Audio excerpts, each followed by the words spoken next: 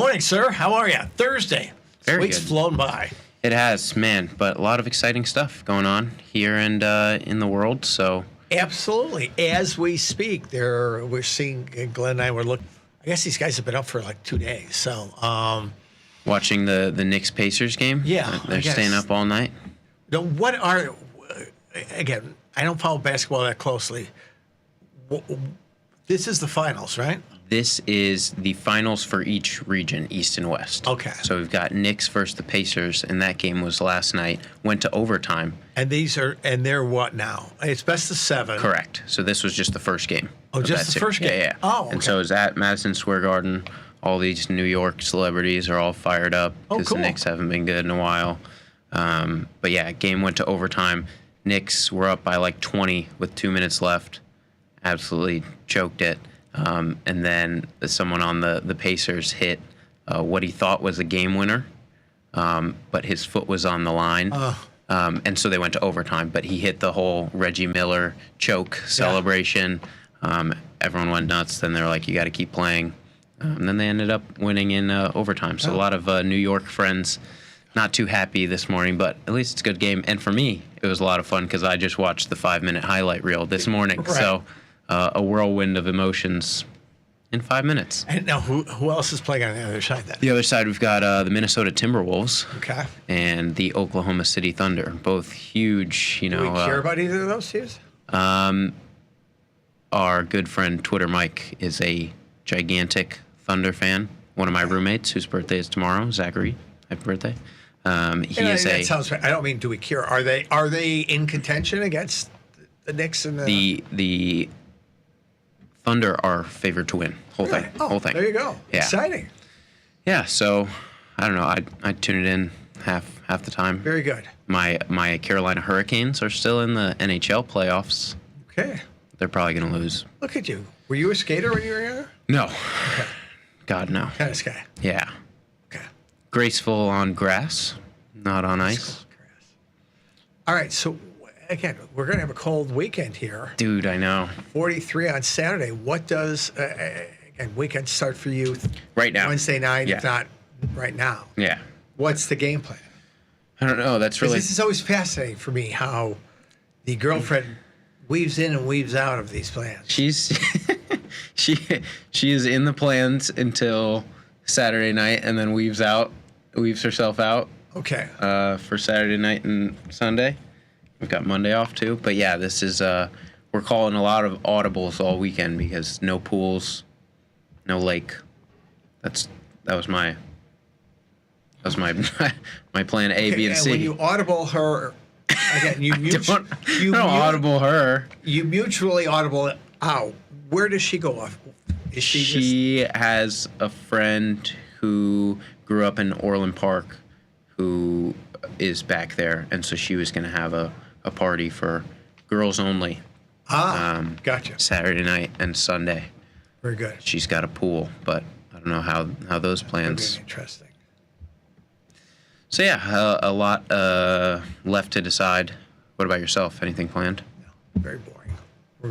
Michelle and I are coming downtown to have lunch with my daughter on Saturday. Oh, and nice. that's about it. So for the same reason, it's just Not a ton. it's tough to find a lot to do on a rainy Saturday and Sunday in Chicago when it's 43. So Where are you going? Somewhere cool? RH? No. RL? yeah. No, we're going to Soho House, All right, nice. or as they call it, the house. I don't know what any of this is. Is your daughter? but yes, and the whole thing is just like, okay, and Nice. it's like, yeah, we're going to the house. I go, really? So It's funnier for you who lives in the suburb that can tell that this is just like a room of a country club in the city, whereas here it is kind of a unique experience if you don't go 10 miles out. But yeah, it's pretty funny. we'll see. They've got a pool. They've got a pool. They've got a pool. It's supposed to be nice. We'll see how it. Yeah, I'm sure it's going to be wonderful. So Yeah, we'll see. I can't speak to any of the food there. Actually, yeah, the ground floor restaurant. Then they have a little up and around the corner called Fox Bar. Look at you. Nice little saloon See, vibe. I knew you. The non-members far can go there. more of Yes. But yeah, the upstairs, got to be a member. So let me know. Take pictures Oh, absolutely. of all the various lounge settings. No, it'll be fun. So we're looking forward to that. Nice. Yeah. But yeah, until then, we're waking up to some, what is this, budget news. They're trying to pass a bill that The they big, beautiful bill is being this is voted on as fundamentally changed from as we last speak. week. I'm not quite sure. There's contention around, it's adding a lot to the deficit. We're seeing that play through U.S. long bonds, about 5%, 110 and change. On the future side, again, those are levels we haven't seen. In a couple of times we probed 111, mid 111s, didn't stay there long. So this will be an interesting place because we're kind of in for the year uncharted ground. So we're seeing a little bit of volatility on whether or not I think they're voting now, and the voting outcome should be sometime around 7 o'clock. It's all, and I'm not quite sure what they're voting on. If they're voting on getting this out of committee or actually voting this on the floor. So, but that is driving a little bit of, there was this push to get it to a point pre-holiday. Okay, So gotcha. whether or not they get it out. Pre our holiday or pre the Congress's 2-month holiday? I think Memorial Day holiday. Okay. So, which would think well, they still have tomorrow. Yeah. But that's We don't work on a Fridays. travel day. So That's awesome. I can't wait till I'm in I was Congress. going to say, great job if you can find it. Oh man. But no, great point to start talking about here is what does a weaker bond market mean for the U.S. dollar? Because Yeah, let's hop into the slides first, if that's all right, guys out there, our wonderful production team. Because yeah, it does feel timely to talk about what a weaker bond market means for the U.S. dollar, backdrop of this big budget decision, which has a lot of tidbits, a lot of people forecasting what the future of the U.S. deficit will be based on this. Is this currently, the full I stop? believe, $38 trillion. Is that a lot? Depends on your scale, but the takeaway is that however they negotiate whatever they put in, there's about $4 trillion that's unpaid for. So 101 macro is you've got a supply and demand that creates an equilibrium price for bonds. If you add more supply, prices should trade lower. Again, one set of, we know there's many things that drive bond prices. And this really is, we're talking about long-term bonds, 10-year notes, 20-year bonds, 30-year bonds, the long end of the curve as we speak. Right. Not the short-term rate. And again, when we talk about what the Fed controls, the Fed sets overnight funding. Exactly, the complete other end of the spectrum. Right. So can they go in? And yes, previously when they actually, back in 07 and 08, they bought long bonds to support the market. Interesting. And they built a portfolio of bonds to support a zero interest rate environment. Again, that was quantitative easing. So this is letting the market digest what's going to go on. And we talk about the relationship, we talk about carry and FX pairs and the relationship of interest rates to FX. Now we're talking about the long end because that's the piece that's moving right now. 2-year notes, shorter dated stuff, not as affected right now in this particular move. Long bonds are. Yeah, so just first giving a little backdrop, a little context for what the traditional bond-dollar relationship should look like, typically looks like in different environments. But yeah, you nailed it with, in theory, higher yields on U.S. Treasury can bring in foreign investors looking to capitalize on that yield and strengthen the U.S. dollar. When we talk about spot FX, this would mean in a currency pair. Right. A lot of those interest rate differentials, one currency priced against the other, which can make that market in particular favorable to go long U.S. dollar, and that kind of flowing through the rest of the U.S. asset funnel. But like you touched on as well, that spot FX markets often have higher correlations to shorter term treasuries, a lot on what the Fed does for overnight interest rates, and less on the 10-year, 30-year. But here we've got, I bring up the Japanese yen. Yep. Is what I ran yesterday as pretty impressive correlation. Yeah, and this is against anything above 0.5, we take notice at. And here we've got, again, we're at 0.65 right now, but a median 0.5. This is relevant. And yeah, ran it against all major currencies, against the 2-year, the 10-year, and the 30-year. Not a lot of correlation between U.S. dollar and a lot of the other major currencies. Japanese yen, the standout, and even among that. And why do you think that? A ton of reasons. One of them being this interest rate differential. Japanese yen, another kind of perceived stable economic environment, gets a lot of flight to quality, but has interest rates around 0% for the past 10, 20 years. We're not talking about 30 basis points of difference. We're talking about 500 basis points. 4 or 5%. Right. And then also, they make it interesting by holding a ton of U.S. treasuries, the largest foreign investor, I believe.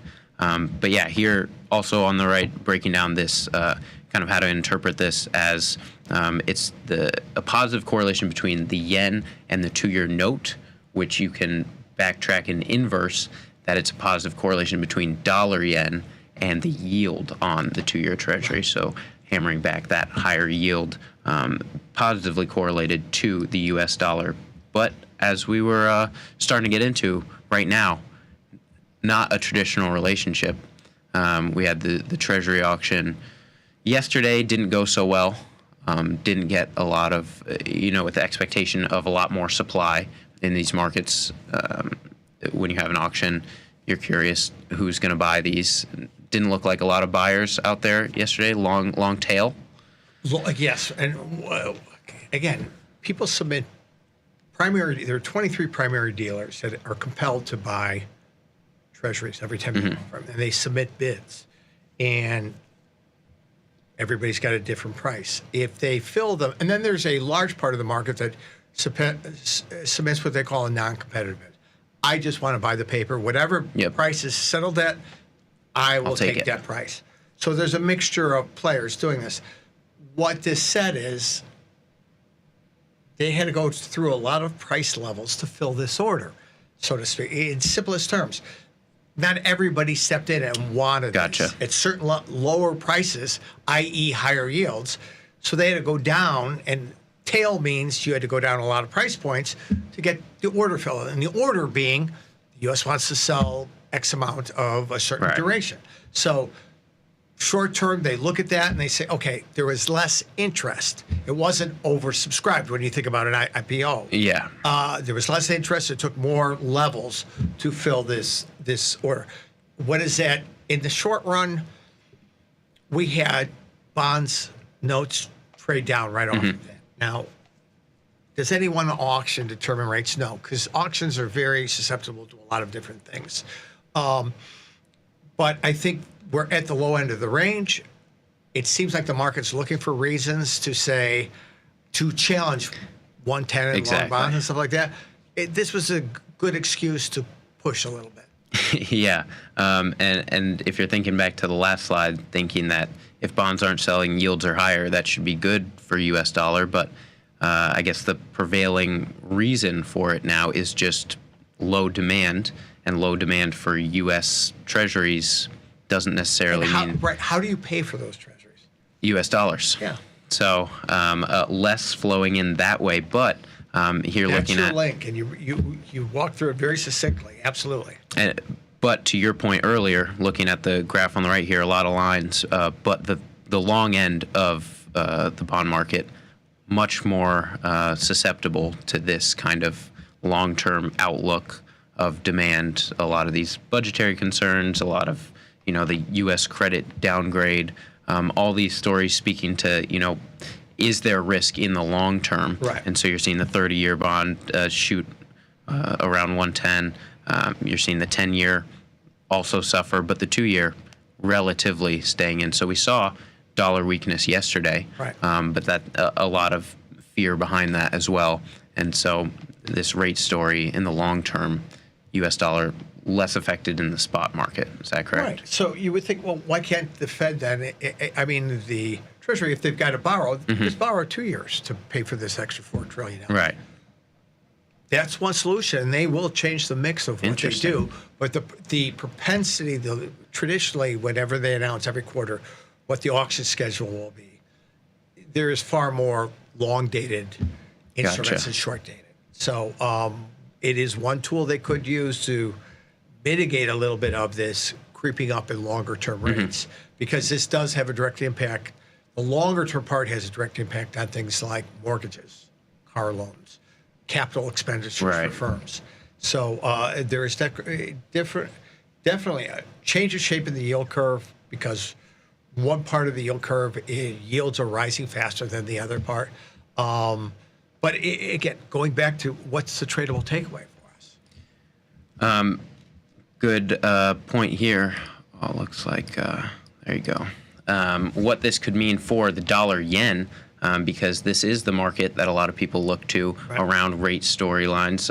Yesterday, on this news, this fear from the Treasury auction, saw widespread dollar weakness. But if you're thinking about long term, how to play this story, I mean, you're looking at dollar yen here, and I can see kind of two storylines prevailing here, where you could have, Treasury market aside, you could have buyers step into this dollar yen market that looks to perhaps a more sustained carry trade opportunity than perhaps we thought last year, when some of that got shaken out around 160, 150. Now here we're looking year to date, same time frame that we had that bond chart, very different, straight down for this U.S. dollar against the yen. So I could see, a bid tone there, but the yen also has kind of a role to play as a safe haven asset. Could that be a spot that global investors go to instead of the U.S. dollar and start taking this yen back to more historic levels? And I think you hit on it perfectly, is all these long-term concepts of, if the dollar loses its reserve status, or Japan decides to lighten up on their treasuries because they're right now, anything they own, they're losing money on.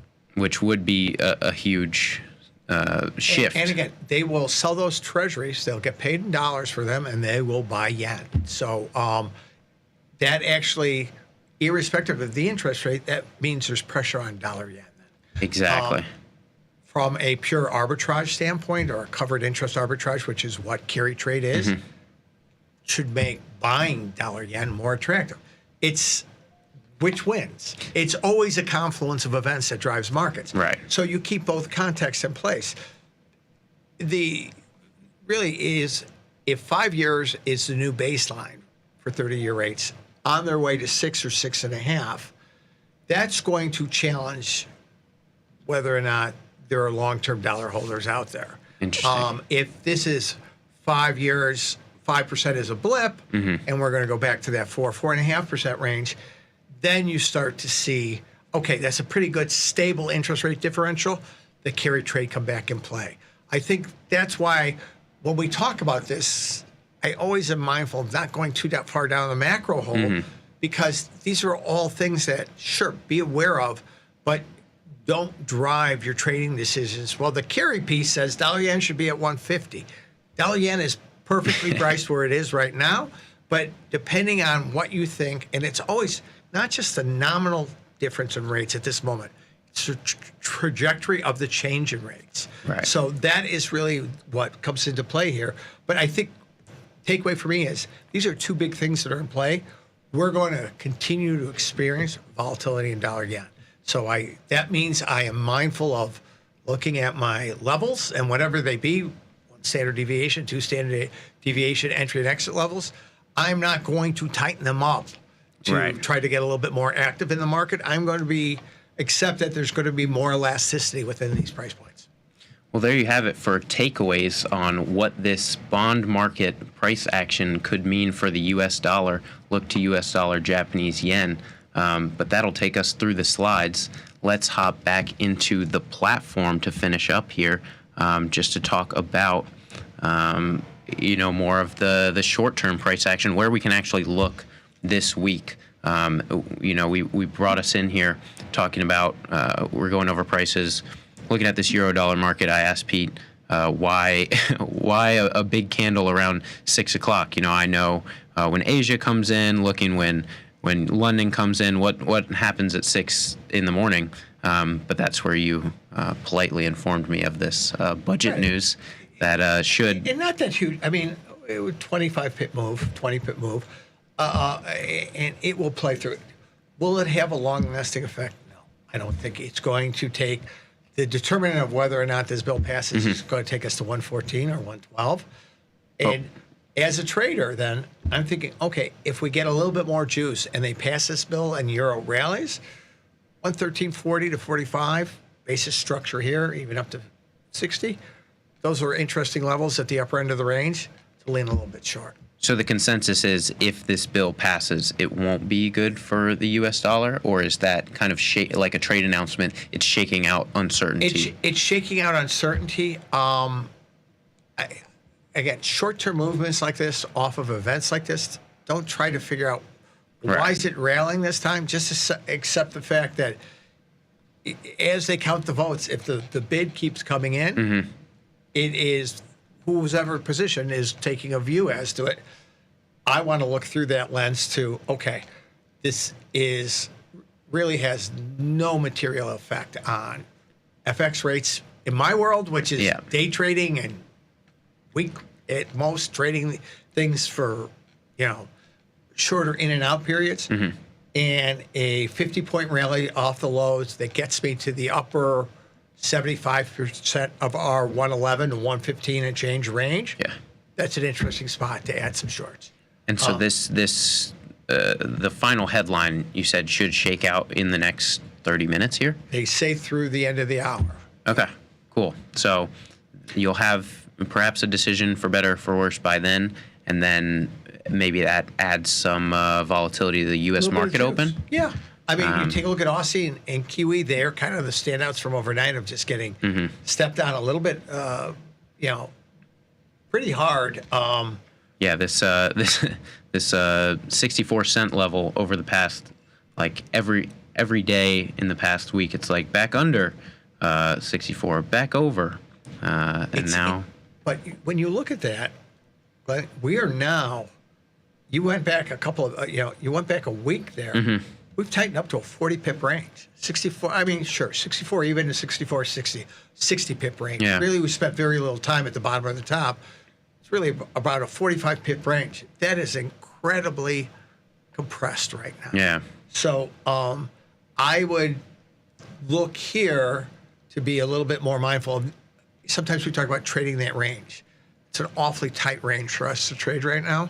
I think this could have this could be coiling a little bit for a movement one way or another.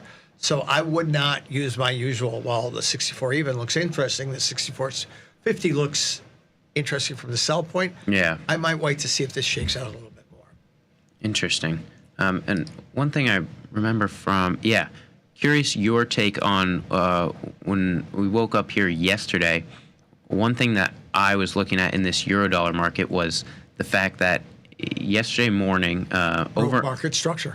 Well, overnight, we had a big run up, and then tried this 113 half level, 5 times throughout the morning, in the afternoon, and never stabilized above it for more than an hour. What does that tell you, if anything? Great takeaway. And this last leg down is the first new lower low. So in other words, we didn't pull back to 113.20 and then rally up. Gotcha. We actually went through that level of, because if we tighten up the chart a little, add a little bit more history, this whole rally up, we've seen pullbacks, but the pullbacks have never gotten to the levels, the previous pullback level. They always pull back a little higher, and then we went to a new higher level. This is the first time we've seen a little bit damage done to that higher highs and higher lows. Now we're seeing some lower lows in short term. So I think that that makes me a little bit less inclined to say, hey, a 50-point dip is interesting to buy here. For me, it's a little bit of change in market structure. But if something does come out and 113.50 gets challenged, I think you've cleared a lot of ground, and anyone who has been short and rolled is going to be in a little bit of a difficult spot. So short term, for me, at 113.10, there's nothing to do here, and I don't have a great interest with the change in structure of buying 112.70s or 80s. So I want to see this shake out a little bit more. Yeah. The setups we usually talk about that kind of lay out for themselves, I can see where I'm wrong, I can see where I'm right, and I'm going to stick to my get in and get out levels. Don't quite come through right now. They don't come through every day. What's great is if we had a little bit more time, we could walk through 3 or 4 other pairs. There's probably some non-dollar crosses and find great setups. So maybe we'll work on making sure we incorporate that next time we run through. Well, there you have it. What to watch this morning as we have some budget news coming in. Lighter economic calendar, but some minor U.S. data points coming in the next 30 minutes here. So keep an eye on that U.S. dollar piece and a lot of trading left in the day. So stay tuned for Tom, Tony, and Vanetta up next on Tasty Live.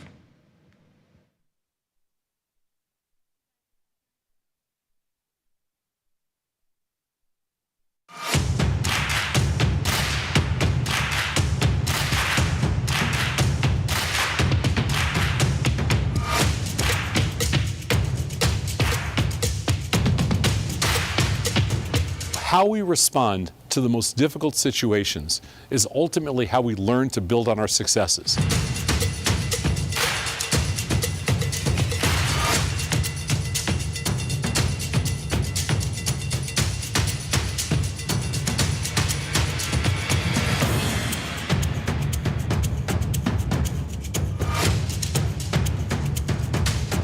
It takes the guesswork out of retail trading.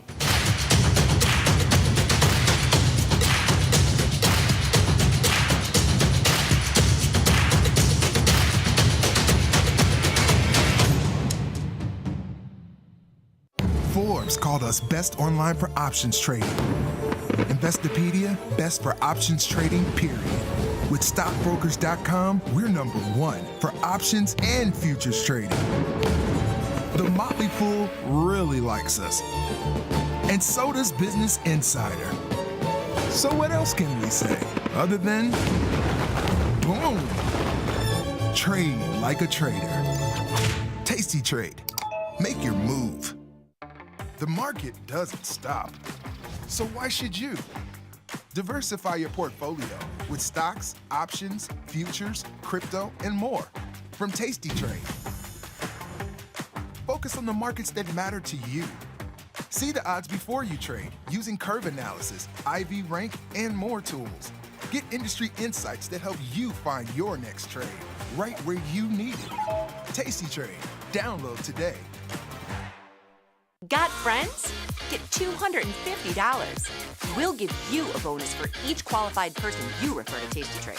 So spread the word and earn rewards. Terms and conditions apply.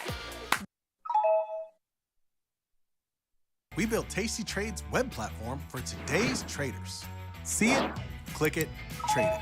Drill into data, find opportunity, and track the action with hundreds of indicators. Track your options profit and loss history over time per symbol. Note your progress and plan your tactics with a trading journal.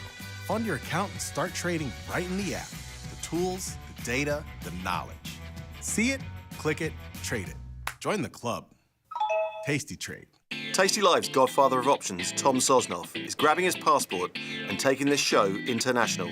He'll be joined by IG's Rich McDonald in London and Milan, along with special guests at each stop for an evening of live trading. It's fun, challenging, and moves as fast as the market. Doors open at 5, with trading starting at 6. Come early and have a pint or glass of vino with the boys. It's totally free, but space is limited. Register at tastylive.com/events. Options just got molto interessante.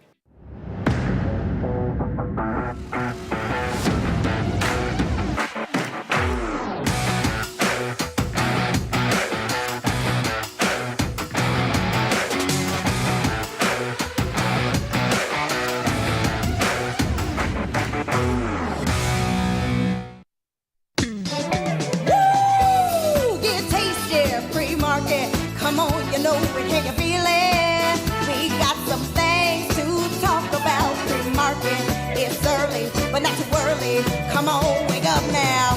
Pour that coffee down your throat hole. It's hot. Now you got a hole in your throat. Oh no, just call your boss. Take the crust from out your eyes. So tasty, not a coffee. Good morning, you knucklehead. Look at you. Look what the cat dragged in. Nick Batista, my son. Thank you so much for filling in for Tom Sadnoff, who always runs away when the stuff hits the fan. Every time he leaves, the market does something. He's never around. It's just like the 87 crash. He held me there to hold down the fort. I had to do everything. Now he leaves it to the two of us. How are you, son? I'm good, but I will add to that Mike has a similar sort of sentiment. He's usually That's your boo. Tom's my boo. Yeah. So my boo, Mike, when he leaves, something usually breaks down. Not only in the market, but like, something on our email system, something. There's some internal. The Wi-Fi goes out or whatever. Something makes it harder for you. Something makes my day tougher when Mike leaves. So when you get those two together, the Tom and Mike gone, which just to preface, this happened in early April. I don't know if it was the biggest move, but it was one of those big moves. Sure. Because we were taking calls together. Yes. Tom was gone. Mike was gone. Yes. So, we've seen this story before, and it's gotten so infamous that people in the office are now trading it. Mark, my friend and I in our IT group over there, he is trading some XSP puts into this. He got him in yesterday. He's going to have a nice little morning. I wish he was here in the office today. I would give him a pat on the back for that trade. Well, he's got it. The mini SPX, yeah, for sure. Yeah. XSP, it's gonna move. You got a 1.5 to 2% move in the market today. I mean, usually we chit chat for a couple of minutes. Yes. And don't go into the markets, but I think you have to go right into the markets today, just because of what's happened in the last hour or so. When I first got in the office, now I do have a little bit of a bone to pick with you. I get here around 6:05 for a 7 o'clock show. I'm usually here about 6:30 for my 7 o'clock show. 6:40, you came strolling in. 6:40. I had to. Your Aura ring. I had to get my was dinging. You know what I mean? Like, you've become a changed man a little bit since I've let you do your own thing for a little while and didn't keep you as tightly under my wing as I have in the past. I had to get my coffee.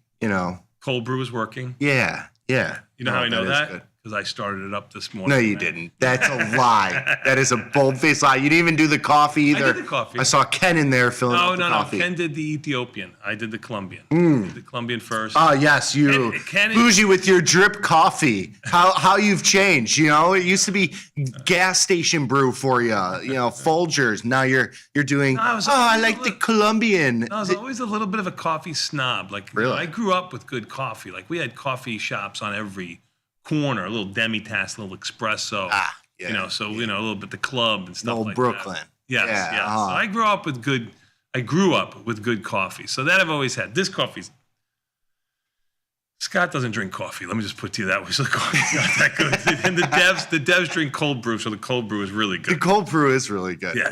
The problem is that it's sometimes not available. Yes. We somehow have like a stipend on it. Yeah.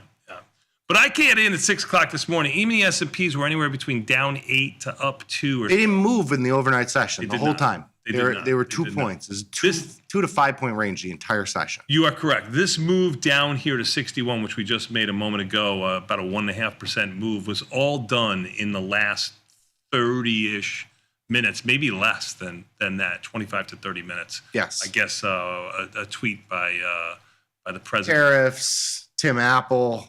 There's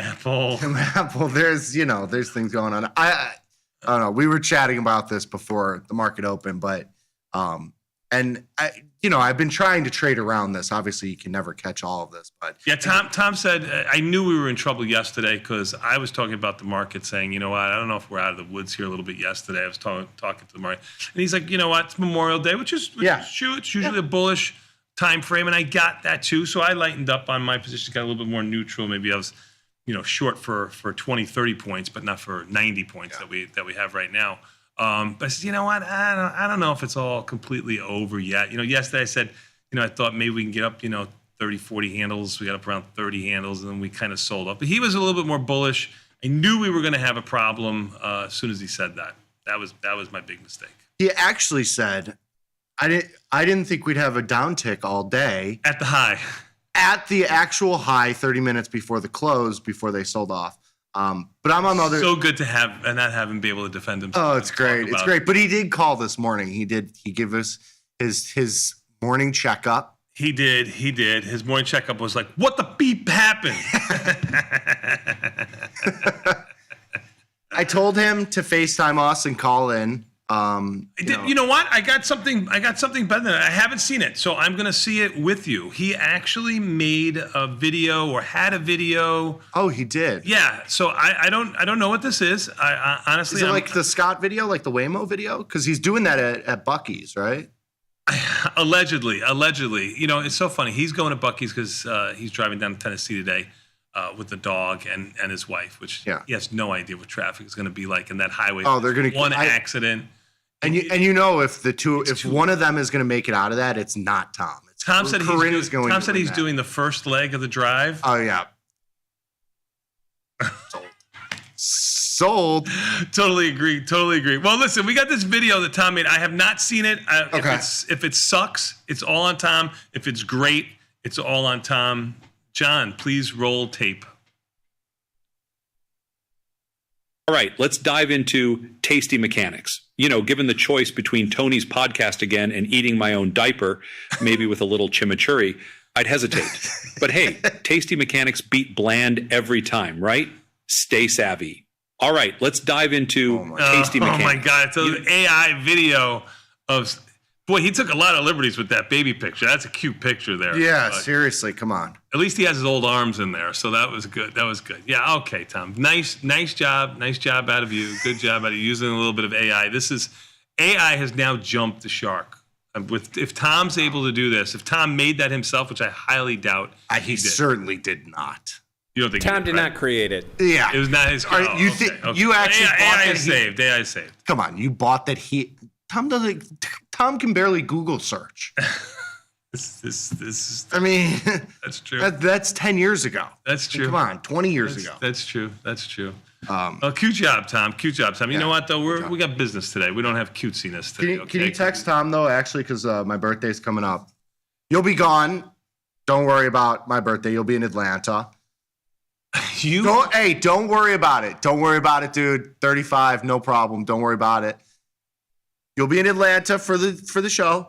Working man, it's okay. I am actually back for your birthday. Yeah. Okay, I'm gone. I get back Friday. Your birthday's not till Sunday, right? Isn't it Sunday the 31st? What day? Saturday. Saturday. Okay, your birthday's not till Saturday. I'll be home on Friday. Son, come on over.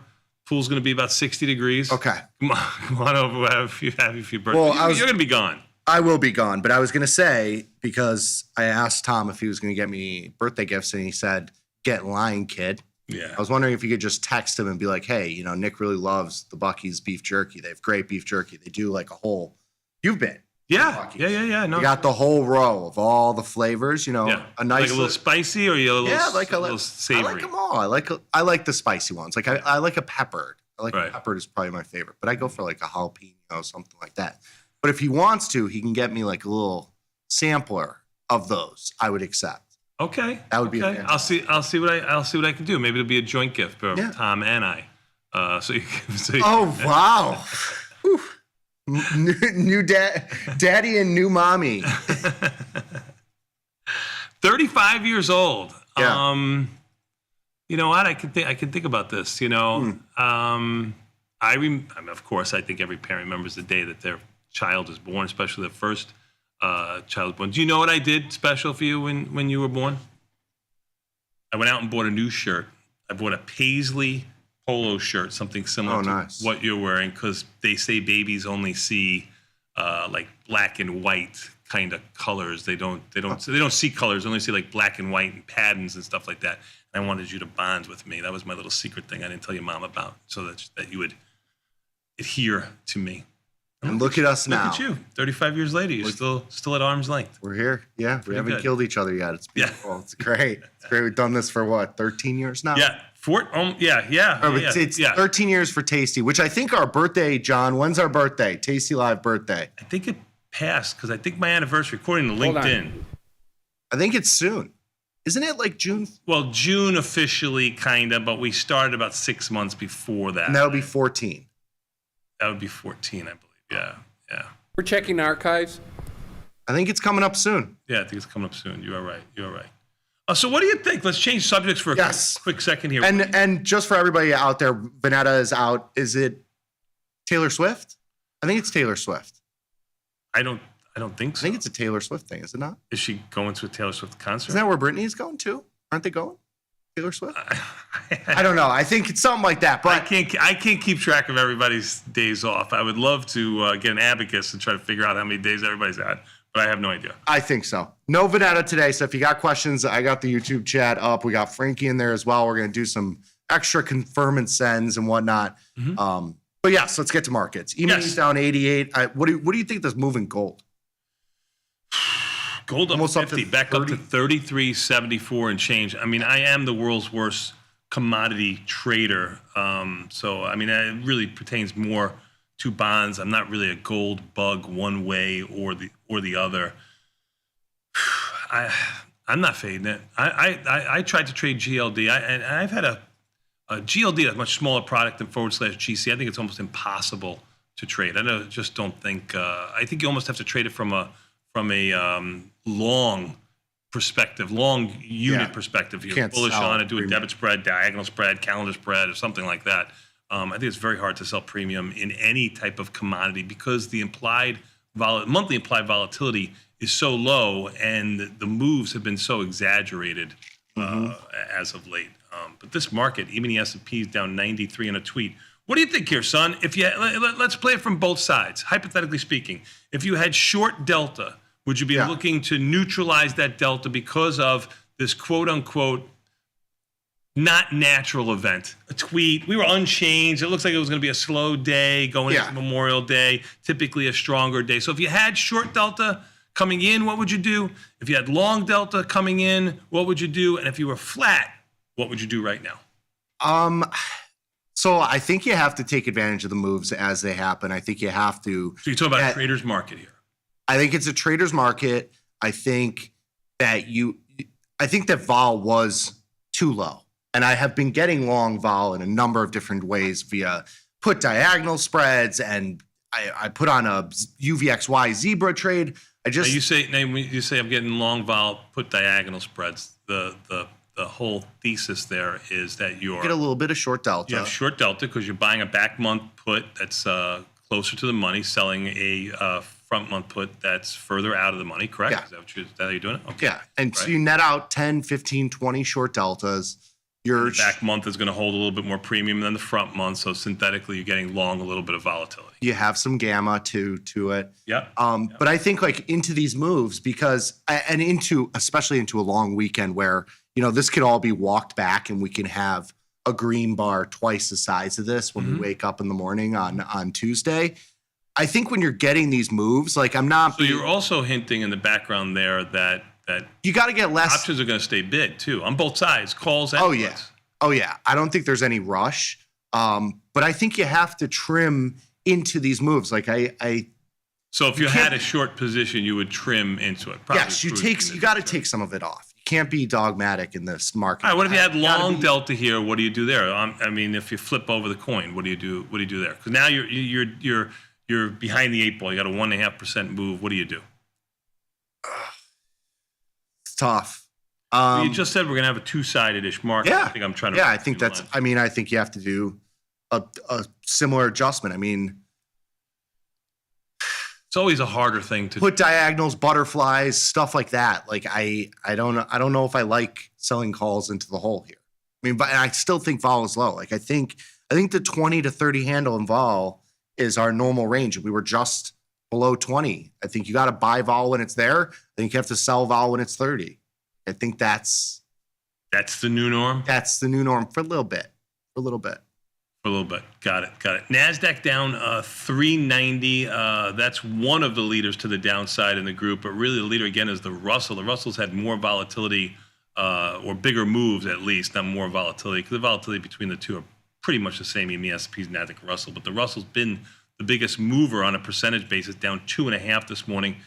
Dow down 600. Volatility up $1.85 to 22.55.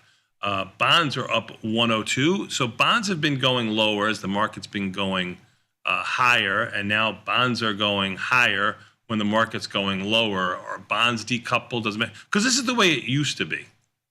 Like when I first started trading for a decade or so, if bonds went up, market usually went down. That was the kind of flight to quality, interest rate. You're kind of buying risk-free return in lieu of trying to get more return in the market. That's the way it always worked. Then we had a 10-year period or more where bonds went up, stocks went up. Everything went up. It all decoupled. Well, that was because rates were non-existent. Sure. There's no. Sure. Well, I mean, rates are about where they were in 2023. I mean, they haven't. It's a relatively short period of time between now and then. Okay. So what do you think here about bonds? Tom's been a buyer of bonds. 111.26 is a much better number than 110. Remember, that's almost a $2,000 move. I mean, $1,000 a point in bonds. So what do you think about bonds here? I don't think they go much higher. I think rates are going to stay high. I mean, I don't think with everything that's going on, I just don't think that rates are going to change. Like, and you've seen it if you look at like the CME watch tool, they've pretty much taken out, I think we have like 2 projected through the end of the year. Yeah. Started at what, 6, 4, 6, something like that. Yeah. Beginning of the year. You're talking about cuts. You're talking about cuts? Cuts. Right. We started with 6 cuts earlier. And we're at 2. We're at 2. Or maybe even 1 now. Yeah, gotta give Tom and I a little bit of credit there. We didn't, we were talking the way bonds were behaving, that you can't cut that aggressively the way bonds are. Now you can say that I get the emails from people saying that the Fed isn't behind this administration and that's why they're kind of sabotaging it a little bit. Then you get other people saying, rates have been too low for too long and they need to go higher, so there can't be any cuts. But you're right, they were factoring in about 6 cuts. That's down to 2. Is that a more realistic, or is it still optimistic? In your eyes, I think you're saying it's still optimistic. Yeah, I mean, I don't know. I'm starting to. Does it matter? Yeah, of course it matters. Bond market matters. I'm starting to lean on the Vecchio. Oh no, go ahead. To channel my inner Vecchio, my brother from another mother. He keeps talking about bonds. The only reason to cut is if something bad, is if something breaks, something's happening. So I'm starting to learn. I'm starting to lean on that side. That's what I think. What do you think? Again, the world's worst commodity trader. Bonds are a tough one, and I traded the bonds I traded the 30-year bond in the pit. The bond that you're trading right now /ZB. I was the world's worst bond trader. I had some of my biggest swings, positive and negative, and I was pretty much a steady trader. I didn't have too many big negative days trading equities, but I had them trading bonds for sure. Some of my I remember we had spam those nights. little ramen. But we had honey too. So if you put the honey on the spam with a couple of cloves on it, it tastes a lot better than if it's really good. Yeah, Spam's pretty good. I like kind of cubing it up, putting it in eggs. It's a lot different that way for sure. I remember those days. Those were tough days. And I have a hard time figuring that whole macro view out. I like trading what you just said right now, volatility, and I don't think volatility that I look at /VX has anything to do with the bonds. So, I mean, I think your bonds will be in a range. I think they probably have seen some of their lows, but I don't think and I think they've seen their highs for sure. We're not getting back up to. I don't think we're getting back up into the 120 handle, which we were only about 6 weeks ago. So, I mean, you could, and I'm talking about the long term. I think they're going to be a kind of a deadish product. You know what I mean? I think they're going to kind of go sideways-ish. But that takes liquidity out of the market. That is what, I mean, like, if you have bonds sustained at 4 to 5%, you have to start thinking, okay, well, you got tariff tweets that come out once a week. Yeah. You have binary events with China and Russia and whatever else is going on. And you got to say to yourself, okay, do I want a risk-free 5%? Sure. Obviously I say that because I guess nothing is risk-free anymore. Right. But what we consider risk-free at 5%, or do I want to, try and get 8 or 10% in the market? Right. That's a question. It becomes Sure. a question with sustained, if rates stay at 5. If they move around, I agree with you. I don't think it starts to matter. Like, I don't think that's going to be a liquidity event. But if we stay here, or even if bonds go lower and rates, continue to rise and get into 5, 6%, then it starts to be I think it starts to get to be a liquidity situation. Yeah. You would think. Yeah, I totally agree with you. Totally agree with you there. I think today you are going to see a vicious rally in the overall market, not to unchained. And by vicious rally, I'm saying like 50 handles in the E-mini S&Ps. Like that's what I think. When you get an artificial kind of move in the market like this, a tweet. I mean, we are going into a long weekend, so. Yeah. If this was a Tuesday or Wednesday, it might be with no long weekend. It might be a lot easier than on a Friday. Who's going to want to, step into the market here? So that move might be, a little bit muted. But you're going to have to sell into any rally. That's what I'm thinking. I don't think you have to sell them in the hole here down 90 and change. But I think you have to sell them into the rally a little bit here. That's my thinking. Volatility has not had a downtick, 22.55. I'm talking about /VX. So I don't think you do anything until you see /VX make a high and then back off 20, 30 cents from that high number. Like we're at 22.50 right now. We've got up to 22.60. I don't think I'm looking to do anything with the market from a bullish standpoint of view until you get some sort of move off of the 22.50, 60. And now we can go up to 23 and come back down to 22.60 or 22.50, and then maybe the low in the market for the short period of time is in. But I don't think you do anything right now. You have to have this market play out.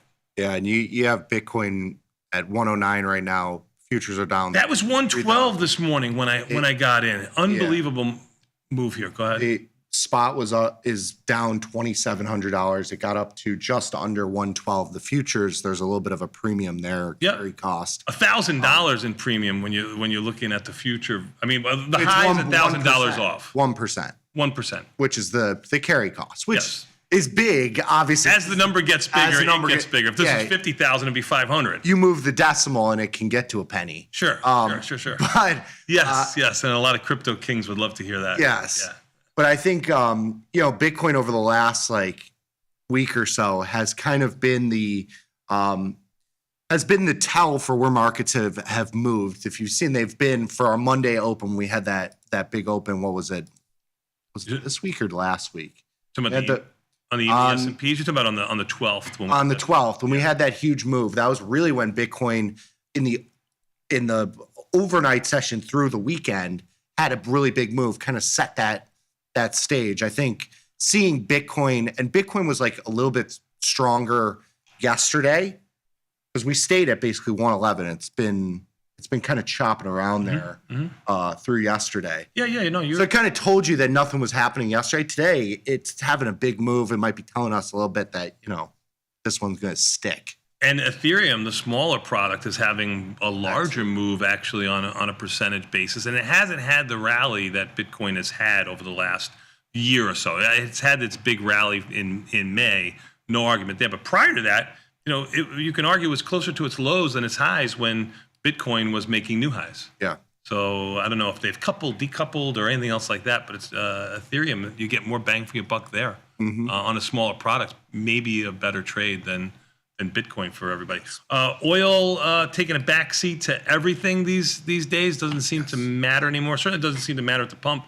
Doesn't change there. Gold, as you mentioned already, up 54. You think gold staying bid like this is actually a little bit bearish for the market, right? Yeah, I mean the thing with gold is obviously it has no yield, and it's just it is just a it's a cash alternative. And when you have rates continuing to go higher and markets going higher, it was a little bit weird that gold was kind of staying bid through this whole situation. I know it sold off from 3,500 to 3,200. You know, it's a pretty decent size sell off, but it's been really, really strong despite, you know, the typical cash alternative of bond rates being much higher. I mean, you know, you're really willing to buy gold minus 5% relative to you know, risk-free rates. Sure.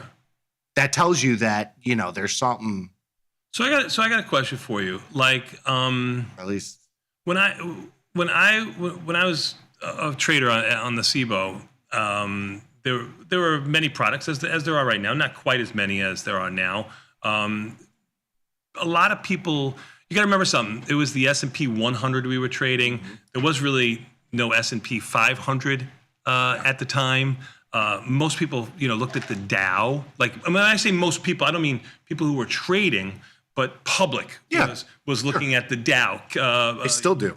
Yeah, young people, you know, just starting to invest in the market. We're looking at the Dow. They weren't looking at the S&P 100, which I was trading. And you would have the S&P 100 doing one thing and the Dow doing another thing. 30 stocks versus 100, then 500 versus 30. You know, you can get, you know, the Dow could be down on the day and the S&P 500 could be higher on the day. And I would say the market was doing good. Somebody else would say the market is doing bad. The public would say, or news would say, oh, the Dow is down, you know, X today. It was a bad day, when even though the S&P 100, the S&P 500 was actually up. I'm saying this because, do you think the public really cares? By public, I mean you, 35 and under, 40 and under, really cares about gold? Because I think the cryptocurrencies are much more widely held than gold is right now. I know you got Frankie in the chat room. He's a gold bug because he's an old fakakta. I'm not talking about the 60s, 70s, and 80-year-olds. I'm talking about, you know, the public today, that big force, that 25 to 40-year-old. Do you think they really care about gold? Do they really? So if they look at the market and they say, no, gold is not even on their watch list. Right. And I don't think that's. I almost think media should be talking more about Bitcoin and Ethereum. It is in some respects, I think. You think so? I think it has kind of replaced gold, but gold was dead for prior to the last like 2 years. It didn't move. Yeah. For 3-4 years. I'm underweighted in any cryptocurrency. I have small, it's not. But you're always late. I mean, Put started trading in 79. Your dad started trading in 83. I don't think I was that late to the game. I mean, let me put it to you that way. I caught my star. I don't know about that. I don't know how many stars I'm supposed to catch. But you know what? We'll catch some right after this. And a matter of fact, Volatility 2210, about coming in a little bit. 50 cents off its highs. You may have by the dip. You may have had your lows. Yes. We'll take a quick 90-second break. And come back. We've got confirm and send next.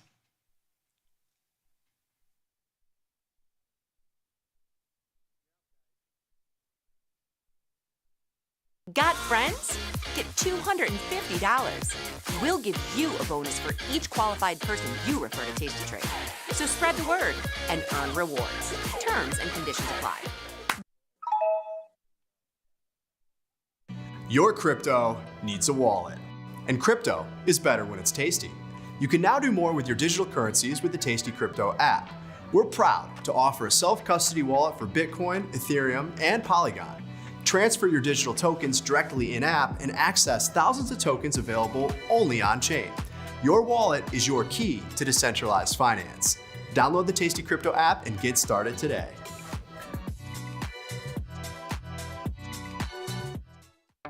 The market doesn't stop. So why should you? Diversify your portfolio with stocks, options, futures, crypto, and more from Tasty Trade. Focus on the markets that matter to you. See the odds before you trade using curve analysis, IV rank, and more tools. Get industry insights that help you find your next trade right where you need it. Tasty Trade. Download today. I love to take risks. I love the instant pain, the instant gain of trading. I would describe my trading style as a calculated risk taker. I like to play towards volatility, which is something that you can quantify high and low points of.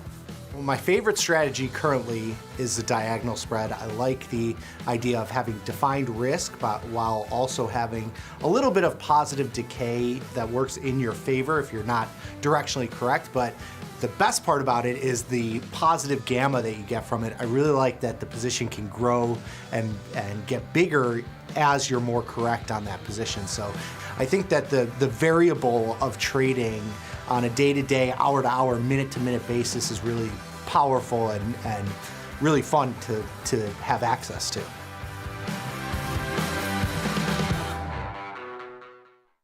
In the money. It seems pretty easy to understand. If I'm in the money, I must be profitable, right? Not quite. In the money is in reference to the option's strike price relative to the current price of the stock. An in the money option is an option which has intrinsic value. For a call option, that represents an option with a strike lower than the current stock price. For a put option, that represents an option with a strike higher than the current stock price. Being in the money is a good thing for long options. It's not so good for short options. What's up, everybody? Check out my new series, Life Cycle of a Trade, where I show you my real-time trades with insights into strategy selection, adjustment mechanics, all the way to the closing order for all of the tastylive core strategies.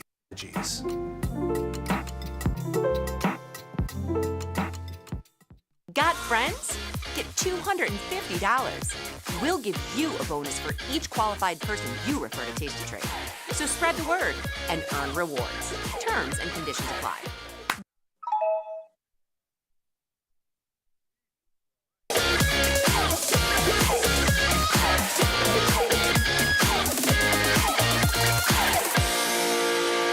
Nikki, we are back, son, and we've got more Tasty Live with Confirm and Send. But before we do, we already looked at the market, but you had something you want to show me. What do you want to show me? Yes.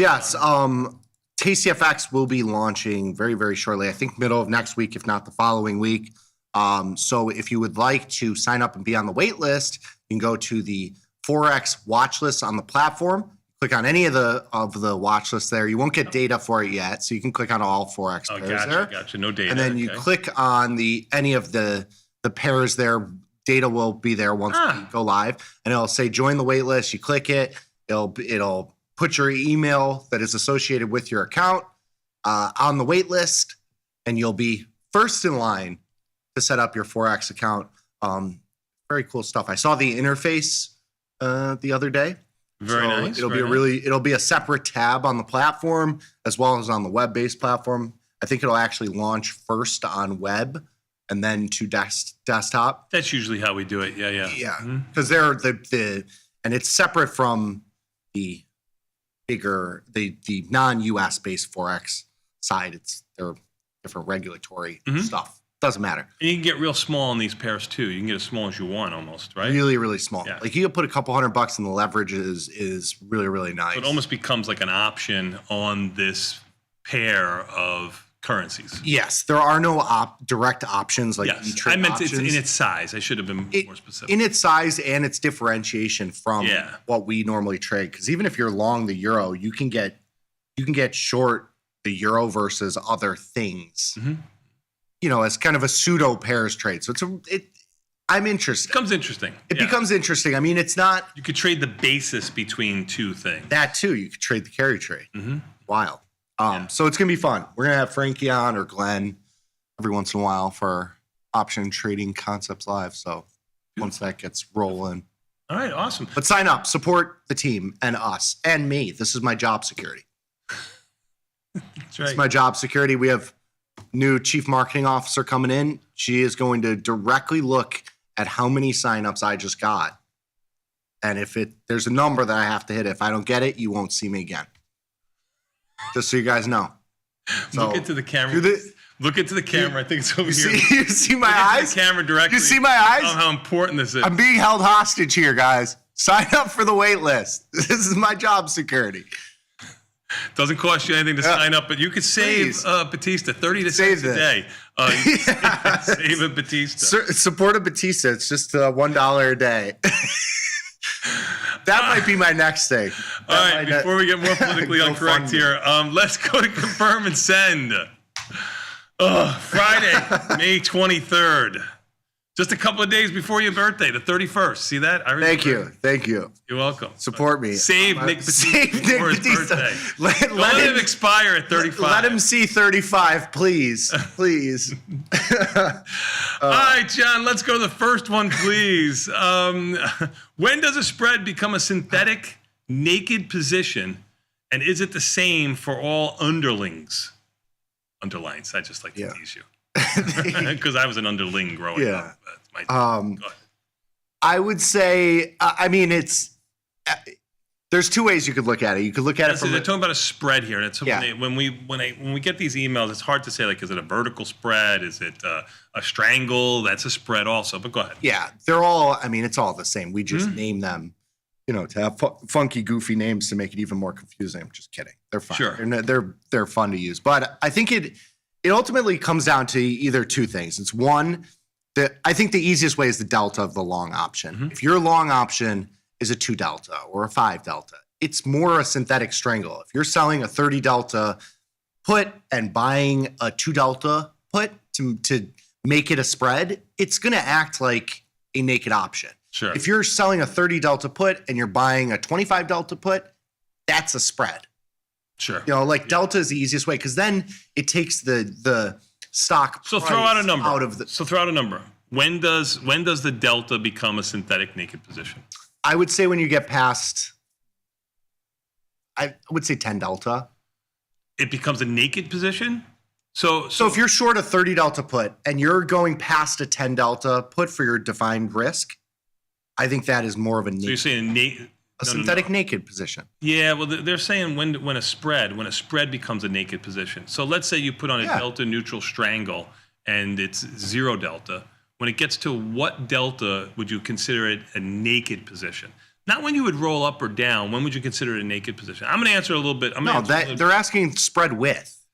I think that's the question. You see, this is what I get when it's possible. See, I don't see what there. When does a spread become a synthetic naked position? Like what, how wide do you have to be for it to be looked at as a naked position? Okay. So like if you're selling a 20 or 30 delta put, how wide do you go? And I think it's hard to say how wide because the stock can be $100 or $10 or $5 or $1,000. You have to really look at delta and say, okay, if you're buying a 5 delta wing, yes, it's a short put spread by name, but you're synthetically naked. That's what I think they're asking is like, what's your delta for a synthetically naked spread trade? Okay. Good answer. I'm going to answer it a little bit different. If you're looking at this as like a vertical spread, I don't think a vertical spread can ever become a naked position because it's not going to get any delta to it. So like if you have a $3 wide, $5 wide, even $10 wide vertical spread, short vertical spread, the market rallies, short put spread, the market goes lower. You're never going to get to that, short delta that's 20, 25 or more on that spread. Now, you could do it at expiration if you held all the way to expiration and your spread was out of the money and then it becomes in the money. So I'll give you a number. I think when your delta is 50 or more, it becomes a naked position. Yeah. But you can't get a 50 delta position on a $10 wide put spread. No, you couldn't unless it was right at expiration, right near expiration. Yeah, and you're right in the money. Yep. That's why I'm right on this question. Next question, please. It's okay. The chat's telling me I'm right. It's all right. I got Next question, please. I got it. I don't know. John, put down your drink. What the hell, John? Please. John? What are your thoughts? You want to read this one or you want me to read this one? Oh, this is a long one, man. All right, I'll do it for you. I don't read too good. What are your thoughts on the YieldMax ETF, like MSTY or NVDY? They seem to pay a huge dividend, and I'm wondering if the products are too good to be true. My understanding is they put on synthetic long positions, buy the call, sell the put. That would be a 100 delta to get back to 100 long deltas in that example. Getting back to the last question what I is was this right about. What is and this? then sell covered calls against that position. The funds are managed by Jay What is this? Some advertisement? And Scott Snyder happens to be one of the people that taught me how to trade. Sony? He taught me how to trade. Sony's manages this? Yeah. I might have to talk to him. He's Things one of don't those, work out here. Yeah, he's one of the people. And in full disclosure, Beth's uncle. Yeah. I didn't know this question was in here. I didn't read it, or I would have told him not to put it in here, to be honest with you, because I think I have a conflict of moral interest. I love Scott, and I know Jay very well. And I'm wondering if you know who they are. Yes, I know who they are. Scott taught me how to trade equity options in AOL when I was an index trader. I was moving in around 99 or 2000, 2001 in that area from the OEX, which was drying up at that time, to AOL, which was going into the S&P 500, if you could believe that, a few years later. He taught me how to trade equity options because there is a difference between the OEX and equity options. I think he's one of the best traders in equity trading that I've ever seen. So yeah, I know them. I am familiar with the fund. I couldn't say I'm not familiar with the fund. I don't recommend anybody's stuff, but yes, to answer your question, I wonder if you know them. I know them well. I know them very well. Know them for decades, and I love them both. So there's your answer. You know Scott too. You've been on vacation with them. So as a vacation dad, how is he? Can you answer it from that point of view? I haven't seen him in 20 years. So. But as a vacation dad, he did almost let you drown. You don't remember because you were very young. We were up in Wisconsin. I left Scott in charge of watching the children. He was probably trading by the pool because he was one of the very early adapters. I came back with a tray full of food, and there I see my firstborn son in the pool underneath a alligator, like there was like a suspended alligator that you kids could jump on. And you were underneath the alligator, kind of like this at the time. And I put down the food and I jumped in the water and I saved you. I said, Scott, what's going on? He goes, I told Michael to watch him, which was his... Michael was the, 10 at that time? Yes. But other than that, don't trust your children with Scott in the pool. I think he'll be fine there. He certainly has as much experience as I do, if not a little bit more. As for these products, I don't know the exact makeup of them. I would say one of the things you have to keep in mind with these is that a lot of times with the yield, you have to, there's for lack of better words, like a drag in that, at a certain point it gets to a too low of a price, it'll split. And so you have to kind of reinvest that dividend to stay at the same sort of notional exposure. So I will have to look. It's a long fund. It seems like it's a long fund. I don't know too much about it either, but I do know them and I do know the fund itself. Next one, please. If I only use defined risk strategies, do you think in the long run I'm hurting my chances of being profitable? No. I mean, like, it goes to the first question of like spread width. It depends on how, like if you're doing $1 wide spreads in SPY, I think it's hard to get enough, to put enough positions on and manage those positions and be able to get in and out and really trade around that. I think, when you're trading defined risk, it's going to be much slower moving on both directions in terms of your P&L fluctuation is going to be a lot lesser. I think you can still be profitable. I think it's going to be just a slower grind. It's harder to stay engaged when, every position that you have on takes 15 to 30 days. People are used to instant gratification. Yes, and that's where people start to get caught because, you go from doing a $5 wide in SPY 30 days out in time, where you got to wait 2 weeks, and you do that once in SPX and you lose, and now you lose, you go from your $5,000 account to a $4,000 account. Now you're way in the hole in terms of like, that it's too quick for you to, it's going to take you a while to get that back. Yeah, totally agree. I don't think you're in the long run you're hurting yourself. The probability of success is going to be the probability of success on the trade that you put on, right? If it has a 70% probability of success, you're going to have that. You're going to have a lot smaller wins, and you're going to have a lot smaller losses too. It's going to be a grind, as you say. It's going to be. I think the way to describe this would be it's going to be a grind, and you are going to need a lot of discipline. And realistic expectations are one of the hardest things for people to. Your percentage that you make on your risk could be huge. Yeah. But the net money wise is going small. to be small relative. And that's like people get That's all. why I hate percentages. Yeah. I mean, I hate judging somebody by a percentage. I know we have to judge by something, but if somebody says I made 35% this year, but they made $500, and somebody said they made 10% this year and they made $5 million. Well, it depends on the count size, everything else. Yeah. So I'm just saying it's just, but you only use percentage to show percentage. You'll see one, oh, this guy only made 10%. This guy made 35%. I like this guy a lot better. It's really hard to look at it that way. Yes. Well, it depends on how much risk you're taking. You're taking minimal amount of risk here. Next question, please. I was just looking at the market measure from Thursday.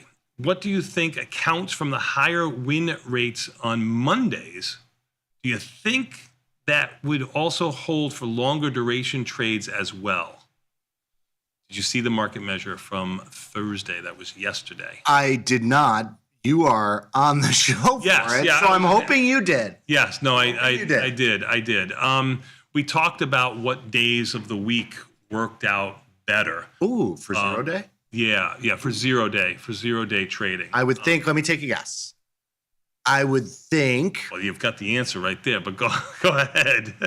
Mondays. Mondays were the best. I said Thursday, Monday, but I went with Thursday because you would think Monday because you have some sort of risk premium over the weekend that juices up the options. And I would think win rates like in the middle of the week would be higher. Because you would think, but it came out to be Mondays. Yeah. I know. I mean, from a value perspective, I think you're probably getting paid more to risk going into a Monday. You are definitely binary risk. Yeah, weekend. We just talked about that binary risk just a moment ago. That's priced into the option. So you're selling more premium Friday going into Monday than you are Monday going into Tuesday. All else being equal. Right. So do you think this would also hold for longer duration trades as well? That's the question. No, I don't think it's putting a trade on just because it's a Monday is going to mean anything on a longer duration, 45 days. I don't think it holds any weight there. But we can have the team look into it, which would be a nice thing to do. So we could try that for you. Yeah. Next question, please. Even the S&P is down 83. When markets have moves that exceed one standard deviation, well, you're going to get that today or close. Not really. Well, on a daily basis is what I was looking at. Even the S&P daily basis is about 60 handles, and you've got you got 80 handles right now. When you look at the VIX, it's VIX of 20 is a little over 1% Yeah, and I'm saying you almost have that right now. We were about 1.5, 1 and 5/8 a moment ago. We're 1 and half, right? 1 1/3 right now. Yeah. When markets have moves that exceed one standard deviation, is it common that for the next day they will continue moving in the same direction? That's a great question. We've had multiple V bottoms, but they are usually met with a few days of sideways to same day action. We usually don't get 1 day of a standard deviation move or more, like 1.5% right now, and then bounce right back up the next day. I mean, I think you usually get a little bit of sideways action to lower action. Like, look at what we've had over the last couple of days here. We had 3 or 4 days of down move. We had 5 or 6 days of up move. So I don't think it's 1 day, 1 day, 1 day, 1 day. What do you think? I think it's hard to put. I mean, this is so binary. Like, yes, it's so hard to quantify this. I don't know.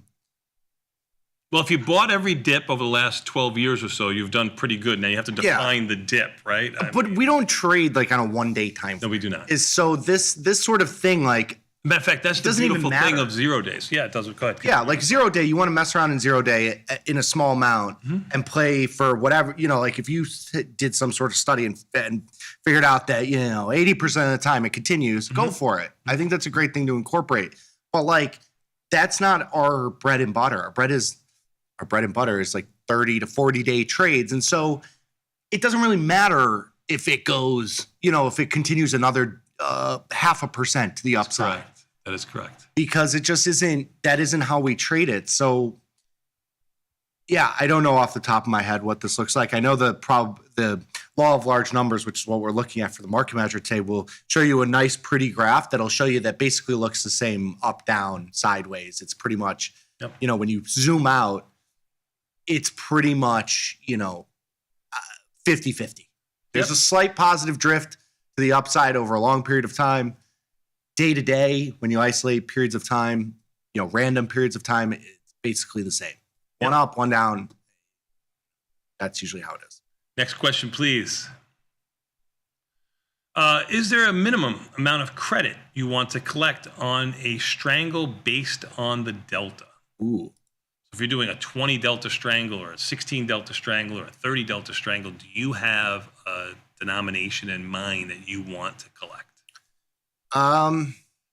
Why can I reference like 10 to 20% of whatever the buying power is to kind of make it a number that makes it worth the time and the risk and holding that capital tied up? 10 to 20% is a pretty big. Did you say 10 to 20%? Yeah.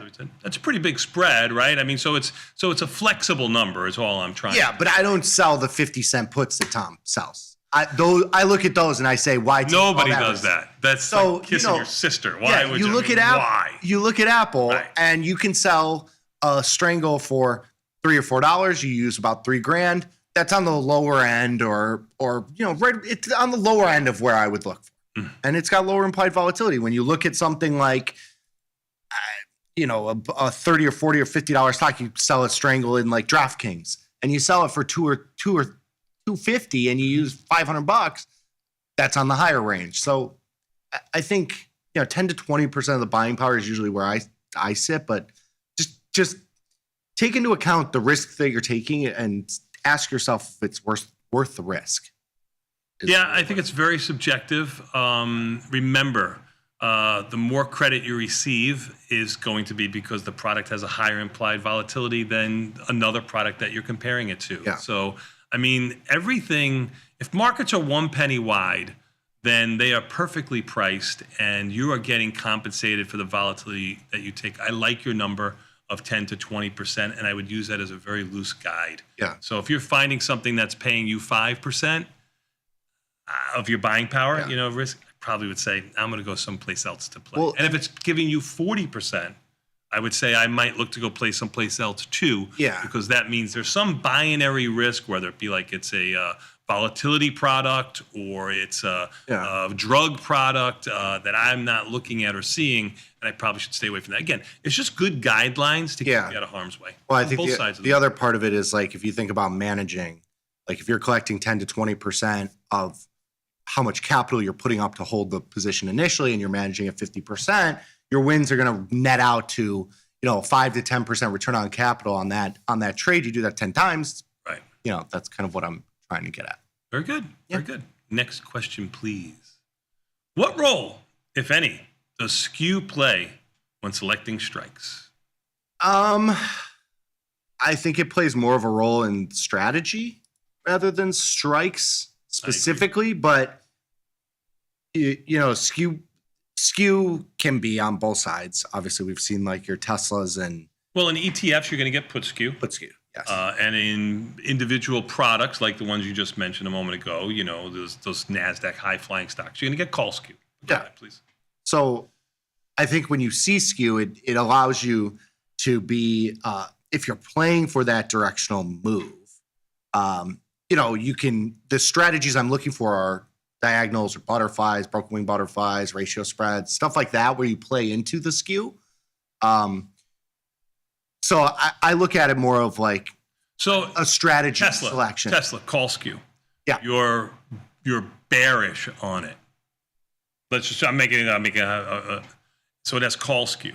You might say that a call ratio spread, since the out of the money call that you're selling is so inflated because of call skew, that might be a good strategy to fit your assumption. Yes. Like a put ratio spread would be not as advantageous if you were bullish on it, because that naked put you're selling Of course, its volatility is what it is, but it doesn't have that skew. You can't go further away on it and get more premium. Yes. So strategy, I agree with you 100%. Now, if I'm doing a strangle, I go to delta, and delta is going to take into consideration the skew. So go back to Tesla.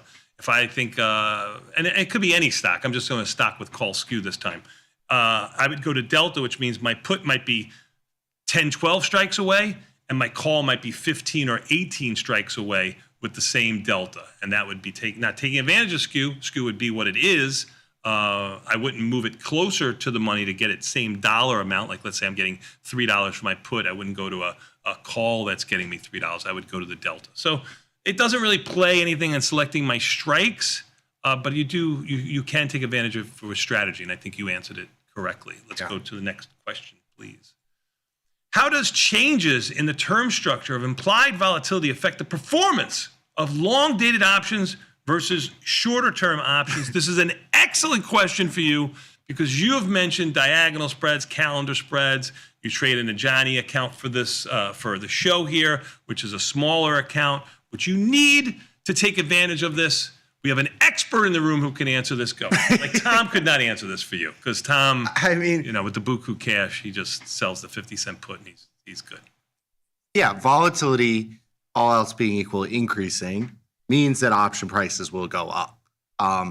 So playing and volatility is not just a down. Everybody equates it to downside.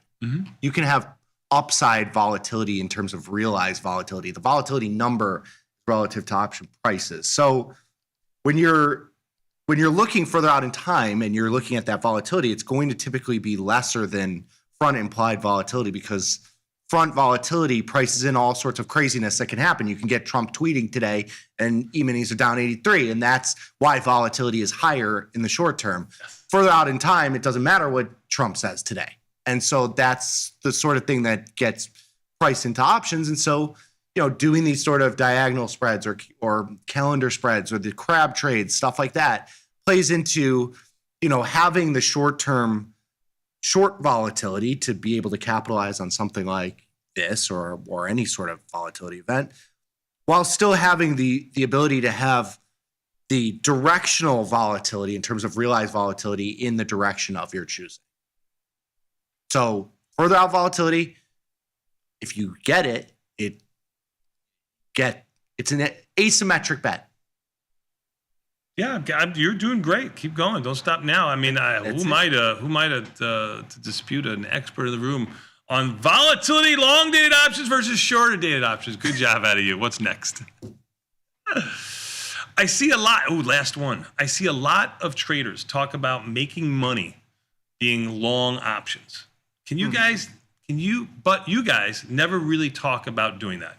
Is it possible to make money if you only trade from the long side?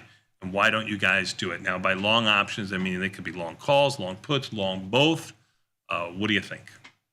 Yeah, sure. I mean, I don't hate on anybody's trading strategy. I just think that, when you send me emails because you YOLO'd all your calls out of the money and now they're at zero and you waited the whole time, you have to understand what you're doing. Right. So like when I'm doing a diagonal spread, it's almost a bet. Like if I do a call diagonal or a put diagonal spread, I'm buying the put. I am buying the call. That is the meat of the position. What I'm doing in addition to that is selling the tails, right? So you buy a closer at the money call, you sell a 20 or 15 or 10 delta call against it, and you cap what you can make on that call. I'm giving up the tail event that everybody wants. Everybody wants that upside huge move. I'm giving that up to reduce my risk. Be directionally correct and reduce your risk and be directionally correct.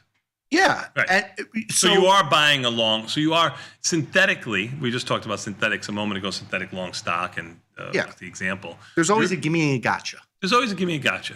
God, Dr. Jim, go ahead. It brings that is a good one. That is a good one.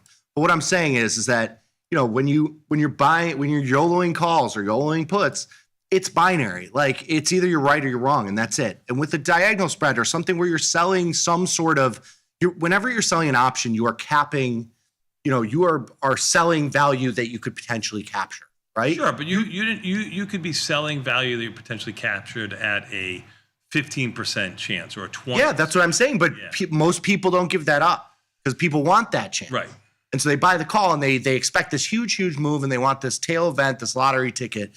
I'm reducing my basis on all of these buying calls or buying puts because that gives you a higher probability trade. It gives you a sort of mulligan. You're almost incorporating both, right? Both. You're buying the long option, having no problem with that. Just selling something against it so that there has to be a spot where you manage the trade. Sure. That's what I'm saying is most people, like you buy a call option and I get the emails all the time. It's like, I'm up 200%. Should I close it? And I'm like, well, I'd close it, but it could go to 500% or 1,000%. There's no cap. At the start of the trade, I cap my profit. And that by capping your profit, you're getting paid to cap your profit there. And you're also giving yourself a little bit of time to be correct. When you buy long options, I've never been, Tom's horrible at it. We all know the 3-day rule with Tom, so he's terrible at it. I'm horrible at it, so I'm horrible with direction typically. So I like to do exactly what you're saying. I like to give myself a little bit of time to be right. I did it in Apple on the downside just a couple of days ago. I wanted to be a little bit short Apple. I bought an in the money or closer at the money put, sold a further out of the money put. I'm doing exactly what you're doing here. I'm synthetically long gamma, synthetically long options here. I just wouldn't probably just buy out, and I don't do it, and I don't do it here on the show typically. So for me, if it works for you, that's great. Never stop. I don't want to have you do anything different. We've had people call up and say, I want to buy. How about just buying a 70, 80 delta call? I say, that's great too. Like you can do that. 100%. But I would probably sell something 10 delta, 15 delta, 20 delta call against it just to give yourself a little bit of time to be right. You still want some people when they're trading still have the mentality they have to be all in or all out, meaning on direction. And you could be a little bit more in and a little bit more out in the market. You don't have to be all in, all out. Take it down for a quick second, John. Let's go over the market here just a little bit here. Even the S&P's down 86 and change. They've been staying about 5 handles wrapped around this down 86 number. NASDAQ, the weakest of the group, down 400. Russell down 43. Dow down 565. And we're talking about volatility just a moment ago. Back up to 22.53, up almost $2, back up almost 10%. Market is bonds up 25. They trade over 112. Market's trying to tell you we got a little bit of weakness going on. What do you think here? Yeah. We'll see if these low hold, but you know what? All this means nothing right now because we've got Jamal coming in, and this week in stocks, we're going to talk about what's happened and what might happen. We're back in 90 seconds. Tasty Live.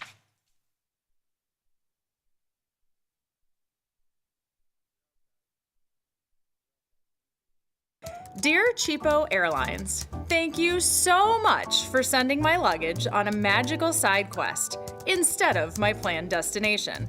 I am glad that I had the sustenance of the single pretzel I was served on board while I was waiting for my bag to arrive.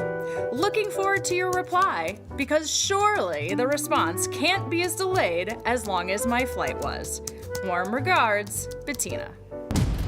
Sometimes it feels good to get smart. Get even smarter with live trading insights and some live taunting. Every day I do God's work here. From the smart mouths at TastyLive. If you missed the live show, here's our cherry on top weekly recap. Have you ever been banned from any place? Probably. Just the delivery room? That was it? No other place? Oh, the delivery room, yeah. Twice. That's the only one. Twice. Yeah. Two-time offender. My wife gets banned all the time from places. She's confrontational, argumentative, and violent. When she got banned from that one Italian restaurant that was around the corner from her house, that's the only time it really pissed me off. They had the best chicken Vesuvio, and I had to go in there and just say, listen, you banned her, not me. I'm still good, right? They're like, yeah, you're okay. Are you really going to Buc-ee's? Yeah. Will you film it? You film yourself going in. You're like, "What up, everybody? It's your girl Stasi. I'm here at Buc-ee's." And then you get the food, and then you get to eat in your car. You eat in the car. You get something on you. That's Yes. your stick. It's your stick. Yes. You got to do it. I never spill. I love this. Yes. Yeah, right? Do you know what that's like to go out to a Tasty show and you prep your whole speech? You come out there and you see all these people that have driven for miles and miles, and the first thing they say is, "Where's Tony?" And you have to go, exactly. He's not here. And the look of just, it goes from excitement to sheer disappointment in an instant. I've never heard one person say, "Where's Tony?" I've been on the road for 25 years. You literally, the whole concept you had last year was "Where's Bat?" That was the whole concept of your show. They did a show about where the bat is without bringing the bat. I hate to say this, but a buddy of mine owns a mountain there. Yes. Owns a mountain? Something like that. Okay, cool. I got hiking trails on it. I'll tell you my activities. Okay. I'm gonna fish. You were not gonna touch a worm. Who's gonna hook? You're not gonna touch a worm, sweetie. I do. I fish. Okay. I'm gonna fish. Okay. I'm gonna bike ride. Okay. Bike ride. I'm gonna hike. And I'm doing something with beehives and honey. Okay. Then I have my choice of whether or not I want to practice my archery. Is this like adult summer camp? This sounds amazing for me, who actually likes the outdoors. For you, you're an indoor cat. Get the full scoop by checking out the archives at tastylive.com. There's a beast in the financial world, and it's not the bull. If that's you, join us on Tasty Trade. Genius loves company.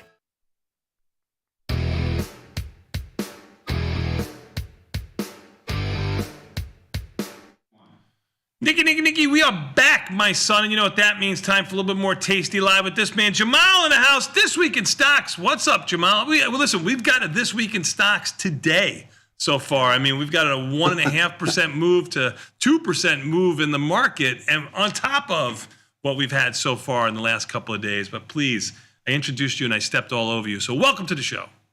No stepping at all, man. I mean, this is a three-way combo. You're right. It's funny coming into the today's segment. I was planning on mostly talking about Wednesday.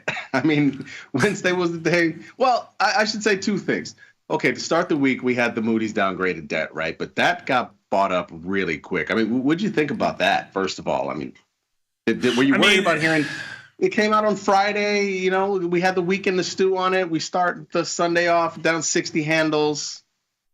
I mean, in hindsight, it looks like it was obviously bid too quickly, right? I mean, I was actually pretty encouraged with the way the market behaved prior to this tweet. Now, by the president, I look at it as, okay, so without getting too close to the flame, does this tweet change everything that's happened this week prior to that, the downgrade of our U.S. debt and everything else like that, and how the market behaves? So I'm kind of discounting it a little bit, like it's kind of like an artificial thing, but I'm keeping an eye on volatility. The tweet or the Moody's thing? The Moody's thing, I thought would have been we would have had a bigger move in the market lower. No. Nobody cares about that. See, this is just really interesting because we got three, right? Like we got the Moody's downgrade. Then on Wednesday, obviously the 20-year auction didn't go well. Market falls. Then today, Tariff Man comes back. So makes sense to all three of those for me. I think the bond move and the Tariff Man are scarier than Moody's. Moody's doesn't scare me. Moody's, who cares what they think? You know, I agree with you there. I think it's all subjective and kind of perceived, you know, like what the public, what the media perceives it to be, to show to the public. I agree with you there. I do. Yeah. But I just thought we would have a little bit more volatility. I thought we'd have a little bit more of a washout just because of the news.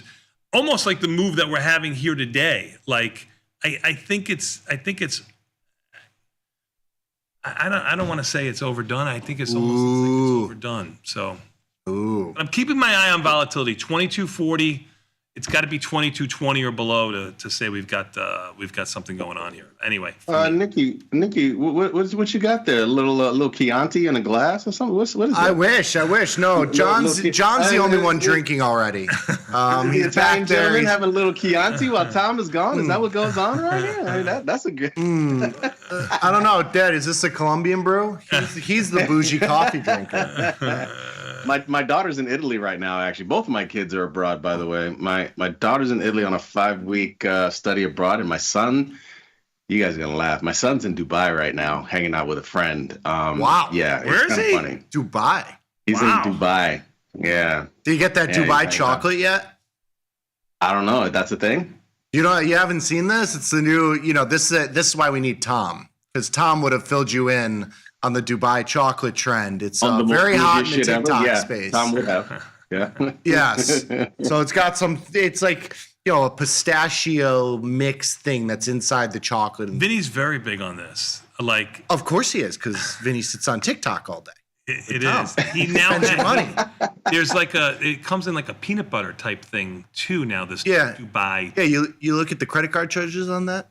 It's like $25 for a bar of chocolate. Yeah. Are you serious? I mean, bougie. It's bougie. It's bougie. It's I used to beg for $5 to get fries after work or after school. I love at these the, stories. at the local burger shop. I ride my bike to the burger shop and get a Dad. I'd call him. I'd say, Dad, can I put French fries and a hot dog on the card? And he'd say, sure. And he'd say, how much? Now Vinny is getting door-to-door delivery of Dubai chocolate for $30 a jar. Yeah, here you go. This is it. That's it. Yeah. What happened? Yeah. Okay, $10. He must be buying 2 of them.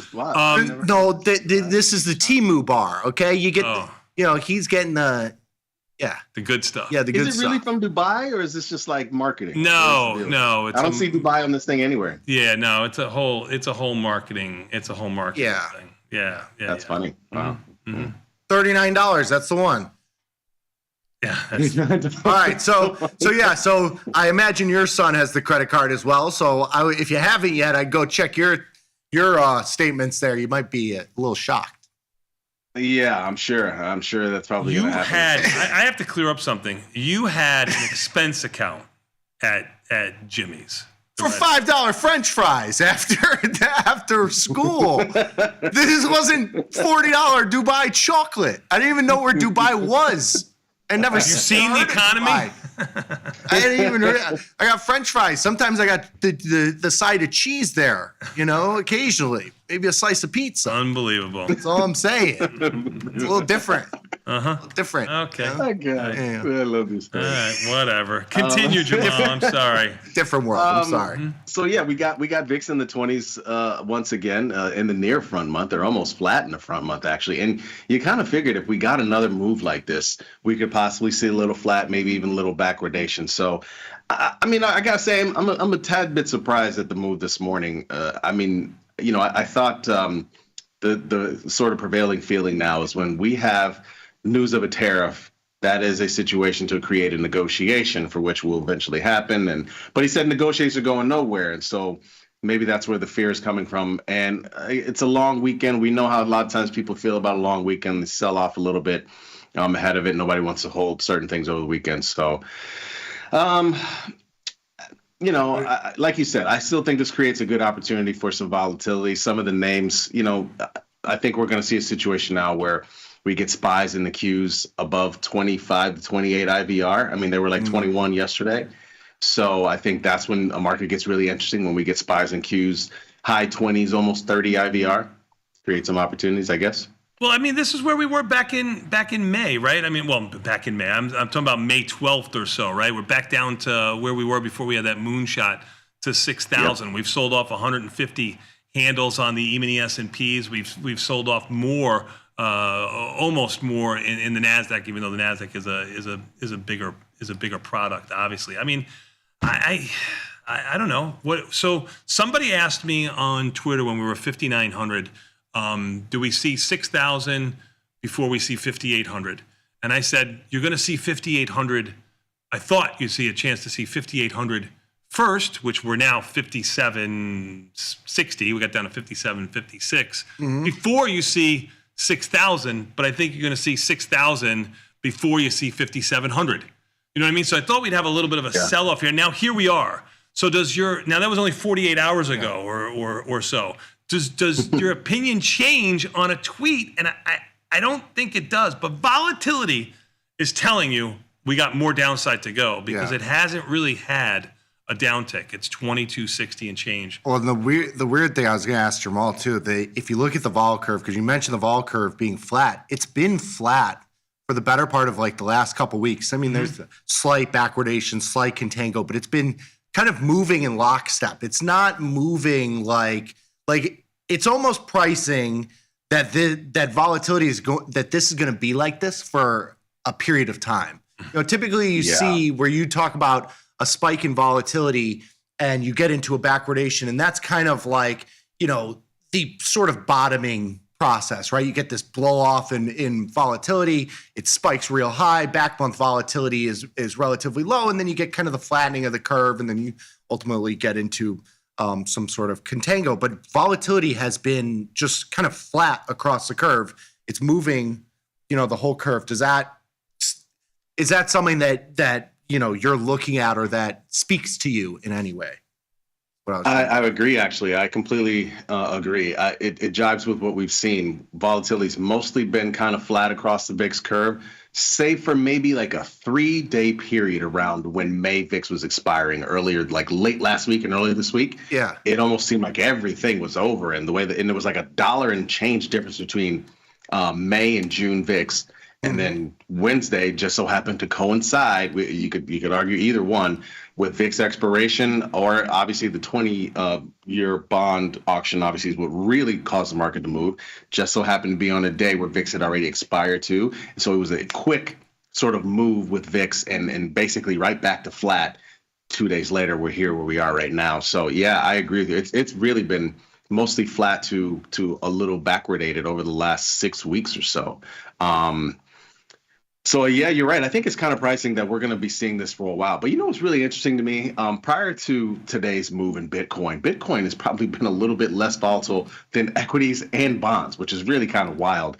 But it has been. I mean, it's been not, one of the most stable really currencies matured. you can find. I totally agree with you. I mean, you look at the euro, which you can extrapolate out and look at our dollar. I mean, it's had two-sided action.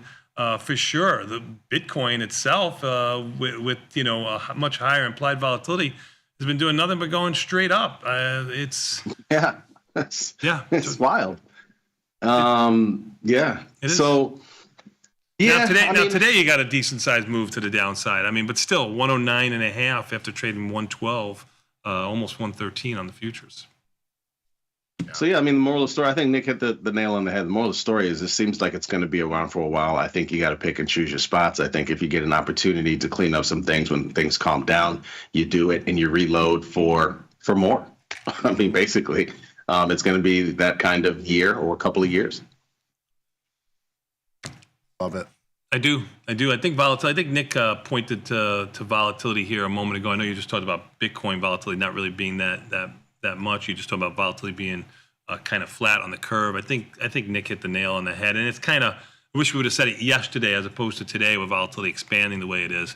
But I think the new norm, you're not going to, like Tom and I talked about, 18, 17, 16 vol. I don't think 12, 13, 14. Yeah, no way. Yeah, I don't think you. Markets. None of us want that anyway. No, nobody does. No. But I mean, the way you've got bonds moving, which was never a thing before. You have, gold is kind of in play now. You have Bitcoin, a brand new asset. By brand new, I mean like really mainstream asset over the last 4, 5, 6 years, 10 years, whatever. Yep. It's a lot different market than we had in 2015, 16, 17, when it was just a 5-point range, 10-point range day to day, because there's nothing to do. There's no volatility, nothing to trade, nothing happening, no news, no tweets, no nothing. Markets seem to be ever evolving. Yes, they certainly do. Settle in. I got 2 questions, one for each of you before I go. Sure. Tony, I'll start with you because yours is coming up more sooner than later. Next week this time, you're in Atlanta, man. Next week we are in Hotlanta.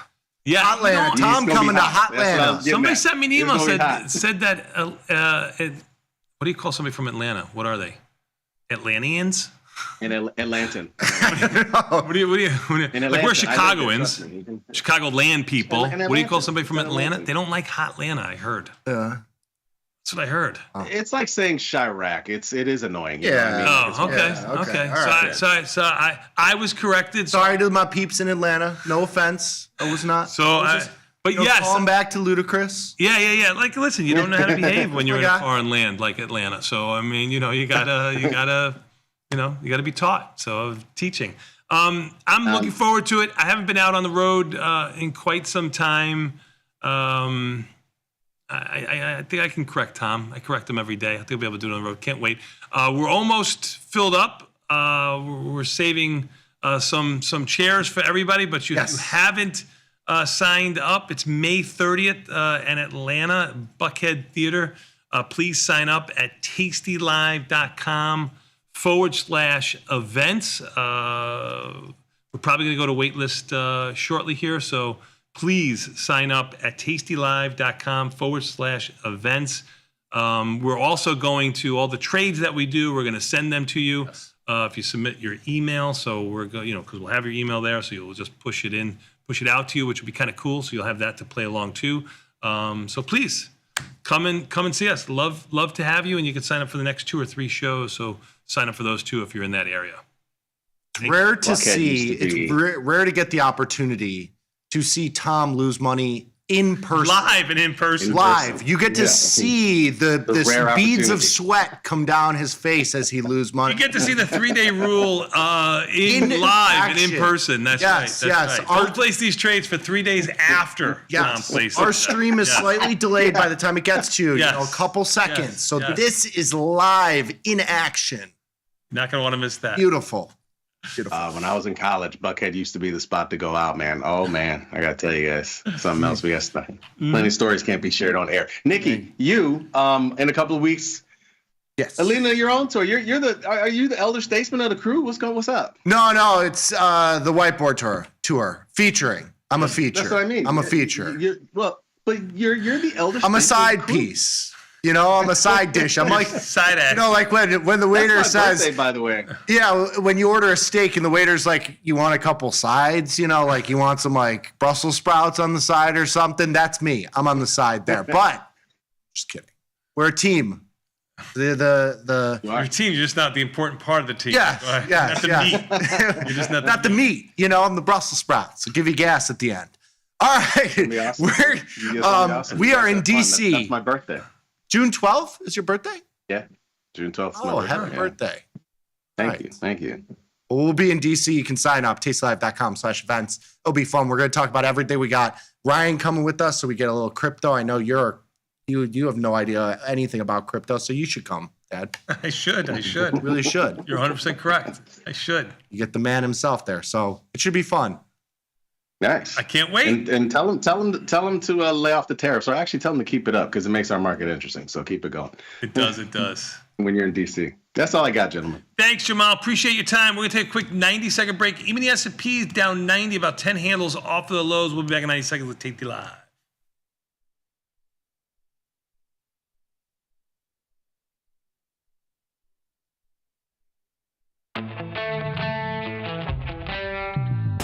In the world of investing, a beast lurks between the numbers. Some watch from the safety of the sidelines, but others saddle up and ride that 1-ton rowdy ribeye for all he's got. If that's you, join us on Tasty Trade, named best online broker for options trading. Genius loves company. The market doesn't stop. So why should you? Diversify your portfolio with stocks, options, futures, crypto, and more from Tasty Trade. Focus on the markets that matter to you. See the odds before you trade using curve analysis, IV rank, and more tools. Get industry insights that help you find your next trade right where you need it. Tasty Trade. Download today. Craig in New York City, what's up? I just want to say, I've been with you since the very early days of Thinkorswim, and traded all kinds of markets here and there. And I got to say, I could be off so much worse if it wasn't for what you guys have sort of drilled into me over years and years and years. And so I just want to thank you, because you could have easily just taken the money and run when you sold Thinkorswim, and you didn't, and you started this. And you basically have just given me this full education in this thing that was completely foreign to me many, many years ago. And so even though I've lost money in the last few days, you've saved me a lot at the end of things. Like, losses could have been catastrophic, and they're not. Cool. So I appreciate you. I hear you. I appreciate you guys. Thanks so much. Thank you, man. And I appreciate you holding on the line to say that to us. So thank you.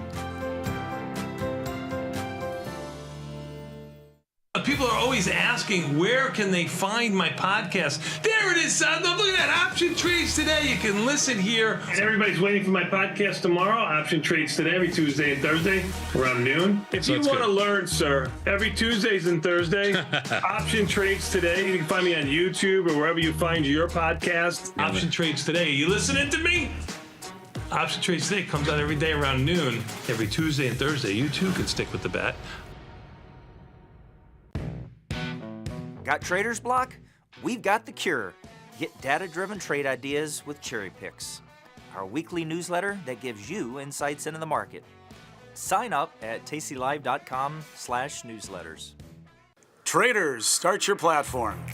Tom Sosnoff and Tony Batista are hitting the road for their first ever live trading event, At Work by 11. It's unprecedented, unpredictable, and unlike any other financial event. Watch these masters make real trades in real time.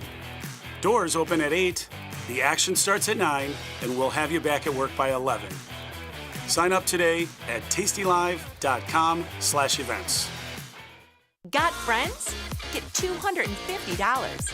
We'll give you a bonus for each qualified person you refer to Tasty Trade. So spread the word and earn rewards. Terms and conditions apply.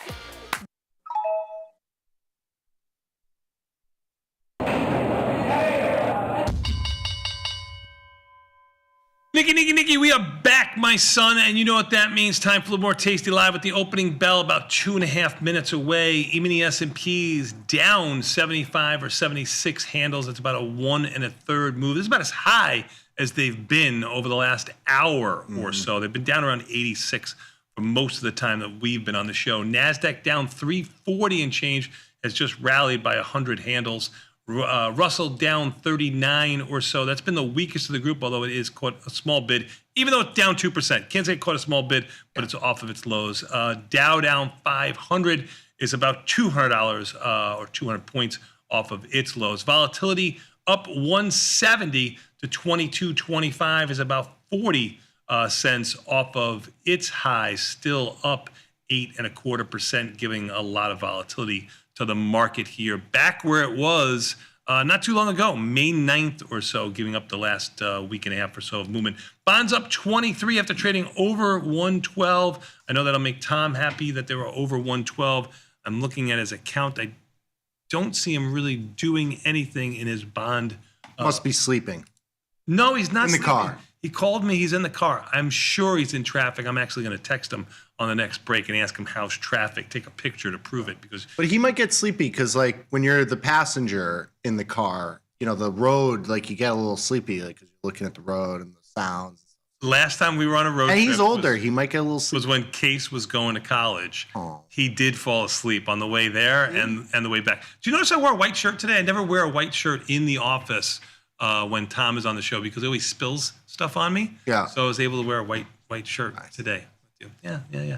Bonds, like I said, up 22 ticks. Bitcoin down $2,500 to 109.6 after making new highs at 112.825.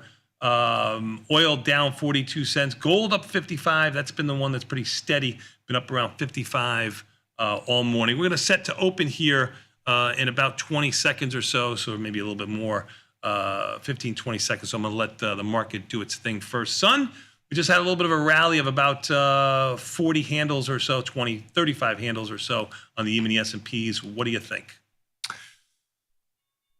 There's the bell. Oh my God! You got saved by the bell. I got saved by the bell. You're like Tom. You're like Tom. I asked him a port. We've been talking. I mean, what do you want me to say? Having a great day today. All right. Well, I hope. What do you want? I'm Yeah, I'm about to close out my UVXY position. I took that from 3 to 7. Close out of a butterfly in gold futures. I close out my long yen. It's a nice day. It's a beautiful day. What do you think?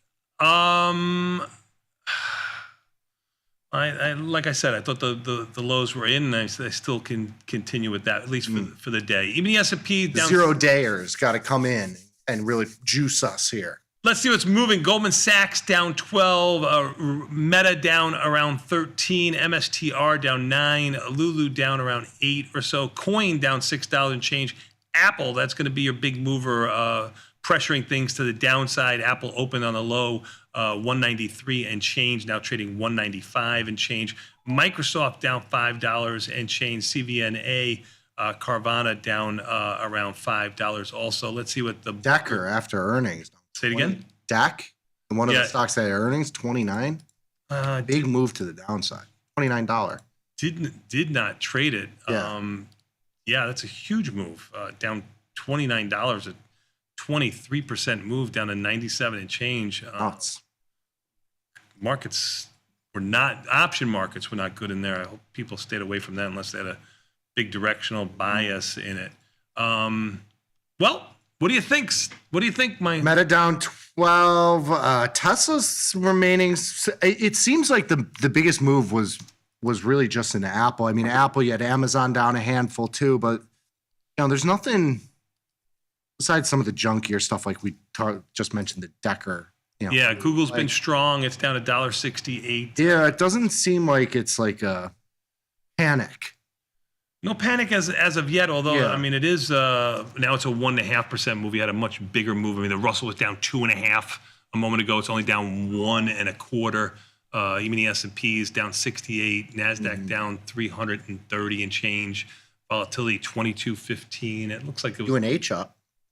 UNH is $2 and change. Yeah, is its own thing. I actually have a little bit of long delta in UNH sitting here at $300. I think. Who doesn't have long delta at this point? Yeah, exactly. It's been going sideways. Volatility been going sideways too. I could use a little volatility contraction in UNH, although it is well off of its highs of volatility. So what do you think? Is the move over? Not only to move over to the downside, is the move over to the upside? Is the day over? For the day? Here? I don't think so. I think you're gonna have some. I agree with you. I think you're gonna have a little bit of two-sided action. I said these. I said the low was in it, so you're gonna have to sell some rallies. I don't know if you're gonna have to sell some. This rallies. has been a 40-point. I mean, we were down 95 at the low. Yeah. Ish. Yeah. So don't pat me on the back. It's okay, son. You never get patted on the back. You can't. Yeah, with Tom, it's impossible. So I figure I have to give you something. I agree. Thank you. I appreciate it. Even the S&P down 60. Buy the dip. Yeah, get him. Come on. Yeah.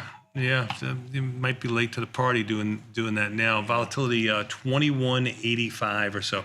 You know what? Apple's up $3 in the last 2 minutes. Yeah. Things are. This is kooky. Yeah. I hate when everybody screws with Mother Nature. Like, I hate when Moody's does it. I hate when the president does it with the tweet. I just hate it. I just don't think it's good for market.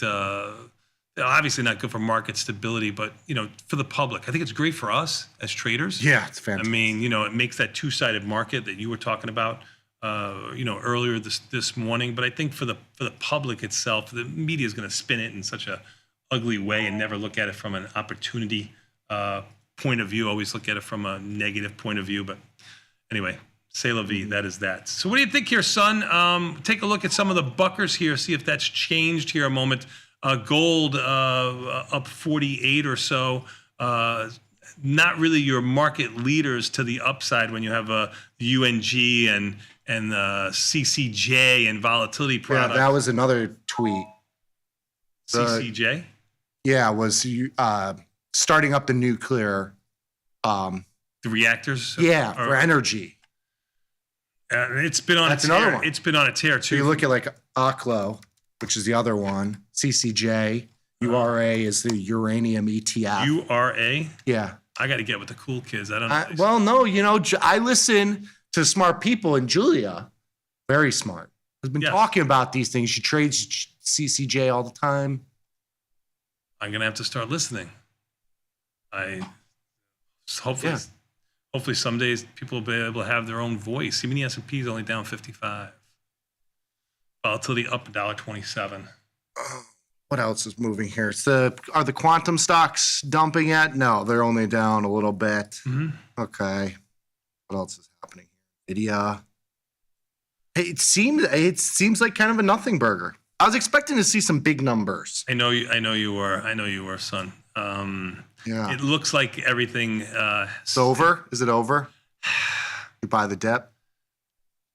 A little bit, but I had a little bit of neutral to long delta coming in. Like right now, I'm a little bit more neutral than I was coming in. When I was coming in, I was a little bit long, harder to pull a little bit of a trigger. So I nibbled just a little bit on the long side, like I said on the show. But I mean, I'm neutral here, up 54. I think you got to sell a little bit of rally. So yeah, hands in pockets right now. I'd be very hard pressed to gold see coming in too. Get to unchanged, but you never know. Keep an eye on volatility. 2180 on volatility, trading just about 40 cents off of its lows now of 2040. I'm sorry, $1.40 off of its lows of 2040. Big move in volatility both ways. So keep an eye on volatility. Even the S&P is only down 52. I'm ready to take a quick 90-second break. We can come back. We've got a fast market where we can look at some trades that our viewers, I'm sure the prices are going to be real skewed. So we can take a look at that if you want. I'm going to text Tom and ask him how traffic is right after this. We'll take a quick 90-second break. This is Tasty Live.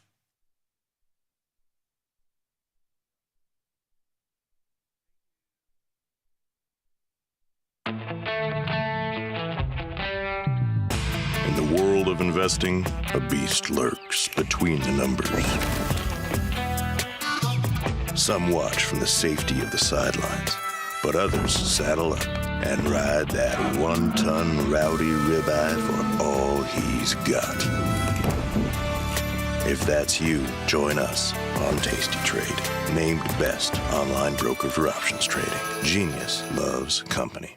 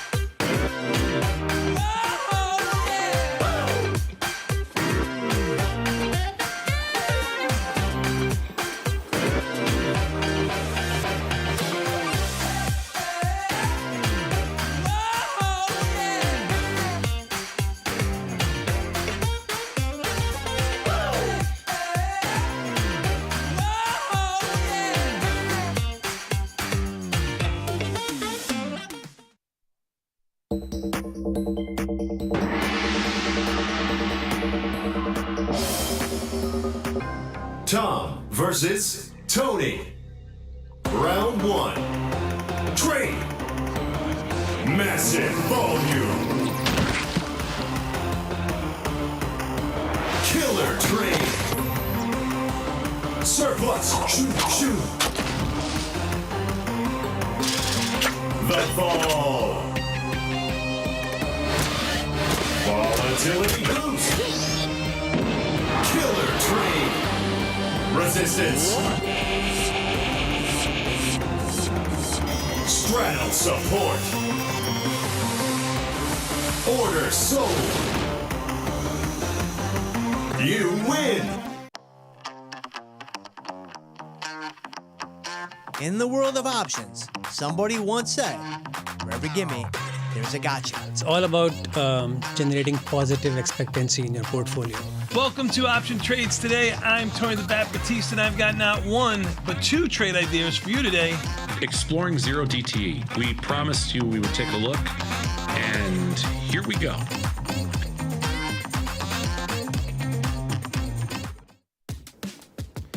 Look who's back testing. Tasty Trade now has options back testing for free. Test your trades with over 10 years of data for the most popular symbols. See how your trades would have performed in the past. Look back at profit and loss and take the guess out of guesswork. Oh, did we mention that it's free? Get back testing at tastytrade.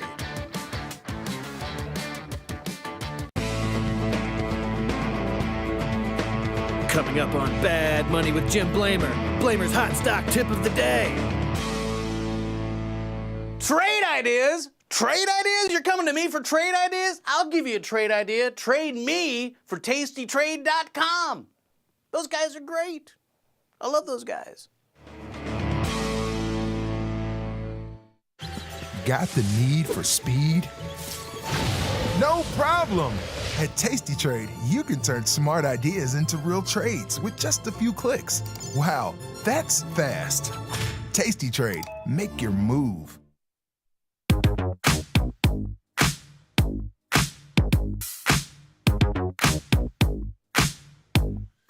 Nikki, we are back, son. You know what that means. Time for a little bit more Tasty Live with Fast Market.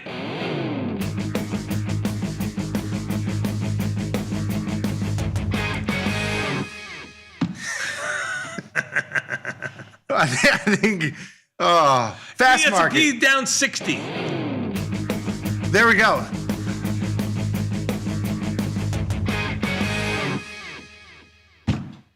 You ready? Yes. Where's our first one, John? Give it to me. Fast ideas. Market trades picked by you, our viewers. We do this twice a week. We appreciate your participation. Yes. Fast Market. Spend Tom's money. Let's do it. Oil. What? Oil IV. No. Is no UNH. Yes. Okay. Still relatively decent. Yes. 48, yes. Around 48. Looking at /CL right now, IV rank is actually 60. Yes. So volatility expanding in there, even a better opportunity than when this was posted just a while ago. How about a 20 Delta Strangle for June, or maybe even one for July? So that's Can I give you something though, quick? Sure. You pull up oil volatility, OVX, colon CGI. I know it's goofy. OVX colon GI. CGI. It gives you the VIX style calculation for volatility, so it's up 3 or 4 points from yesterday. Yeah. You're up about 10% in oil volatility just overnight. Oil hasn't really moved. It's only down 15 cents. So it's a nice little, good point to get some positions on if you don't have one on. Better today than yesterday, right? Yes. Yep. Totally agree. So what do you think here in oil? Let me look at Tom's oil position first. So punish. Pretty flat. He's got a 59.5, 63.5 strangle on already in oil. So and that's about that's like a 30, 59.67, you said? 59.5, 63.5. Yeah, so he's actually a little bit more aggressive on the neutral side here. About 30. Yes. Is he in the June 16th, 24 day? He is in June, so I'm going to go out to July because that's where I would live. Now July is going to 55. I'm sorry, 55 day. 55 days. That is 100% correct. July with 55 days. The future's trading closer to 60.40 than 61. Where it's trading right now, so about a 60-cent difference in those. So this is something where I would just be looking. They're saying to go to a 20-ish Delta Strangle. 20-ish Delta Strangle gets to you about, I will use the round numbers, 53 on the put side, and on the long side or the call side, you'd be looking at around 68 or 69. I will let you be the judge. Which one do I go to, 68 or 69? If I go to 68, I'm leaning a little bit short Delta. If I go to 69, I'm leaning a little bit more neutral Delta, but I would be collecting less credit on that call. I'd be only collecting around 87, 88 cents versus a put. That's about $120 or $1,200. Remember, it's 10 times the size of what you used to. So what would you do here? I think you go for the neutral Delta. You go to the 68, but 68 plus 1 is equal to 69. That's from that was your favorite number in the football. You are right. It was 73 and 69 were my numbers when I played football. You are correct. Well, no, but in the video, Yes. Our Tasty video and our team video. That is correct. It's going to give me a little bit of short delta about. If you go to 68, it'll be a tiny bit. That's where you want me to go. You said 68 or 69? 68 puts you at basically neutral, right? 68.53. Yeah. Yeah, basically neutral. Yeah, 9.03 yeah. in delta. It looks like 221 is mid-price. Let's see what's going on there. 69 makes it neutral. Exactly neutral. 0 delta. You want me to use 20 delta. You want me to use 53.69. 53.69. Yeah. Okay, I will cancel that. 53.69. I'm asking you for these 206. Yeah. 20. It's 20 delta. We moved. Oil moved 20 cents in the last. While I'm looking at it. That's why it changed from 0 delta to 1 delta. Okay. We're filled at 206. All right. All right. Relax. All right. Next one. Listen. These are your recommendations. So I get to take all the. You set me up for this. Yeah. Okay. Don't get me started. Okay? 206. Even the S&P down 69. This is our happy place today. This is our happy place. We get to be. We're in control. Completely neutral. I did it. All right. Beautiful. 1 for 1. Love it. We're gonna get all these on. Just so you know, all of them. We're doing some. Yep. EEM overpriced with all these tariff concerns. Thinking June, July 45, 47 diagonal. So you're buying the 47 put, selling the 45 in June on the put side, bear side. And this is, I missed their name, Jake in Asheville, North Carolina. Never been to North Carolina. EEM. I'm buying the June. Can I give you one that'll really mess up? Because Sure. I'm with you on the downside. This was actually Katie pitched this trade for our 3 trade ideas that we do on Thursday. Down 10 cents, hasn't really moved, but it's had a monster rally to the upside. Monster rally. It is relatively low implied volatility. Ivy rank at 13. You have monthly implied volatility. Tom would abstain from selling premium. Yes. I have to think a little bit like him. I know I'm gonna give you 2 things that I think you can do to play into this. I think this is too cheapy for Tom, and Tom will get all confused with this. So do you want the one that'll confuse him or the one that won't confuse him? Give me the confusing one. Are you sure you want the confusing trade? Sure. So I think you do a put zebra. A put zebra. Okay, Yeah. I like it. Relatively low priced. He's going to get all messed up because he's not going to know why he has these in the money puts, and they're the different 2 to 1. He's going to get all. So you have to be prepared for this. I'm prepared. All right. So what am I doing I'm assuming June or July? July 56 days. June 28 days. I think you do July. They can do July 2. Go ahead. What do you got? Because it's just so cheap. Right. So you could do, you sell the 45 and buy 2 of the 50s. So give me calls and puts. What am I doing? So you sell one of the 45 puts. I'm in July or June? July. Okay, I'm in July. I'm going to sell the 45 puts. They're trading around 80-ish cents. 80-ish cents. And you buy 2. Oh, these markets are kind of junk. I would buy 2 of the 48s. In puts. In July. Yeah, it's same expiration. So this is we're synthetic just stock. doing, and markets are really horrible. Well, that's why I went to the 48. Look at the 49 and the 50 strike. 49 and the 50 strike are $3 wide spreads. 48 puts are 213, 294. Yeah, it's a tough one. So you want it here? I got you another one. I got you another one. Go ahead. I come with. I can't. How about this? I can't with good conscience trade an 80-cent wide market in EEM. I've seen him do much worse. So here's the other one. Hear what he said. He said, I've seen him do much worse, but go ahead. So here's the other one. Go ahead. Sell stock by the 50 call. Sell stock by the 50 call. Yeah. I would just sell stock in EEM. Why am I buying the 50? I know you, but he's a big account, but if you're in a smaller size account, you get a little margin relief. You pay, 10, 15 cents, cut your capital requirement. That's how you can do it in a little Johnny account. I'm gonna sell stock. I'm gonna just sell stock here. I'll sell it right here on the bid at 90. All right. I'm gonna try to sell it at 95. It was just 95 bid. You cost me. Now it's 93, 94. Please, I'll keep my 95 offer in. Can you write down all the things that I cost Tom on these trades, just so he has a running record? He can just send me one invoice. I'll keep my 95 offer in and see if I get filled. Go ahead. Next one, please. GLD. Ugh. Ooh, that's gonna be a tough one. What do they want to do here? So- Bearish in GLD. I know that fits his assumption, so go ahead. Yeah, looking at a July call spread here, selling the 315, buying the 320 for a 135 credit. You could probably move this further out, or definitely move this further out of the money now with GLD up $5. I think this is one where you do a put diagonal sort of setup, like we were talking about. You know, IV rank of 57 is pretty good for It is selling getting up. premium. I just got filled on my stock there at 95, so I saved Tom 2 cents there. Make sure tell him that when he covers this at a $2 loss. You cost him the $2. I saved him the 2 cents. $2 actual. We're not talking about $200. That's right, $2 actual. Talking about 2 pennies. Two actual dollars. You are $2 actual dollars. All right, what do we got here in GLD? What do you want to do? So what if you move this? So I mean, GLD July is volatility is 21, June volatility is 22. That's good for a diagonal here, although it So is. you could, but if you want to do this sort of trade, GLD is up $5. The futures are up 50. Just move the spread $5. Further, it's going to trade. Give me the strikes. I'm not looking at that. So I'm just going to do so a be the vertical spread. You could do the 320, 325. Maybe you widen it out a little bit. You do the 320, 330.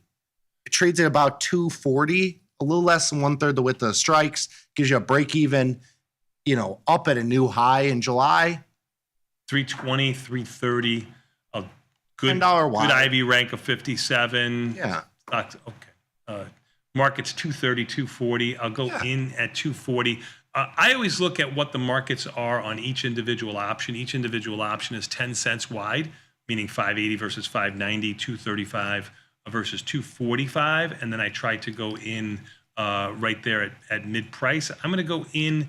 I think it's going to trade closer to 240. I'm going to go in at 243 and see what happens. I did not get filled at 243. It looks like mid price is 245. I just got filled at 243 on the Okay, uptick. there you go. On the uptick, Perfect. stock just uptick, so we did good. All right, Mid so price was we're- 240 to 245. I went in at 243, and I was able to get filled. We're with you, Marcus. We are with in you. Traverse City, Michigan. Yep. Let's get to the next one here. XSP. All right, so we're getting into the one-day stuff. If the VIX one day opens higher or lower than the previous close, trade the trend by selling the expected move calls or puts. Use the open, not the current VIX one day. Okay. It's a lot happening there. So A lot happening here indeed. XSP, IV rank of 22. What do you think your So the VIX one day opened at 1937. VIX1D is what you're looking at, Yeah. right? So if VIX one day opens higher or lower than the previous close, so it opened higher, trade the trend. Ugh. You smiled. You smiled. So when which you read way is that. the trend, guys? Is the trend? So we're trending in terms of vol trend or the market trend. I mean, we had a 40-point rally from the open. So is that the trend? This is why there's so much subjectivity to it. It's very hard to take this and know what, you can put any spin on it. That's why it's hard to do this. Now, the strategy here, I don't hate. You want to sell the Strangle, expect to move Strangle. Volatility relative to yesterday is up, 30% when you look at the VIX one day. So you're getting paid to take the risk. You're getting paid more today than you are yesterday to take the risk. So I'm okay with that. When you talk about trends and this or that, this bear flag, bull flag, bullshit. That's why we're gonna abstain and not do anything here because I can't figure out what the trend is either, unless you're telling me which trend we're looking at. Well, you want to do the Strangle with his money? You know what? I'm 0 day. Wait, I got you some. It's XSP. It's small. He's got. Go ahead, give it to me. He's a big kahuna. What do we got? June or July? No, 0 day. 0 day. Got it. Okay. XSP. Yeah. May 0 day expire. Go ahead. Hey, wants to do the expected move? Sure. So you do the 582. 582 call. 574. And you know what? Let's take a little bit more. Let's do the round numbers. 575, 580. Tom wouldn't touch this with a 10-foot pole. He'd be selling. I'll tell you what Tom would do. He'd do the 572 for 50 cents, and he'd sell the 583 for 50 cents. 245 looks like mid-price. Let's see if I can get filled. This is, and in XSP, it's 1/10 the size. So it is when you're talking about size. So 580 is 30 points ish on the E-minis. Can't get filled at 44 or 45. I'll go down to 40. I'll go down to 43. Mid price is 45, but it's fluctuating all around. I'll stay in at 243 and see if we get filled there. Sound good to you? Beautiful. Thank you, Joe, in Chicago. Appreciate you. Sorry you don't hear the dings. They're on Nick's computer. Sorry. Sorry. That's okay. That's okay. No fill yet in XSP, but I'm working it. All right, next one. We got it. PLTR probably topped out here, okay? July neutral strangle, the 100, Just 160 got filled call. in XSP 243. Connor in Flagstaff, Arizona. Beautiful place. Have you been there? Not Flagstaff, but Arizona in general. Yeah. Been to Arizona. Sure. My mom lives there. Yeah. Beautiful. If I get sick of you, I might just retreat over there. All right, so July. I'll never get sick of you, my son. I never get sick of you. The best. PLTR. All right, so it's down. It's basically unchanged right now. It was down, Down like 64 cents. Yeah. $4 or $5 over the last week. So it's had a tiny little pullback here. Yeah. Nothing. About $10. So he's looking. So the 100. So here's a skew for you. So the 100 put. Looking at July. Yes, trades at an 18 delta.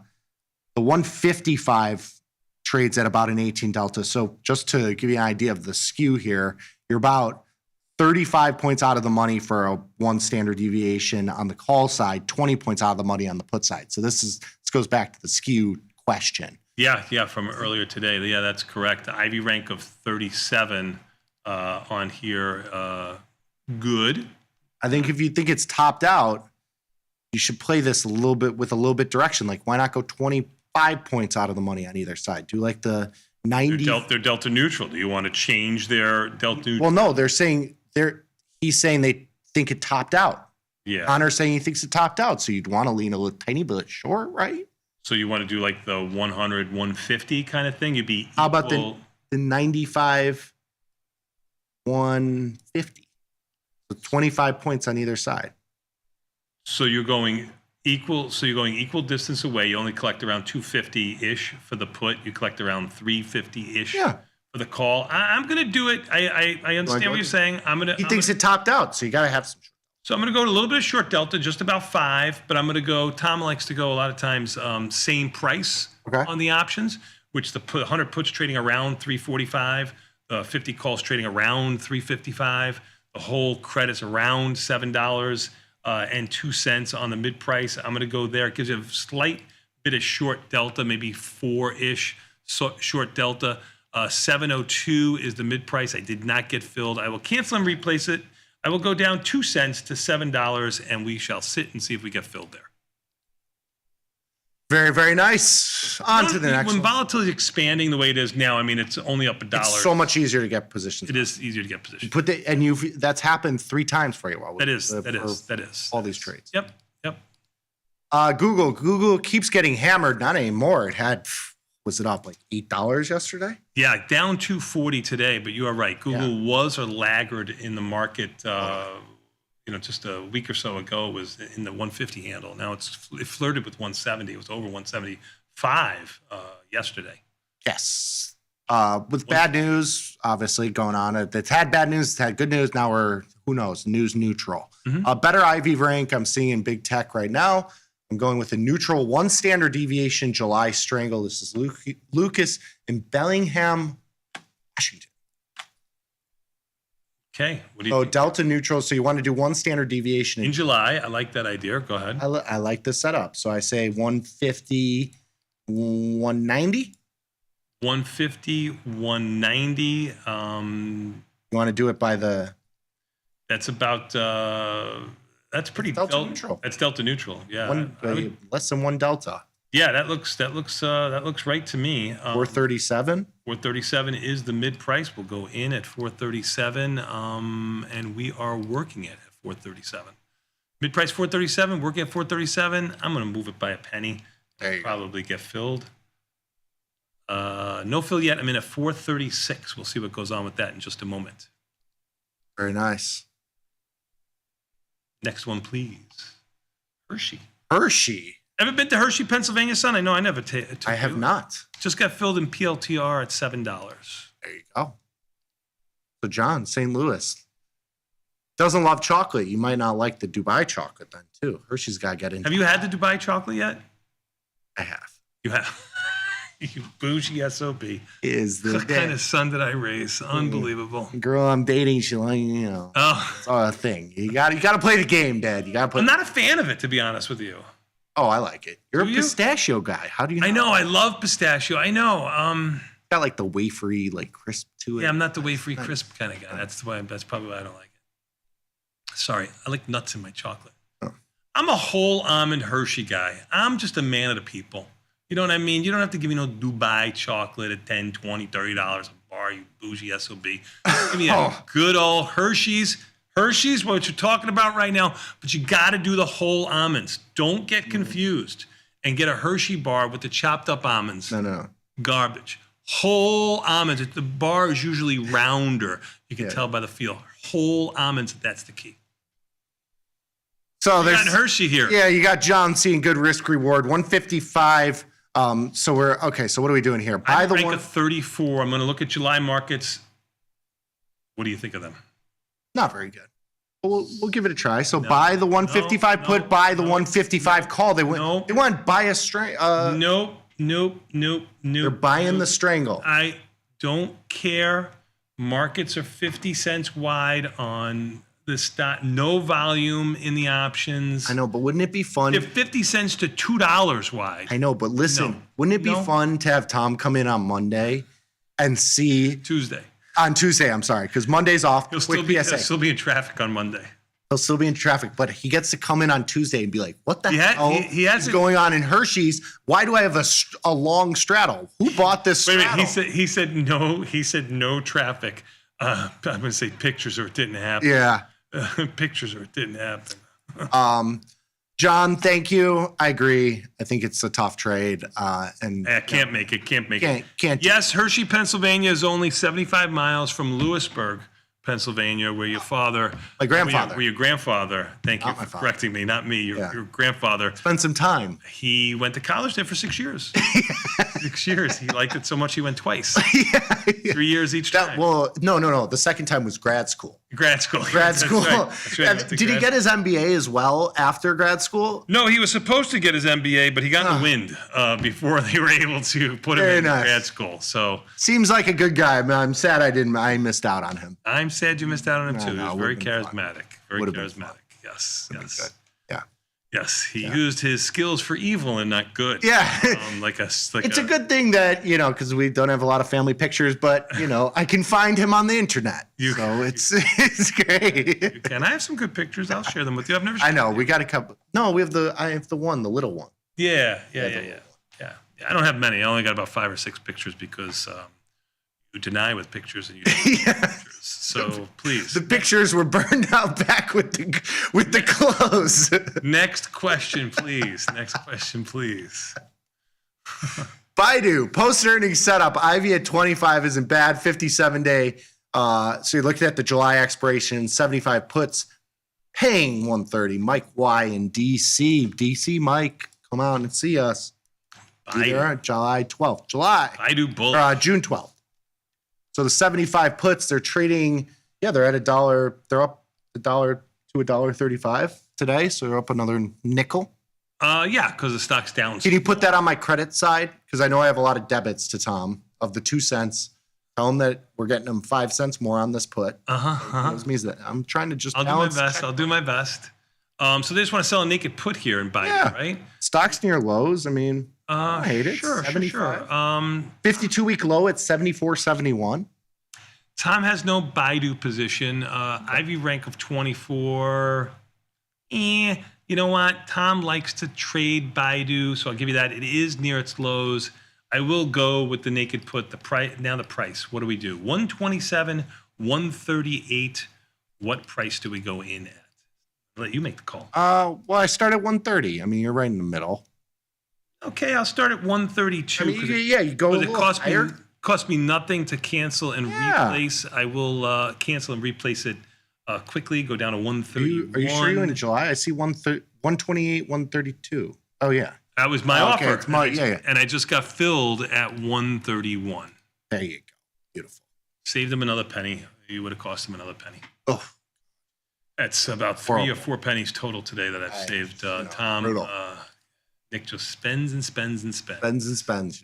Still working so far. The only trade I'm working is the Google trade, and it looks like it's down to 430. So I don't. Oh, come on, adjust it. Give up. Put that on my tab. Put the 2 cents on my tab. We will. Okay. You got another one. We got 2 more. Okay, keep your thinking cap on. Keep going. No, I know. I'm just adjusting it lower. I'm sorry. All right. I'm sorry. Go ahead. XLE wants some energy exposure, medium term. Covered call at the 30 delta or maybe the July 78 puts. XLE, I have not traded in quite some time. I did put that XOM position on for Johnny trades this week, so I'm leaning a little bit long. XLE at the lower end of its range, gotten killed the last couple of days from 85. These have been good ideas. These are good ideas. Getting good ideas. They're contrarian ideas. We'll figure out if they're good ideas in a moment here, but go ahead. I mean, in a moment, if they comes to fruition. July markets. July, they're 10 cents wide. Not the best. Better than what we saw in the last Hershey's and stuff like that. So, all right, so what do they want to do here? They want to go bullish in XLE. Go ahead, give it to me. What do they want? I kind of like the 78 puts. I think that's a good move. Just naked putties again, huh? Okay, market's 191.201. What do you want to do here? 196 would be around mid-price. Yeah, do 198 and work your way down. Okay, a couple pennies above. I went in at 197. I did not get filled. I'll go in. You probably have to go to I'll go in at 196, see what happens there. I did not get filled. I'll go in at 195, which will be just below the mid-price of mid-price when I first walked in there. And I'm not filled. It's my offer. We'll see what goes on. Cool. One more? One more, I think. Yeah. I'm working 2 orders. I'm working XLE and Google at $1.31. I'm going to replace it to $1.30. Sorry, $4.30. And see what happens in Google. I've chased it 6 cents. If I don't get filled, I'm going to cancel and be done. UNH, I think Tom's probably got a big enough position here, but still bullish. But UNH is in a deep hole. July, they're looking at the 260, 240 put spread, the 360, 380 call spread. So you're 20 points wide, Jeff, in Miami. I like the trade. It's probably a relatively delta neutral trade. The stock hasn't really moved today. Ivy rank at 66. If you somehow avoided the last week or so of action, I think this is an interesting spot to get into a skewed iron condor or something like that. But I'm sure that everybody that's been watching this is already locked and loaded with their trade. And so is Tom. So I'm going to abstain from this trade. So I totally agree with you. If I didn't have a position, it's one of those things that we talked about. What would you do with the market? Before the market opened, if you didn't have a position, if you had a position, things change, subject to change. I think it's subject to change here. He has a big enough position in UNH. I'm not going to mess around with it on there. So I'm not doing that trade. I'm going to cancel the Google trade. Mid-price is now 423. Here's a missed it. Should have been more aggressive with our pricing. So I'll cancel that order. And XLE, I went in at the mid-price or below at 195. It's 185. Mid-price right now, so I'm going to cancel that one too. That's wide markets. You can't find a good price. We got filled on a couple here. John, let's take a look at what we did get filled on. We got filled on, let's see, 1, 2, 3, 4, 5. I didn't really follow along on this, Tony. So Tom's out one day. You start drinking in the morning. You're not following along on anything. What is this? John, I mean, we've known each other for a long time here. I've been a very big proponent of you. I'm heartbroken, but I did get filled. We'll go in some sort of order. Yeah, we don't have. You got Baidu, Palantir, XSP, gold, EEM, oil. And those will all be coming on the file page. So even if we didn't have the little, they all already on the file. You can go check them out. Follow page. I multitask over here. Everybody I know you're the best, dude. I'm pretty good at multitasking. It's amazing to watch. We're going to take a quick 90-second break and come back. Even the S&Ps, like the day is almost over, but I don't know if it is. Down 55. We'll take a quick 90-second break and come back. We got more Tasty Live immediately following these messages with a market measure. Next is Tasty Live.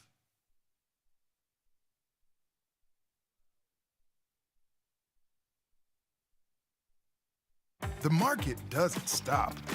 So why should you? Diversify your portfolio with stocks, options, futures, crypto, and more from TastyTrade. Focus on the markets that matter to you. See the odds before you trade using curve analysis, IV rank, and more tools. Get industry insights that help you find your next trade right where you need it. TastyTrade. Download today. So I started trading in the equities market when I was 18. Real basic ETFs, mutual funds. I didn't discover options and really Tasty Live until about 2012. It made sense to me from a risk perspective. And so I started trading and never really have looked back. The people you see that's who they are. They're trying to be as open and clear as they can with the trades that they're putting on. Teaching a methodology, like teaching the logic behind things. It is tried, true, and tested. They back it up with research. They share that research. It's not, just trust us and do this, which is a very dangerous thing in the financial world. But, learning about that in the Tasty universe, it starts to prove itself out, right? When you follow the methodology, you'll see those profits and you'll understand why a position did what it did. Sometimes the market wins and sometimes you have a 90% winner and you don't know, why don't I do this every day, right? This is easy. But you kind of have to reset that and just go, okay, close the trade and move on to the next one, which is really what Tasty's about. Calling all traders. Are you using Tasty Live mechanics and enjoying awesome results? Are you an up-and-coming options savant? We're looking for you. For over a decade, Tasty Live has shared the most inspiring stories of traders teaching themselves a new skill, using probabilities and experiencing new levels of success. If you think your trading journey should be shared with Tasty Nation, we'd love to hear from you. We are always on the lookout for the next class of rising stars. Email us at risingstars@tastylive.com if you'd like a chance to share your trading journey and inspire others. Ready to take your trading skills to the next level? Dive into the world of stocks, options, and futures with Tasty Trade courses. Whether you're a beginner or more advanced trader, our courses can empower you with the knowledge to succeed. Watch as our team in Chicago shows you how to use the Tasty Trade platform and go over the basics of trading. Perhaps you'll learn about a new strategy or a potential product for your portfolio. To find our courses, go to the Manage section of our web platform or head to courses.tastytrade.com. Start taking control of your financial future. Visit our courses today. Feel like your wardrobe is missing something? Like style, purpose, and maybe a dancing dog? Can I pet that dog? The new Tasty Trade and Tasty Live web store is now live. New merch, bold designs. Did we mention all net proceeds go to one tail at a time?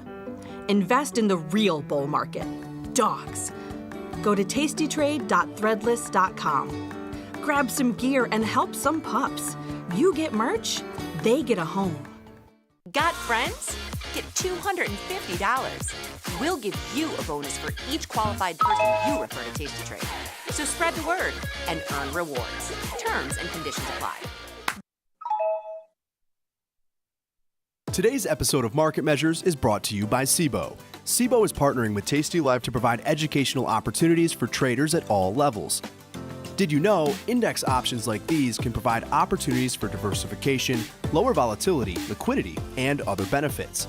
To continue your education on some of the mechanics learned in today's Market Measures, check out SIBO's Retail Trader Suite at www.sibo.com/minis.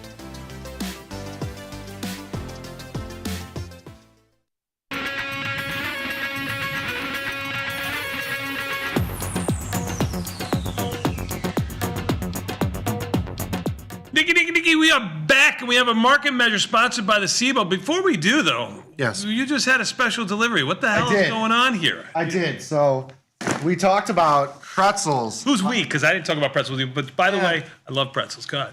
So I have a whole box of pretzels here. Big one. We have 4 boxes of these delivered to the office. 4 boxes? 4 boxes of these. Or I think at least 3. There's one for each of 100 of them, but go ahead. The Option Trading Concepts Live peeps, me, Katie, and Mike. It's from Fred. It's my birthday present. Fred S. Fred Don't S. Let the other Freds of the world get credit. Yeah, Fred no. S. No, Fred, you know who you are. So I appreciate you, brother. Sent this in. We talked about the pretzels yesterday. So he had this express delivered to us. Paid extra for shipping. That's very nice of him. For my birthday and Katie's wedding. Oh, as a present. Cool. Thank Which you. one is your favorite of the 4 there? There was 4 different types. Did you look? Ooh, I didn't. Put them in order. Oh, you Hold them gotta up go again one more time. No, you gotta Come go on, the come on. honey mustard. Come on, No, man. no free ads on the site, okay? I'm not getting paid for this ad from Snyder's, so Snyder's, you better ship me over. So what do you got? Give them to me in order. Go 1. You got to go the honey mustard and onion. Okay. Then you got to go the nibblers. Then you go the minis, and then you go the sticks. Perfect. Good job. That'll be my order. Well, thank you, Fred S. Appreciate that. Thank you, Fred. Appreciate you. On behalf of Katie, who's not in the room, she thanks you. Yes. Beautiful. Thank you, Fred. Good job. See? Good job. Despite what Tom says that nobody watches my show, people do watch my show sometimes. Well, maybe he's in the chat room. Tom says nobody's in the chat room either. Oh, no. So, I mean, if the chat room chimes in here, give them a shout out too. Volatility 21.90 up $1.35. People are saying product placement. Product placement is right. Product placement. Hey, no free ads on this network, okay? I wanted to say I appreciate the gift, Fred. Thank you. You should. Awesome. All right, what do we got? We got a market measure. Market measure.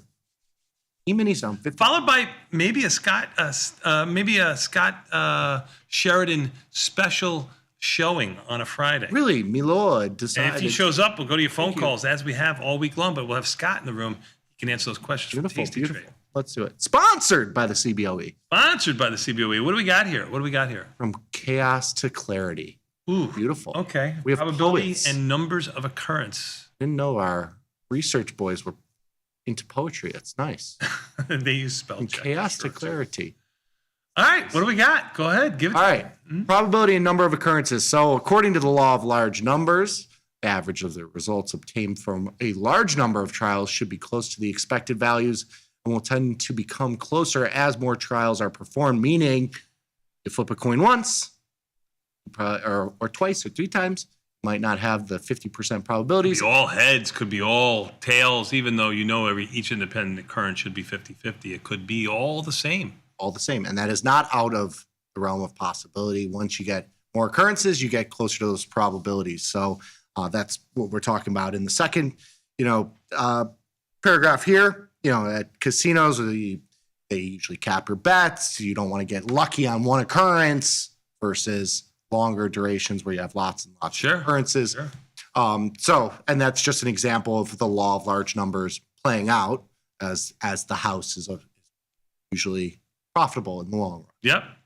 Of number of occurrences. So similarly, trade small, trade often is our mantra for the number of occurrences playing a huge role in trading. And we're going to look at a number of different things here that kind of validate that sort of situation. Okie dokie. Let's take a All right. So looking at one specific occurrence, this is just our couple of coin flips. Between April 21st and May 2nd of this year, SPY never had a down day, meaning that if we were bullish, we would be correct every single day, 100% win rate. It's amazing. That's correct. It is amazing. Is that normal? You wouldn't think so. 100% win rate? That's normal? You wouldn't think so. Unless you're Tom. Of course. And then you get on somewhere. Yes, Milord is always right. So 10 and some change percent was the upside move. You had 100% win rate. However, this does not mean that a SPY position will go up every single time. There are always deviations. And so how do we minimize deviations? We look at that over time. And because this can go against you. If you were short this whole time, now you're a 0% win rate. So it's both ways. Sure. Wins, losses, yes, all that stuff. So that is correct. You can get 10 tails in a row or 10 heads in a row, it's still the same thing. That is correct. That is correct. On to the next slide here. So slide 3. So winning and losing trades, to explain the deviations, you consider the following portfolio with a majority of winners. It is highly possible that in a sample of 3 trades, they are all losers. They could also be all winners, just talked about, circled in the blue there. However, with more occurrences, the results tend to be closer to the expectations. And we can look at that in the next slide here. We just go to the next slide. Slide 4. It's just a quick one. Slide 4. So and this is the one we mentioned with the trend trade. When a we were moment talking, ago, yes. Yeah, a moment ago when we were talking about fast market, when you're talking about trend, opening up, down, this, that. This looks like a mirror image, right? Like the downs and the ups. Yeah, you got a little bit extreme on one moment or another, but they're both. There's extremes on both sides. There's not. If you told me to pick out, a section of this, I would tell you that they're probably the exact same. They're pretty equal here. They're very equal. They are. Yes, and so this is SPY day-to-day change over a massive period of time. And we were looking at 24 years here. I mean, you're looking at 2000 to 2024. This incorporates, 08, the Volmageddon, COVID. It's all baked into this. It looks very much the same here, both sides. Certainly does, my son. Yes, it does. I would give it to you for sure. Thank you.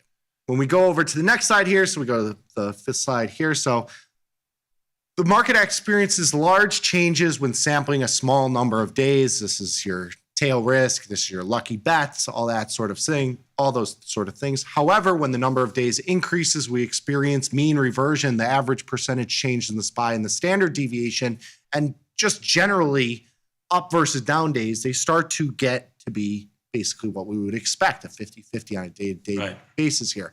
The longer we stay in the market, the more our returns will level out and cancel out any huge changes to the downside over time. Again, this is why we talk about trading small, trading often, because if you have 10 trades and you can only have 10 trades, you might have 10 losing trades in a row. You need to be able to have the 1,000 trades, 10,000 trades, 100,000 trades if you're that sort of player. So, you can look the average percentage change in the SPY over a 10-day period. If you just took, random baskets, certainly skews to the upside.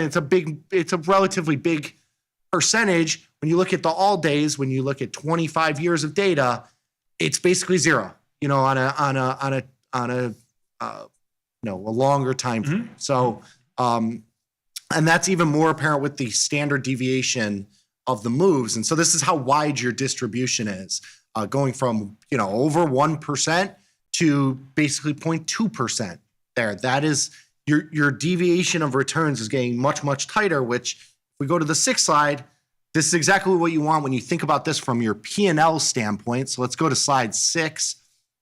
And we'll look at the slide 6, maybe. And we'll come on. I'm going for slide 6. I'm channeling my Tom.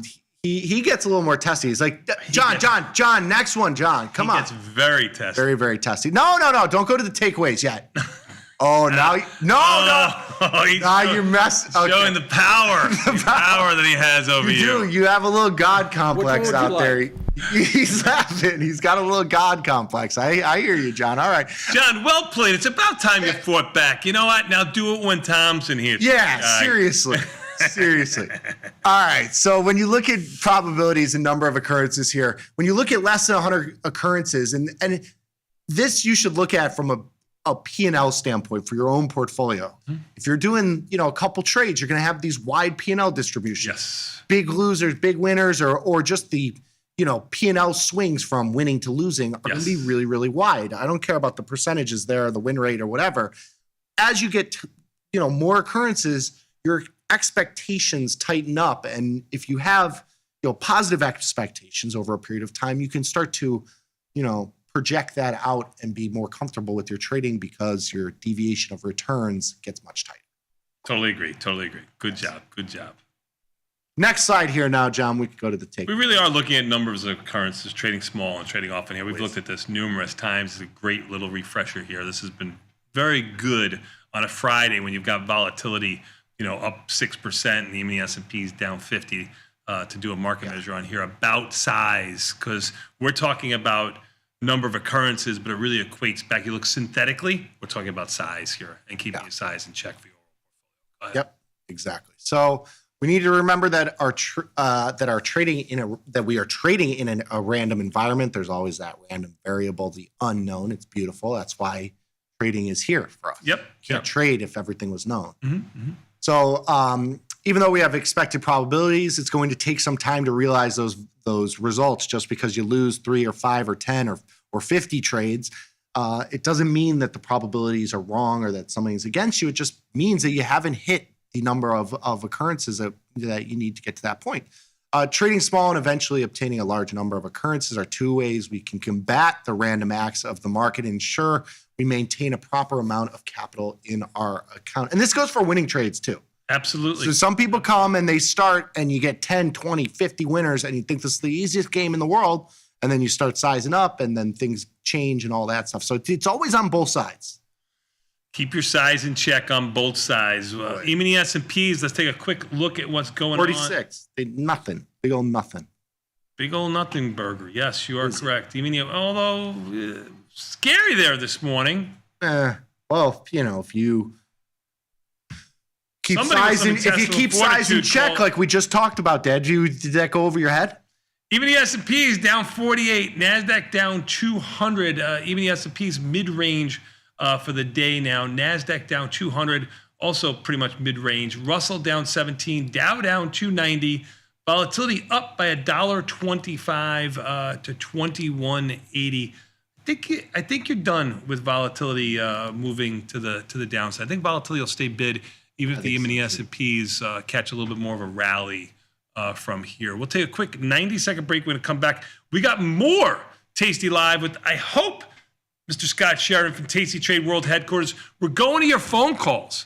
855-238-2789 or 855-BE-TASTY. And the chat room will be represented. Yes. Because you have the chat room up there. My peeps. Your peeps. So if you have questions for Mr. Sheridan or myself or Nick, we would love to hear from you. So give us a buzz. We got 4 or 5 lines open. Scott Sheridan next.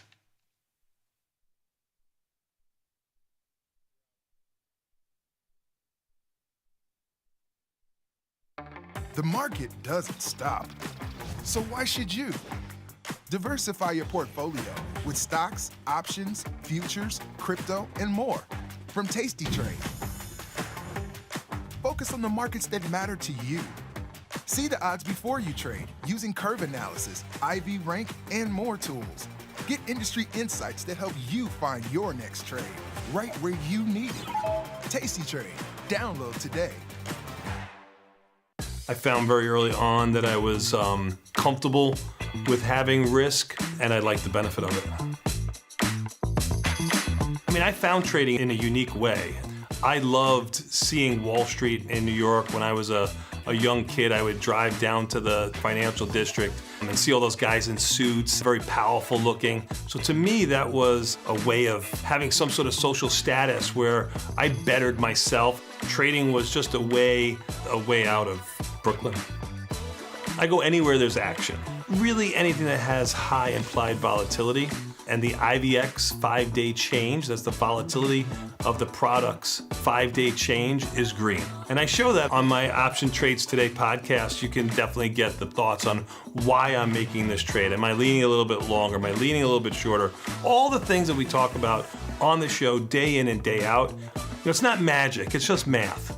By the nature of the strategies I pick, I'm going to have a high probability of success. And I think my expertise comes from managing those trades, when to take them off, how to maximize the profit on them. I think that's what sets me apart from the novice trader.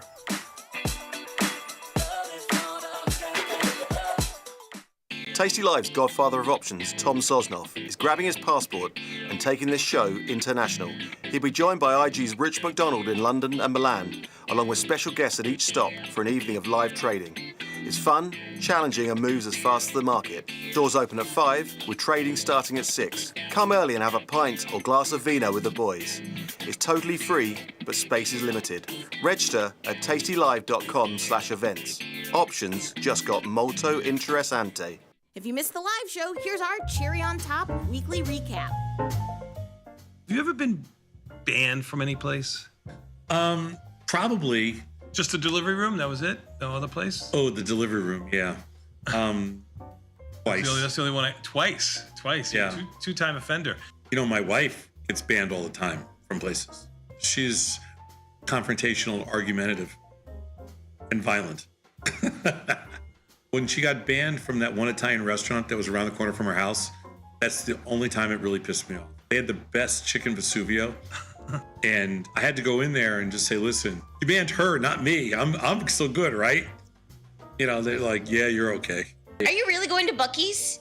Yeah. Will you film it? You film yourself going in, you're like, what up everybody? It's your girl Sassy. I'm here at Buc-ee's. And then you get the food. And then you get the food and then you get to eat in your car. You eat in the car, you get something on you. Yes. That's your stick. Yes. You got to do it. I never spill. I love this. Yes. I know, right?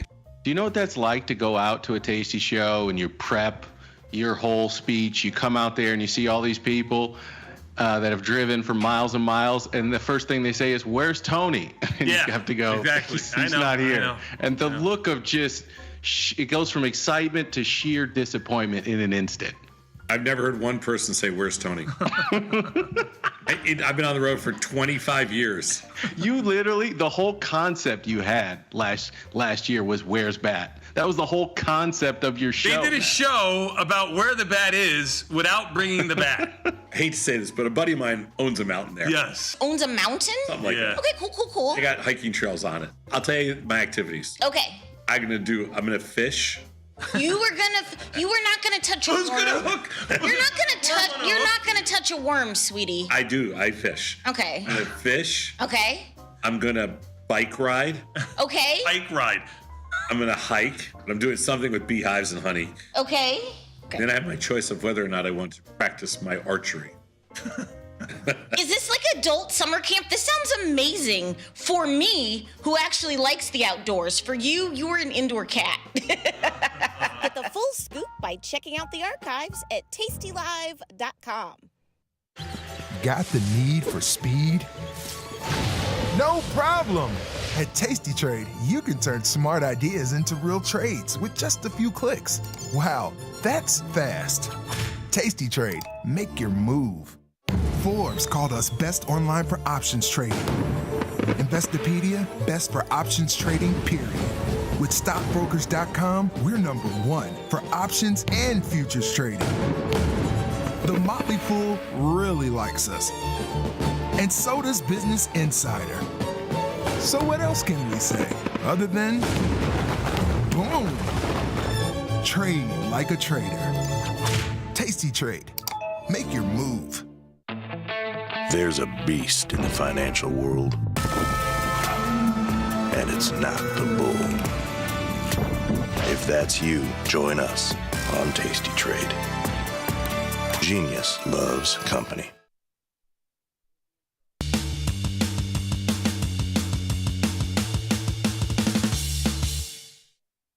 Nicky, we are back, son. And you know what that means? This is a time where I usually tell Tom, enough out of you, but I'm not going to say that to you because you have done great today. Thank you so much for filling in for Tom, who allegedly says he's not in any traffic, but because he's on his way to Tennessee. I asked him pictures or it didn't happen, and he has not sent me any pictures. Do you find my friends with him? You don't have Find My Friends with him? I do not have. You don't do that? No, but I did stick a Apple AirTag. Did you? Okay, in the car, like in the bottom of the car? In his Merce. He carries that everywhere. Yes. So I have him. So I'll know where he is at all times. But you've done an excellent job filling in for Tom today, who will be back on Tuesday. Thank God. For the show. Yes. But right now, it's almost one of the favorite times. We go to phone calls, 855-238-2789 or 855-BE-TASTY. And we're also going to represent, phone number will be below in just a second.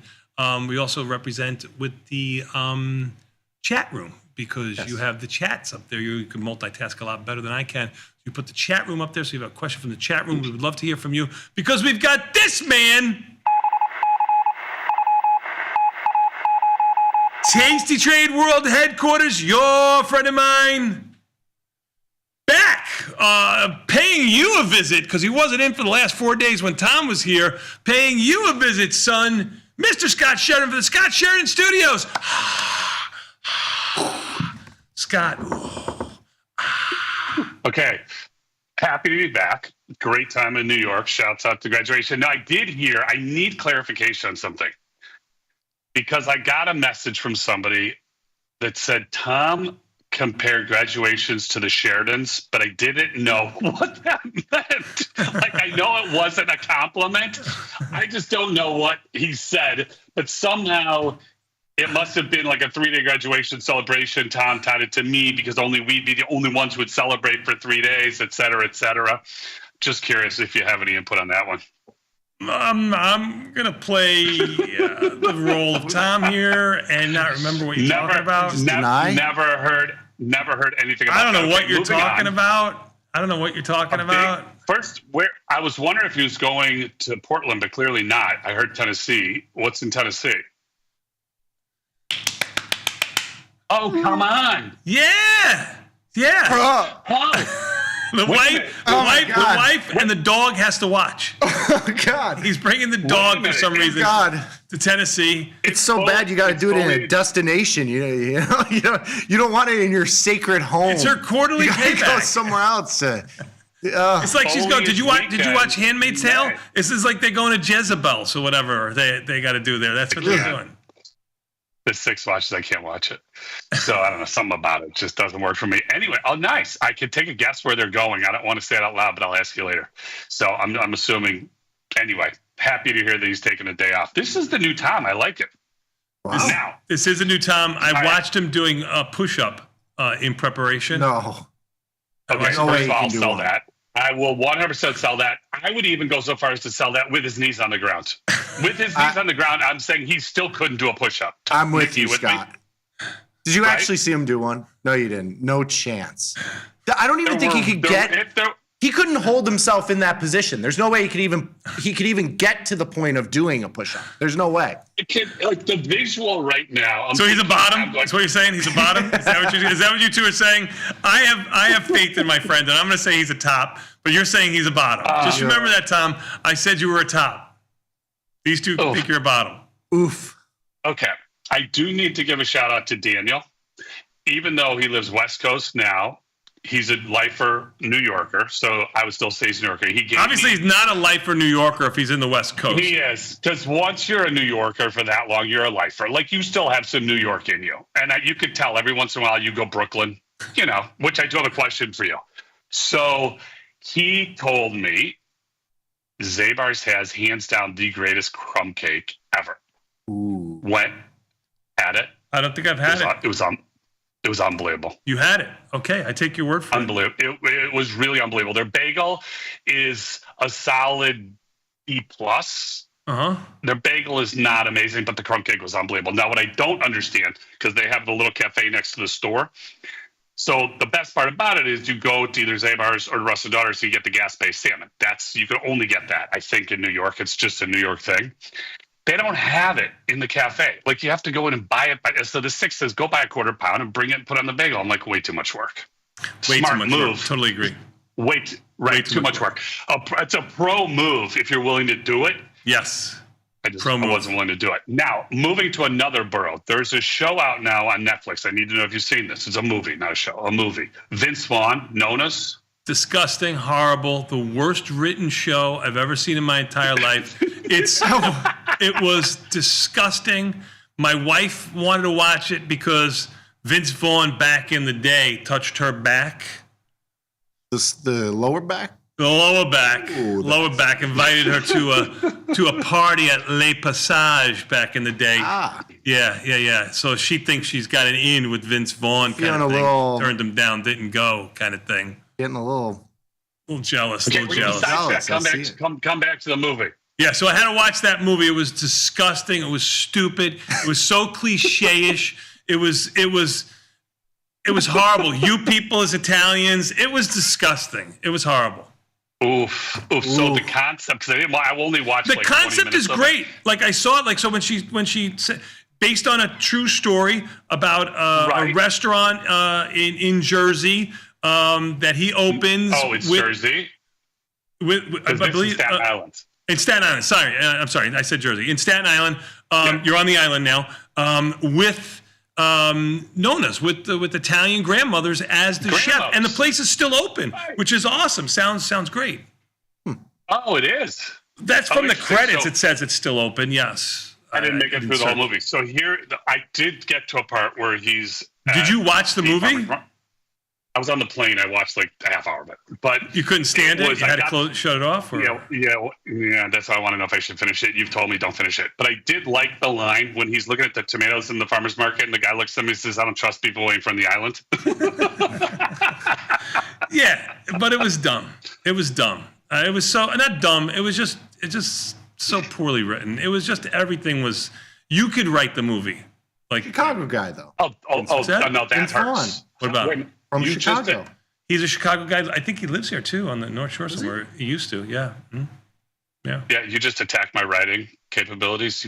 Thanks. Appreciate that. I could have written something better. You're like Tom. You don't even realize the insult just rolls off. It's like, well, Tom's not here, so somebody has to be critical of the other people on air. At least I could have written it. I'm just saying somebody who's not trained in writing. So would you go to the restaurant? Oh, 100%. Sounded wonderful. Sounded great. Yeah, but now it's gonna blow up now. Now it's gonna be like lines out the door, the Instagram people, Yeah, but I don't know because I haven't heard great things about Staten Island. So, see, it's a reason to go to Staten Island. But I mean, you got to have a reason. Like, you're not just passing through Staten Island, right? Well, we had a reason to go to Staten Island back in the day in Brooklyn because that's where we would throw our garbage. But I don't know why you would go there now because I think all those landfills are filled and there's houses on top of them now. So I'm not sure. There you go. All right, are we ready for phone calls? Yes. I've got San Francisco and Schaumburg on hold here, so please go. All right, top 15 symbols going through the system. First 40 minutes a day, no broad-based indices or futures. Just in case Tom is listening, number 15 is UNH at a 67. For everybody else, Apple at a 39, Tesla at a 28, Nvidia at a 33, GLD at a 58, PLTR at a 36, OKLO at a 49, MSTR at a 21, Meta at a 21, TLT at a 46, TQQQ at a 38, iBit at a 31, AMD at a 24, Google with an L at a 35, Amazon at a 27, and number 15 for Tom, UNH at a 67. Rounding out the next 10, IONQ at an 80, SQQQ at a 41, UVXY at a 30, and CRWV at a 49. Beautiful couple of... Go ahead. Oh, I was going to say, before we go into the phone calls, I wanted to shout out one of my peeps in the chat with their question. Sure, please go right ahead. Yeah. Peeps take precedence. So this is an interesting one, and I'm an efficiency guy, so I think this is a pretty interesting feature. So sometimes the order chains get a little kooky, right? So is there a way we could get like a button there that we can click to refresh it, or maybe sends you a notification so that they don't have to call in or email in or something that can kind of tag it? So the first part is a no, and I will explain why. The second part's that's a reasonable ask, but the first part is a no, and I can't give you the details on this other than to say there are two ways for us to fix order chains when they break. Typically, the reason that they break is because the messaging gets delayed. It gets thrown off from the exchange. So typically it'll happen on a partial. So if you have an order, or if it fills really quickly, if you have a 20 lot and it's 11111 and the messaging gets messed up, that can break the order chain. So what we need to do is go in and refresh. The problem is if the refresh doesn't work, the next one is basically a reset of order chains, which would take it down for everybody. That's why some of them don't get done until after the close, because we don't want, just because we're sorry that yours is messed up, but if we do that, it throws everybody off. It halts it for the moment while resetting it. So I think upper 90% gets fixed when we hit the button. The problem is if it doesn't, you got to wait till after close. If we gave this button to everybody and they started hitting the button, I'm not even sure what would happen to the server. So the answer right now is no to that one. But I do like the idea of a message that's sent that says, I need my order chains refreshed. Yes, that'll save That's what I'm thinking is like on if it if it tags the underlying and the open position, you just click the button, it send it to a queue, and we'll have a team that can. I think that's an interesting one. All right. I like it. So good job at the chat room representing. Yeah. After this, we're done here. I will message this, the team and see what that looks like. Cool. Good job out of you. Good job out of the chat room. Going to go to San Francisco. Got Jonathan. Jonathan in San Francisco. What's up, Jonathan? Hey, good morning, gentlemen. How you doing? Doing great, man. Thank you for your good morning. Support. Appreciate you holding. I want to get your thoughts on this specifically. Maybe Nick here. This is a real piece of crap stock.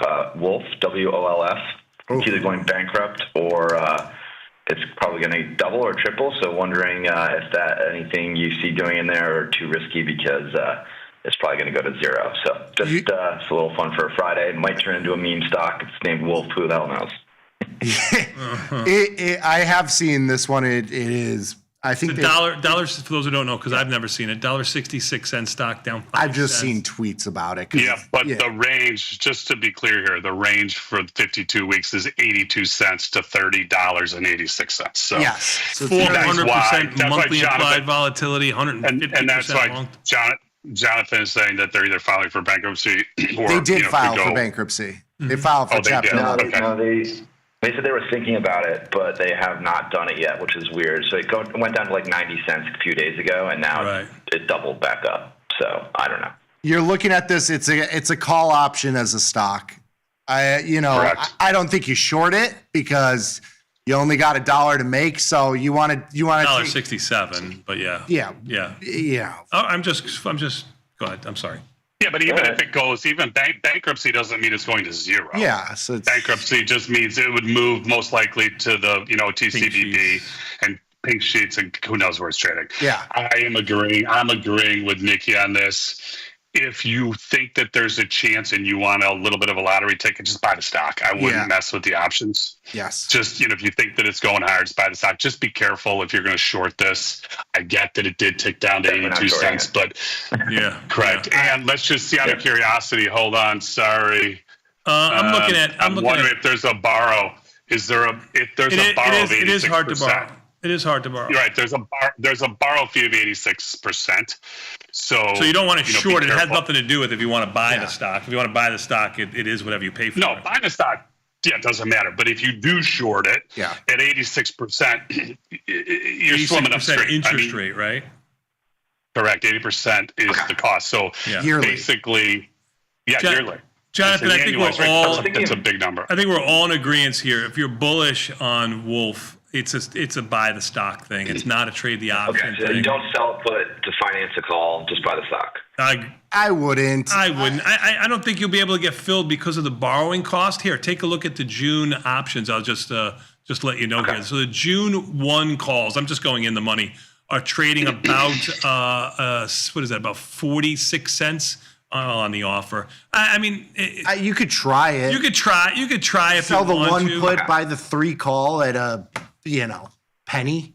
Yeah, you could try. I think it's a lot easier just to buy the stock. I think so too.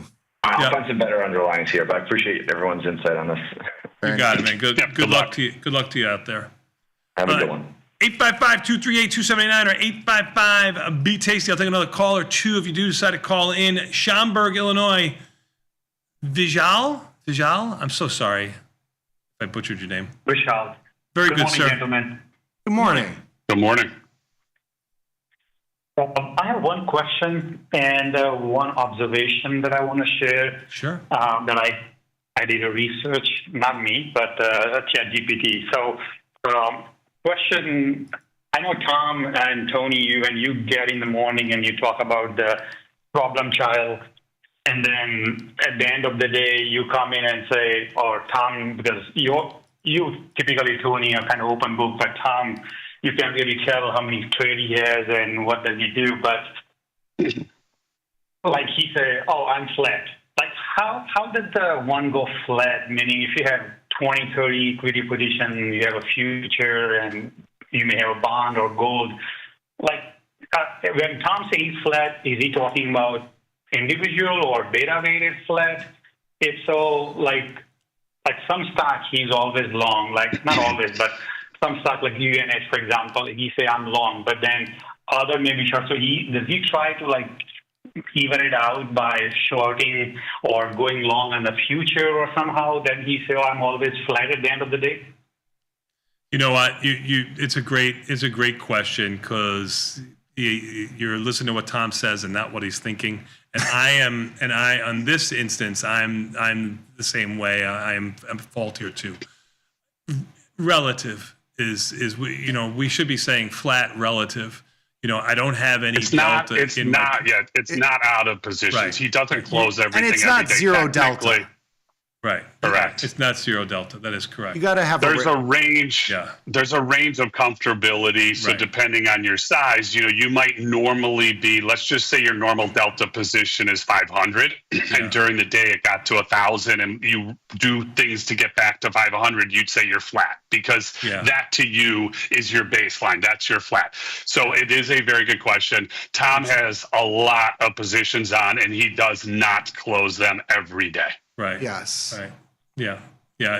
And it's hard with Tom because his size is a lot bigger. So the position management is a lot easy, so to speak, easier for him to do to get deltas because he can sell futures or sell NASDAQ or buy NASDAQ. In an instant, one E-mini S&P futures 500 deltas. So you sell a couple of futures or buy a couple of futures.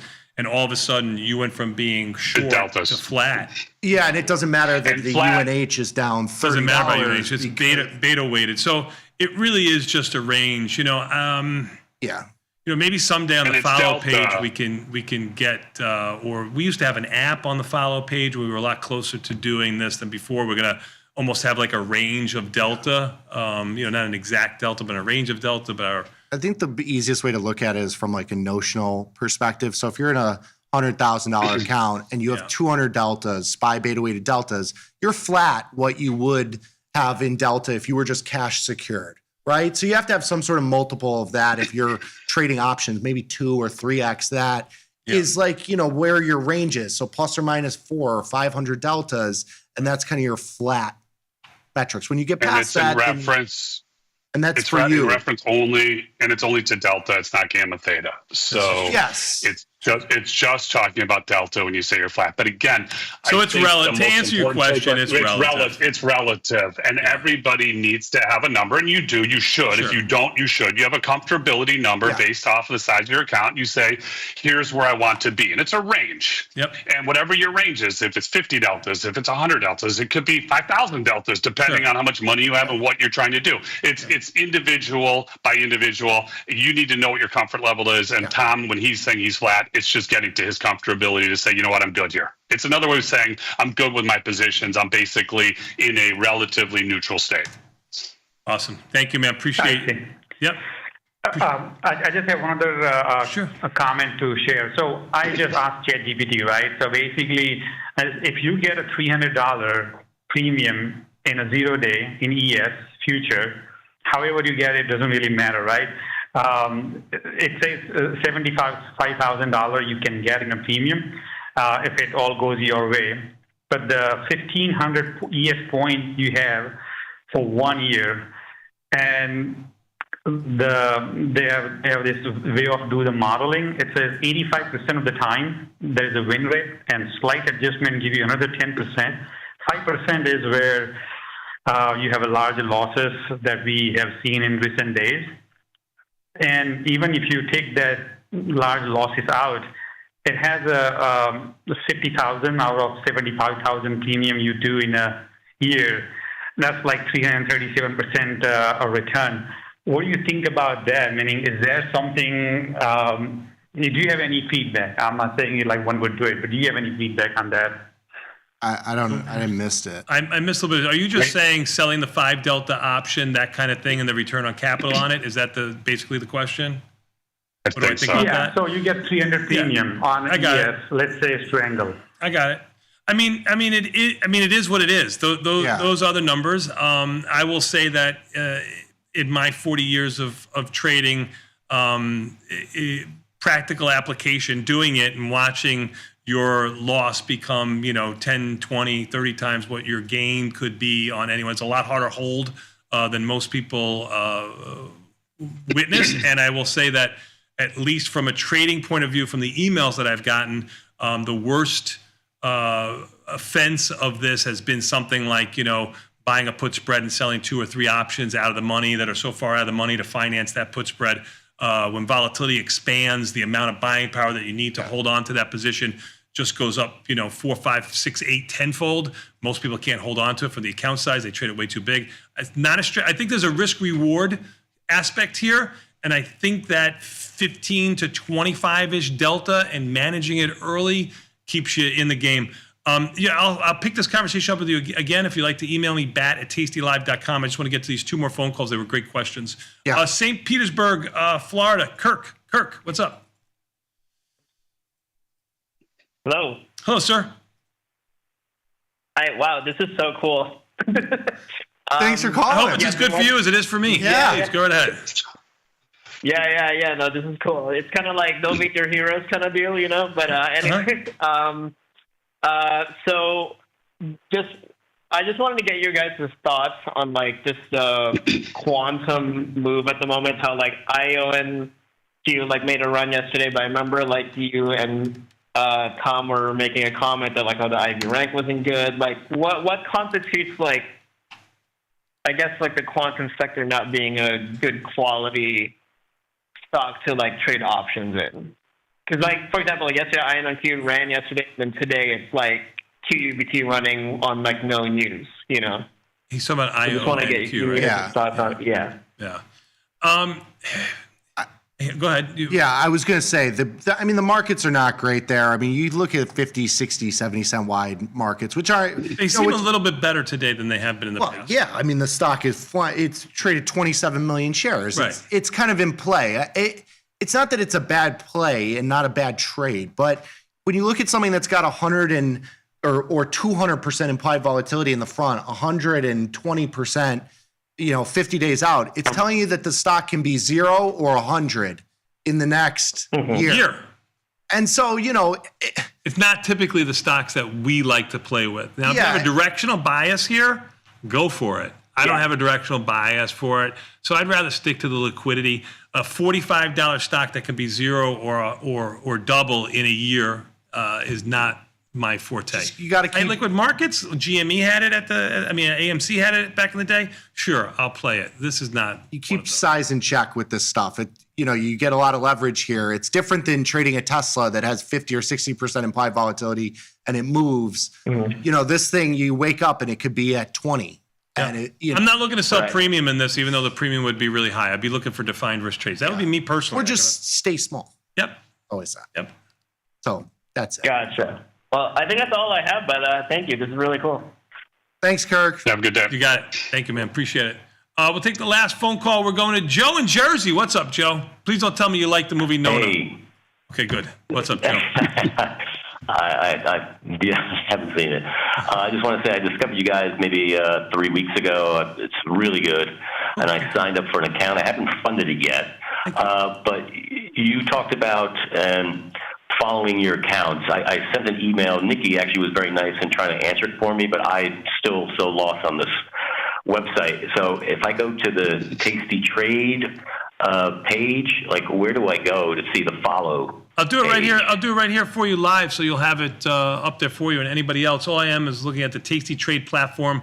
Whether it's been funded or not, you'll still have access to Gotta this. have the account open, though. What's that? You have to open an account. You don't have to fund it yet. Open the account, don't have to fund it. All you have to do is go to these lines right here and go down to follow. And when you click on that, it'll ask you to agree. Go through, read it yourself. I'm going to click agree. You can't sue Tom for his multiple trades or something. Right there. Yeah, you go. I'll do it one more time for you. You just go right here to these lines. You got research and news, watch list, Tasty Live. You can watch it on the platform. Charts, Tasty Charts, history, and then go to the follow page. Click on follow page, and there you'll see all of Tom's trades. You can filter by just Tom's trades. There's Tom's smiling face. You can unclick it and have everyone.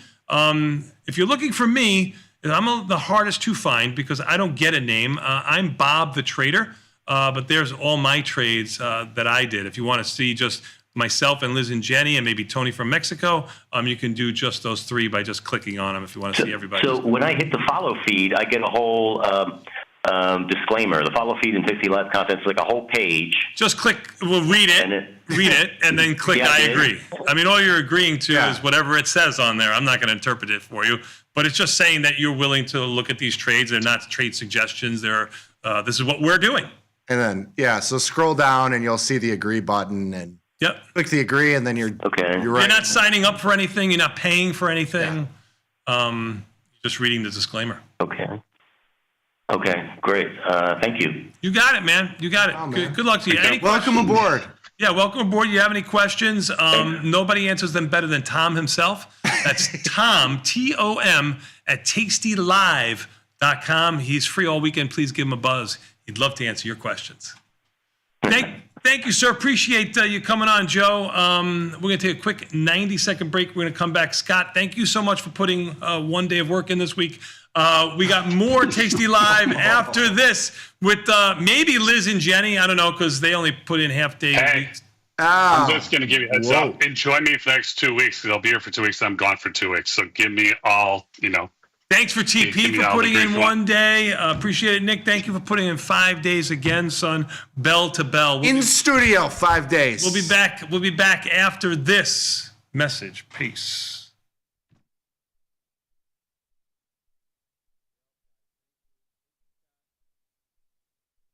In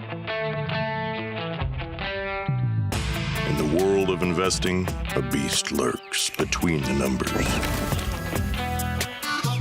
Some watch from the safety of the sidelines, but others saddle up and ride that 1-ton rowdy ribeye for all he's got. If that's you, join us on Tasty Trade, named best online broker for options trading. Genius loves company.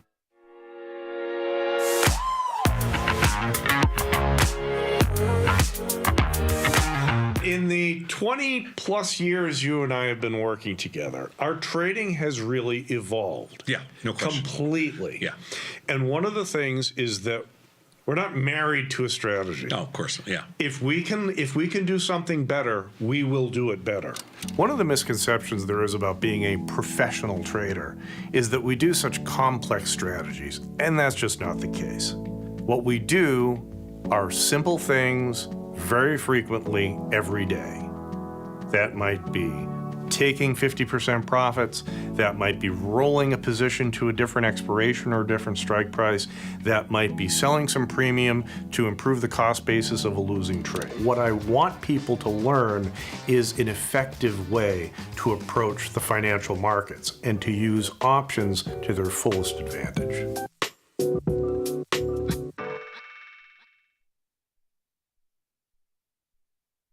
Tasty Live's godfather of options, Tom Sosnoff, is grabbing his passport and taking this show international. He'll be joined by IG's Rich McDonald in London and Milan, along with special guests at each stop for an evening of live trading. It's fun, challenging, and moves as fast as the market. Doors open at 5, with trading starting at 6. Come early and have a pint or glass of vino with the boys. It's totally free, but space is limited. Register at tastylive.com/events. Options just got molto interessante. The market doesn't stop. So why should you?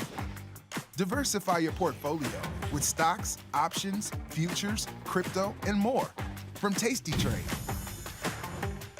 Focus on the markets that matter to you. See the odds before you trade using curve analysis, IV rank, and more tools. Get industry insights that help you find your next trade right where you need it. Tasty Trade. Download today. Got friends? Get $250. We'll give you a bonus for each qualified person you refer to Tasty Trade.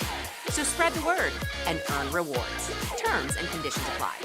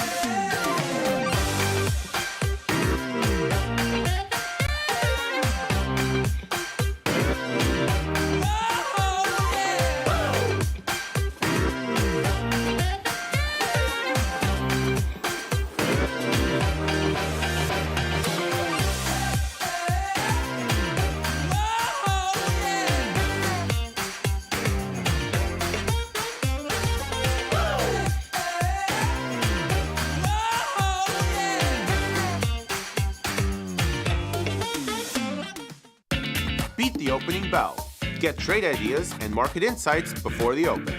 From the creator, Tom Sosnoff, and our chief market strategist, Tom Preston. Every weekday. Sign up at tastylive.com/newsletters.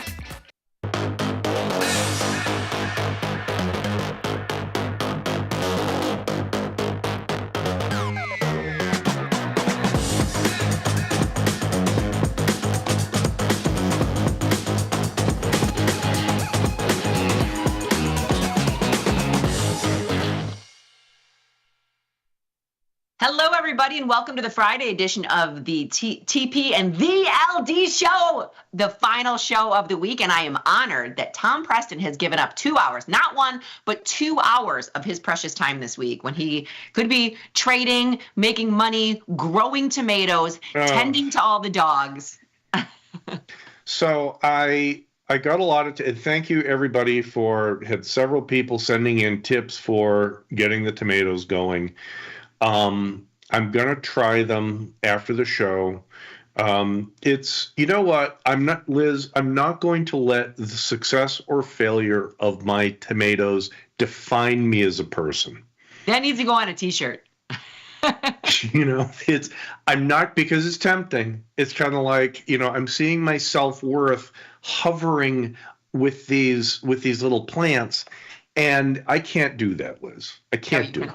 I can't imagine I guess you said you said the humidity is rolling in. I was going to say I thought it was too dry to grow tomatoes, but it's not. Well, we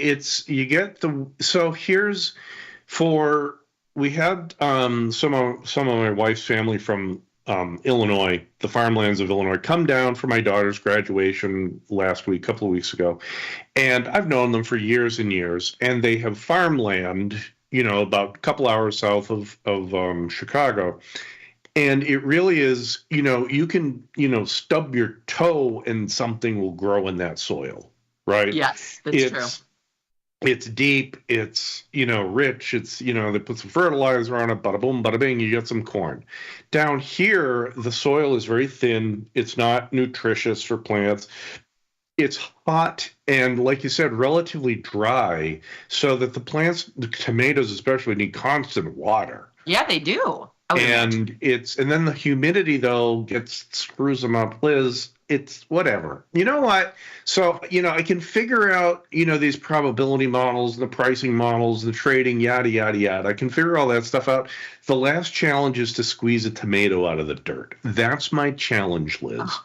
You know what? You got to keep growing. You got to keep learning. Yes. You know everything there is to know about the financial markets. You created the platforms. Now you're on to tomatoes. Yes. TP, it's funny that we were just talking about the humidity there. So my son graduated high school last Friday. So we went to the high school graduation, and it's congratulations. Thank you. Everybody's supposed to graduate high school, but it was at the in the football field. It's in the football field, and you only get X amount of tickets, yada yada yada. Well, our town had the biggest dust storm that it has had since 1930. And so, TP, I don't know if you know anything about makeup, but I had reapplied my makeup, so it was slightly tacky when we walked in.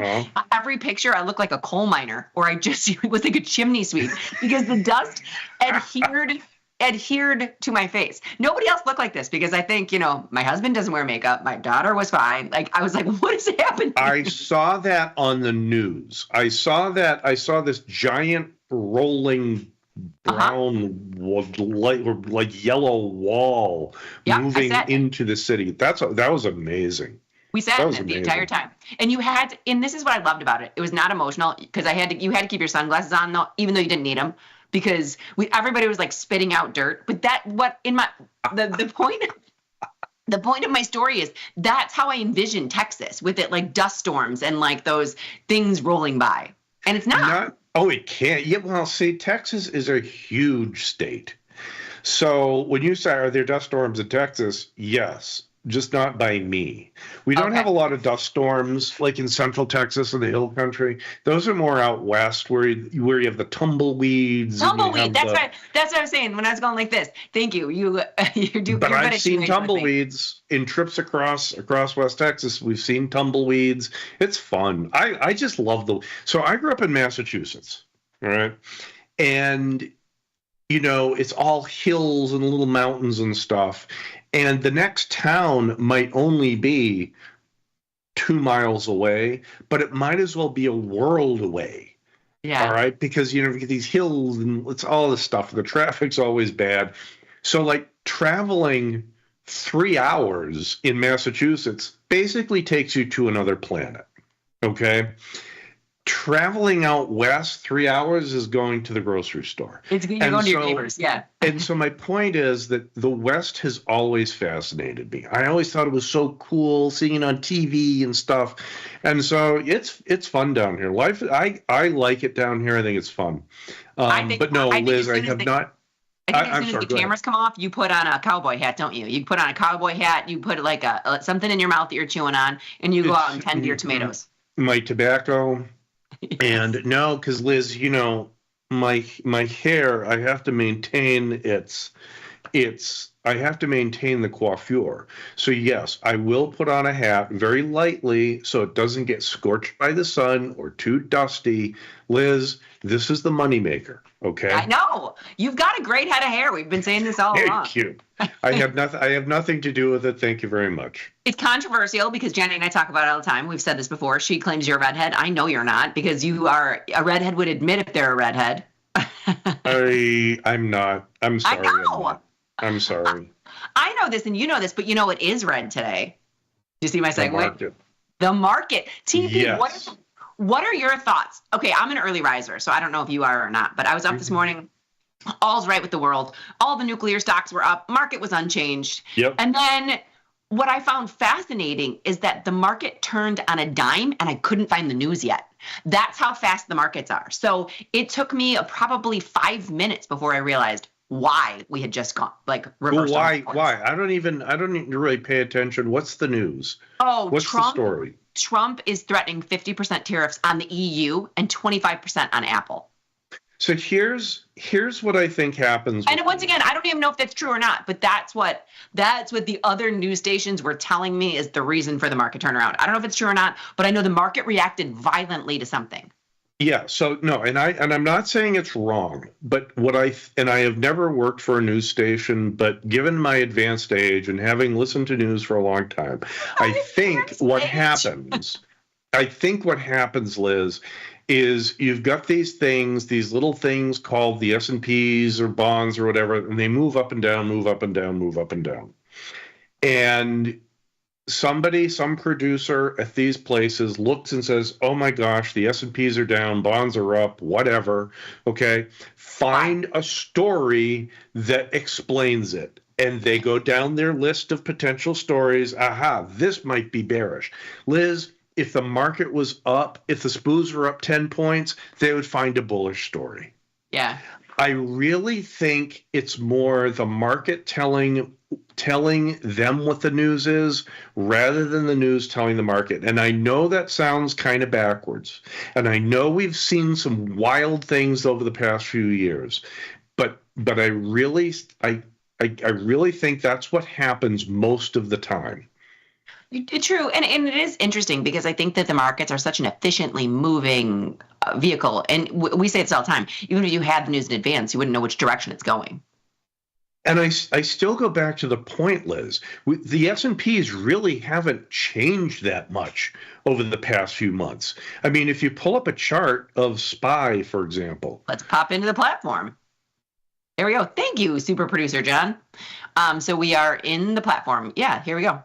Yeah, so this is what, over 20 years. So if we go back to, let's say, this is a 1 year chart. So this is 20. What year would you like? Just anyone. So the year to date or whatever. There we go. So this is fine. So we're basically where we were in March. If you go back to the beginning of the year, we've traded a wide range, but we really haven't changed that much. Oh, no. We're exactly where that was like the breaking news last week is that we are finally back in the green from year to date. So right. We got over that. Yeah.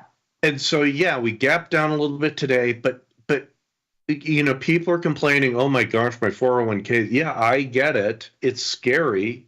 But if you've been buying stocks, if you've been buying mutual funds or whatever for the past 20 years, you're still up a lot of money. Well, I think it's interesting too because as traders, we will like I said, we are the addicts. We've admitted that we're joining a support group. We're the trading addicts. But it's the first thing I look at in the morning when I get up, and it's the last thing I look at before I go to bed. So I'm, it's just how I'm trained. But if you've got your money in a 401k, you're looking at it once every 3 months. Right. I mean, they know where the market is if you're an educated human, just because like it's forced and it's said to you all the time. But other than that, you're looking at your profits and losses every 3 months. And that's a nice head in the sand. And that's fine. And part of the reason, and I'll speak for you too, Liz, on this case, looking at what's happening overnight, that's how you and I get paid. Okay? Yeah. This is how we make money. And yes, I trade sometimes in the middle of the night, not often because the markets aren't great, but I'll trade currencies. I trade futures basically overnight. And it's fun. It's like instead of insomnia, it's like, yeah, okay, it's kind of fun. And so this is how you and I get paid. So yes, we watch things overnight, intraday, see if we can pick up $30 here, $40 there, $10 here, right? That's what I did when it gapped down. The first thing I did and I was a baby. I went in and bought the MES and then got out of it. And then I put an order to close it for just a small scalp. Yes. People think, don't think. Now, Liz, you're huge by huge, right? Big by big. Big by big. But my point is that we're not making millions of dollars on a trade. That's not what we do. That's not what I do. I'm happy to make $50 on an MES trade, and I'll take it. Boom, done, and I move on. And so seeing what the news is, yes, it's good for context. It's good for, and if you have airtime to fill, right, which you and I don't because you have a lot of stuff. You do a lot of preparation for these shows, Liz, and you have a full slate of things to cover. But my point is, if you're a news station and you have a lot of empty airtime for the next, 8 hours to fill, fine, go look for a story that explains the S&P's down. And if they bounce up at 11 o'clock or 12 o'clock this afternoon, find a bullish story. Yeah, that's what it is. True. I agree with you. I wholeheartedly agree with you. Hey, I've got a quick question for you too. This is a new. Yes, ma'am. I got this email the other day. Now, I don't know if you and I have ever touched on this, but are you an asset gatherer as far as dividend stocks go? Because these have been real hot lately. Wait, hold on, I'm typing it in wrong. NVDY. So take a look at this. So this is an ETF. It's got something to do with Nvidia. I don't exactly know. It's some type. Let me type it in slow so I can see the name. NVDY. Jenny and I have talked about this. Okay, so yeah, it's the title ETF. Clearly, the title ETF Trust 2 YieldMax Nvidia options. So if you take a look at this, it's very cheap. It's only $14. But the question was, and I really don't know, and it's okay if you say you don't know either, but look at this dividend. So it's got an astronomically high dividend. Are these really crazy high ETF dividends worth it? Well, so let's explain what it's got to be the inverse, don't you think? Because it's got to be. Yes. Yeah. So just to explain what that, the 120, I see 129% yield on that thing. So Tasty Trade, we do not determine what the dividend is, okay? And we can touch briefly on what that means in a second, but we look at publicly available dividend information. So we'll go to NVDY. There's a database of dividends for NVDY. And it has, IBM and Pepsi and Microsoft and yada, yada, yada. And we pull that information from the publicly available database and plug it into our platform. We don't have the resources and we don't care to be contacting the company and saying, so is this dividend realistic? We don't do that. Okay, we just show you what it is. And the reason it's 129%, and I'd have to dig around a little bit into this, but what it means is if you get a $1.60 dividend, right, 4 times a year, or maybe it pays more than that. It might pay more than that as an ETF. Is it an ETF? Well, well, this is the next one. It is an ETF. Is it monthly? Are they giving you $163, $1.63 per share monthly? They have to if it's That's how you get to 129% Yeah, of $14.80 stock. So that said, would I buy the stock to capture the dividend? I don't have a problem with people who would do that necessarily. I would prefer to short a put. And looking at this, so we talked a little bit about yesterday. So here, let's just throw some symbols and how would we trade them? So looking at NVDY, first thing is IV rank is 46%. Boom, okay, its options are pretty high.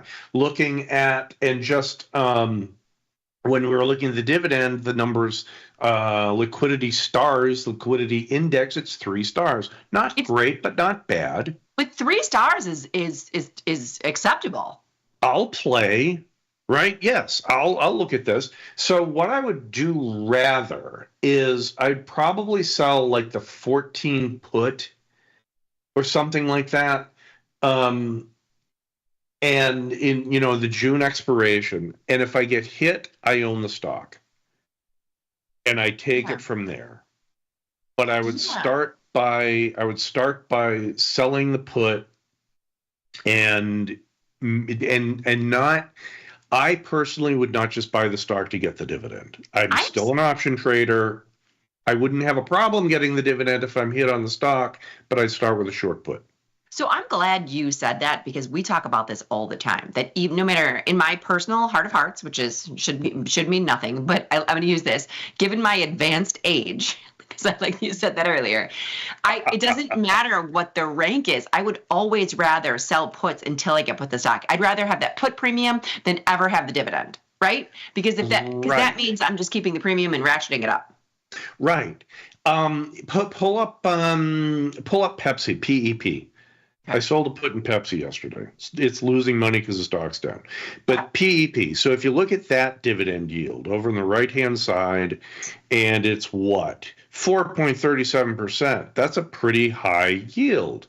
And you'd think, okay, if I bought some PepsiCo shares, I would get that dividend. Great. But that's not how I start.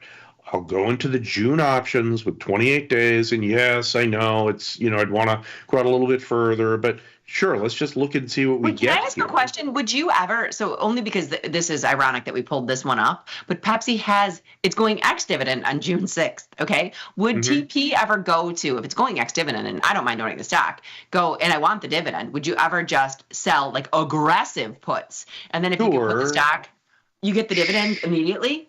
I don't do that, but that is something you could certainly do.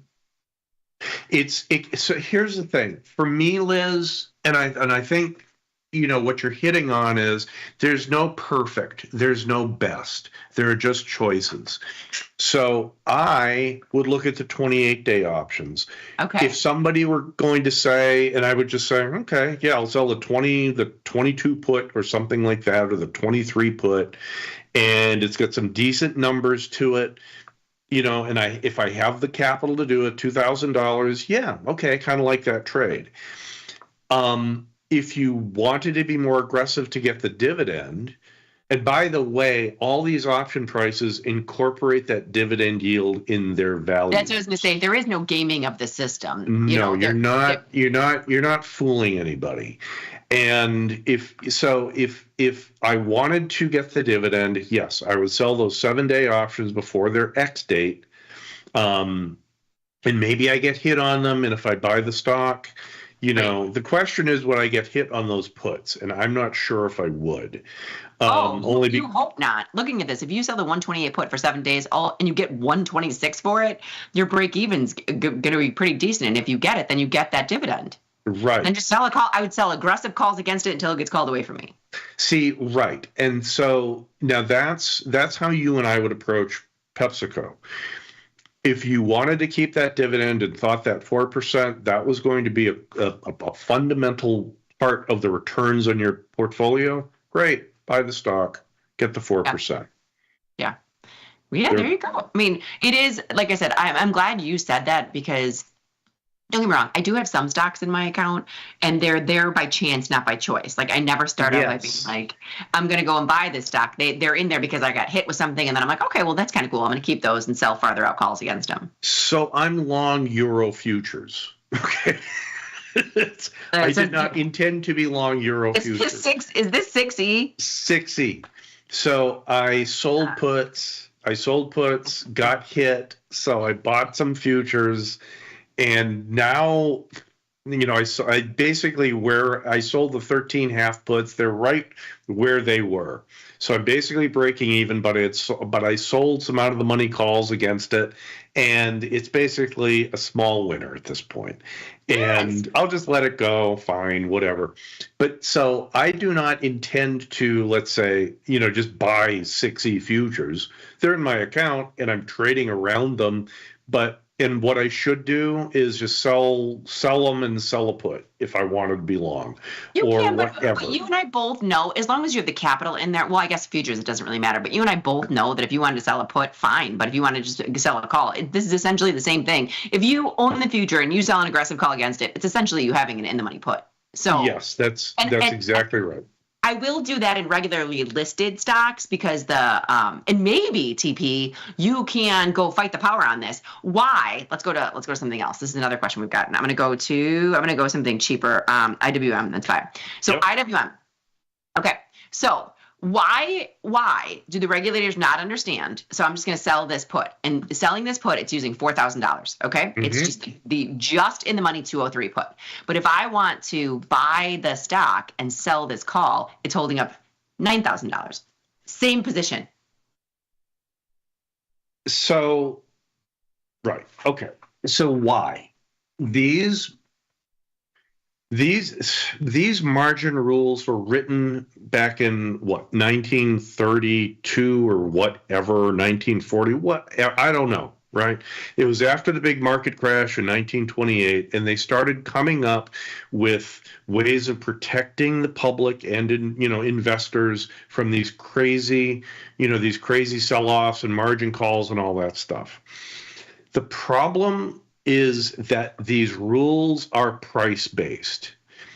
Back in 1930, I don't even know if they had invented the word volatility yet, okay? They certainly didn't know how to calculate implied volatility because they didn't have options really to speak of in those days. But isn't 1930 pre-puts too? Probably. Yeah. Yeah, I mean, I think yes, you could go to some place and maybe trade a put. Maybe, you'd call up JP Morgan and just say, hold on, Mr. Morgan, I'd like to buy a put from you. And, maybe, and it would be a physical contract. We signed something. You're legitimately talking to JP. Right. Right. So the point is, these rules that we still have 90 years later that are put in place, that they are price based. So it's based on you buying IWM. They don't care. The rules do not care that you buy that buying IWM and selling a just out of the money call is synthetically equivalent to selling the put. They don't care. Okay, Liz, when I write a book, I will talk about the battles I've had with clearing firms and exchanges, explaining that you can only lose on one side of an iron condor. Oh, God. Okay? Yes. Liz, you see this gray hair? I don't have many of them. This is the iron condor hair. Oh, here's another one, Liz. Well, that's because I think the regulators have very little knowledge of how things are actually working, the regulators, right? And I don't want to be mean. I don't want to be mean. So you know what really got them is when you do broken wing butterflies, skip strike butterflies, things like that. That broke their brain. Oh my word, that there's an embedded vertical and that's what has the risk. And it's like, what vertical? You don't have an option at that strike. And it's like, oh my God.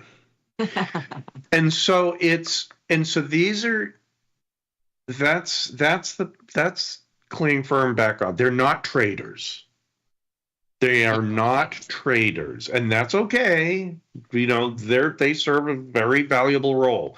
I'm not gonna lie to you. I'm gonna confess something right now. I was in SIBO market reg. Oh God. For 3 months. For 3 months, and it was before I was on a seat, before I was on a badge. It was after Anderson Consulting and before I went to work for Timber, and I knew nothing, and I was a regulator. And when I say I knew nothing, I mean I knew nothing, and I was a regulator. I could not imagine someone like you sitting in those meetings. I couldn't do it. I had to leave. That's why I called. That's why I was on the trading floor, and that's why I called every day until someone hired me, because I was like, I can't do this. You can't do it. Yeah. And so this is what it is, Liz, because you and I know that it's synthetically equivalent. You and I know that the actual risk of buying shares in IWM isn't $9,000 or whatever it is. Yeah. We could go and say, okay, we'll go and look at the standard deviation and calculate what the realistic number is. Right. But that's beyond the pay grade. But that's they don't why, do that.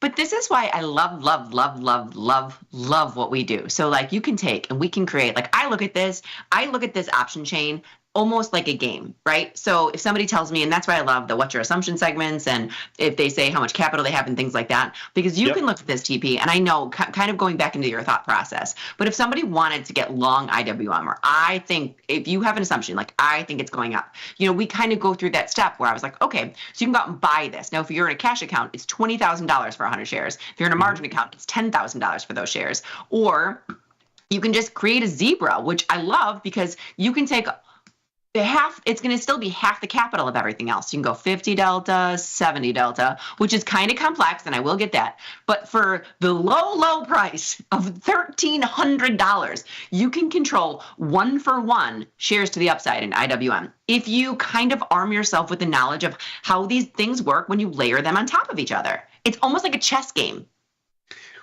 One of the problems with the massive rally we've had in the market over the past 20 years is all the options, all the stocks and ETFs are expensive. Yeah. And because the margin, just like we spoke of 2 minutes ago, all the margins are based on price, not volatility. The margin requirements on trades in a $200 stock are much higher. It's harder for someone with a more modest-sized account to participate in the growth of the U.S. economy and the global economy by getting long IWM, long Q, long SPY, long diamonds, hell, long Nvidia, long Apple, long whatever. It's hard because they're expensive. Options are, I think, one of the most sensible ways of doing that. Yes, you can buy one share of these things, but it takes a long time to make any money on a single share of Qs. Okay? And I honestly think that options are still in their infancy because there's very few people who understand how to trade options. I still think they're in their infancy. Yeah. Yes. And it's still a niche, and I still hear hedge fund managers and portfolio managers and pension fund managers, people talking about this stuff, talking about options in such a bad way.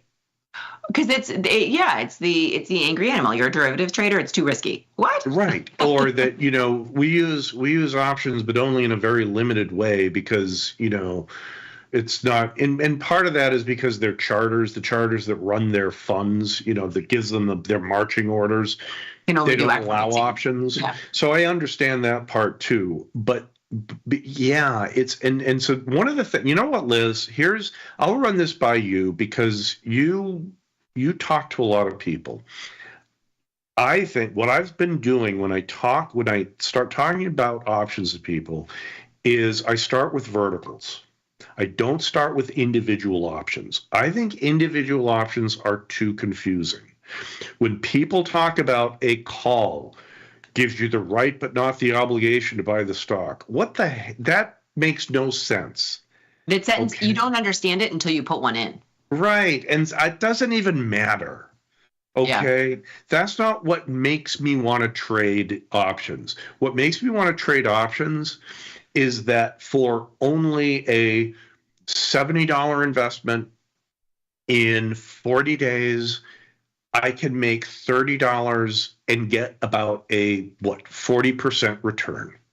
40% return on capital. I'm just going to go real quick just to kind of show this. I'm just going to throw in something random. I'm going to go 505, 500, 164. So this is a $5 wide, about a third of what the strikes. So in this exact situation, you know, bada bing, bada boom, this is pretty easy to do. You can make $162, putting up 338, and that's a really good return on capital. What is that, 50%? 50%. Yes. And that's how I describe option trading. It's not the what, it's the why. So, geez, TP, how do you get, 30% returns a year? It's this. Yeah. Okay. And yes, I have losing trades all the time, but I have way more of these types of winning trades. That's what generates high returns. And my point is, talking to people who aren't exposed to options yet in these terms, I think is the way to do it. So would you like to get 50% return, potentially 50% return in 20 in less than a month? Well, sure. Oh, you mean I'm getting 4.5% on a CD in my bank? Or I'm getting 4.5% on my PepsiCo stock. Well, that's great. Those are also annual returns. Okay, you're getting 10 times that return per month. Okay, and you don't need $1 million to do this. Well, and I mean, when you put it on paper, it kind of looks like a snake oil salesman, right? When you put this down on paper, because it's like, and it can even go down to 505, like this product. You're bullish, yes, but this product can go down to 505 in the next 28 days and you still get to keep it. You have to kind of understand the nuances, because when you put this on paper, you'll be like, oh, what do I pay for that? What do I pay for that? Right? Yeah. So it is interesting, and it is pretty impressive once you learn how this works. TP, I just glanced at the clock and it is 10:36. I got to jump. All right, we got to get trading. No, I'm gonna gonna make some money. I'm going to show something real quick because I don't think we're gonna have time to go through it. But each week, Kai is awesome, and he sends us it just went away anyway, so I don't think we can. It's a weekly summary of the market measures, and I love having them. It's wonderful, and it's just the concise, like the takeaways of each market measures. And this one was pretty good. We'll put all the slides attached to ours if anybody wants to see just the takeaways, but if not, they can go back and review the market measures. I just wanted to give Kai his due because he's great, and we love everything that he does for us. But I'm going to pop into Twitter right now, and I'm going to go top down. So we've been having a lot of people doing here, let's go punish pixels first, okay? Good morning, Liz and TP. Earlier in the week, Tom was replying to a customer question about strangles that he would not try, and he said back ratio is a strategy that he would not do. I actually like the strategies and helped me during IV spikes. What are your thoughts? Tom was replying to a customer question about strangles that he would not try. Okay, so I think Punish Pixels is asking about, that a back ratio. And I think what we need to do is define what a back ratio is. And ratio spreads there's a flavor for everybody. So that's right? a buy one sell. Back ratio is buy one sell too, right? So isn't that? Yeah, I think so. And I kind of like those actually. So it's what you just created was buying the 485 put and selling 2 of the 480s. Now, it takes a lot of money to do it. I understand that. But you could do this also in cheaper stocks. And what you have is you are collecting a credit for this. So it is a somewhat, risk in terms of risk, it's less risky than just selling a naked put, because what you're doing is you are buying. If you want to get into this, you're buying the 480, 485 put spread, which is a bearish trade, and you're selling an extra 480 put. That's a back ratio trade. I just wanted to show this on a curve view if I could. There we go. Okay, so here, let me. I'm going to zoom in too, so you can see this. So let me zoom out a little bit more. So what's happening here is you're getting the credit of the put. Anywhere to the upside, you get to keep whatever that credit is. But you have this little kicker that if it does wind up going down, you actually can make a little bit of the money, which is the width of that spread. Now, if you reverse this, Liz, and all you have to do is down in the order entry and click the swap button. Where's the swap button? Oh, this? On the right there. You basically turn your sells into buys and vice versa. Isn't that fun? It's so handy. And it also refreshes the P50 number, by the way. So the point is, I've never touched that button in my life. So the point is, you're talking about, let's say, selling one, buying two. The problem with this type of ratio trade is exactly opposite. You have a very low. It's really hard to make money with these trades. There's a big window of losses. And yeah, if you have a huge sell-off, yeah, the gains can be huge, but you're battling negative time decay. I agree. I don't like this kind of trade. So It depends on what you're calling a back ratio trade. So you know what's interesting too? I'm going to swap it back just because. But what I think I'm extrapolating because I actually did not see this TP. I did not see what he's talking about. But I want to go back to the table for 1 second because I actually my brain works better in numbers than it does in visuals. Oh. But so I think I don't know. I don't know if this is true or not. But I think that Tom Sosnoff might have been saying, okay, so if I'm taking in $3.59, right? If I'm taking in $3.59 for this downside, you can do the upside too. Whatever. We're just looking at the one side. You can just go sell this one. There's no gaming of the system, right? You're taking in the same credit as if you would if it was just a short put.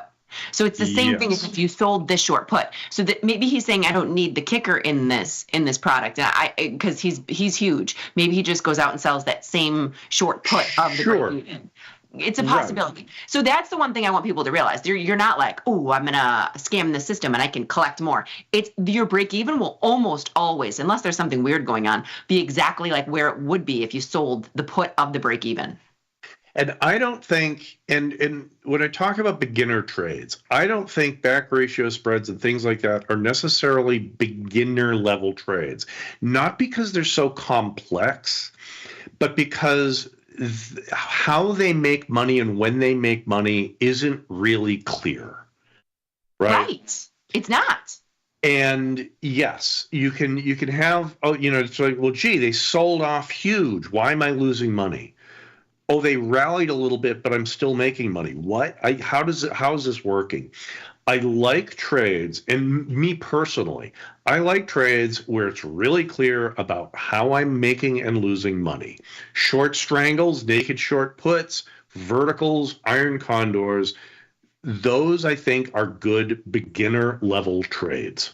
So let me ask you this, TP. I mean, once again, I know our conversations literally just take conversations. Do you think, and this is an opinion, there's no research backed in this, that taking these, so you and I have, the 45 days till expiration, you manage it 21 days, the theta curve, yada, yada, yada. Those are all ingrained in our memory.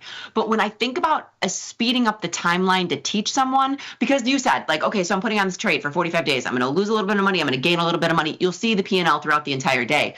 Do you think these zero DTEs are beneficial at all to help somebody learn? Because Short answer, yes. You see a 45-day time frame in the day. Yes.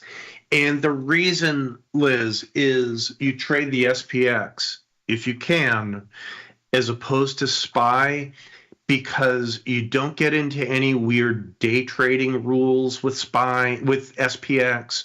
I do. Oh, no. You get into day trading.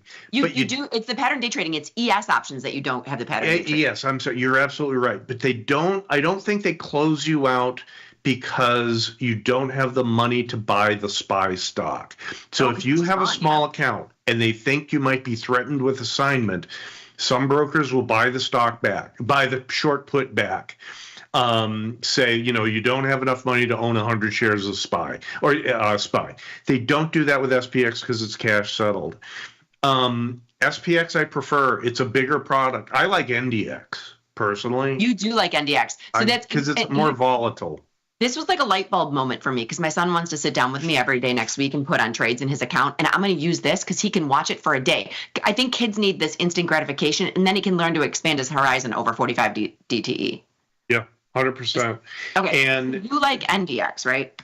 Yeah, and so, yes. And it's a much bigger product. It's 4 times the size. The options are very rich. And yeah, I can get 20% return if I'm right, if the NDX bounces back. Or more to the point, if the NDX doesn't continue to sell off. That's a very valid point. If the NDX just doesn't move or even comes down a little bit, because by the end of the day, you're going to take this off. It's going to be gone. It can drop another 100 points, Liz, and I'll still make that $200. Yes, I think this is, I just had a light bulb moment. Hey, total other random question, things that I don't know, but I'm going to pick your brain for. Have these ever split? Like, would SPX ever split? Would NDX ever split? Or is this just no? I don't think so. No, would SPY ever split? Like, I don't think so, right?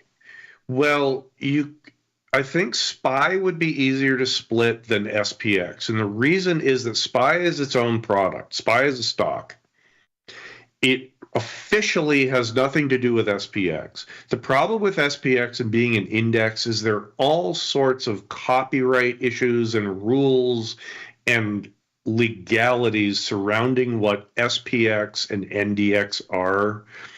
And it would really screw things up. It would just, I think there are too many moving parts because it's a piece of information, not a product. And I think maybe instead of it splitting, they would just create a new product that would be smaller. When what they do, Liz, and I've seen this happen in the futures, they just make the multiplier smaller. I remember when ES futures were $500 a point. Oh. Okay? And in the old days, and then they went down to $250. That was in 1995 or 4, whenever. I remember that. And saying, oh yeah, does this mean you'll trade twice as many ES? Nope. I like that 250 multiplier. No, because ES was a big product. Yes. That is interesting. I didn't know that.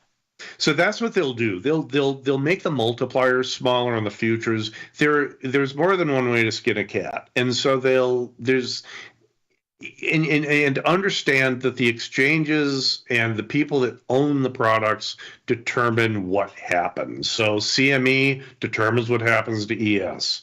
The ETF sponsor, who had BlackRock or whoever sponsors SPY, I forget who, Direct Shares, whoever it is, they determine what happens with SPY. And whoever owns SPX determines what happens with SPX.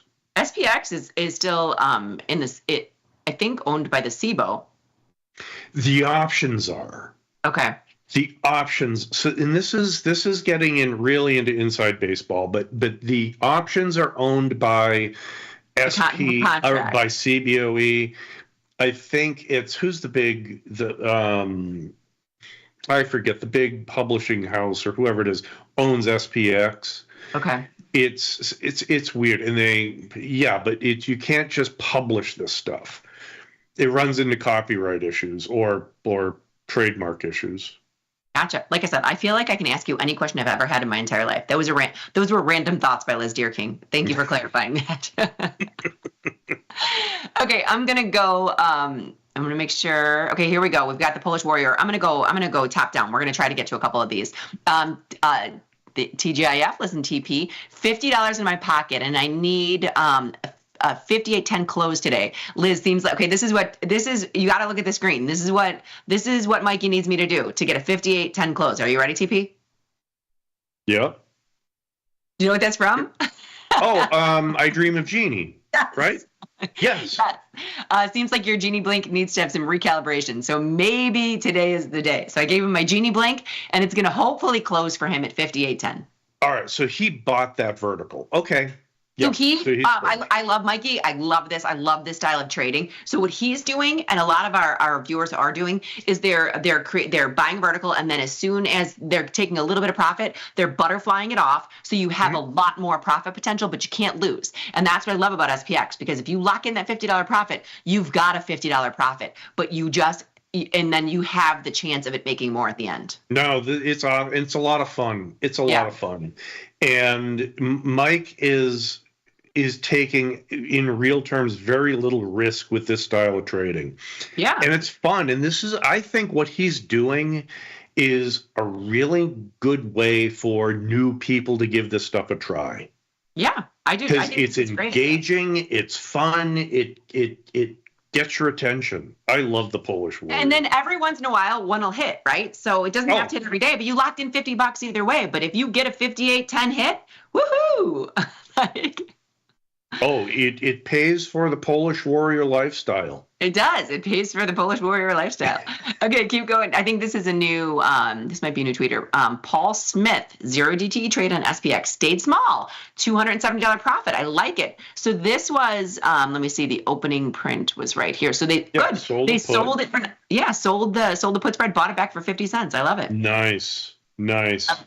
We got to punish pixels, which is great. Now this guy, TP, Jack Tucker has become famous in our Twitter because Jack Tucker has been doing this and people have been trying to copy him, and I love it. I love this style of trading. I'm not there yet because I'm not big by big, but so he does a $25 wide iron condor in different tranches on the opener at about 9 o'clock. And then he puts GTCs in to close it. So if you take a look at this, he had a couple personal items in the last 2 weeks, so he's been off the platform. But he's back with 2 tranches, 5 lots each of the 0 DTE, and he collected $5,600 in premium. And I think he puts a GTC in for 25 cents, and he always shows us his closing price, and he's been killing it. Yeah. No, this is awesome. I love to see this, and this is getting kind of into in a kind of a controlled way, the way a market maker has a position. So as a market maker, when I was trading bond options, like stuff would come in and short term, long term, and you just get a pile of stuff on, right? Yeah. And you manage it as the future moves up and down. This is kind of what he's doing with these tranches. He puts a good trade on in the morning, puts another good trade on a little later, puts another good trade, and then manages them with GTCs, buying back small winners.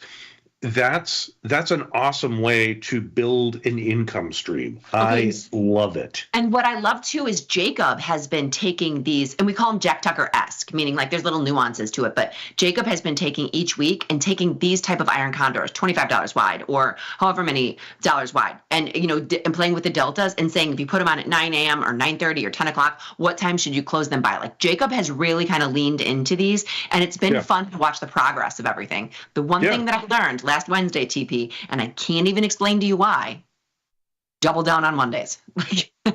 What if his research, it was like Mondays were like the greatest day ever to trade iron condors. Now, the only thing, and this is why, when you're doing look what Jack Tucker's doing is you got to watch the market.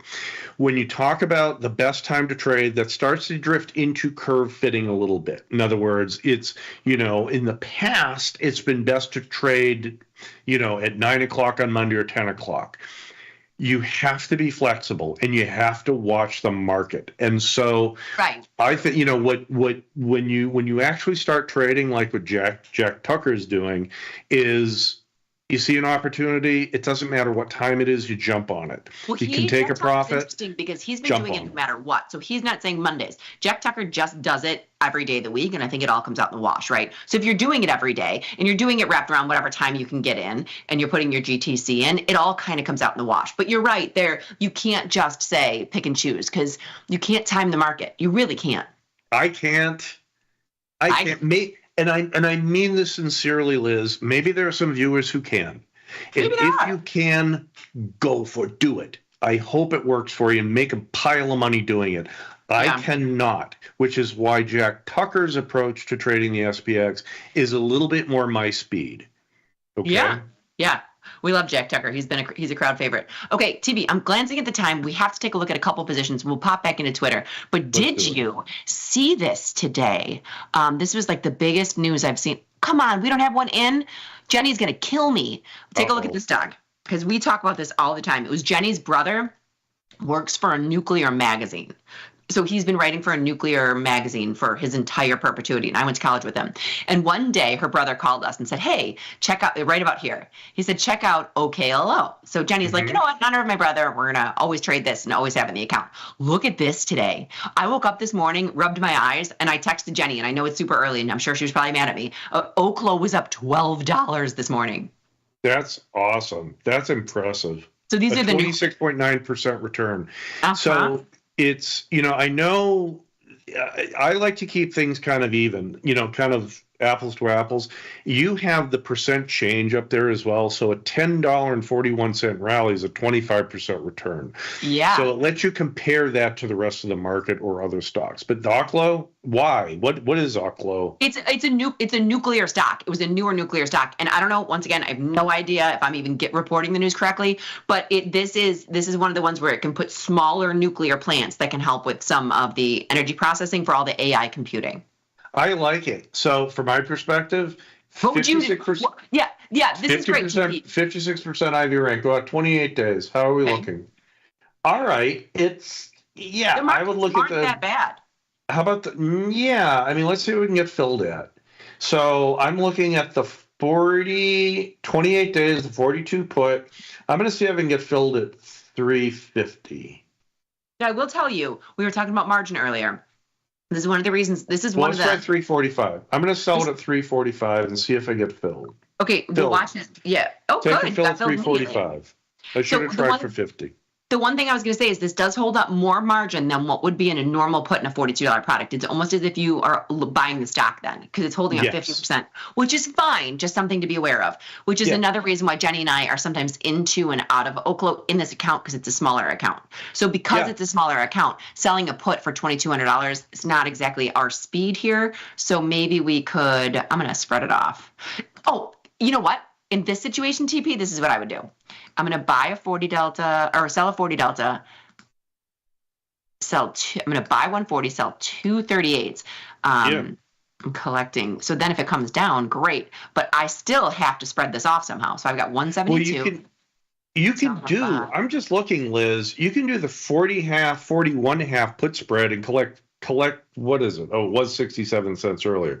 You can get 1/3 of the width of the strikes for these trades. Yeah. If you want a really simple trade, if you want a low margin trade, you can sell a put spread in there. Okay, so my question is, does one brain like TP, when you see something up 25%, are you getting in it to ride the wave, or would you be more apt to, because it's got a 59 rank, sell both sides? Or are you more puts are neutral too? So I just jumped on this because, I want to be a part of the Liz and Jenny bandwagon, right? The first thing I do is the stock's trading at $49. I look at the 49 strike with 29 days. Let's go down 5 points and up 5 points. Down 5 points to 44. So that puts trading at 450. Up 5 points to 50. Do they have? No, they don't have them. So let's do 6 points. This is what you do. Yeah, you got So 49 to 55, right? The 55 calls are trading at 520. 6 point, the 43s are trading at 420. So the skew is pointed north. Yes, it is. Okay. That's how I look at this. And then because the skew is pointed north, would you only do the put spread?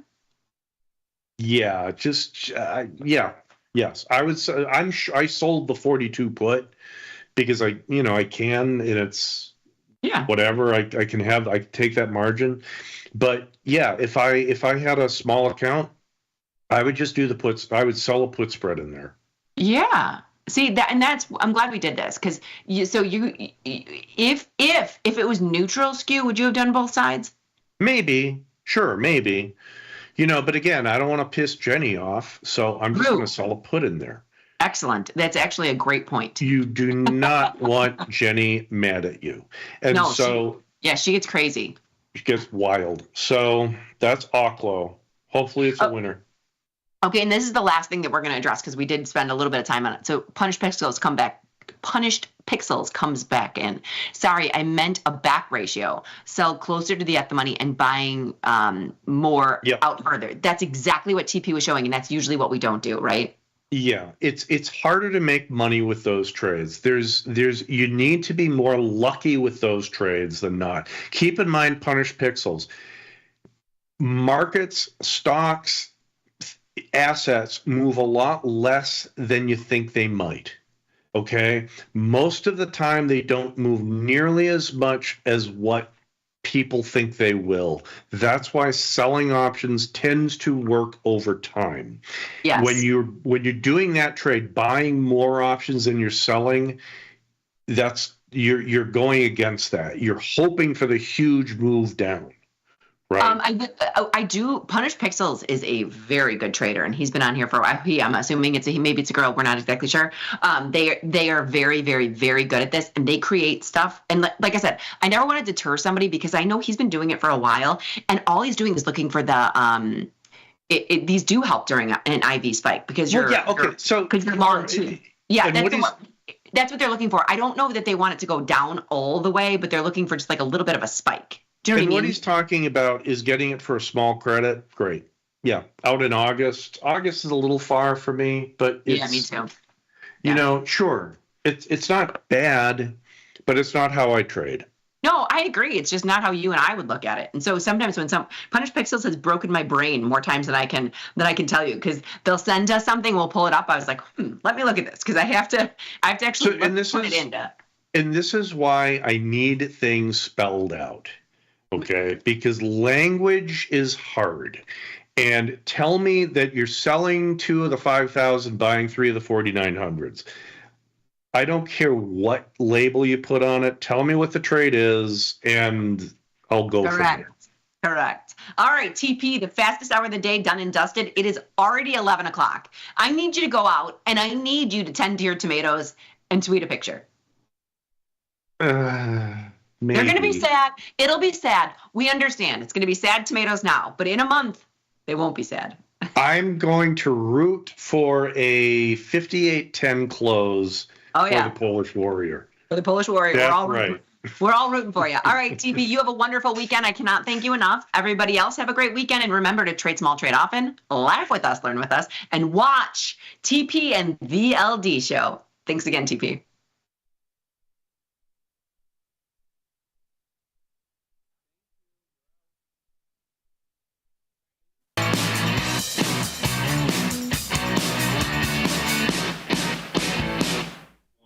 Good morning, everyone, and welcome back to the show. This is Option Trading Concepts Live. My name is Nick Batista. Got my man, Mikey Butler, and of course, Mr. Thomas Westwater in the house with us today for Thomas Tuesdays. And if you want to come join us, hop over to YouTube, type in Tasty Live, come to our channel, give us a like, and subscribe to our videos because it helps us immensely. But more importantly, just come chat with us live because we'll be taking questions throughout the show. Whatever you got questions on, from strategies, concepts, trade ideas, trade management, whatever.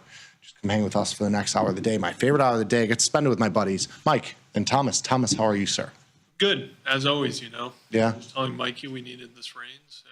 I know. We look like, if you're watching this, you might not think it's summer because we all have, like, I'm in corduroy. You got a sweatshirt. It's like 50 degrees outside today. Yeah, so, it's not summer here yet. No, yesterday was even colder. Somehow, I don't know what's happening here, but we're going backwards. Yeah. But yeah, had to bring my plants inside. Well, we were talking about his garden just thriving right now. Oh, is it? Mine's looking good. Well, the rain's going to help, so. Yeah. That's true. That's true. Yeah, the outdoor plants just starving for some rain. I know. Getting it today and tomorrow. Pretty sure it's supposed to rain like till Thursday. Ooh. If I'm not mistaken. And this weekend, not looking like golf weather, but I'm going to tough it out. Yeah, play on Sunday. Do it. Yeah, just got to get it started. Mind over matter. I try. Yeah, you got to get the swings in. Literally. Yes. What's going on in this market? Down 20, just another nothing day? Yeah, I would call it a nothing day. It's definitely been a little bit of a chop fest here to start the week. E-minis have had about a 43-point intraday range. We're near the lower end of where it's been trading. We got as low as 59.50, so about 10 or 15 points lower from here. E-mini's currently down 20 at 59.62. NASDAQ down 88. You got the Dow down 114. The Russell basically unchanged. Oil selling off a tiny bit, down 50 cents. You got volatility basically unchanged. Was a little bit higher in the pre-market. It's now come in pretty nicely here. It's down below 20. You got the VIX itself at 1794, below that 18 handle. Bonds down 12 ticks. They continue to get smoked day after day, it seems. And then gold and silver both catching a little bit of a bid today. Gold's up $48, silver up 52 cents. Bitcoin has been relatively strong, basically unchanged today. Bitcoin futures down 200, spots down 1,100, but it's been very, very strong. Very much a nothing day here. I don't know. You have, if it's because of, you have expiration tomorrow. You also have a long weekend coming up. You have Memorial Day, so Monday markets are closed. Maybe it's kind of a summer doldrum, going into the end of May, sell in May and go away, which is the subject matter of the cherry picks hitting inboxes right this second. So if you're looking and waiting for that, it should be coming right now. Maybe it's just kind of a lightening up after what has been a really nice rally from the low. I mean, we're 100 points off the highs. Do you make anything of this chop fest, Thomas? I mean, we went down, we've come up now. I think the market's waiting for something else to digest. Are the tariff impacts going to bleed through a little more than we think? I mean, there's people that are saying that. I think Jamie Dimon, Ray Dalio are pretty pessimistic on the outlook. So is that a Ackman, like, hell is coming type thing? Like it's always, when I see those, I always have like an air of like, okay, come on, man. Like, it's one thing to say that 200 points ago and then say, oh, it's a little bit better now, but I don't know. Yeah, I never read Ackman's tweets because you open it and it's a manifesto, and then you're like, I have to do things. So, yeah, and it's talk in the book too. So I feel with, I don't know, Jamie Dimon kind of, I guess he doesn't really have a book per se to pump, but I think he's got somewhat of a narrative. Yeah. Volatility's not moving. Until we see that change, I don't see the market going down substantially again. Yeah. We already went through the... It's not super low, though. Volatility. Volatility, yeah. It's not low for what we've been used to the last... Yeah. But it's not, it's not 7-point backwardation in the 30s like you saw in the, during the big sell-off, but... Yes. Yeah, I don't see it. I think the move in gold is a bit interesting. Yeah. I'm still long gold, so been clawing my way back on that, but gonna stay in it. It's a little bit of a, you think of the move in E-minis and Bitcoin, kind of risk on, and then you have, bonds getting killed, which is rates going higher. You think that would be like the ultimate gold short situation. Like that is, you got, all the high flying stuff moving, you got rates going up. Why would anybody hold gold? And it continues to be, pretty strong. I know we've come off highs, but it seems like it's a weird market. It's kind of very odd to see that. Oh yeah. I think like safe haven, there's some price safe haven. People are like, equities have had their rally now. Maybe gold is sustaining. So I don't know if it makes sense to sell gold here, but I'm going to keep mine. I like it. I did a little bit of a gold trade, and I do have some upside play in gold here if we continue higher, about another 50 points on the gold future. So that would be nice. I do want to highlight very quickly for everybody that loves us and loves this show specifically. Please go to the watch list on either the web-based platform or the desktop platform. Go to our Forex here. Go to all Forex, and if you click on the any of the pairs that are listed there, you can join the wait list for TastyFX. Even if you don't plan on opening or trading these products, do this for me. This is my job security. So if you like me, do this for me. Just click the button. Just click one button, and then your email goes in. You'll get an email once we launch, and it's cool. I mean, like, why wouldn't you want to have access to it if you so choose to trade them? Yeah. You never know when you might want to do a New Zealand Canadian dollar pairs trade. Yeah, and I mean, the nice thing about Forex pairs, as long as it's a major somewhere in there, you're getting a lot of liquidity. Yeah. The U.S., the futures, they have the currency futures have their points in the day where they get a lot of liquidity. The currency pairs are pretty much always trading. There's a few lulls during the day and night, but you get good tight spreads. Yeah, I know Thomas will be looking at those, as well as Ilya and Chris, the three macro boys will definitely be our go-to source. I mean, I'm gonna be trading these. Yeah. I mean, you get a ton of leverage. There's a lot of variations here. It's going to be fun to trade these. So I'm excited to learn a little bit more about them too. The Turkish lira, that's a fun one to trade. That one? That is volatile. Yeah. I mean, what do you think that the implied vol on that is? Like on a the lira, it's got to be. It gets way up there. I mean, the moves there are insane. Yeah. All right. Yeah, and you can check out all pairs, emerging USD pairs, popular non-USD pairs, and then popular USD pairs if you want to separate them out. But yeah, can't wait. It's going to be great. Yes. Yes. And on the web-based platform, you can chart them too. I don't think that's available yet on here on the desktop. But if you're looking to see, some of those moves, you can pull those up on the web-based platform, which we'll start using a little bit going forward too. Yeah, next rate cut is projected to be September now. Yeah. Are those the biggest Forex events? Yeah, central bank decisions, pretty much. Yeah, that's kind of the biggest. Yeah, that'll be fun. It's all about those yield spreads. Yeah, get your yield while you can, people. Get your yield while you can. We don't really have any economic data coming out this week. I don't.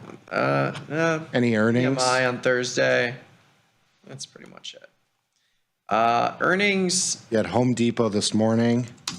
It's basically unchanged. It was up like $5 or $6. Are there any after the close today? There are some after the close today, but I think the more interesting ones are tomorrow. Okay. So tomorrow is your Chicago suburb special. You got Target, you got TJ Maxx, yes. You got Ross Stores.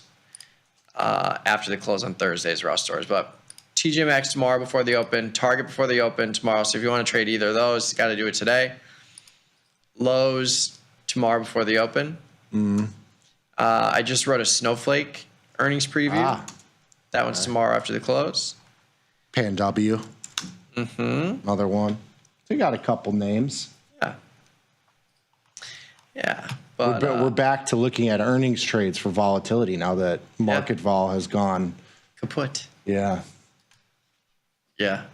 I don't know. Cool. We'll see if we get some vol back. But yeah, heightened vol at 20 just tells us that intraday ranges will be wider. Nothing crazy. You wrote one on Snowflake though. Yeah. Up, down, sideways. What do we think? I think up. Up. Yeah, they have.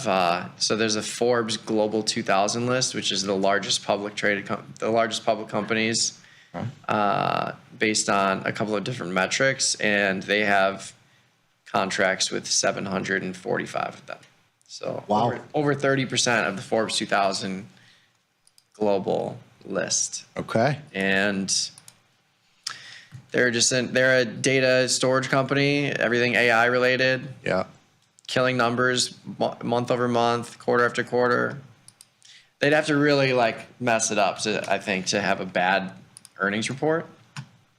But doesn't mean the stock can't go down. They can post good numbers and the stock can drop. So, but I'm sticking with the up and to the right for tech stocks.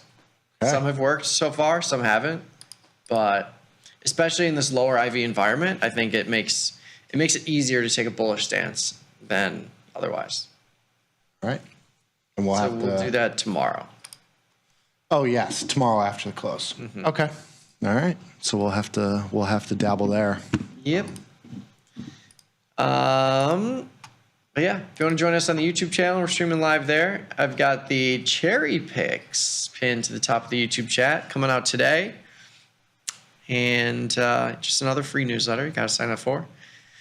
Yes. But yeah, we've got some content related to the Japanese yen coming right up here. What are you thinking here?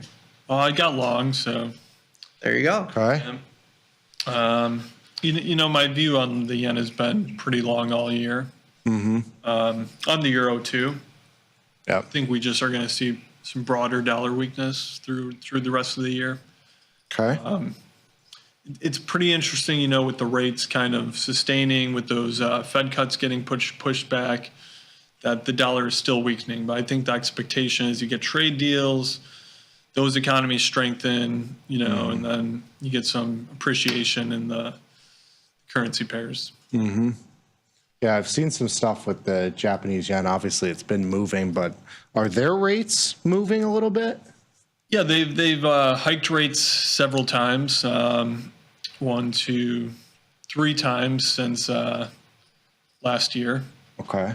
And we're expecting, I believe, 2 more hikes this year. So we kind of, let's go to the first slide first. We'll look at some of this. Cool. Let's do it. Japanese yen. So this is their inflation.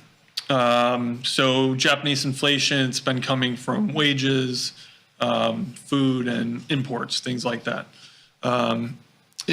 As you can see, it's been a pretty big uptrend since November. We went from being sub 3s all of last year, and then December we really made a push up. January we got to 4%. We're still at 3.6. So the last reading for March came in at 3.6. It was a little under expectations, 3.7. But it's a clear trend that Japan is seeing some sustained inflation. That's been partly from labor talks. They have a lot of unions over there. They negotiate wages. The wages have gone up pretty significantly. Food prices have gone up significantly. And then this trade war is making things more expensive as well now. The one thing is the BOJ did cut its growth forecast, so that relates to the tariffs. That's kind of not unique to them. We've seen a lot of growth forecasts cut everywhere in response to the tariffs and everything. Let's go to the next slide. We'll look at this is Japanese interest rate. This is both these charts are from Trading Economics. I meant to put that citation on there, but just want to say they're from the site Trading Economics. So we've had 3 rate hikes, since last year. 0.5%. We're in the negative rate regime for years and years in Japan. They just had deflation. They had to get the negative rates. Then you get, the carry trade of last year when that blew up. Things like that happening.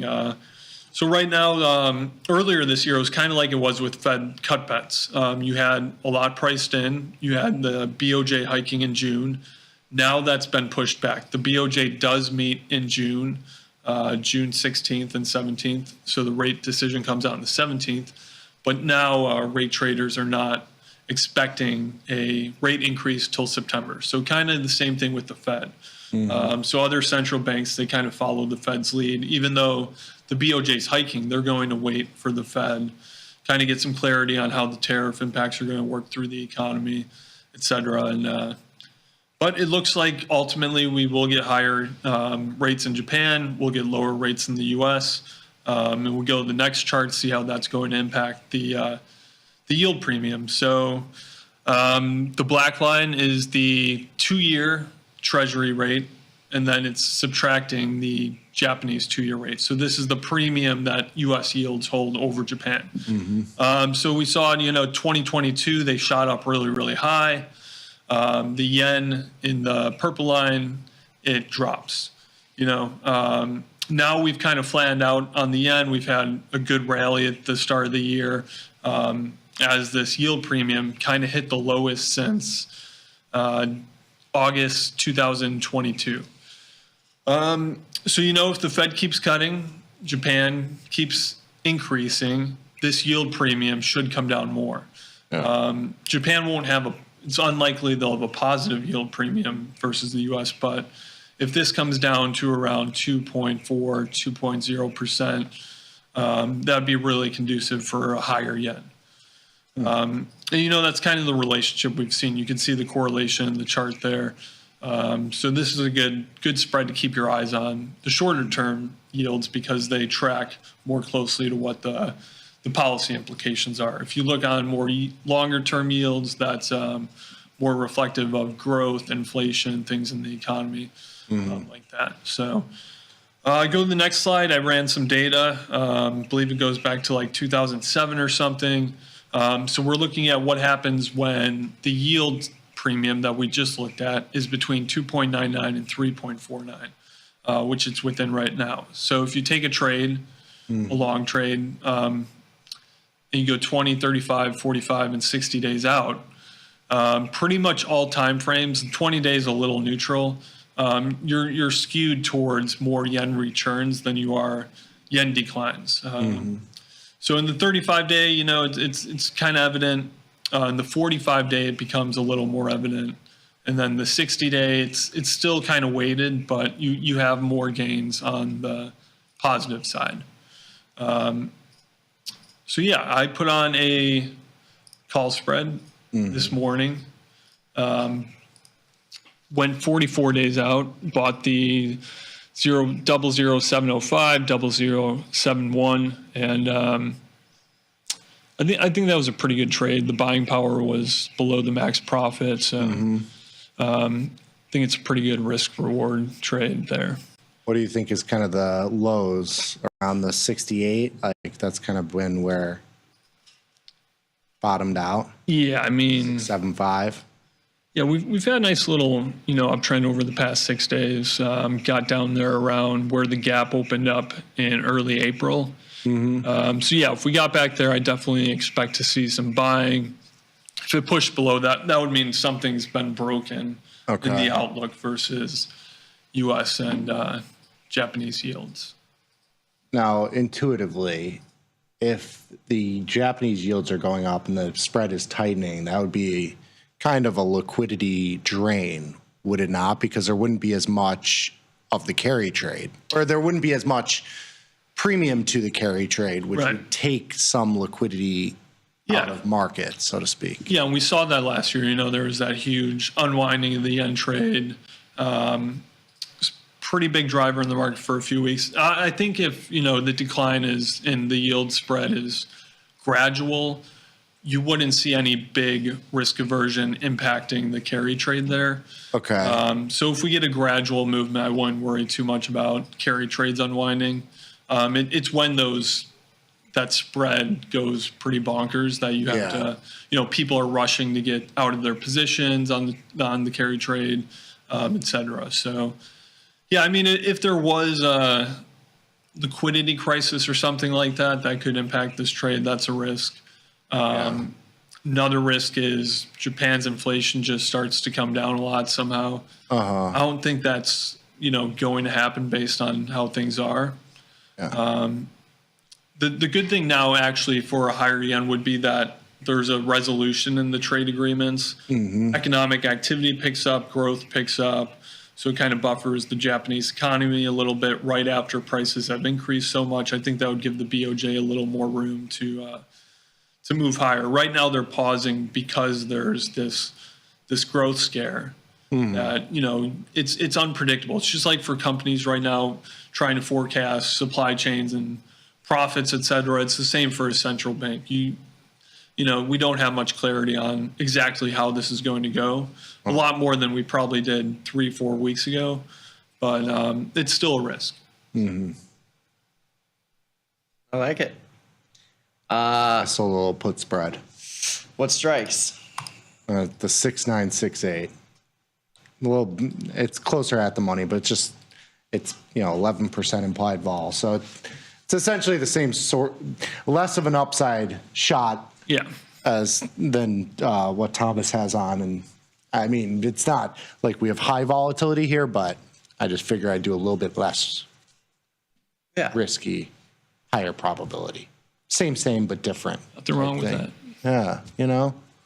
I did the 7-15 long call spread. There you go. So you're right at the money. Yeah, in the 44-day. Yeah, $600 debit. Max profits twice that. So if you get a rally, I'll just take it off. Take a couple bucks out of it. Yeah. I like that. Oil being kind of flat, doesn't that help the inflation numbers in Japan? Aren't they like a major? They're a major importer. So this is good. That's a good thing for at least keeping the inflation numbers definitely where they are. Yeah, I mean, oil's interesting. The Iran-U.S. talks have kind of hit a pause or impasse. Yeah. Shocking. Yeah. The thing is, you're hearing conflicting things from what the U.S. is saying and what Iran is saying. Of course, they'll say different things until the actual deal is hashed out. But, it looks like they're at some roadblock there.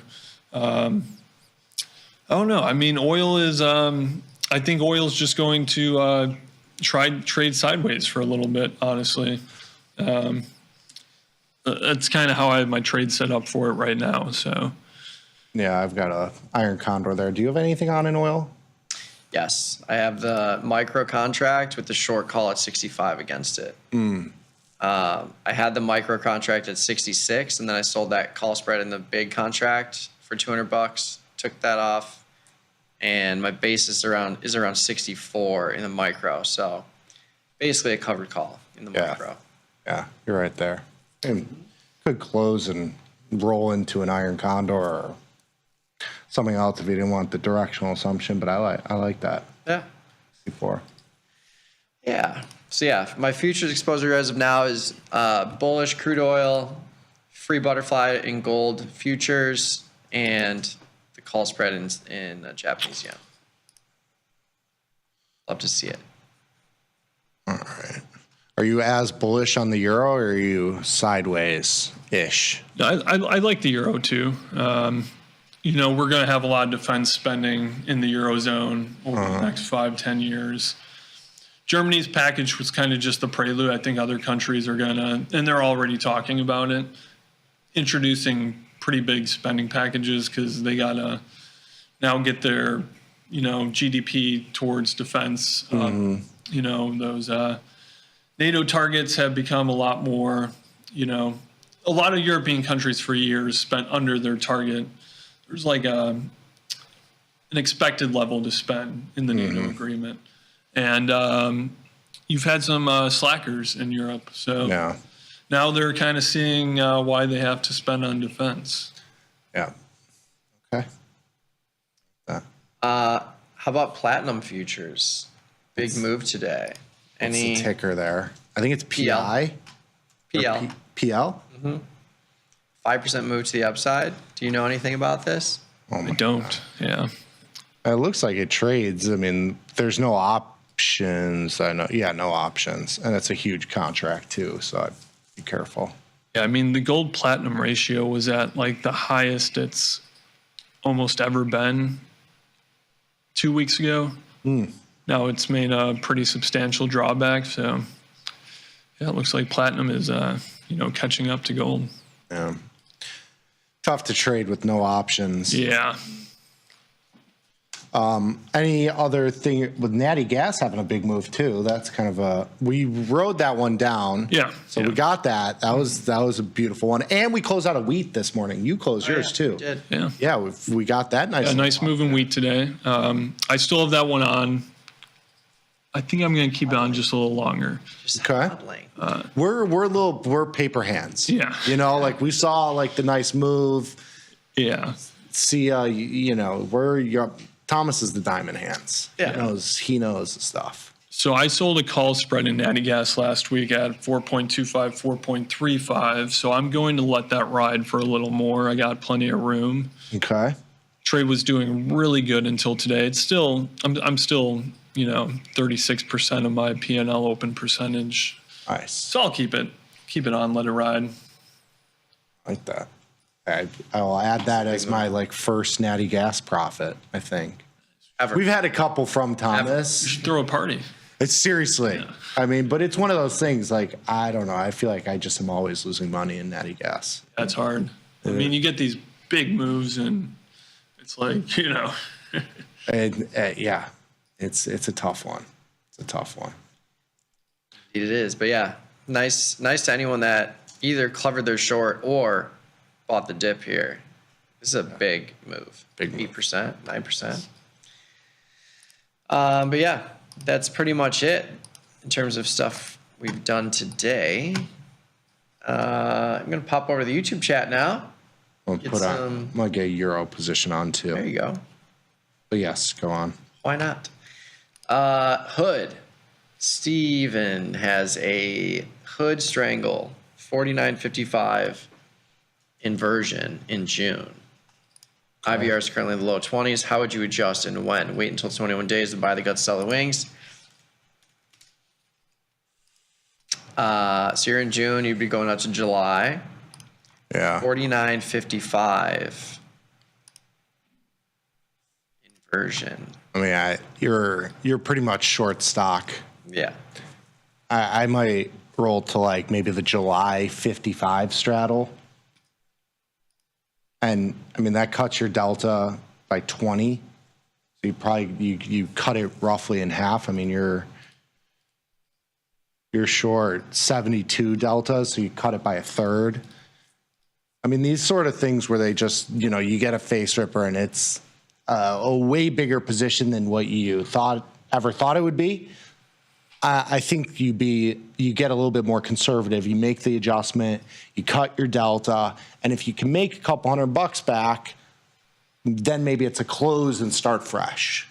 Like sometimes you just gotta, bite the bullet. I think that's sort of what you do here. Yeah. And the 21-day thing is like, it's really more about gamma risk. But when you're deep in the money or you see this thing just ripping higher, you're like, you got to do something. Yeah, you got to look at your delta. Yeah. The delta move is going to be much more impactful than waiting until a specific day, like 21 days. But yeah, the good thing is with IV rank at 20, you still have 70% IV in the product. So the IV rank of 20 means a lot less than if IV itself was 15% or something like that. You can still do a lot of different things here because the IV is higher. So yeah, you could roll to a 55 straddle. You could roll to a 50-60 inversion in July, pick up $3 almost in credit. It depends how much credit you have now. That would make it easier to make the decision. But you can widen the spread. You can widen the inversion and pick up $3. You would probably be over $10, assuming you have more than $6 in premium right now. Yeah. And that just brings your strikes much closer to the current price and gets extrinsic value in both of those strikes, which is the key here. Yeah. But yeah, to Nick's point, looking for a sell-off here, get back couple $100. Maybe you close it and reset. Yeah. But yeah, I would be making a move sooner than later. That's another point is it's done nothing but go straight up for the last week. If market's a little bit weak right now, if there's a couple point down move here, then you have to make a decision. Yeah. Like you can't watch a $3 down move, $5 down move, and then say, oh, I'm going to wait because it's going to go down even further. It's like the same sort of thing here where we had a couple down days from 63 to 59. That's when you got to kind of make the move, bite the bullet. Yep. Tough position though. I'm going to adjust this euro position. There we go. Nice. How am I adjusting the Expedia position from earnings? There's not much to do. I already rolled into a calendar spread, long July, short the 17-day. So I'm literally just going to wait and see where we're at 17 days from now or close to that. If we get a move up to 175 in the next week or two, that'll be a great position to be in. It'll probably be a scratch if we get that move. But if it happens sooner, I'll buy back the 175, roll it out to like a 30-day cycle or a little bit further and re-diagonalize it. But ideally, we get a move drift higher over the next week or two. But right now, there's nothing to really do with it. Yeah. Target earnings may be weird with all the boycott stuff. I mean, all the earnings are weird. You have tariffs, you have boycotts, you have all sorts of stuff. Interest rates, AI. There's any sort of buzzword you can hear. How can someone take advantage of a carry trade? Can a retail trader do a yen carry trade? FX?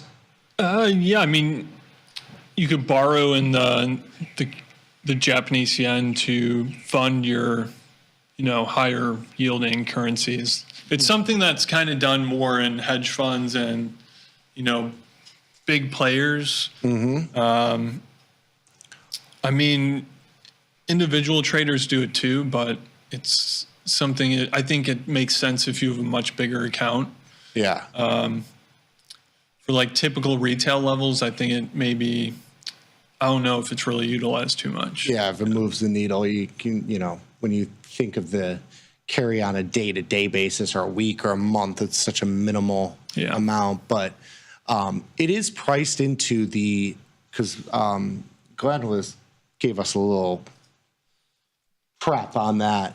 It is priced into the spot FX markets, though. Mm-hmm. Like you get that credit or debit in the on your holding of it, so you can kind of do it via those, I would think. Yeah, that's how it works. You're borrowing one to fund the trade in the other, or going long short in the currency pairs. So it's something that if you're trying to actually produce profit from, you have to have a lot more money. But it works the same way on a smaller account. It's just if you're doing that for the goal of creating that interest, I'm not sure if it's worth the time.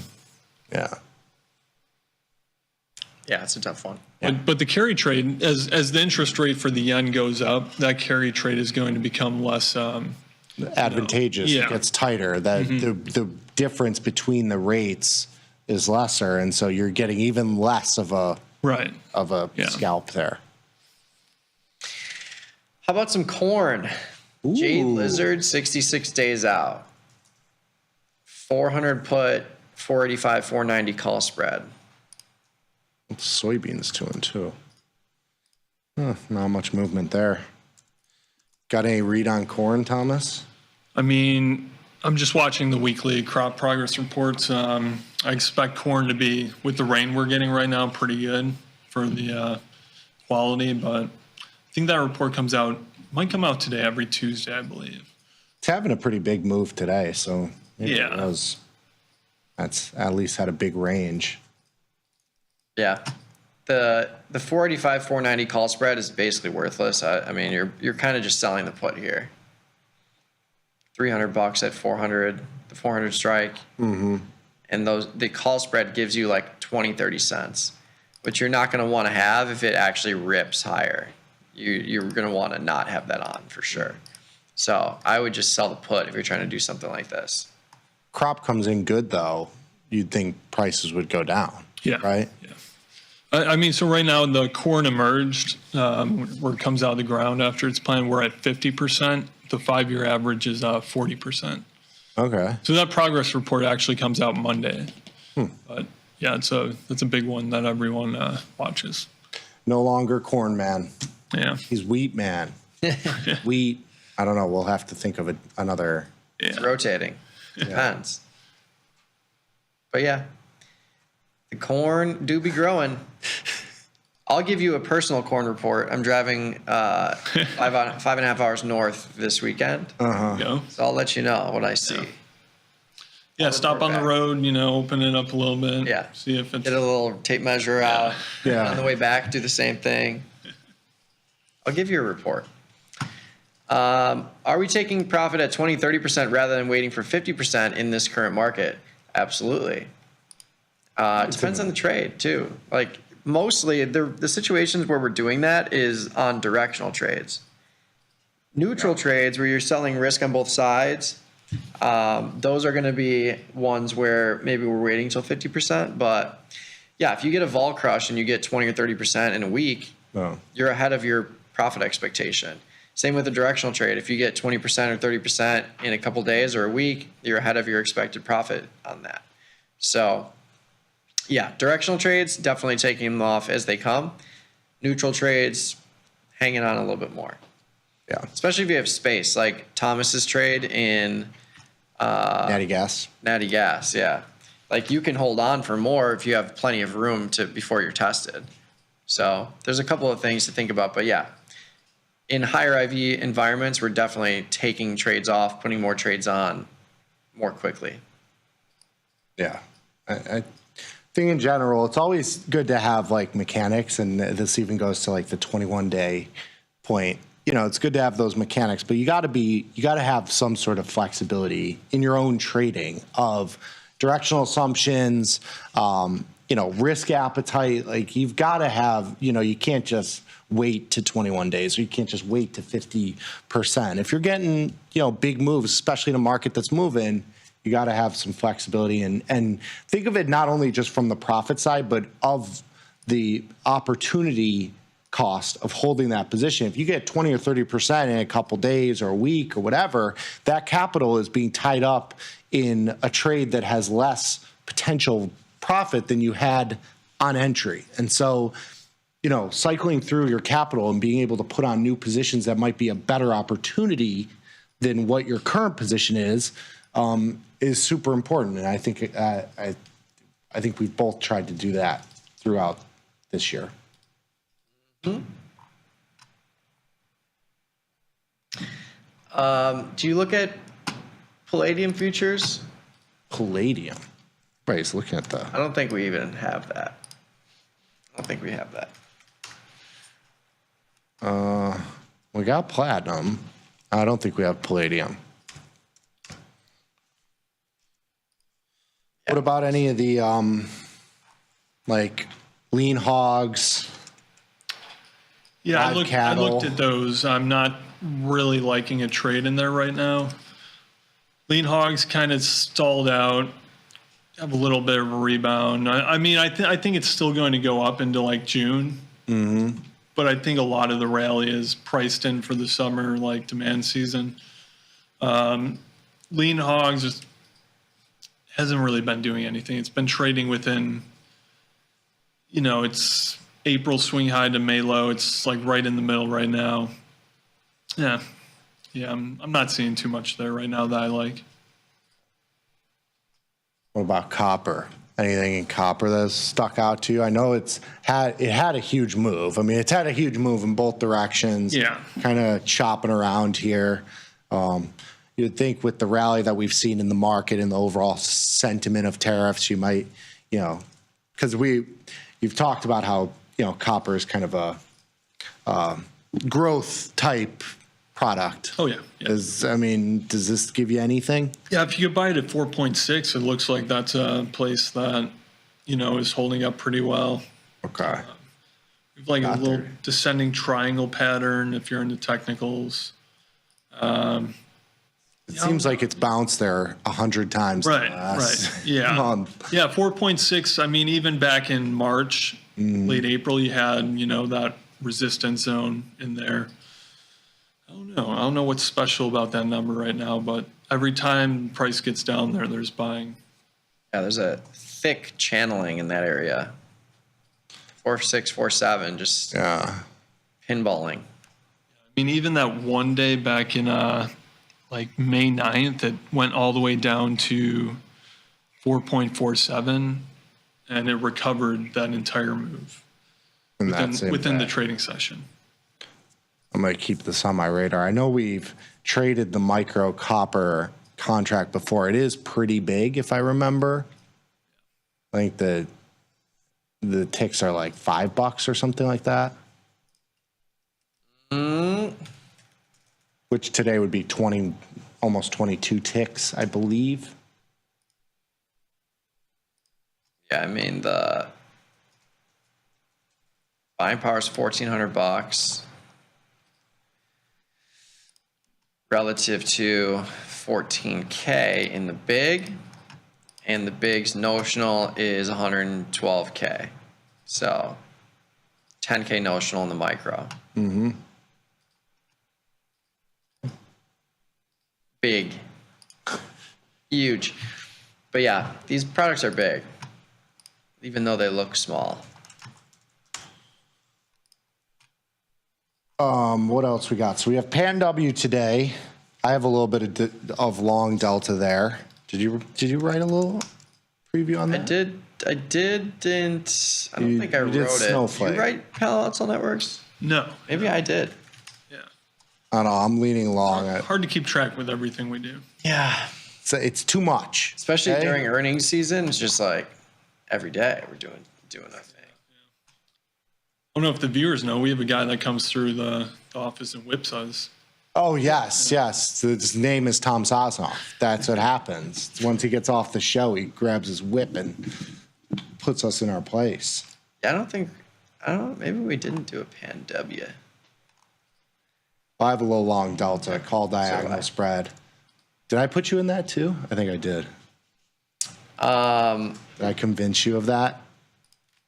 The cybersecurity stocks have been hot. If you look at like CrowdStrike, Zscaler. I don't have one in Crowd. I do have one in Pan W. Okay. I have the June. I was giving you an out to say, yeah, you put me in it so that if it goes down, then you can blame me. But I don't have a position on it, so there's nothing to blame. Oh, I thought you said you did. Pan W, I do. Yeah, Pan W, that's what I'm saying. Oh, yeah. I thought you were talking about CrowdStrike. No.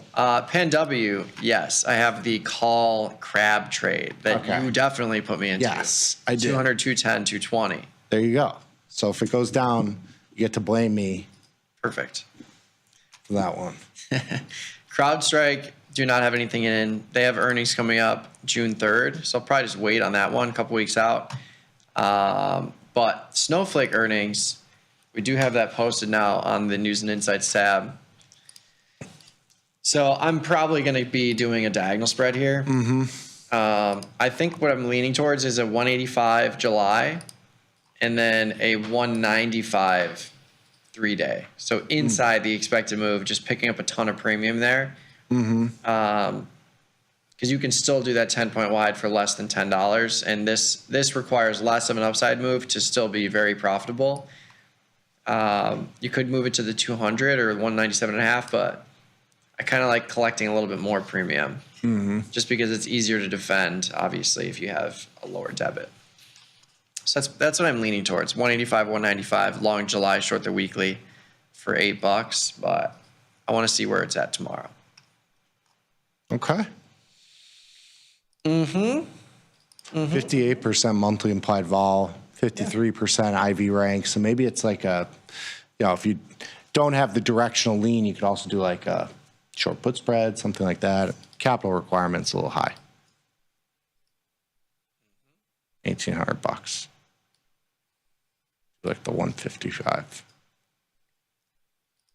Scott wants to know who put me in this calendar trade in Pan W. That's me.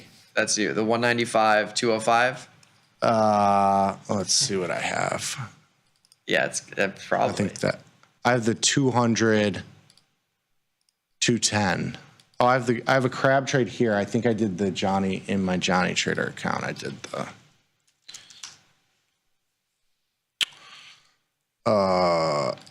Yes. 195, 205. Yeah, 195, 205. So that is Nick. Yeah. Via the Johnny Trader account. Yes. Yes. But yeah, it's a 10-point wide for $6. Gotta love it. $5.60, not even $6. Especially if it goes up. That'll be a $500 winner. Yeah. Well, we'll see. Or around there. Yes, I did put you in that. But yes, earnings after the close today. So that's going to be fun. Was there anything else moving today? What do we got? Moderna, Dollar Tree.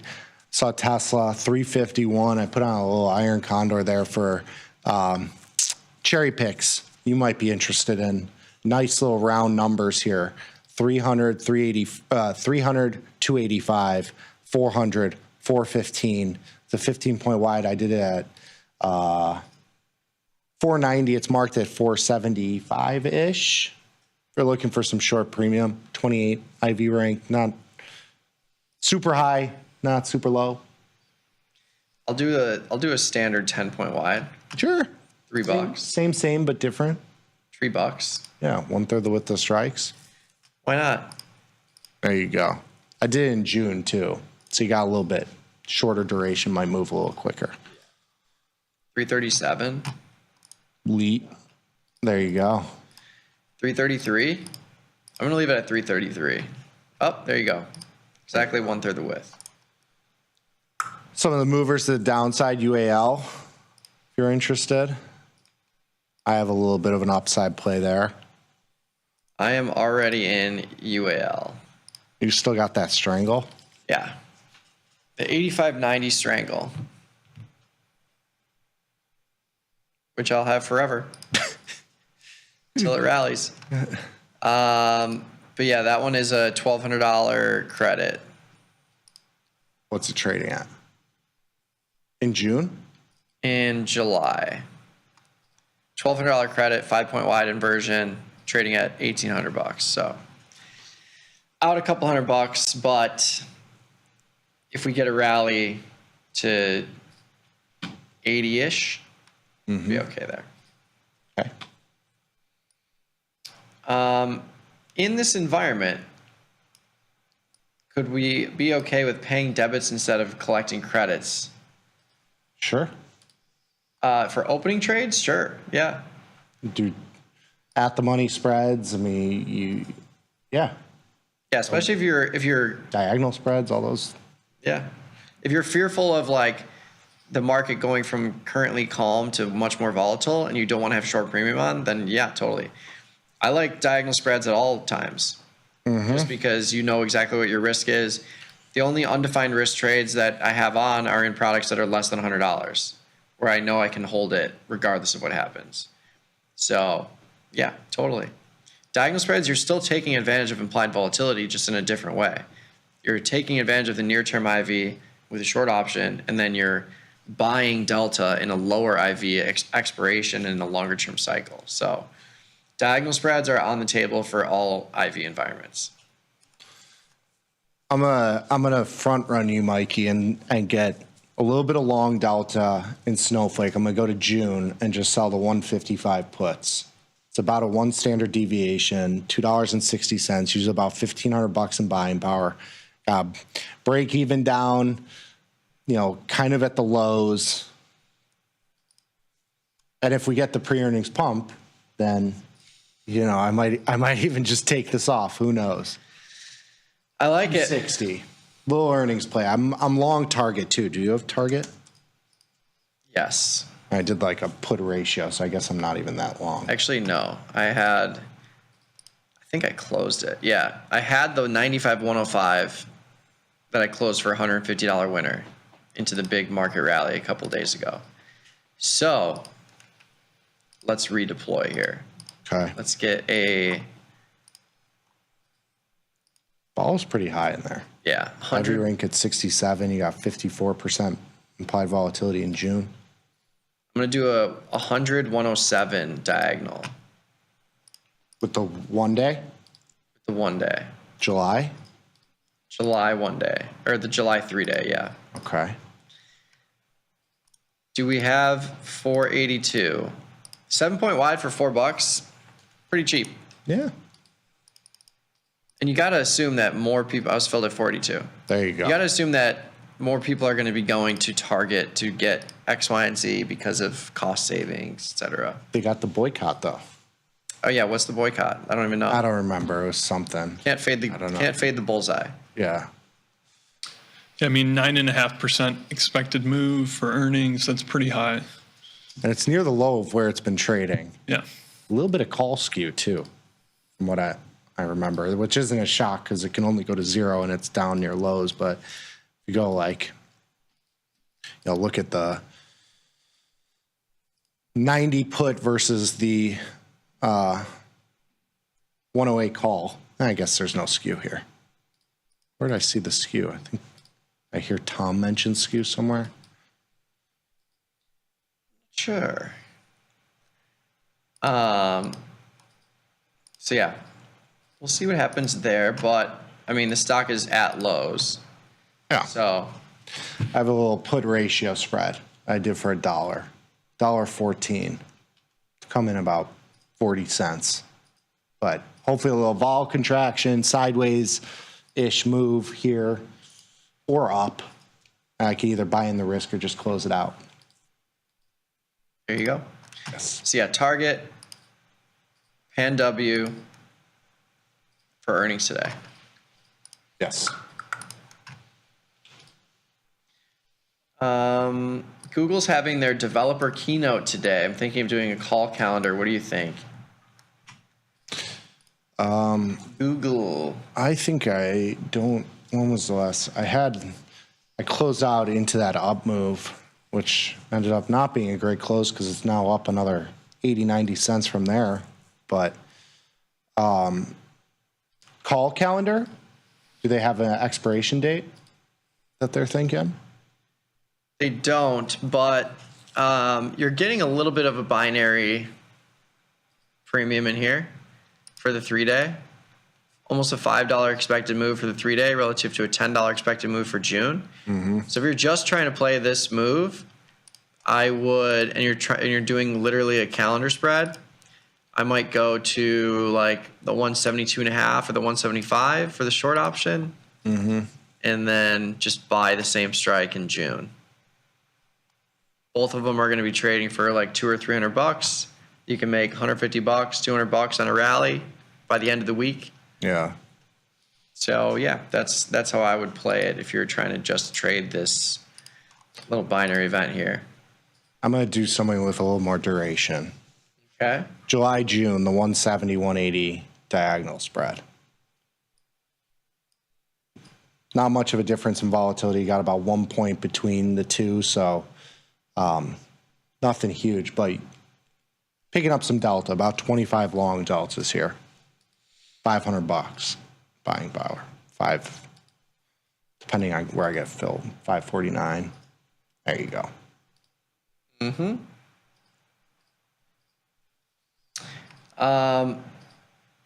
IBIT puts at 45, June 20th expiration. Any ideas how to neutralize this without taking on much more risk? Or thoughts on IBIT movements with Bitcoin rallying? Well, IBIT and Bitcoin will move in lockstep with one another. Yeah. So if this is a long put, it's just you just have a lotto ticket. Yeah. The 45 strike 31 day. It's trading for 16 cents per contract. There's nothing you can do to neutralize your risk here without adding more. Yeah. If you sold these, you should be peeling those out. Yeah. If you sold them, then there's not much reason to keep it on. Yeah. Yeah, you can't do anything there. I'm leaning a little bit short into this move. But I've been scalping out of put spreads, and Bitcoin's like at highs. You still got some long delta. I will always have long delta. Long and strong and everything. Long and strong. If I'm testing to the upside, I'm doing the aggressive move and not rolling up the puts, just moving the whole spread up. So I did that last week. I had a 55-60 strangle, and I moved it to a 60-65 strangle for a small credit, just because of where the strikes were. But that's the plan. I don't want any upside risk in here, or upside delta, or should say downside delta in here. So if IBIT goes from 60 to 65, and I'm not rolling out in time, I will just shift the whole spread up. It's been a great trade so far, just because we had a really narrow chop for a couple months, and we were just picking up premium the whole time. So the IBIT premium is at $1,500, which is another reason why I'm just going to be really aggressive and keep moving the spread up, because wherever I move my short put strike, I have 15 points of wiggle room to the downside, which is a lot, 30% with the current price. Last one on beta weighted delta. Sure. Portfolio beta weighted delta can vary based on portfolio size. What beta weighted delta would you consider bullish, neutral, and bearish? How do you adjust based on portfolio size? Well, the only answer is to do it by percentage, because that adjusts for portfolio size. So I would say within 1%, you're neutral. Within 5%, you're leaning directional. Of the account size. So 100K account, 500 deltas either way, you're a little bit leaning that way. Within 1%, you're very neutral. Yeah. Yes. But really within plus or minus 500 deltas on a 100K account, you're still pretty neutral. I think you just look at it from a notional perspective. Think of it as if you're just cash equivalent in SPY shares. That's like the minimum delta I would want in either direction. So you got, with SPY at 60 or 600-ish, and you got 60 grand, you should have 100 deltas in either direction. Like, that's neutral. Yeah. That's like nothing. Yeah. But plus minus 5% of your account size in delta is pretty neutral with a slight lean. Yeah. That's it. Out of time. Time to eat some Mexican food. Taco Tuesday. Is it Flaco Taco? Yeah, it is. Yeah, it was a good guess by me. Very good. Donnie asked. I know, he did. I said, it's got to be Flaco Taco. I feel like we get that like twice a month. Yeah. It's great. It's good 3 stuff. times a month. If you want to reach out to us on Twitter, you can do that. I'm at Trader Mikey B. Nick's at Trader Nicky Bat. Thomas is at FX Westwater. we're all bullish the Japanese yen. So wait 3 days. Yeah. We'll post those trades to the Taste Trade follow page if we haven't already. But yeah, stay tuned. We got plenty more content coming your way on the YouTube channel as well as tastylive.com.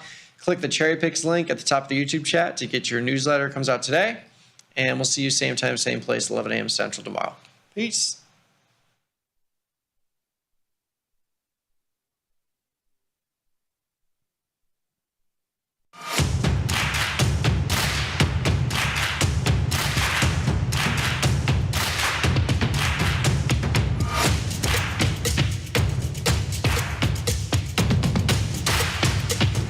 How we respond to the most difficult situations is ultimately how we learn to build on our successes.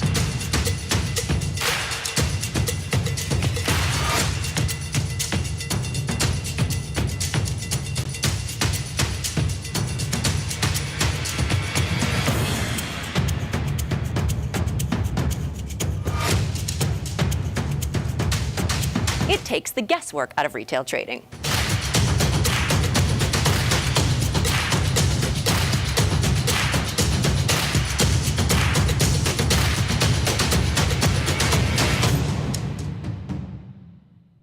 Tasty Live's godfather of options, Tom Sosnoff, is grabbing his passport and taking this show international.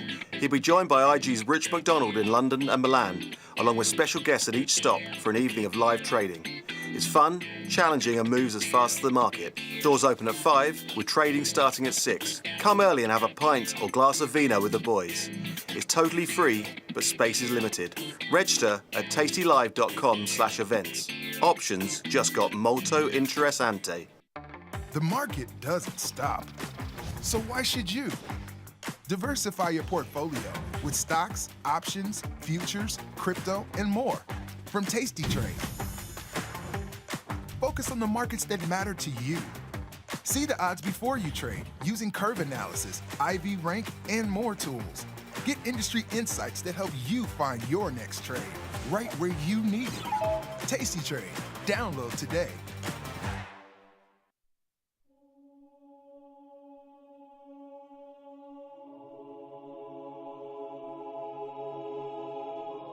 I'm running Snow Leopard with this.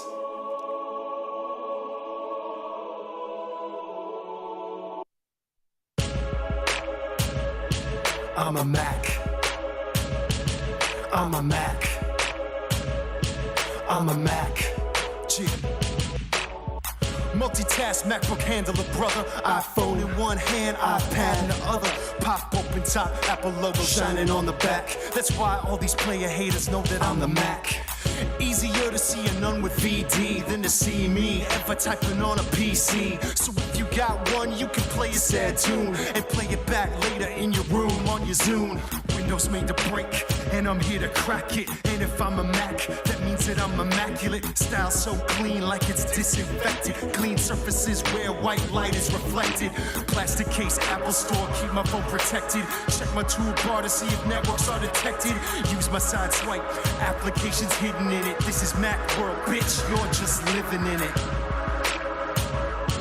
I'm a Mac. I'm a Mac. I'm a Mac. I'm a Mac.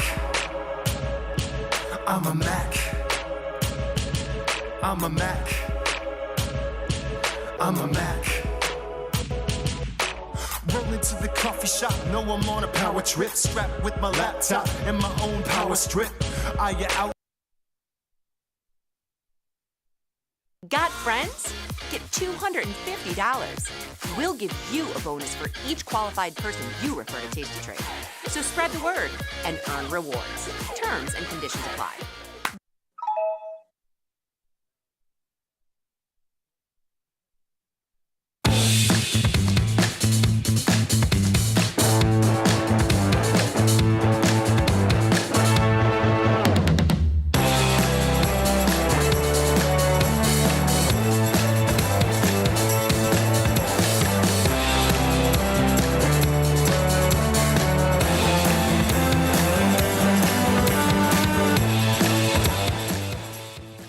We are back. It is Friday, May 23rd, 2025. This is Futures Power Hour, sponsored by CME Group. I'm your host, Chris Vecchio, back for a third time this week. Ilya Spivak. Ilya, I thought we weren't having any more tariffs. It's all working today. As I opened the markets up this morning and saw what was going on, I was like, well, must have been a growth scare. Look at this asset mix. And sure enough. A few weeks ago, we heard no more tariffs. Paul, we can go to the slides. That was actually we didn't hear that the right way. It was actually no, comma, more tariffs is what we're doing here. Ilya, 50% potentially against the EU, which we'll get into that in a moment. 25% against Apple, which I suppose if you didn't want to buy a Samsung phone before, you now have a reason to, because Samsung, a foreign company, only gets it with a 10% tariff on their phones, while Apple, an American company, gets it with a 25% tariff. The market doesn't seem to be taking this seriously, though, I think is the real perspective here. Stocks are down. They're not down nearly as much as they were. They're not down nearly as much as one might surmise. It feels like this is a boy who cried wolf type of market reaction from my vantage point, Ilya. What do you think, even if everything's working today so far? I mean, we kind of heard this. So what's interesting for me is that the markets are reacting, because the president said this a week ago too. Right? He said, in fact, with the announcement after the meetings in Geneva, where Bessent and Jameson Greer, the U.S. Trade Representative, went to Geneva and had what the president on his socials called total reset. As he was talking about those things, he said, "Oh, and by the way, we're still going to have pharmaceutical tariffs. We're still going to have these kind of tariffs and these kind of tariffs and those kind of tariffs." This is not unexpected, or shouldn't be. But the markets were so hopped up on the fact that we walked all the way up to the edge, peeked our toes out a little bit and said, no, I'm not going that way, and backed up. They've just been so exuberant with that idea that, as usual, speculation got over its skis, the markets overshot, and we forgot the world in which we live. You and I have been talking about this for a while. First of all, you got to leave the bride at the altar before you get the final deal done, based on the president's MO for negotiations, so this was not unexpected.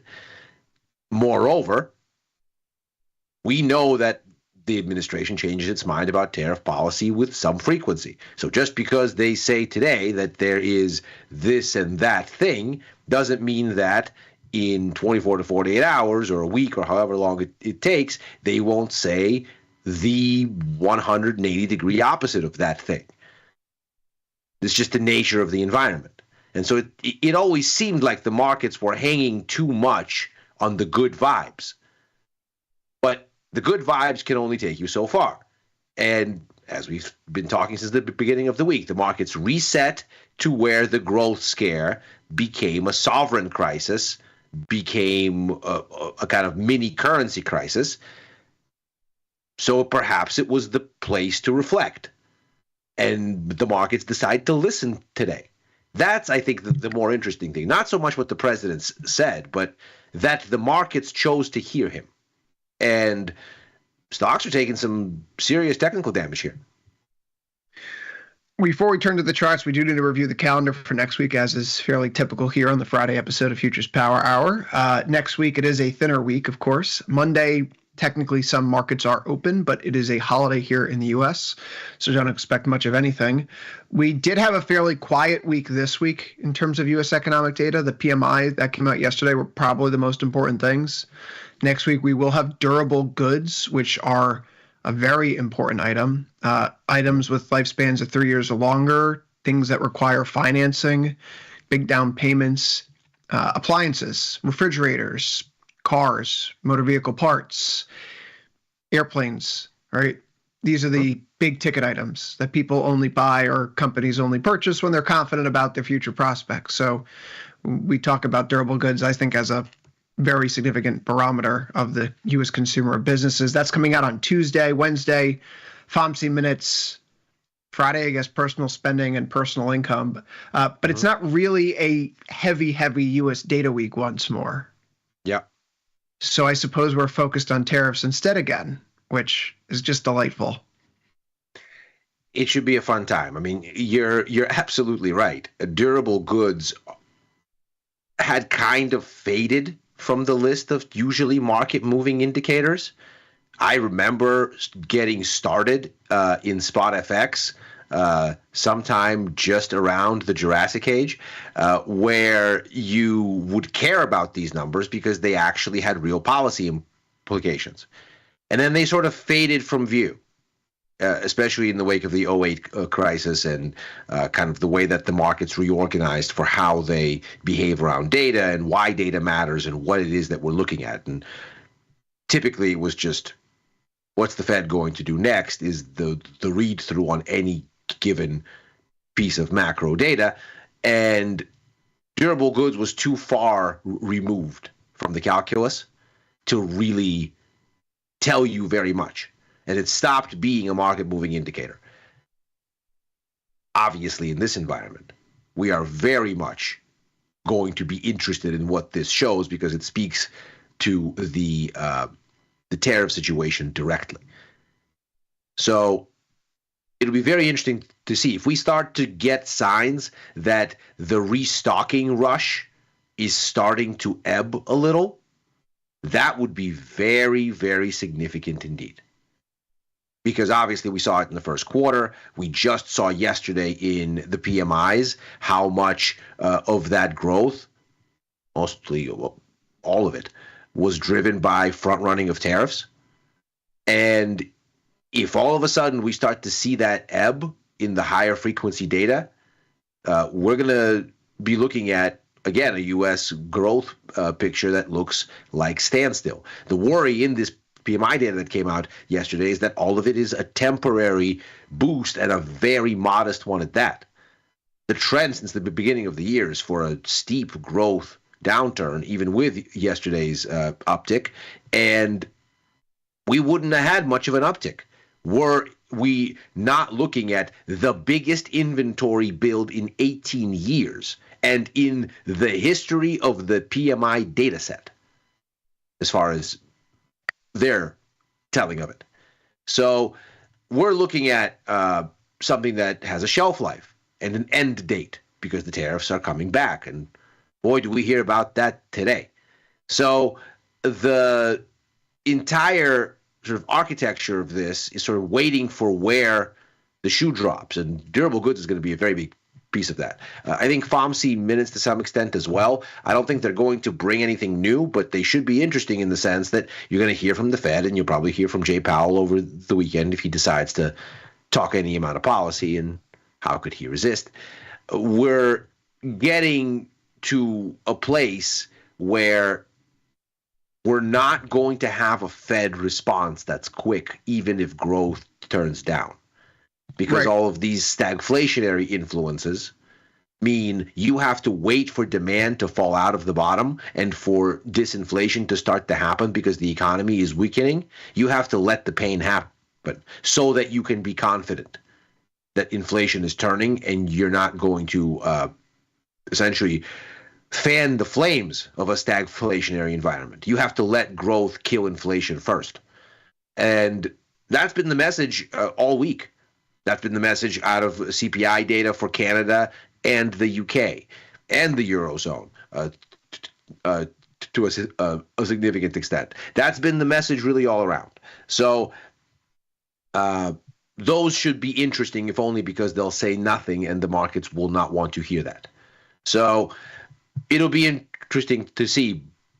But this week, we started saying it's a thin week for data. The markets have to select a default. What default will they select? That will tell you where their mind is when chasing event risk doesn't cloud their judgment. The markets chose. The direction's down. Let's turn our attention to what's happening in the stock market here today. It's not on the calendar for next week, but I suppose it's a macro risk as any. Nvidia earnings are on Wednesday. That's probably should be on the calendar. It's not an economic event, but it might as well be one of the top rated event in the days ahead. Stocks here, though, struggling a bit today after the tariff news. S&P only off by 0.56%, though, right now. That is meaningful because this morning, currently sitting at 58.23, we did hit a low of 57.56. So that is a rally off the lows of about 1.5% right now. NASDAQ. Take a look at an intraday chart because the way that this back and forth is working is very interesting. This does not. We'll get there. We'll get there. I'm still doing my whole intro thing. Okay. Do your thing. Do your thing. All right. So like you have your S&P. As I see it come off the lows and the nervousness gets it. I'm like, oh, it's still good. It's still good. It's just a little bounce. It's still good. It's still good. NASDAQ here likewise doesn't quite get to its 1 month, but it does bounce nearby, and you could see the highs that we have from late March. It doesn't quite get there either. The Russell, surprisingly today, is not the weakest of the bunch. That has been one of the hallmarks of trading this week, where the NASDAQ was ahead, the Russell was lagging. If both were down, that was the case. If both were up, that was the case. Today, substantially off the lows here, only up by 0.27% right now, and pinned up against that 1 month moving average. So kind of looking like a hold still. It fell there Wednesday, doji yesterday, today, big, long lower wick. Ilya, there is just a general idea here about how we think about Trump's threats. 50% tariff against the EU is not nothing. A 25% tariff against Apple individually is not nothing. But if you're going to threaten people, you have to actually deliver on your threats now and again. Otherwise, the barks we know they just barks. They don't have any bite. Sure. And Trump over the past 6 weeks has done this thing where he barks a lot and then ultimately backs down. The tariffs that get put in place are not the 145% against China. There's a 90-day pause. And so I can't help but feel like the market's looking at this today, and as we've seen in some of the reporting coming out of Europe, they're like, okay, let's not say anything publicly. Let's wait to have the conversation with them. He wants to have a conversation. This is trying to get us to the table faster and move the negotiations along. Let's not overreact. So, I mean, there is that lining for stocks here today where traders have been punished over the past few months. If you panicked and didn't buy the dip around these headlines, they ultimately resulted in not the worst case scenario. So stocks did go back up. I don't know if we're going to close green today, but we could close green today is my sense of things given how this day is unfolded. I mean, it's possible. It's certainly possible. I would sort of lay it out in terms of there being two streams here. There is the, oh, good, he stepped away from the brink stream. And we obviously see there's a ton of optimism around that since the lows in early April. Like, oh, good. Market discipline does work. This isn't just burn it all down with reckless abandon. This is something that has a pain point. Oh, good. And then there is the operational reality of what there is, short of stepping off the ledge of utter chaos and an utter collapse of the global commercial order. And that is an average tariff that has gone up fivefold, certainty that has been non-existent, policy changes that happen very, very fast still, and consumers that are tired of it because they don't front run like they did in March. They don't come back and do that in April. They stay defensive. And without consumers, none of this works. The economy is powered by consumption. So the reality of the situation is the markets have come a long way on these basic ideas, on the premises that this is a negotiating tactic. He is not going to blow up the world economic order. I don't think we're still answering that question. I think we've just answered it all the way on a trip from 4,700 back to 6,000 on the S&P. That's in the price. The question now is, what is the cost of what is there? If a currency crisis is not what's there, if a sovereign crisis is not what's there, and we've undone that, the Moody's downgrade is almost like a perfect cherry on that sundae. Like, oh, they've downgraded us. Obviously, this is nonsense. Obviously, the markets have already voted that it's nonsense. So that much is in the price. One wonders if Moody's would have said anything if the markets hadn't unclenched already, lest they be charged with holding the bag. I can only imagine what would happen if Moody's downgraded in late March, early April, as the chaos was unfolding, which would have been the time to do it. That would have been the courageous move, more so, to kind of check the situation in real time and say, you're going to destroy the U.S. credit rating with these actions.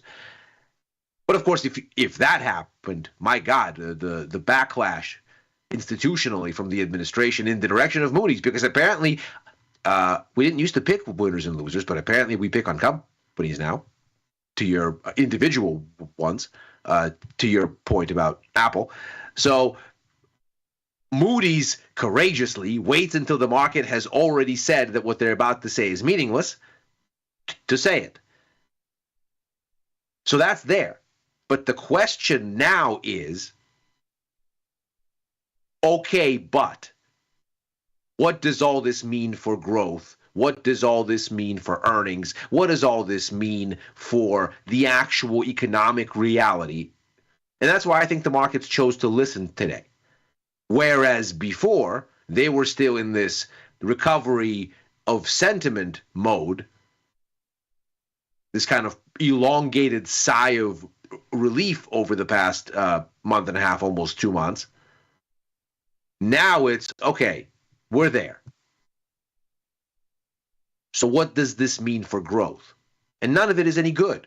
And we're seeing it in the data. So I think at this point, you can't necessarily hope to get an unclenching just because the market realizes, oh, he doesn't mean it. I think the market knows he doesn't mean it in its most extreme, but that the thing he does mean is untoward. When you think about growth, when you think about inflation and consumption, and of course what that means for growth and for earnings.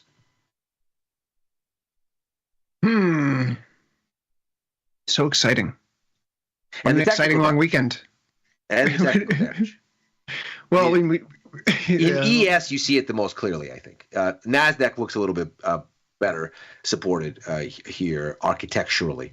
But the ES chart on a 4-hour, on an 8-hour looks absolutely awful. Because what it looks like is you've already made the breakdown, and now you're just retesting. Which, if you fade into the close from right here, then that'd be bad news bears. Yeah, you've done your intraday retest of former support become resistance. The break is in. By the way, we can see on this 4-hour chart, we already had one retest candle that failed already today. And we can see how this is starting to wick up. It's not exactly a story of potency to the upside here.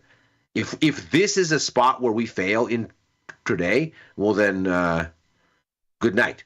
It's going to look like a correction in a down move that's about to unfurl.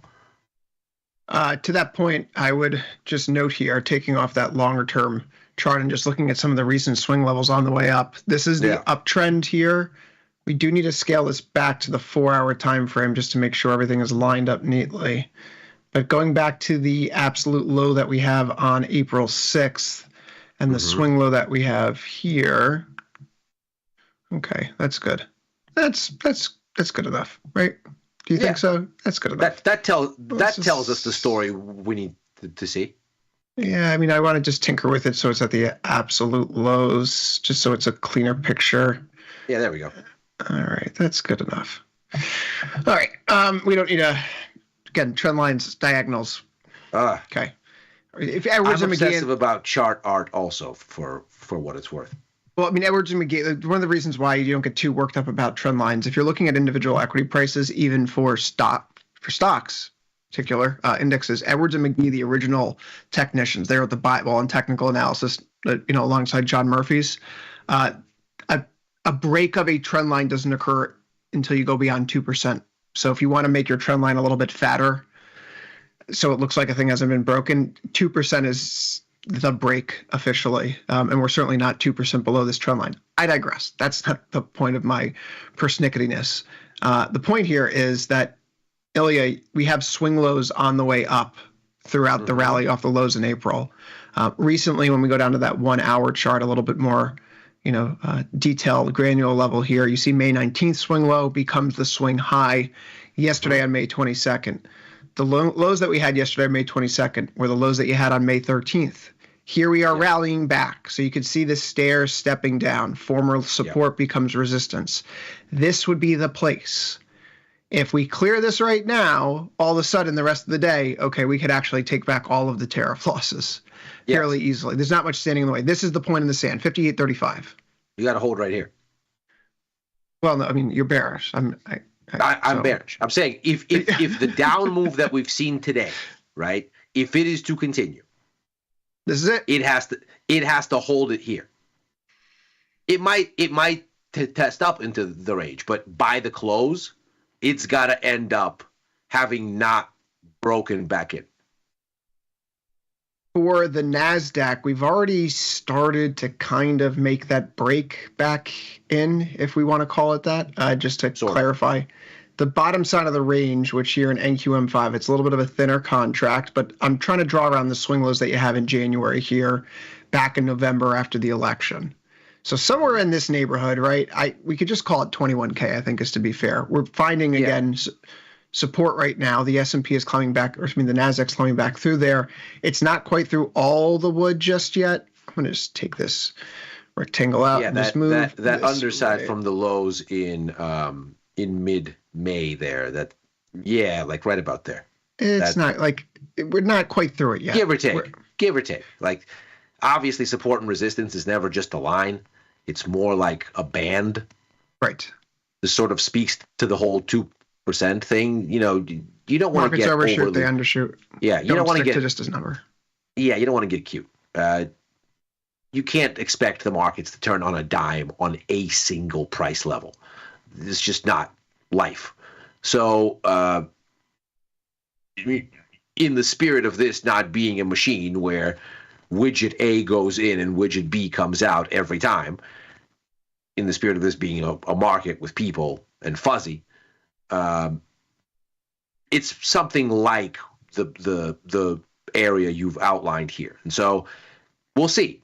I mean, I suppose you could get it all the way back up to like 21,100, 21,150, and you'd still be kind of, are we breaking, are we not? And this is a little chipper relative to the ES, but both of them are basically doing the same thing. Is they're figuring out if the break is going to hold. If you are a bear and you think that this bounce is BS, trying to alliterate my way through this segment, then buying, and the alliteration ends there, buying puts, 0 GTE puts maybe worthwhile. I bought some more today. There's something funny here. There is a little thing that goes around the office. Nick Batista brought this to my attention. I heard it from Jamal. I think Josh even made a joke earlier this week to me that when Tom's out, the stock market tends to go down. Our boss, Tom Sosnoff, he is Atlas that holds up the S&P 500 and the NASDAQ 100. Without him, S&P would be trading at like 500 right now. But it was pretty ironic today when Nick told me that on Wednesday, that you come in today and I wake up to a headline and the market's down 2%, and sure enough, the Hefe's out, Ilya. Yeah. So if you're a believer in that type of rigorous voodoo, analytical insight, analytical voodoo. 21,061 here. We're climbing back in the NASDAQ. Again, line in the sand talking about where we need to go today. If you think that this bounce is nonsense, this is the place where you'd think that it would cap off and we'd ultimately turn lower. If you are a believer in the rally, you get your turn through here, and I think then you have a chance to look at everything turn green for the rest of the session, which as we make our way through the session, for what it's worth, you're beginning to see a slightly less ugly shift in sector rotation. Some of the names on the downside are the ones that you'd want to see higher. XTL telecoms off 1.43, semiconductors off 1.07, retail off 0.82, tech 0.63, discretionary 0.47. That's 1 through 5 on the downside. Those are all the names that I love seeing on the upside. So I'm not convinced this is a fantastic bounce, particularly when it's utilities, staples, energy, gold miners as the green sector ETFs. Mm-hmm. But that could change as the headline indexes evolve, and this whole thing with Apple is just ridiculous. I don't have much more to say about stocks here. I'm holding my current positioning going into next week. It's a long weekend. I have longer dated NASDAQ calls that are towards the highs. I have a shorter dated short call spread in the S&P 500. A little bit more weakness here doesn't hurt me. A little bit of a dip and then a bounce ultimately would be my preferred path. So I'll hold the ground. I got more short. I think it looks like, obviously I was way early on my exposure, taken now almost a month ago, thinking that, okay, the risk reward has gotten good enough. It just reminds you not to forget to wait for the price action to actually confirm. I got a little bit more short ES. I got a little bit more short in NASDAQ. Obviously, I got a short Russell earlier in the week because it made that break earlier. So I'm going into this weekend fairly short, basically looking for these breakdowns that we saw today to hold, and next week for them to unfurl. Bonds aren't doing terrible here today. It's been an interesting day for the bond market. Interesting few days for the bond market here. Paper hands Vecchio gets out when we dip below 111, and of course that marks the lows. ZB is now trading in at 111 and 18 ticks. Action today, again, very interesting. You can see that we've started to roll over into the ZBU5 for what it's worth. I think just where most people are probably still trading is the M5 contract at present time. Just looking at the expiries here in the trade tab, you can see that we're still in M5 technically. Right now, today's the last day. We roll into U5. I still have some exposure in U5 at 28 days, but most of my position has been jettisoned into the sun because it was just bleeding me out. This is not the action that you'd want to see if we think that yesterday was a low in the bond market, insofar as we could say that there are former swing lows, Ilya, here in ZBM5 that occur right around where we have the Liberation Day washout and people panicking. All of us watching the bond market at midnight when the tariff actually go into implementation. And that's more or less where we're seeing the market struggle to hold its footing here today. These levels right around 111.5 or so. The 1 week moving average we're failing against again. The 30-year looks like it still wants to try to push towards 5% and hold there. We could see it the 10-year yield on a yield basis. Today we dropped below 4.5, and then as the session's gone on, we're creeping back above 4.5%. There's this pull, it's almost magnetic, that the bond market wants to stay in the higher for longer bands right now. 10s above 4.5, 30s above 5%. And like for stocks, you say, if we get this close today where you're below, 50, we're talking 58.35, you still feel pretty good if you're short given today's action. If you're still short treasuries and you're north of 4.5% in the 10s and 5% of the 30s heading into the weekend, you got to feel pretty good about being short treasuries still. And being a bull in notes or bonds is still very difficult, even with what's happened today. That's true. I think if you look at, and I am a bull in the bonds, I still have my vertical in the long end. I haven't run away yet, because I think if you look at, and we've done this exercise, if you look at ZB and you look at where you've kind of found something of a bottom, it's basically at the yearly low. And that's obviously a big level. So this will be an interesting thing going forward. If you're, and this is ZN, but in ZB, you're essentially right. That same corresponding low is essentially the low for the year. So if you look at that and you say, okay, well, what are we doing here? Are we going to make the climb through? And I mean, jury's out, but you're making a little bit of headway in the continuous. You can see it in ZBM5, which is, as you're saying, technically still the active contract. You're starting to, you're seeing it. So it's something that's in progress, and it's difficult to kind of say, okay, this is definitely that or definitely this. I think the risk reward still makes better sense on the long side while you're at this exact support. And so that's why I'm holding it. We'll see. I mean, obviously, I have judiciously used verticals for everything in this environment because I am not comfortable with open-ended risk in markets that are going to be this jumpy and this headline sensitive. So my position locks in a small loss if the thing expires worthless, a loss that's well within the bounds of my risk tolerance in the realm of less than 1% of equity for this position. Because obviously vol here has been very cheap. So let's wait and see. But I'm not ready to say that the thing to do here is to go short because you're at support, and so I'm not going to go synthetic short, as it were, by closing my exposure. The area with which we find ourselves in ZB long-term, rather interesting.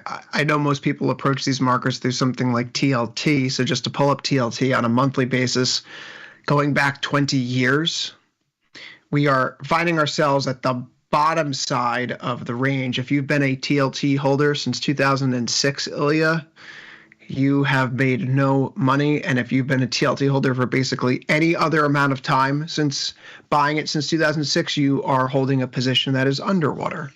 Remarkable. Absolutely remarkable. So this is, that's a big level.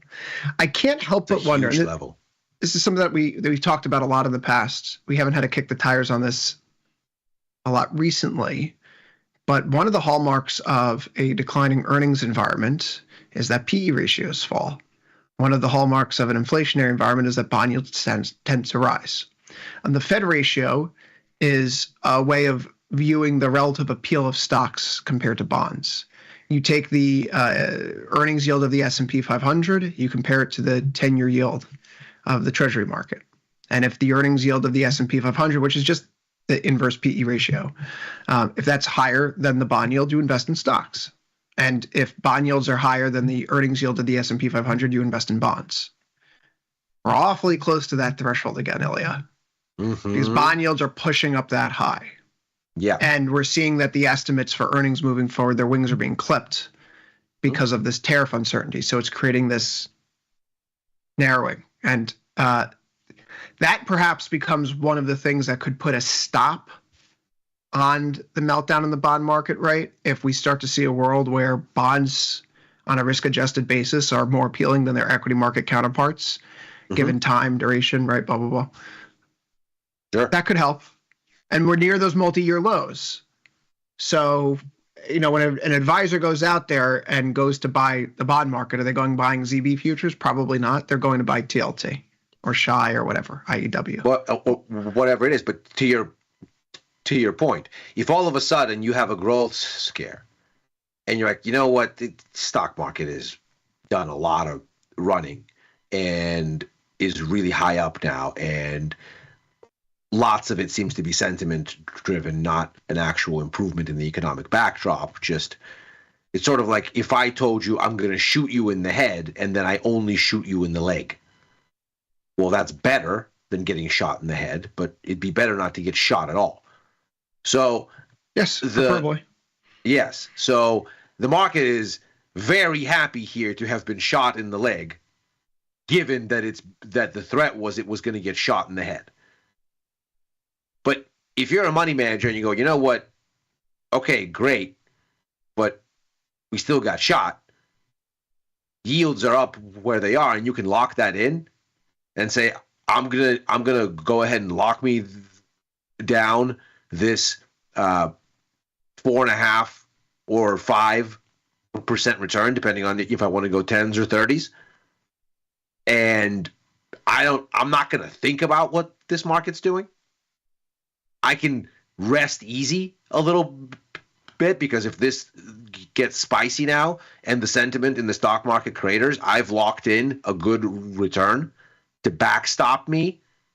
Because if stocks are ultimately down for the year or ultimately whatever for the year, I'm going to look okay, because my high water mark will have some locked in returns from these bonds, because the coupons will keep rolling in. Okay, that starts looking attractive. It becomes a dynamic worth watching.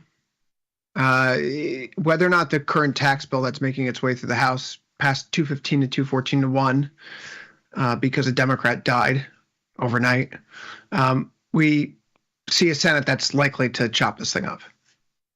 The commentary coming out of the Senate right now, this is going to take a few weeks. It's going to get sent back down to the House. They're going to have to vote on that version of the bill. Whether or not this is, the deficit debt ballooning bill that it's purported to be in its current form and fashion actually makes its way into law, you're still away from that. So perhaps yesterday was a buy the rumor, sell the news type of event. I just didn't like the way I was positioned in the market.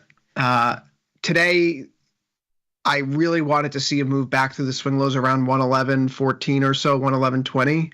But this upper wick up against the trend line from the January and April lows here, it's a 3-day weekend. I don't take new positions in the market ugly. Ahead of a 3-day weekend. I did not add into this position. So I added into my stocks position, and I still have, by the way, that stocks position that was basically at max loss at the start of this week. It still had 30 days to expiration in it, because thankfully the one place I did have some foresight was to say, you know what, I don't know how long this bounce is going to be. I'm going to term myself out to 60 days. I'm going to give myself all kinds of time. And thankfully, there's still time. If this is in fact the top that I was looking for, just obviously I got in way, way early, then we're starting to see the rollover and they'll have time to work out. So I felt comfortable today to add into the position going, okay, well, now you have price action confirmation, lean in. That is not what's going on in the bonds for me.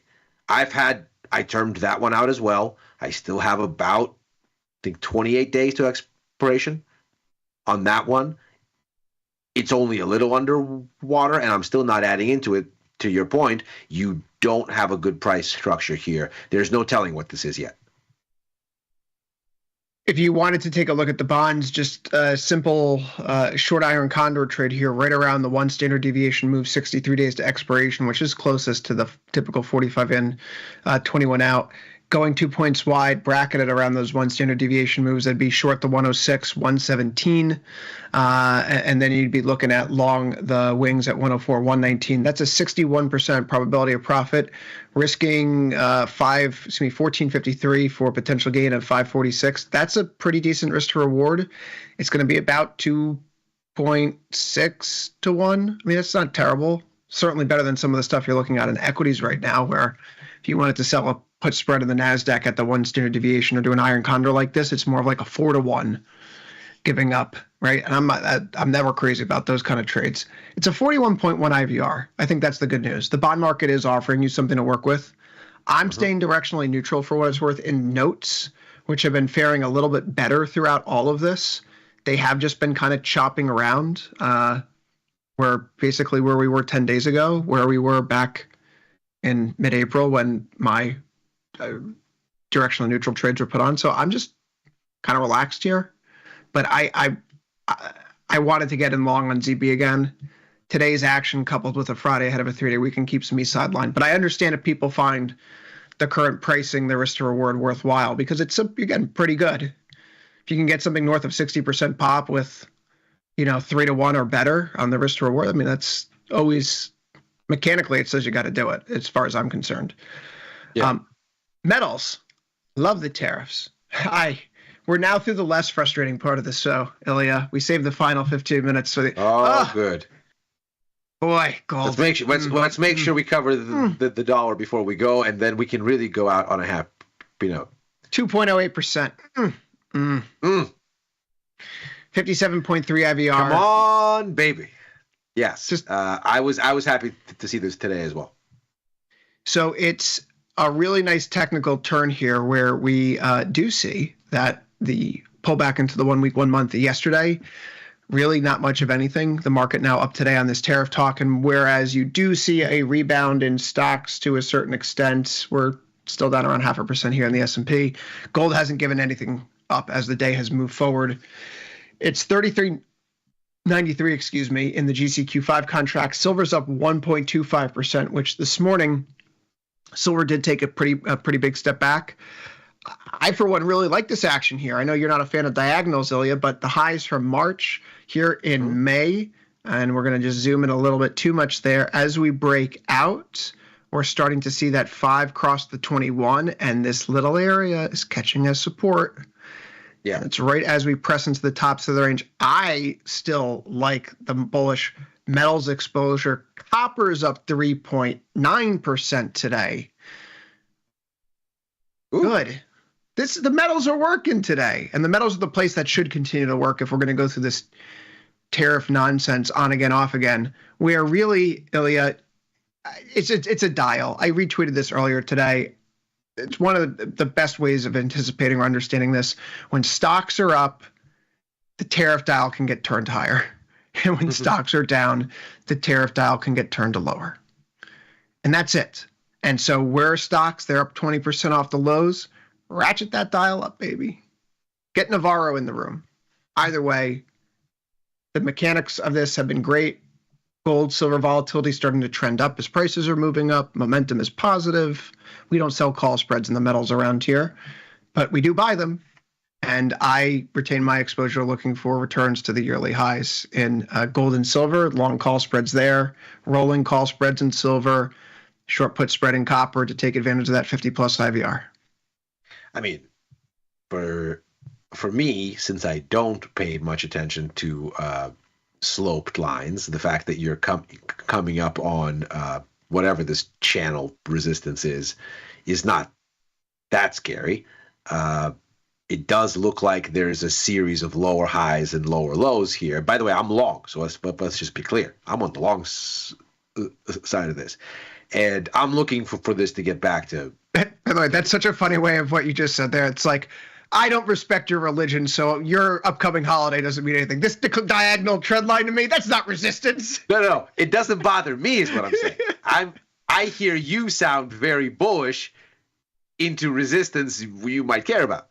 And so I go, well, if I cared about this diagonal, maybe I wouldn't be so cavalier. But, no, this is a bull flag. This looks like a bull flag of bull flags. Forget that being resistance. It does. It does. That's just... We've seen this so many times over the past year, right? Where we've seen the market go up and then it trades sideways. And here's another one of these where you get your little flag for a few months. What was this, back in November? Yeah, it was November, December. You get that same thing that goes on here. You get your little flag action for a few months. We all hang out. Gold looks like it's breaking down, but not really, just flagging. And then it continues up. I guess my question for you is similar. The macro question though, like what's changed that would be driving gold prices higher? Have the sanctions, has the balkanization of trade, whatever central banks are up to? I think it's very simple. I think it's very, very simple. The more I think about it, the more I think actually this is all very, very simple. We just talked about at the top of the show. What's the Fed been telling us? We don't know which part of our mandate to pick. We got to wait. What have we been seeing in the evidence from Canada, the UK, the Eurozone, the US, when you look at PPI and CPI together and you go, I see why the CPI isn't as scary. It's because all the scary is in the PI. Aha, okay. But in all of this, certainly in the PMIs that we just saw yesterday, the story is stagflation risk, because you're starting to see inflation perk up while growth is staying broadly weak. Now, if central banks, including the Fed, are going to be slow to act on this, yeah, you're letting growth suffer, but you're also letting inflation run. And what better a recipe for stronger gold, for a weaker dollar, than for the markets to be locked into rabid, okay, now they'll really cut speculation. Now, when they actually cut, the move is probably over. Oh, yeah. Now, you have all kinds of room for the markets to go, put a bunch of cuts in the long end, put a bunch of cuts in gold, put a bunch of cuts in the dollar, take stocks down. Because what's going to happen here is an unchecked growth downturn and unchecked inflation with it. And until the downturn breaks the inflation, the Fed's not coming. Elliot, before we turn off metals and make our way into energy real quick, a few days ago, there was this consolidation in copper and in silver that was looking awfully similar, where you had this big decline off of the highs at the end of March. April crashes out. You get a bounce back to a lower high. You start to funnel into this little triangle. Silver broke out 2 days ago. Copper wasn't quite there yet, but we were hanging on thinking this looks a lot alike. So today it's perking up. Okay. I think this bracketing of metal, I think being bullish in metals makes a ton of sense still. Although I have a broken record for that I sound like a gold bug, and you know me, I'm not a gold bug or a silver bug. Neither am I, obviously.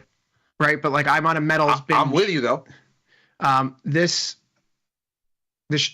bracketing this kind of like what we were doing in stocks last year was like short put spread in Russell, buying the call spread in S&P, buying the call spread in NASDAQ. It's like short put spread in copper, long call spread in gold, long call spread in silver. It's working right now. It was troubling 2 weeks.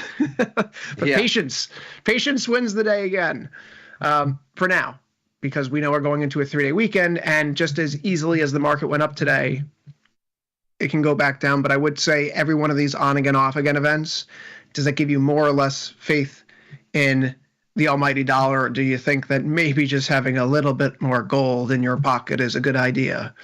I think for the incremental unit of currency going into the market, the outside observer says, yeah, I think I could just use a little bit more gold. Yeah, I can use a little bit more gold. I can use some bonds and lock in some of these returns. Stocks have gone up a lot. Bonds are at a big support.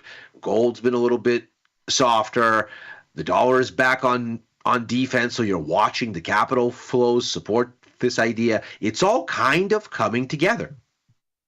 And a few more weeks of this, I mean, like it's May 23rd. Memorial Day is this weekend. Summer has officially begun. You get your way through June. It's now July.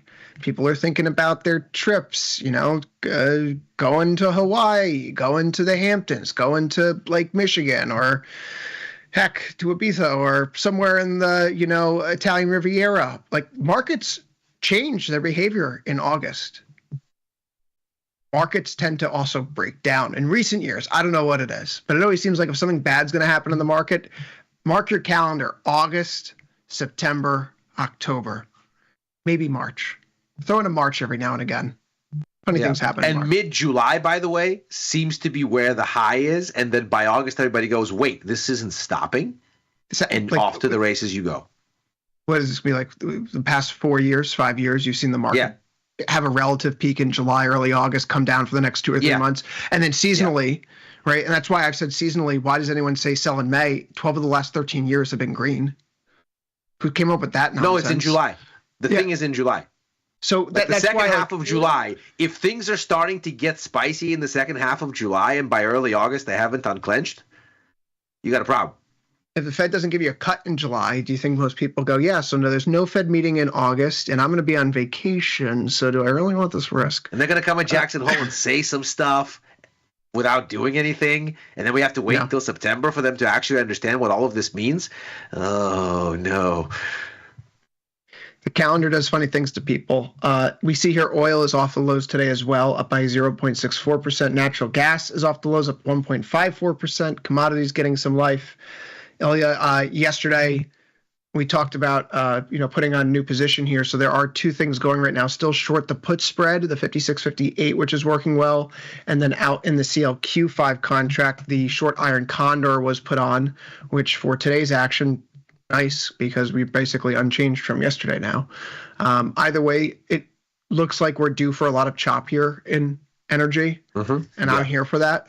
So I do want to go back to the CLN5, consistent with what was discussed yesterday. We're at the end of this week. Tomorrow would be 23, Sunday would be 22, Monday would be 21. Monday's 21, the market, I'm not working. So closing out the short put spread in crude oil here, getting that off the books because I don't want to have to risk some geopolitical headline over the Israel bombing Iranian nuclear facilities because Trump says that the deal's off, right? Or that could happen. Thing. I mean, it could happen. I want to reduce the energy positioning there. You want to talk about the dollar, though, as we go into the end of the day. So let's talk about this US dollar, which is down across the board. Let's head over to DXY real quick. Yes. And it's crazy. For the past, since the beginning of this year, I sound like a broken record dollar bear, which, I mean, you've known me for over a decade. I've been a dollar bull, basically from 2008 onward until basically the beginning of this year. I wouldn't say jingoistic, but maybe like stridently, like aggressively bullish in almost any circumstance. Right, like the way that by the way, it's worked. Stocks. It's worked because the dollar has been in a multi-year rally, basically since the lows in going into the 2008 crisis. The dollar basically bottomed in this could not be any more perfect mid-July of 2008. Because of course when things break in mid-July and in the second half of July, as we just said, buyer beware. And everything started to turn in 2008 in the middle of July. And of course then accelerated into Lehman by the time you got into the fall. The dollar seems to have turned a corner in a structural way. And that year, and I'm not saying we're getting off a dollar-based commercial order or that it's losing its reserve currency status. Obviously not. Those are crazy things. But it does look like if you're in an environment where the Fed's not cutting, growth is weaker, inflation is unchecked, and the Fed's waiting to cut because one of these things needs to prevail over the other, either growth needs to work itself out and then the inflation is the good kind and then fine, we'll hike, or growth doesn't work itself out, breaks down and breaks the back of inflation and then we cut. In the meantime, the dollar is going to have to contend with, on the one hand, the devaluing influence of inflation, which typically you'd think higher inflation means a stronger currency because the central bank's going to act, but you don't have the reaction function here. So if you don't have the reaction function, then the inflation starts to work its way against the dollar. Speculation on easing becoming inevitable downwind and showing up in the long end, that starts to work against the dollar. So you have some room to run here. And I think what the euro did today especially, we talked about this on last call with Tom and Tony yesterday. He said, oh, look, the euro has given you a mulligan. It's broken out and it pulled back. This is a buy. And there we go. We're at higher highs than we were 2 days ago. Clean. There's the mulligan right there. In the pound, it's similar. In the yen, it never really unclenched, but I guess you got to pause so you could buy at a slightly better level. I mean, I am to the hilt short dollars here. I'm shorted against the pound. I've added the euro this week. On the spots side, look out for our new spot offering on the platform coming soon. But on the spot side, I'm long the Swiss franc of all things. That's actually a good transition, Ilya. For those that are unaware, you can sign up right now. If you're interested in getting more information, head over to the watch list on the left side of the platform, Forex, all Forex pairs. You click on one of these pairs, click on view symbol and chart. You're going to start to see some things pop up. You can join the wait list. It's starting to go live right now if you haven't received notice yet. I'm looking forward to trading these, Ilya. You can head over to tastytrade.com for more information. There's that box I was looking for. Join the wait list to be notified when it's live. I'm already on it. You should join it too. But I'm looking forward to getting into these. Then you too soon. could be trading USD CHF shorts. Yes. Have you ever wanted to trade the Swiss franc? Has it cost you tens of thousands of dollars like me? If so, come talk. It has not. It has not. In fact, I distinctly remember us having this debate about Euro Swiss and me going, you know what, I'm just not comfortable. I hear you. It's a good argument, but I'm just not comfortable. Whew. Summer 2011 was like, that's the other part of what people forget about the downgrade in 2011. That whole market environment didn't really get corked until the SMB put the floor in Euro Swiss. Yeah. September 6, 2011. That's when gold prices peak. I think the peak was what, 1910 something like at the time, 1911 in that area. Anyway, calendar for Monday. There is a speech from ECB President Lagarde in the morning, but we're all going to be barbecuing at the beach. Who cares what she has to say? Real talk, though. It's not necessarily a day for news, but if you have existing positions on, just be aware that other markets are open. Ours are closed. We will have the typical run of show, of course, overnight. So if you're trading, the euro, you're trading gold, you should have your eye on the ball. If you're trading stocks, you can wait another day. Other than that, Ilya, we're done here. We're out of time. I don't want to get fined by Josh, so we'll just call it as it were. Good luck to everyone. Hope you have a nice weekend. Good luck trading the rest of today. For Ilya Spivak, I'm in Chris Vecchio. Happy Memorial Day. See everyone soon. Happy Memorial Day, everybody.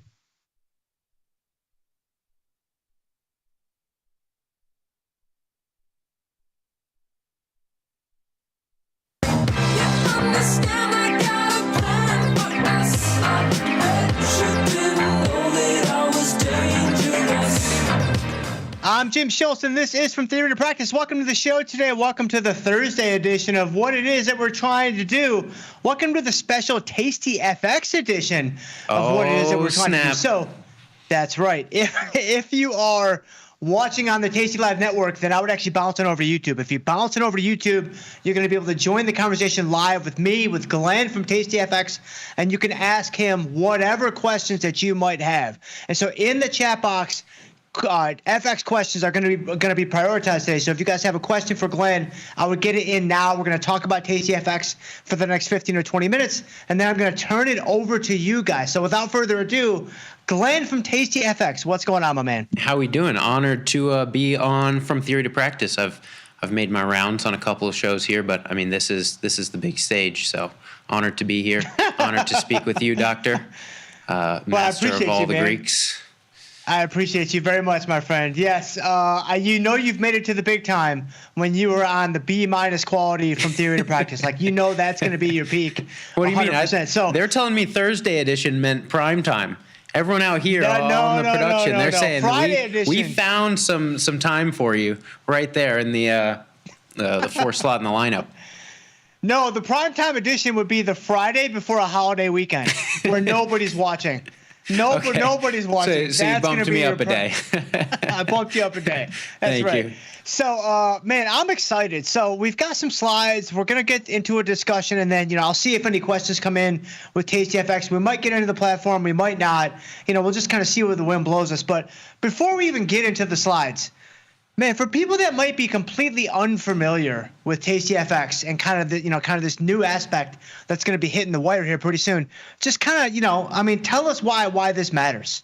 Yeah, so TastyFX was formerly IGUS, and given, the large umbrella of companies here under IG Group, Tasty Trade, Tasty Live, TastyFX, now rebranded, is the RFED of the group. That means the registered foreign exchange dealer.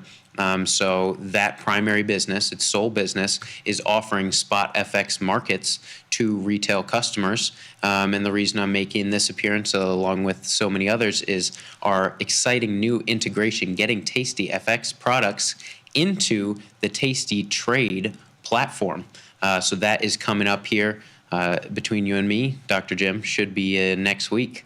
We're excited, only days away. And this will really unlock a whole new asset class for a lot of these Tasty traders to be able to open TastyFX accounts within their Tasty Trade account and unlock some of these leveraged spot FX markets, over 80 FX pairs.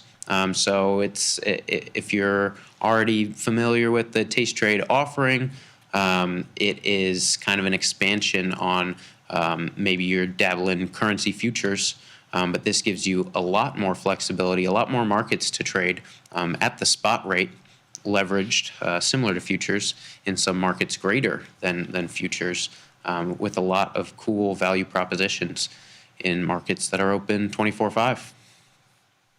Man, that sounds good, because I'll tell you what, Glenn, the thing that we need more than anything else is more leverage. That's the thing that we need. Like we haven't found a way. Like, I'm already at 20x. Like, how do you get me to 40x? Like, can you get me to 55x? And it sounds like you're my guy. It sounds like you've got the answer. I can get you to 50x. How's that? That's I'll tell you what. That'll work. It's not quite the 55 I was hoping for, but I guess we'll have to. We'll try. We'll have to settle on that. Okay. So I'm sure you're going to get into a lot of this, but just one quick question I do have. So, and I already see we got great questions coming in from the chat. This is amazing. You guys are awesome. I knew you guys would step up today. So we'll get to that right around the second half of the show, which is what we normally do.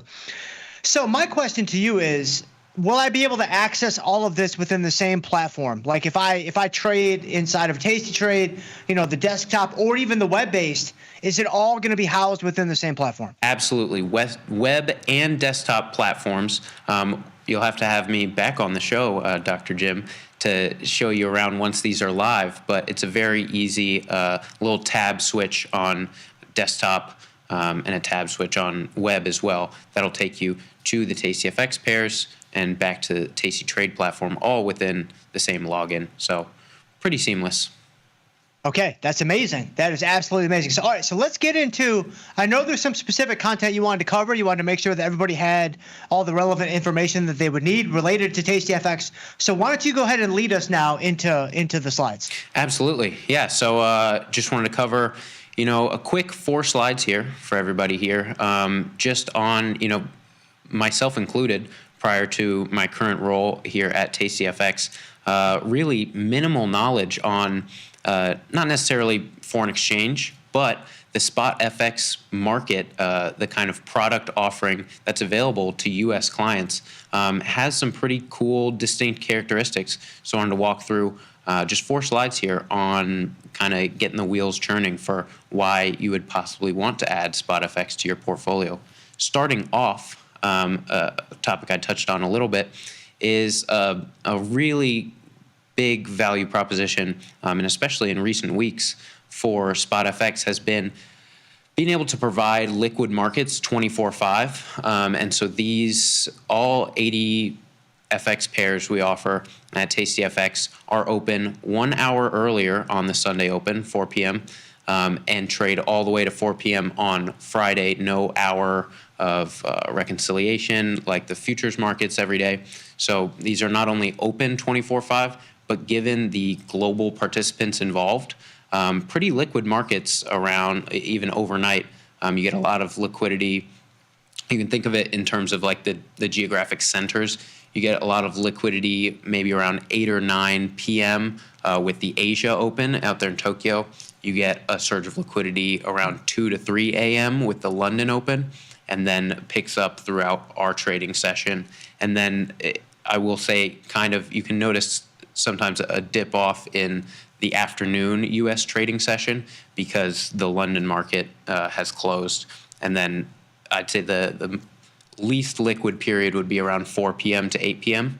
In terms of what participants are actually in the market. But different from a lot of the other assets you can access at Tasty Trade, you can get into these markets when they're open. And the only thing to note would be the spread there between the bid and the ask to determine your liquidity. And in recent weeks, currencies have really spiked in volatility, and a lot of the news that we've been getting happening over the weekend at odd hours. That China trade tariff news a couple weekends ago was what, 2 a.m. on Monday, and I think Chris Vecchio and Ilya were the only ones up to trade it, but they could do so in these spot FX markets. And so a lot of liquidity there. This week alone, we had, a lighter U.S. data week. Ended up being pretty exciting with some of these bond storylines, which my good friend Pete Molmat and I covered this morning on Forex Focus. But some global news like the Australia rate decision caused a pretty big weakness in the Australian dollar after they cut rates. UK inflation, I believe, came in higher than expected, gave a little bump to the British pound. And then it also gives you a lot more granularity to get some dollar exposure than you would in, a dollar ETF or even, just some of the select currency futures that are offered by the CME. So here on the right, you can see just all of the pairs. I mean, even I'm not sure if I could name all of them. I think I could, but a lot of. Yeah. What is DKK? DKK is the Danish kroner or krona. Danish kroner. There are actually that's what I need. I need some Danish kroner exposure. That's the one thing I've been missing. You didn't even know you need it. You're my guy again. It. I didn't even know it existed until 20 seconds ago, to be honest with you. So this is unbelievable. If you look at all the Ks there in the any of these 3-letter codes, any K at the end is some derivation of a krona, kronar, kronus, very popular in Scandinavia, where it's all kronars, but they all have their own distinct one. So a lot of those very highly correlated and probably less liquid than just trading the euro. But I mean, you've got your major currencies like Australian dollar, euro, British pound, Canadian dollar, which has been popular more in February and March with all that tariff back and forth.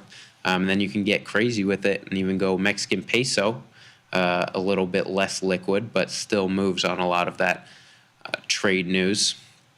And then, a really crazy market, dollar Turkish lira, which we covered earlier this week on Forex Focus, has just been up and to the right. Not so good for Turkey. But, it gives you a lot of that granularity to really focus on, if you're trying to trade UK inflation or the Australian rate decision, get you that exposure in the currency pair.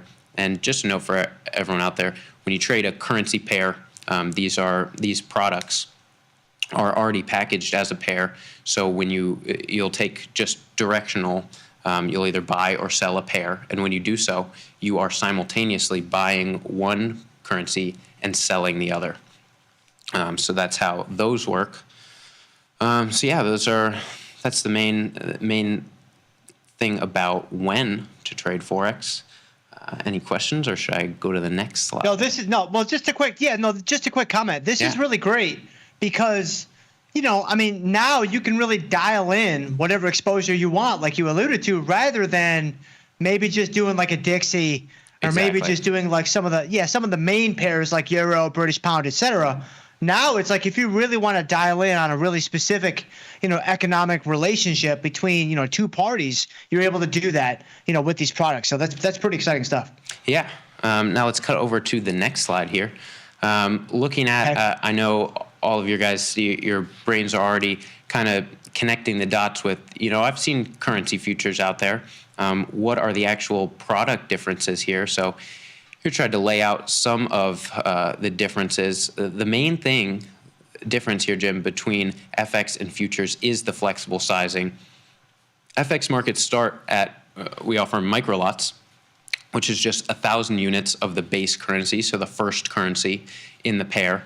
And what that would mean if you were to take a micro lot of euro dollar would mean just putting up just about $25 in margin for that exposure. And that's a margin rate of 2%, which gets you your 50-to-1 leverage there, my friend.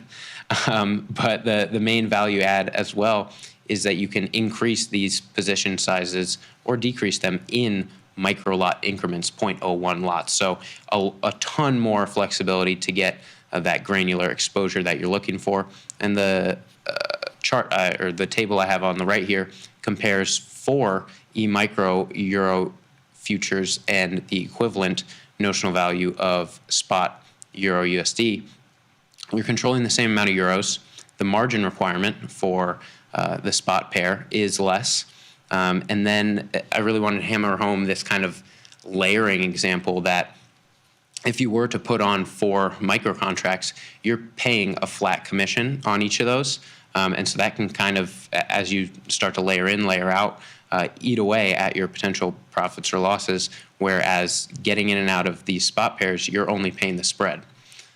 So that is a big value proposition for these spot markets. And if you're looking to take some profits, you don't have to cut out, 25% of your exposure at a time or 50% of your exposure. You can get as granular as you like, shaving off 0.01, 0.05 lots at a time. And the opposite is true, is kind of cost basis averaging into positions as well. So there's no commission. Correct. Wow, that's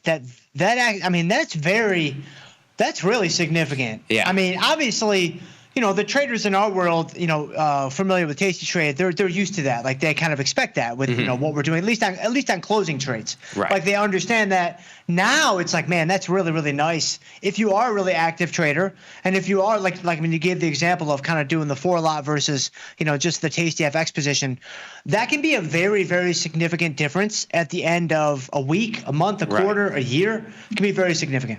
Yeah, so a big value prop to have those 0 commissions offered by TastyFX, just able to be offered in the way that they're compensated through IG Group. The only cost to enter a position would be the bid-ask spread, which you'll be able to see upon entry. So knowing how liquid those markets are, they can be as narrow as 0.8 pips in euro-dollar and I believe Japanese yen. So yeah, that's the main distinction between futures. If we want to cut over to the next slide, we can talk about your favorite double-edged sword here, leverage. I'm ready, baby. I'm ready. I mean, not only Glenn, listen. Like, not only have you found me 50-to-1 leverage, but you've also found me continuous markets with no breaks. How about that? So now, I mean, I am not going to see my family or friends ever again. Apologize. So you're bringing it all to me, my man. Do I need to send a chocolate box or flowers? I mean, you're going to need to do something. I'm going to need some kind of permission slip or something. But this is good stuff. Go ahead. Yeah, no. So the leverage in FX markets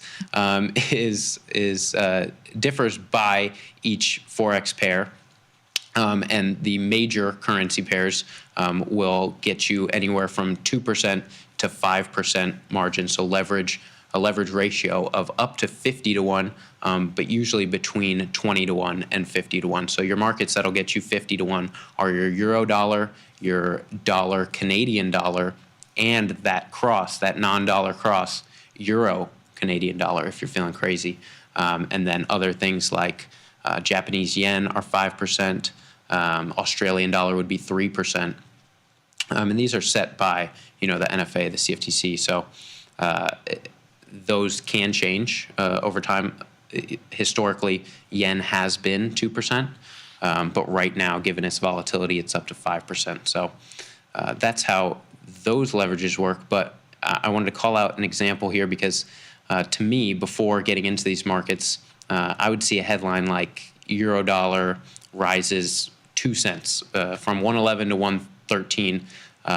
Big whoop. I didn't really understand the magnitude of that, but for these markets, that's 200 pips of movement, a pip being to the 4th decimal place here, which is the tick value in these FX markets. And so a 1 lot position, which controls 100,000 euros, would be roughly, at the current exchange rate, $2,400 in margin. But 200 pips of movement would mean a move in profit or loss of around $2,000. And so you're getting a ton of swings in just a 2-cent move effectively because of this 50-to-1 leverage. So can definitely go against you there, Jim, a double-edged sword, as we always say, but can maximize your exposure. And this, I added an example of a price graph on the right here of just, this past week of price action in this euro dollar market, and showing that we have a cool tool that'll be coming to the TastyTrade platform where you're able to add the stop loss and take profit directly onto the chart, and it'll show you in a dollar amount what that pip move means. And so here we've got a stop loss on of about 50 pips, and that would be $500 that you're getting stopped out at, hopefully, and then a take profit of 150 pips, which would be $1,500. So big swings in these markets right now, and with leverage, that could mean magnified profits or losses. Yeah, no, this is really good and really helpful. And yeah, I mean, we joke about the leverage, but obviously you got to be very careful. You got to be very careful. No, you got to be very, very careful. And you got to make sure you understand what you're doing. But the nice thing about this is you can get super small. Like you can get super small relative to your account size. So you don't have to jump right into the waters where you have this enormous exposure relative to your account size. But, you know, for people that might be familiar with trading futures and they're not as familiar with FX, I mean, think about like silver. Like think about the volatility futures. Think about natural gas. No, I mean, the point that I'm trying to make is those things will move by just a couple of cents, and that's a massive move. I only That's a laugh huge because move. I've been bitten by silver before. Well, I think everybody's been bitten by silver, Glenn. It's a Man. rite of passage, my friend. So you're not part of the team. Like if you haven't been beaten up by silver, like you don't even belong in the conversation, right? That's And reassuring. so this is Thank really, you. this is the same thing, right? It's the same thing. You know, futures, FX are going to have that similarity in so many ways from a leverage standpoint. Like you have to really understand the math, really understand the notional value of what it is you're getting yourself into. And so that's why having, you know, at least, the first example here on the slide is a very, very good starting point for people to understand.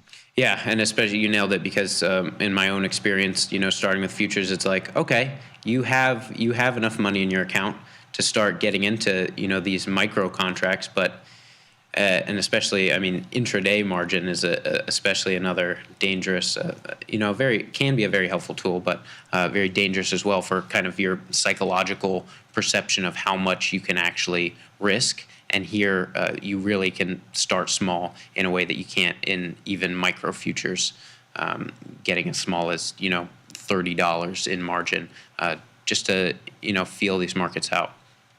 So yeah, and with no commissions, like that's amazing because you know one of the things with futures, even with micro futures, they're amazing from a size standpoint, but there's still commissions on those products. Right. And so you have to be aware of, you know, are you going to be able to cover the cost of the trade? Whereas this is not going to be nearly as much of an issue with FX. So that's really, really nice.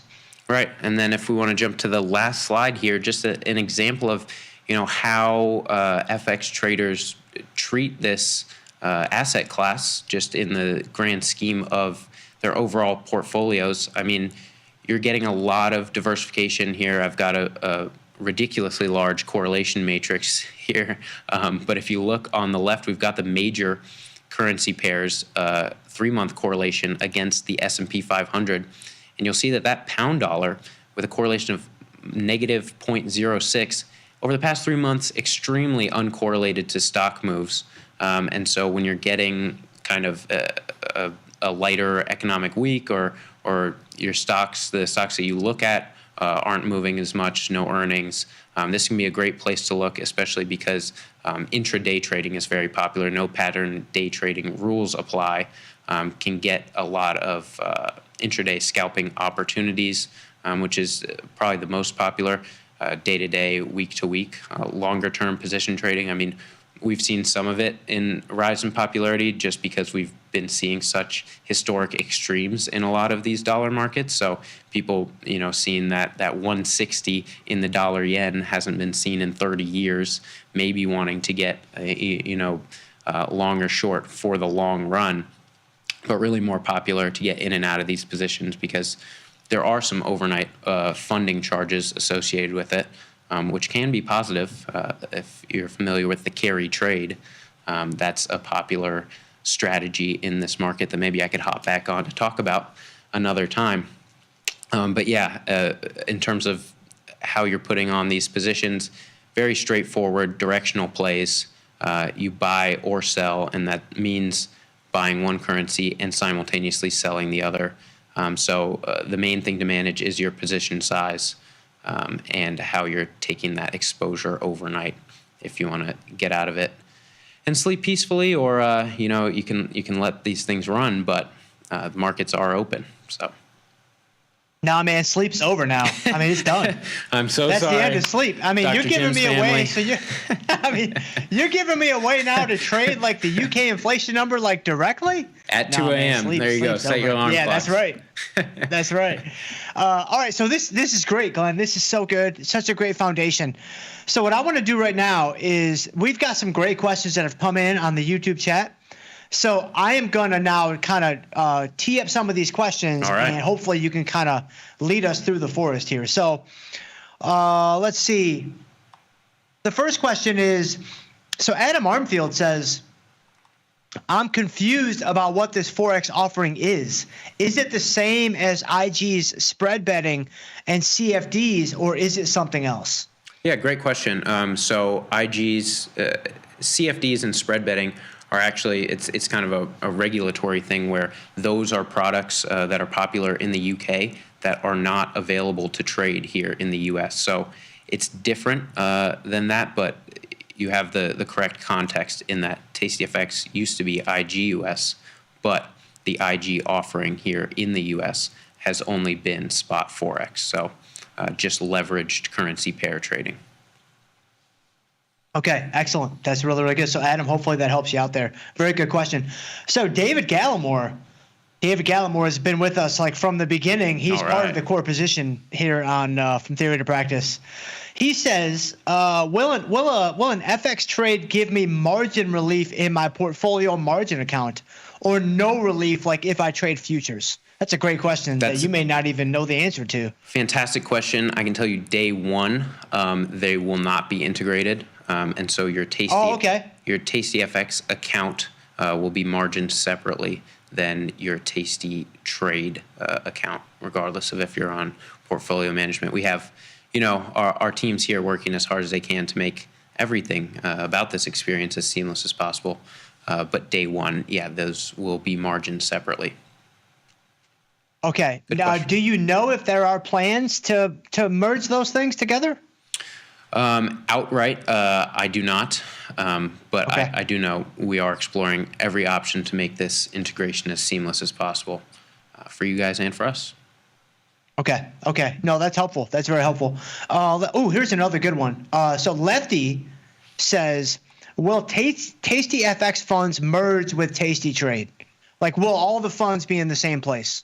Right. So due to some regulatory requirements, they'll actually be held separately, but you'll be able to transfer back and forth, and throughout the day, it'll usually be instant between your TastyFX account and your Tasty Trade account. So you'll have to designate specific funds for your Forex trading, but those will be able to be moved by you back and forth as frequently as you'd like. As frequently as I like inside the platform? Like Correct. I can all do it from like so I'll see it inside my platform. Will it kind of look similar to like if I have an IRA, if I have an individual account, like that type of thing, I'll see my TastyFX account? Yeah, so if you go to the web platform in your managed section, there will actually be under the My Money, there will be a TastyFX transfers page that makes it very clear what account you're transferring from and the Forex account that you're transferring to. And that'll be on both sides. So it'll be very easy to transfer back and forth. And you said it would be instantaneous. Is that right? Yeah. So in most cases, if you have funds available to transfer, it should show up instantly. So can you give me an example? After 3 p.m., I think there will be some delay, or a delay is possible. Okay. That was going to be my follow-up question, because I'm just thinking through the scenarios, right? Yeah. It's like, okay, I'm 50-1 leverage on this UK number. It's 2:00 in the morning, and all of a sudden it moves against me, but I want to hold it. Right. But I need to bring funds over. So instantaneous is instantaneous. If there's a delay, like what kind of delay are you typically looking at? Do you know how long of a delay we might have to deal with? Yeah, I want to be careful here, not guaranteeing anything, hard, but it should be in terms of margin relief. You should have 24 hours before you're closed out of that automatically, and by then, the next business day, you should be able to. Those funds should clear, regardless of if it's after hours, after banking hours. Got it. Okay, but if it's in the morning, that's when, like if it's 10 a.m. You're right. And I'm doing a U.S. number, it's probably going to happen right away. Right. Yeah. You should be okay. Got it. Okay, that's great. That's really, really good. All right, so let's see. We've got, let me see if I can find another one. I guess the question was 4 o'clock Central or Eastern time. So when it comes to, like you were talking about, I think this might be in reference to when you mentioned, things kind of slow down between 4 o'clock and 8 o'clock. Is that Eastern time or Central time? In terms of that time period, it's pretty vague, but yeah, you usually say 4 p.m. Central time, an hour after, that's when futures markets close, and for an hour. And then until Asia comes in around 8 p.m. But if that's in reference to when the markets open on Sunday night, it's an hour before futures trading. So is that 4 p.m.? That's 4 p.m. Central. Well, yeah. Well, I'm thinking because I'm in the Eastern time. I know you're obviously in the Central time zone. So I guess it sort of depends because for you, the Sunday futures is 5 o'clock. It opens at 5 o'clock. Right. And the Forex is going to be an hour before that, so it's Correct. 4 o'clock. Yes. For me though, it opens at 6, so it's going to open at 5. Correct. Right. Yeah. Okay. Yeah. That's really that's helpful. Let's see. Oh man, they're all making me laugh. But I'm trying to get to the real questions. So this requires money in a different account. Okay, so do I need to apply for a Forex account? Is this like a futures account where you have to actually apply and get permissioning? Yeah, so you will apply and get permissioning, but the TastyFX team will leverage the information that you've already provided for your Tasty Trade account. So you shouldn't, under a perfect scenario, should be straight through and instant approval given. Okay, very, very good. And you won't have to type in all of your information again. Got it. Okay, that was Eric Jones. Thank you there, Eric. Let's see. And Sergio, you were asking about there being money in a different account. I think we got that covered from the TastyFX funds earlier. So John AJ, this is a very good question. Will there be more charts capability or only the existing chart systems as Tasty Trade? That is a great question. We'll have to run through exactly what the differences are, but these are piped in from the TastyFX platform. So there will be a ton of indicators for Forex trading, a ton of cool charting capabilities, and I don't think there will be anything missed from the Tasty Trade's current offering. So have some fun new features. Yeah. Well, like the one you mentioned earlier is very interesting, where you can set the profit and loss orders on the actual chart. Right. Is that going to be FX specific, or is that going to be for any position? That's FX specific. Okay. So yeah, a lot of cool FX tools that we've developed on our side and are excited to share with the Tasty Trade audience. Yeah, that's great. So that's just like if I go in and I punch in a ticker of Euro USD and I'm in the spot FX market, those new chart features and functions are just going to automatically become available to me on that chart. Is that right? Yep. Yeah. So it'll be a lot cleaner when we can show off this platform for you live and show you just how easy it is. But yes, everything within the spot market will be kind of together. So it'll be very clear that you're trading Forex when you are, if that makes any sense. Yeah, no, it definitely does. And yeah, when all this launches, I think a return to the show to actually give us like some I passed some my FX audition for dummies. My slides were good enough. I think so. Again, we'll probably get you in on like a Friday before a holiday weekend. But but again, I mean, we're gonna get you back. I mean, so it's good. So David Gallimore asks, so Glenn, what time of the day does a new day start? And any carry rate interest is paid or received? That's a very good question. Fantastic question. So that's at 4 p.m. Central Time. So if you're holding a position past 4 p.m. Central Time, then those carry rate interest, overnight funding costs, or credits will apply to the positions then. Okay, so 4 o'clock Central. Excellent. Thank you, David. That's a great question. Nags. Nags says, what is the gotcha for no commissions? Okay, so Glenn, let me give you a little background on this question. So I don't know how familiar you might be with From Theory to Practice or the crash courses or whatever, but the one thing, so if you think about the Tasty Network, right? Every gimme. You've gotten to know Mike and Nick, right? I mean, they've developed, crab trades, and they've developed, broken heart butterflies. You've got Liz and Jenny. They've done jade lizards. They've done zebras, whatever. I've been at Tasty now for nearly 10 years. The only thing that I've contributed to the network is the following. For every gimme, there's a gotcha. Every single time. That's an important lesson. 100%. That's what I'm saying, right? Now, Tom doesn't see it that way, but, hopefully he'll come Who's around. that? Yeah, right. So the question here is, okay, it sounds pretty good. No commissions. It's going to really take down my transactions costs. But for every gimme, there's a gotcha. So just lay it on us straight, man. What is the gotcha with no commissions? I mean, there's not a huge gotcha there. It's an advantage that the way that TastyFX is able to make these markets with their hedging arrangement with IG Group is that we're able to offer $0 commissions and pretty tight spreads. The only gotcha would be that if you're comparing just spot FX brokers across the U.S., there are some competitors that offer accounts that are commission-based but zero spread.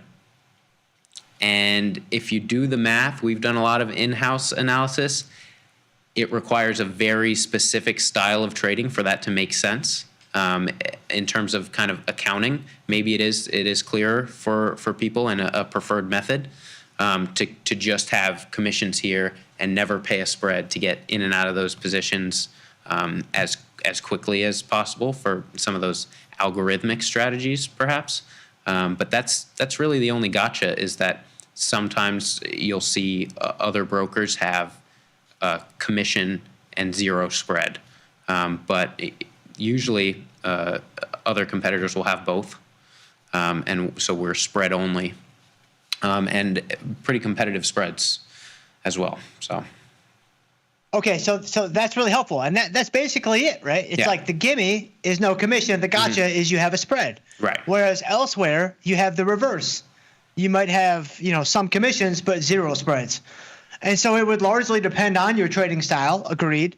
And I mean, just doing some very basic, math in my head, it's like, man, to make the other model work, and correct me if I'm wrong here, but to make that work, you have to be a massive player.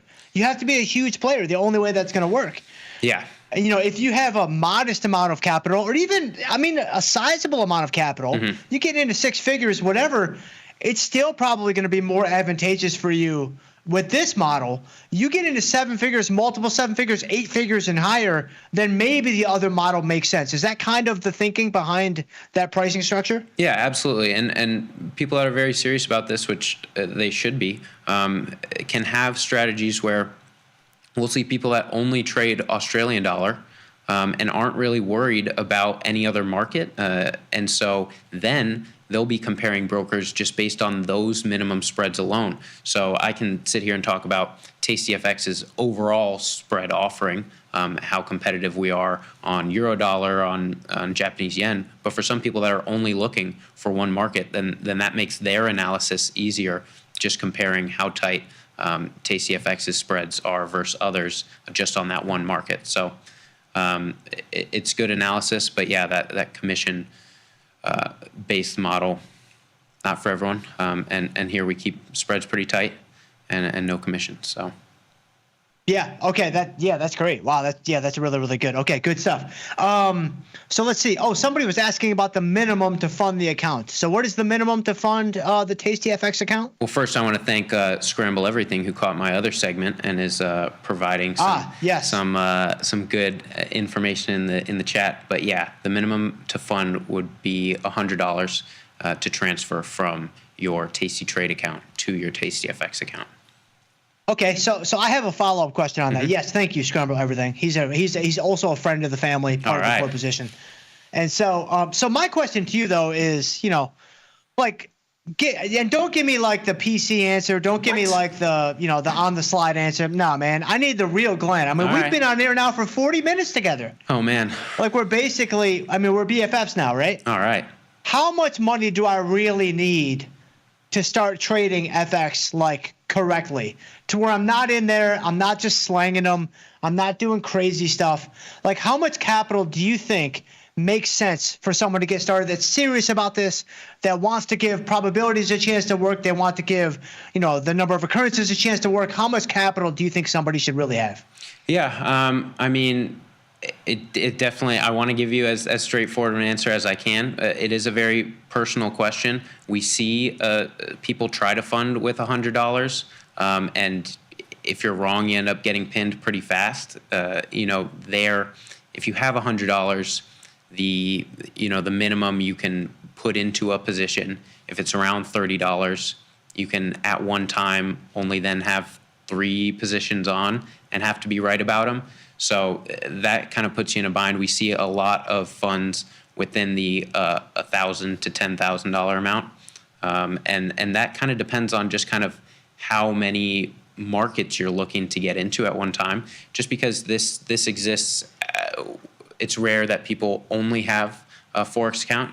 They'll, like our customers at Tasty Trade, trade a ton of asset classes, and so if people are coming here just to put on some U.S. dollar exposure and just trade a couple markets at a time, you can be successful with a couple $1,000 in the account and only trade 0.5 lots or lower at a time.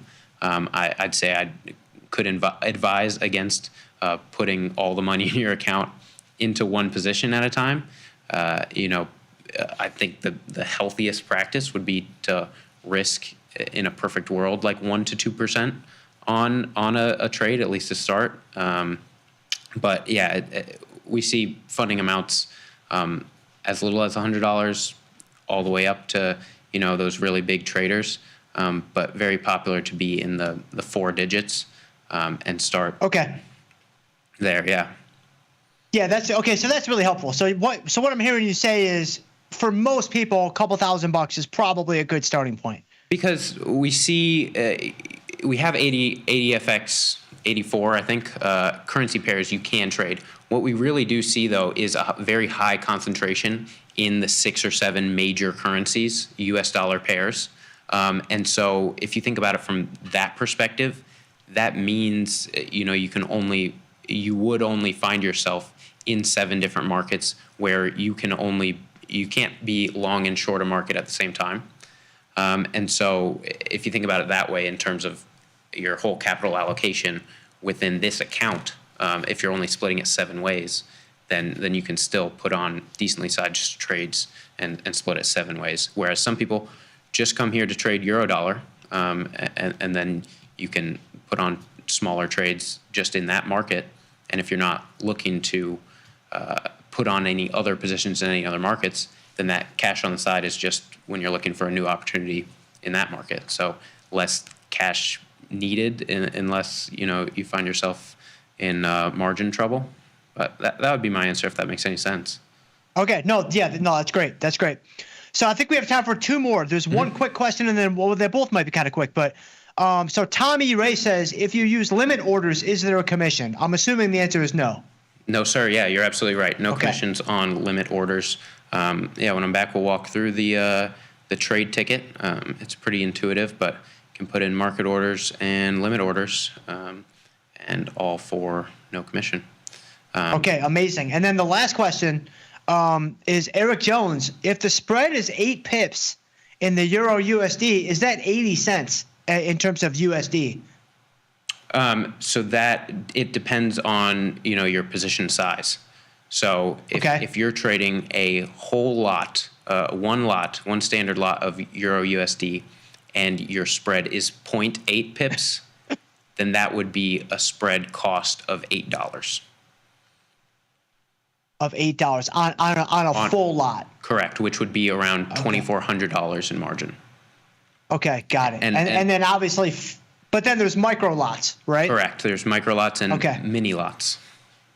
Just want to call out that if you're in the tastytrade platform right now, and you want a little preview, we do have the buy and the sell prices in the Forex watch list. If you navigate to the watch list tab, you can see all the Forex pairs. And if you want to be notified about exactly when these FX products are live, you can click on any pair there and be added to the wait list to be notified right away.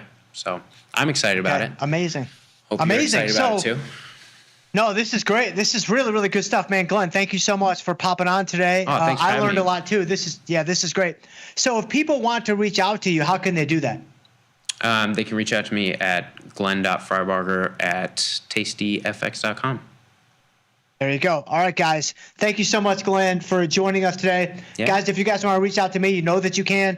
I'm just jschultz@tastylive.com, or we can connect on Twitter as always. I'm on Twitter at too. jschultz. I'm at jschultz_F3. You're on Twitter? Are you on Twitter, Glenn? Oh yeah, just my name. And so now it's Glenn, so spell that for us. GLENFRY. Okay. BARGER. And I'm pretty big in Twitter now. Jamal followed me back. That took a long time, so I'm feeling pretty good about my Twitter game. I'll tell you right what now. though. I mean, you should be feeling pretty good because I'll just tell you, like when I first learned that you were Glenn with one N, man, that's a power move, dude. Like that is a statement. Yeah. I will say, a lot of people default to two, and it's I don't know why you don't need it. I don't think so. Keep it short and sweet. I love it. No, I love it. Well, speaking of Jamal, I don't want to take any more of his time. All right. Guys, we have Engineering the Trade coming up next. Thanks for tuning in today, and we'll see you guys tomorrow. Thanks.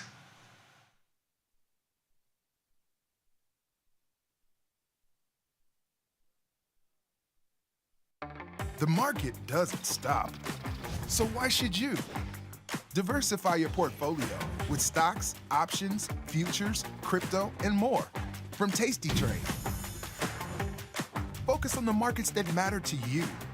See the odds before you trade using curve analysis, IV rank, and more tools.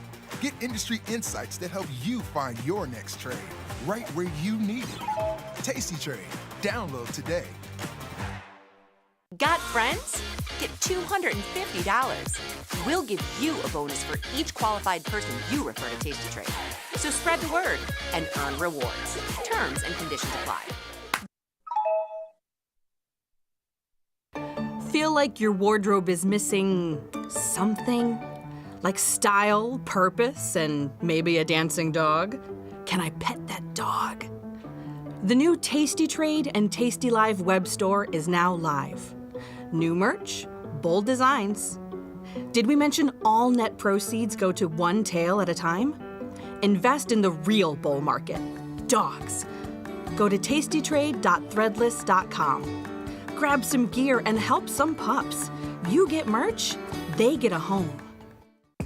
Ready to take your trading skills to the next level? Dive into the world of stocks, options, and futures with TastyTrade courses. Whether you're a beginner or more advanced trader, our courses can empower you with the knowledge to succeed. Watch as our team in Chicago shows you how to use the TastyTrade platform and go over the basics of trading. Perhaps you'll learn about a new strategy or a potential product for your portfolio. To find our courses, go to the Manage section of our web platform or head to courses.tastytrade.com. Start taking control of your financial future. Visit our courses today. There's a beast in the financial world, and it's not the bull. If that's you, join us on Tasty Trade. Genius loves company.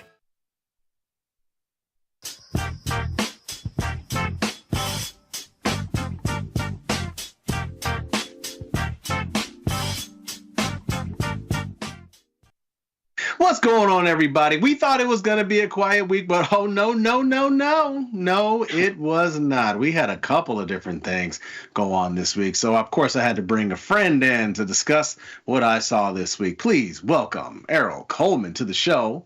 What's going on, dude? What's going on, Jamal? How are you doing, man? It's been volatile. I know we'll get into a little bit of that, but it's been really volatile to the upside, downside. Playoffs have been volatile too. Everything's been volatile right now, but good to be back over here. How you been? Oh, I've been good, man. I've been good. It's funny. I really hadn't traded that much until like towards the end of last week.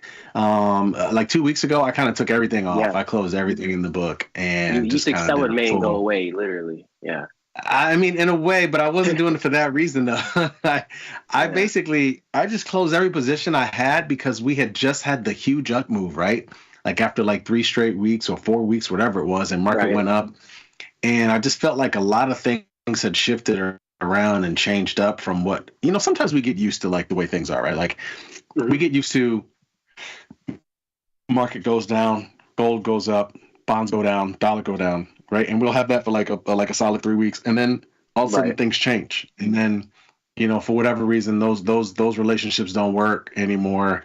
And then it changes again, like today, and then it comes back. And it's like, that's actually been kind of the tough part to navigate. Adapting so a little bit. I don't know, like 10 days ago, I felt like, let me just close some stuff and just start all over. Yeah. So it kind of feels like you're having to adjust quite frequently. Like the market environment, you feel has kind of been a little bit of a shift, a little bit more frequently. Is that kind of what you're touching on? I mean, yeah, I kind of feel like everybody's dealing with that in some way, shape, or form. I mean, I think it's interesting you bring it up because I can definitely relate to that. I feel like I've been having to adjust and kind of just adapt to the market environment on a quicker basis than I feel like I've usually had been. Maybe it's because of the tariffs. I don't know. Sentiment shifts really quickly in these environments right now. I've been relating to. It does, man. There's a ton of different news. And, to be straight up, like I'm certainly not reading as much news as I used to because of the way that I am. Like a lot of times I'll read news and I'll usually kind of use that to adapt how I want to trade. But the news is changing day to day, damn near. And so I'm just kind of like, I'm more of a let the smoke clear and then decide like how to make the trade work for me. But that's kind of been kind of wild to do in this. Like, for example, this morning, nobody had on their bingo card that it was going to be tariff talk ahead of the long weekend. Right. No, nobody, And so, of course, we were down 70 plus handles this morning. And now we've reversed it, which, again, that's another. We've done that a couple of times this week. We did that. Well, I should say we had 3 big drawdowns this week. 2 of them we recovered from. I mean, assuming we finished today the way we've done. One of them we didn't on Wednesday. But on Sunday night to Monday, we recovered from that one. Matter of fact, market ended up positive just about, I'm pretty sure. Wednesday, 20-year auction was not so great. Market like basically ends the day on the lows. And then today, I mean, so far we've bounced up, but I wouldn't be surprised if we fade into the weekend. Just saying. Yeah, I mean, we still got another hour of close. And I mean, that last hour of close, I mean, can be really meaningful. I don't know if you've noticed, but even over the last couple of weeks, some of the largest moves during the day came in like the last hour. I mean, I would look back 15 minutes before close and we're down another 50 handles. And I've noticed that quite a few times over the last couple of weeks. So, I mean, a lot can happen in just the last 30 to an hour of market close. So we'll see if we can hold the gains, but we've been on a straight tear to the upside since morning. I know we had the credit downgrade. What was your thoughts on that coming into this Monday morning or at the beginning of this week on Monday morning? What were your thoughts on that credit downgrade? Did that kind of change how you're positioning yourselves or perceived any of your positions at all? Not even. I actually wasn't worried about that. Oh, you said. I mean, really? I wasn't. No. These rating agencies, I mean, they're publicly traded companies. They are companies where people are getting paid to make ratings, and I honestly think, I think they can be swayed one way or the other. That's just how I feel. And what's the incentive there? I mean, I don't know their pay structure. I really don't know. I looked at this a long time ago. I forget. I don't remember exactly how much, like what they get paid. I don't know how that works. But the rating agencies, they're just that. They're rating agencies. Like they're not, they're research agencies paid to make, these ratings based off of, I don't know. I wasn't worried. I hear you. No, I wasn't worried about it. Clearly. I wasn't worried about it. And I was actually surprised that the market was down as much as it was. And I guess I wasn't necessarily surprised when the market got bought. But I mean, I could see why they were down, the initial reaction, but I was a little surprised that they were down as much as they were. It just seemed like a buying opportunity. Wednesday was a little more different. Like that was a little more different. That was a little scary. Wednesday was it a little bit more of a sell, or what was Wednesday? Let me see here. What was the trading Wednesday day like? was the 20-year bond auction. And right. That was with the aggressive sell-off, right? Yeah, and right after people, noon. and again, the U.S. has always been one of the most reliable places where you could purchase debt because, I mean, they're going to pay their obligations. The U.S. has cash. It's not a big deal. But if people are not interested in U.S. debt, then that's when things get really scary. And so that made sense, honestly, a little bit more. That one was definitely probably a little more like realistic and scary. This morning is another one where I was actually surprised that we were down as much as we were once again on talk of tariffs, because I thought we had gotten to the point where it's like, okay, if we have a discussion about a tariff on a country, well, that just is going to be a situation to create a chance for discourse to figure out how we're going to, work and get these tariffs fixed. Like it's not going to he's not going to actually enact a 50% on the EU. They're going to come to some agreement and. Yeah, I mean, I'm just even looking at how the market's kind of digesting all of that, and I mean, we closed at 483, so we might even end up closing unched over here, Jamal. No, right? we may end up closing unched. I mean, I know I was touching on this with Dr. Jim the other day, but I mean, we almost had like a capitulatory move down, and then almost had a very similar capitulatory move right back up in the opposite direction. So I don't know, maybe we start stalling here a little bit more, maybe you had a little bit more range bound, but either way, I mean, if you've closed your eyes on your portfolio for the last 24 hours, we're pretty much closing almost unched after that big move down. You're right. It's kind of what we've been doing. I mean, you can see it right now. They're definitely trying to close them unched, but again, I don't know. I'm almost surprised in a way because bad news ahead of a long weekend usually leads to more of a sell-off, and I'm surprised that they bought them up. I mean, I don't know. Yeah, I mean, I don't know, man. I don't know what the heck to think these days. I mean, maybe the market's barely digested this yet. Market's up a little bit right now. Maybe I don't know. Maybe we range for a little bit until we head lower. But we'll see. Maybe it's just too soon to call. I'm just surprised about the direction of volatility that we've been seeing without having any type of like range bound market for a week or a couple weeks. We've seen none of that. We've seen straight directional moves to the upside or downside. I mean, last week we tried to consolidate a little bit, but I mean, now we're selling off. Now we're bouncing back up a little bit off of the aggressive sell-off. So I'm just curious to see whenever the market is going to start ranging, whether that's within a week or 2 weeks. But it seems like whenever we zoom out on the daily chart, at least, we've been heading in one direction, either up or down. So maybe after these aggressive moves to the downside and upside, maybe we get a little bit of stability in the market before it makes its next move. But again, like you kind of touched on, it's such a headline-driven market. Trump could come out, say something. We could strike a deal on some type of tariff talk, and then the market's moving, 300-400 points to the upside. So many headlines, so much uncertainty. Just I'm still getting used to this market environment, which is the newest administration too. So I'm doing my best to adjust, Jamal, at least. I hear you, Errol. I mean, it's interesting when you look at SPX, and I look at futures too. I bet this is probably similar, but you look at SPX. Those who are technical would say, I mean, this thing basically bounced off the 200-day moving average today, 57.73. That was basically around, I mean, a little bit. We were a little bit lower on SPX today. 57.67 is the low. Now we're at the highs of the day, which is like 58.29, which is not too far from the close. 58.44 was the close on the 12th, which was that. That was a Monday. So basically, I mean, that was that Monday. I don't even remember. It's hard to keep up with the news. I'm trying to remember what happened on the 12th. I think that was the day that. I don't remember exactly. Do you remember? I don't remember off the top of my head. Don't remember exactly. Yeah, I don't remember exactly neither. you need a notebook to keep up with all these different. Well, that's what I'm things that saying are though. happening, Like but- even when you said what happened on Wednesday, like, oh, it was the bond auction. That's what was Wednesday that caused this. Like there is a lot going on. There's a lot, and I guess the truth is, like, the reason why we don't remember these, because a lot of them they're not really worth remembering. You know what I mean? Like, it's one thing when you have a huge down move. Obviously, Liberation Day is memorable. I mean, right? Like, these couple of days in which we traded around, like, that was memorable. But, some of these other ones are starting. It's like, will they, won't they? It's like, oh, we were going to have the tariffs. Now we're not going to have the tariffs. We're going to have the tariffs. And so that's why it's hard to remember some of these.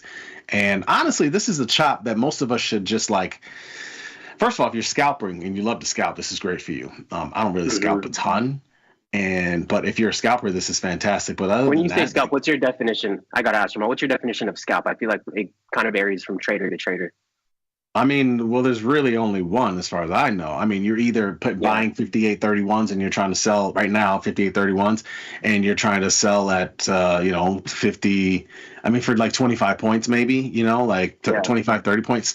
I mean, scalper. I would say scalper can be somebody who tries to scalp one for 40 to 50 points, or tries to scalp 2 to 3 contracts for 10 to 15 points, right? Like, it's just all. I mean, I think those are all the same. I don't think those are different definitions, I would say. But, you know what I mean? Like, anybody's just trying to not really hold these futures and just trying to trade in and out of them, really, I guess is what I'm getting at. Like, anybody who's doing that, this is great for them in this market. Yeah. No, it is a great environment. I mean, to your point, I do like to scalp a lot of the futures. I don't know if you're going to touch on gold, but have you been looking at gold? Gold's been having a pretty aggressive rally to the upside. Speaking of futures, I was looking to trade it a little bit, but so earlier this week I put on a short position on gold, right? I was swinging a short micro position on NASDAQ as well, and I was short on gold, short on NASDAQ, but I was pretty bearish on the NASDAQ, and I was like, I wasn't feeling comfortable with my gold position because I felt like there was kind of a conflict of interest there with both of those positions. So ended up closing the gold position. The gold keeps on rallying. Not exactly sure why gold is still having so much momentum to the upside, but I'm glad I managed my position. One thing I was getting used to was the multiplier on gold. It's about $10 a point on gold, right? It's about $2 a point on the micro NASDAQ. So that was a pretty big adjustment. Gold is a volatile one to trade. The multiplier on the futures is no joke. So we've just been watching from the sidelines, but I did end up flattening that position out in gold. But it's been moving. What were you trading for gold? You were trading like MGC? Or MGC, no? I was, yeah. Oh, you were? Okay. Yeah, just one contract. Yeah, I messed. I mean, when you talk about that, I kind of messed this week up going back to last Friday, because I did want to buy gold under 3,200, but the way it looked, like when you go back a couple of days and you just look at basically this, which is essentially what I was looking at, I saw this chart and I was like, that's sitting on the 50-day moving average. Maybe I could wait a little bit. Maybe it's going to fall a little more, right? And so I decided not to buy it. I said, if it really falls again on another day, or say within the next 2 days, which was going to be Monday or Tuesday of this week, I'll buy. Well, then it did this. You know what I'm saying? And like, I'm annoyed because I did want to buy gold. I'm in a good position to buy this MGC because I'm long the Dow, I'm long the Russell, I'm long I'm long a NASDAQ call spread, so I do have some long deltas there. This gold, I mean, for the most part of this year, we've seen the big days like this when gold is up. It's because the market is down. So I should have just bought that, right? Like I should have, and I hesitated. And then the other thing I did this week, which is annoying, I think it was God, what day was that? That was the day that we touched. I don't remember exactly what day, but I think it was late last week. I think I did by the end of on Friday. I did sell a micro ES against some of the longs I just mentioned, and I also on the day, right, like on the day where on Tuesday, literally on Wednesday, because if you remember how Wednesday went, it was kind of quiet. Wasn't really anything happening.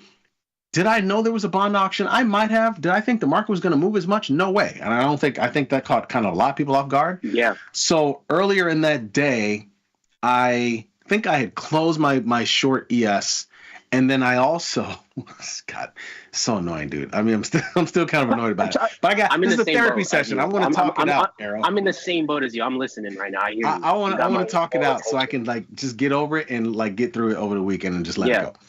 So then I also literally like I closed that short ES, and then I sold a ZB put spread, bond put spread. And I did it literally like 45 minutes before that auction. Like it must have been 11 something, like 11:15 Central Time. Bond auction comes at noon Central Time. Boom, we get this down moving there. We get the down moving markets. And not only that, I don't have the gold. And so I'm just like, I'm so annoyed. Like I'm still annoyed about it. You know what I mean? But I have to let it go. I have to let it go into the weekend and just be done with it. Yeah. No, I mean, I hear you completely. I'm kind of in the same boat as you. I was extremely bearish on the overall market this week. That's why I was swinging a micro position on NASDAQ from last week at about 21,500. I think the entry was like 21,499. You know, just swinging that to the downside, was very bearish on the overall market. And ended up getting short on gold. My sentiment was so bearish. I wasn't comfortable, you know, staying short on gold, because I'm like, if I'm really, you know, if my opinion is truly that I'm bearish on the overall market, it rubbed me the wrong way to really be long in gold, especially with the multiplier, excuse me, and relative to my account size as well too. So I ended up closing that trade where I was looking at gold for the long as well, you know. So gold was one of those movers that I kind of missed out on, and then prematurely exited the micro position as well. So just one of those things, you know. Didn't necessarily lose any money on the position, but you know, whenever you kind of mismanage a position, it can kind of sting almost like a red trade sometimes, you know. So that's kind of what happened with those couple positions this week. But still keeping an eye on gold, though. I know you trade gold a little bit more frequently than I do. The multiplier is a little bit higher on there. Any advice getting into trading gold a little bit more often? Because I'm going to be looking at gold a little bit more here. You are? I mean, well, you know, when you trade MGC, not GC. When you trade MGC, it's for every 10 points, it's $1, right? Something like that. Yeah, it's about for every point, it's about $10 if I'm not mistaken. Yeah. I mean, the positions were moving quick. I believe we moved 6 points to the upside, and I was up like $60. You know. Yeah. It's a quick mover. Yeah. I think the movement in gold seems to be here to stay, man. I mean, it's been a solid year and a half. I mean, sometimes you get these assets like this, like where it's like a solid like 2 years where it just is moving quite a bit, and then all of a sudden it just slows down. And a couple of years goes by, and you'll look back and be like, man, I remember when gold was, because it was the same thing. I remember in 2011 when gold was moving kind of like this, and it was wild. And then and then it just was like a few years in between where it just really didn't move. So when it's moving, let me take advantage, I would say. And like, again, I missed an opportunity, but you try not to like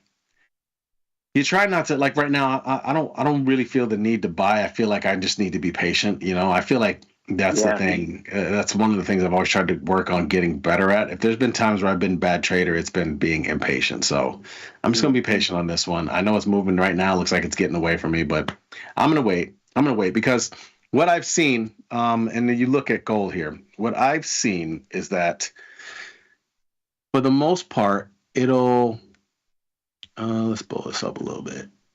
It'll track sort of that 1 week moving average, which is the screen line here. It'll stay on top of that. Then I'll have a breakdown, maybe a breakdown to the 50-day, and then it'll start to bounce back. I mean, we've seen this a couple of times. And so I think now it's right back on top of that 1 week moving average. It's probably going, I mean, this sucks to say, but it's probably going to at least 3,500 at this point. Don't say that. It is, dude. Just look at it. It's probably going, look at the way this chart has moved. Boom, boom, boom, down, then boom, boom, boom, boom, down, and then boom, boom, boom, down, and then boom, boom, boom. Like, it's just doing it again. And I'd be surprised if it failed really hard before it got to like 3,500. I don't know. No, it's catching some steam, and again with all the uncertainty right now with tariffs, and I mean just overall, you know, I don't think I would put gold out of the picture for maybe taking those highs over there. So we'll see what happens. How the market wants to digest everything.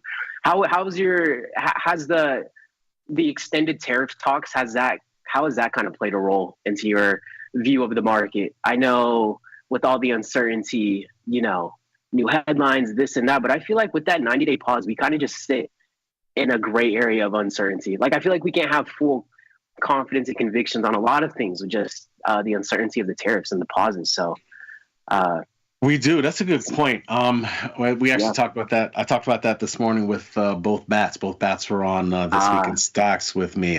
Actually, before I move on to that, I got to remind the audience real quick. There is no 10 night today. The show is going till a couple of minutes right before last call. So it's Errol and I up until for the next 20 plus minutes here on the show. And it's actually going to be like this for the next week. Tim's out. So that's right. Your boy is going until last call every day, just so you guys know. But, it's a good question. How do you feel about this tariff uncertainty? Dude, I think it's going to be around for some time. I think we're good. This is emblematic of the kind of markets we're going to have at least for the rest of this year, maybe even into next year. I just think after a while, and this is why I'm surprised a little bit about the move today. After a while, the markets usually start to discount the same news, right? Like if it's the same news on like tariffs or, it's like, oh, okay, we've heard this before. We know how to react. So I guess that's why I was a little bit surprised we were down like 80 plus handles this morning, which is still a big move in my opinion when you look at markets. I was a little surprised about that, but I think this news is not going anywhere. It's going to be a thing for a while.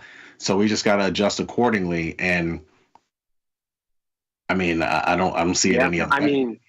Yeah, and kind of like you said, how the market will kind of begin to discount news once we've heard it already. We've known how the market might react to it. It digested this news before. To your point, we've rallied almost all the way back to where we closed last night. So maybe it was a little bit of an overreaction on the market's end. Because so far, it's proven to kind of claw its way back to yesterday's market close. So it's already erasing that move down that we saw before market open. Yeah, it is. What else are you trading these days besides gold, besides Nasdaq? Those seems to be the main two. Excuse me. Yeah, those are definitely the main two. I'm in a little bit of Nvidia right now too. I'm also earnings next week. What you think? What you thinking? What's gonna happen? What do you think? I'm thinking I'm gonna sit through the earnings. I did go a little further out, so I am 28 days out. Sold the June 20th, sold the 135s, kind of sitting break even on the trade right now. I intended to be out of this one before earnings, but if we're sitting break even, I might just sit through it because I'm sized appropriately, selected or secured about a third of the width of the $5 wide on there. I'm a little. Wait, you're in what now? I'm $5 wide. Sold the June 20th, sold the 135s, bought the 140, collected about $1.73. Okay. Nothing too crazy. But a sufficient amount. But in terms of earnings, I'm a little hesitant on it. I don't know how the conversations are going to go with the chips and China and the tariff news. I feel like we're going to continue to circle back around to that tariff news a lot because I know not too long ago some news dropped on chips with Nvidia and how that was going to affect the trade deal with China. So at the end of the day, it's going to be a surprise. So I'm going to sit through the earnings, but I don't really know what to expect just because of the chips and the tariffs and those ongoing conversations. I know, right? As of now, of course, we're a solid 5 days, 5 calendar days, about 2 trading days away from actual earnings. But saying $10 move, that's probably going to come in some, maybe I would think by Tuesday next week. You're right. Normally, I would have definitely probably gone like a call calendar spread or something further upside, maybe aiming for some stupid move love like those 150. calendar spreads. I do, bro. I do. For earnings, for sure. I like to play earnings for moves. And that used to be me buying calls or buying puts. Once upon a time. I don't do that anymore. But not all the time. Sometimes I do if it's a really low dollar name, like But I used to once upon a time be like, oh, I think this thing's gonna shoot to 150 or whatever. I'm gonna buy these cheap calls. I don't do that anymore. That's a hope and a prayer. Look, 9% pop. Like, come on. It's not to say it can't happen, but that's just statistically. Yeah. But when you do it. And again, say this was a bull market and people were still bullish on, chips and AI and all that, which let's just call that like a year ago. for sure, I would have done a couple. I would have maybe done the 145. I would have done the 150. I like doing them around like big round numbers like that, and then get long further out. And then again, like if it doesn't necessarily, the worst thing that happens is if the stock tanks. If the stock kind of goes up, but slowly, then cool. You're gonna kind of make money on your little shorts, but these are the ones that are gonna make money, right? Because these are a little bit Vega, so they still have a little bit of volatility value.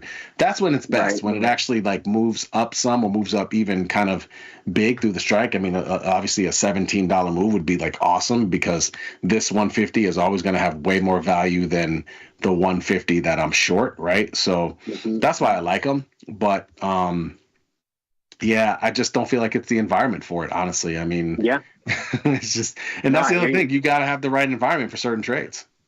No, 100%. Let me get your thoughts on United Healthcare. So I was in Nvidia, still in Nvidia right now, but I was doing a little bit in United Healthcare over the last couple of weeks. Ended up closing the position early this week. But what are your thoughts in there? I'm a little enticed to sell something, to maybe sell some out of the money puts some way in here. So that's what I might go ahead and do. But what were your thoughts on here? There we go. You had a nice trade in there. You sold some out of the money puts, or what were you doing? I did. Yeah, I was short. Nice. You got a nice one. Yeah. Yeah, I was short these 210s in July. I was short these. Okay. I mean, these things were like $11 at the time. I just went up straight up, sold the put. Yeah. Yeah. And nice. I closed was that like it. You're like, I got to. You're like, when you seen that, you're like, I have to. I got to. Yeah, and you know what, Errol? This is why I'm a little annoyed by myself from earlier this week, and just kind of like, I started saying this 2 years ago, and I probably executed on it like 50% of the time correctly, but waiting for like real fear to kick in, waiting for real situations where people are like really scared, market is worried about something. Like this was a real fear situation when you saw UNH tank. It was like one day the CEO leaves, and then the next day the bad news really comes out, and it's like down big. It's like, okay, I'm gonna jump in. You know what I mean? Like now it's really interesting because it feels like a lot of really bad news is out. Maybe it felt, you know what? It's easy to say, but not that I knew. I certainly didn't know, but it felt like a lot of bad news is out, and it could be possibly nothing but up from here. And that's what it turned out to be, at least for a couple of days, right? Like this, as soon as I did it on this day, all of a sudden it just started bouncing back, boom, boom, boom. And I think I actually closed on this day, I think. And then I saw the very next day it was still up. And I kind of felt like I could hold, but I mean, I got like a 60% gain on that. So I'm like, I can't. So yeah, I did do that. It's funny because initially I sold that put, and then I was thinking, because this was on Friday, and I remember saying this on the show. I was like, maybe I'll wait for it to get to about 350 or so, and then maybe I'll sell some upside. And then on Monday, it had another big up move, and I was like, man, forget all that. I'm just closing this put and just moving on. What are you kind of just done with you over UNH right now? Is it out of play for you? I'm over it right now. Yeah. I mean, it's still, it's still worthy of a trade, I would say, but I'm good. I'd rather just wait. I mean, again, with all these different other things going on, you got the market dropping. I almost forgot about UNH. I was like, I didn't even bring up UNH to you yet this week. Totally forgot about it. Yeah. I mean, with all these other different things going on, I mean, I got really interested in a couple of things throughout this week. So I sold an Iron Condor in, not MCL, but in CL. I've looked at the idea of playing gold directionally, but honestly, it just hasn't been interesting directionally. And it's been hanging out in this 60. I mean, you could put a line through it around 60 to 61. And so when you look at 68, 67, that range, when you look at the lows that we had, 54, 55, I was like, well, let me just get a Condor around this. And I actually had one of these a few weeks ago, closed it out, but I decided to put it on again since IV jumped back up to 56, 57. So I put the 68, 70, 55, 53 Condor on. We're sitting in that.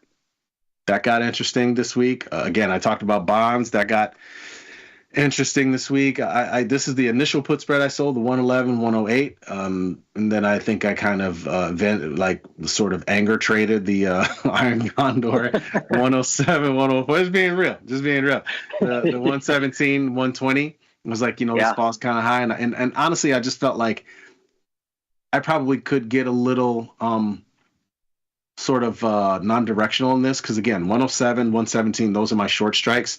I mean here's 117. Let's do the continuous contract.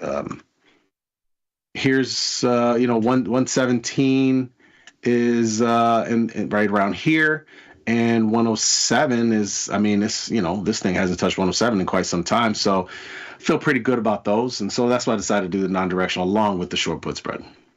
No, I like it. I seen you. Yeah, you got a little aggressive there, but I mean, nothing you can't manage. It's like that sometimes. No, I like it though. I mean, the way bonds are trading, I don't know if we see 117 in the next month. I don't think, but anything can happen. Anything certainly can happen in this market. Anything certainly can happen. Anything on Tesla as of late for you? Tesla, no, nothing going on there. I did do something in this name. I don't know how much you paid attention to this name, this core weave. I did.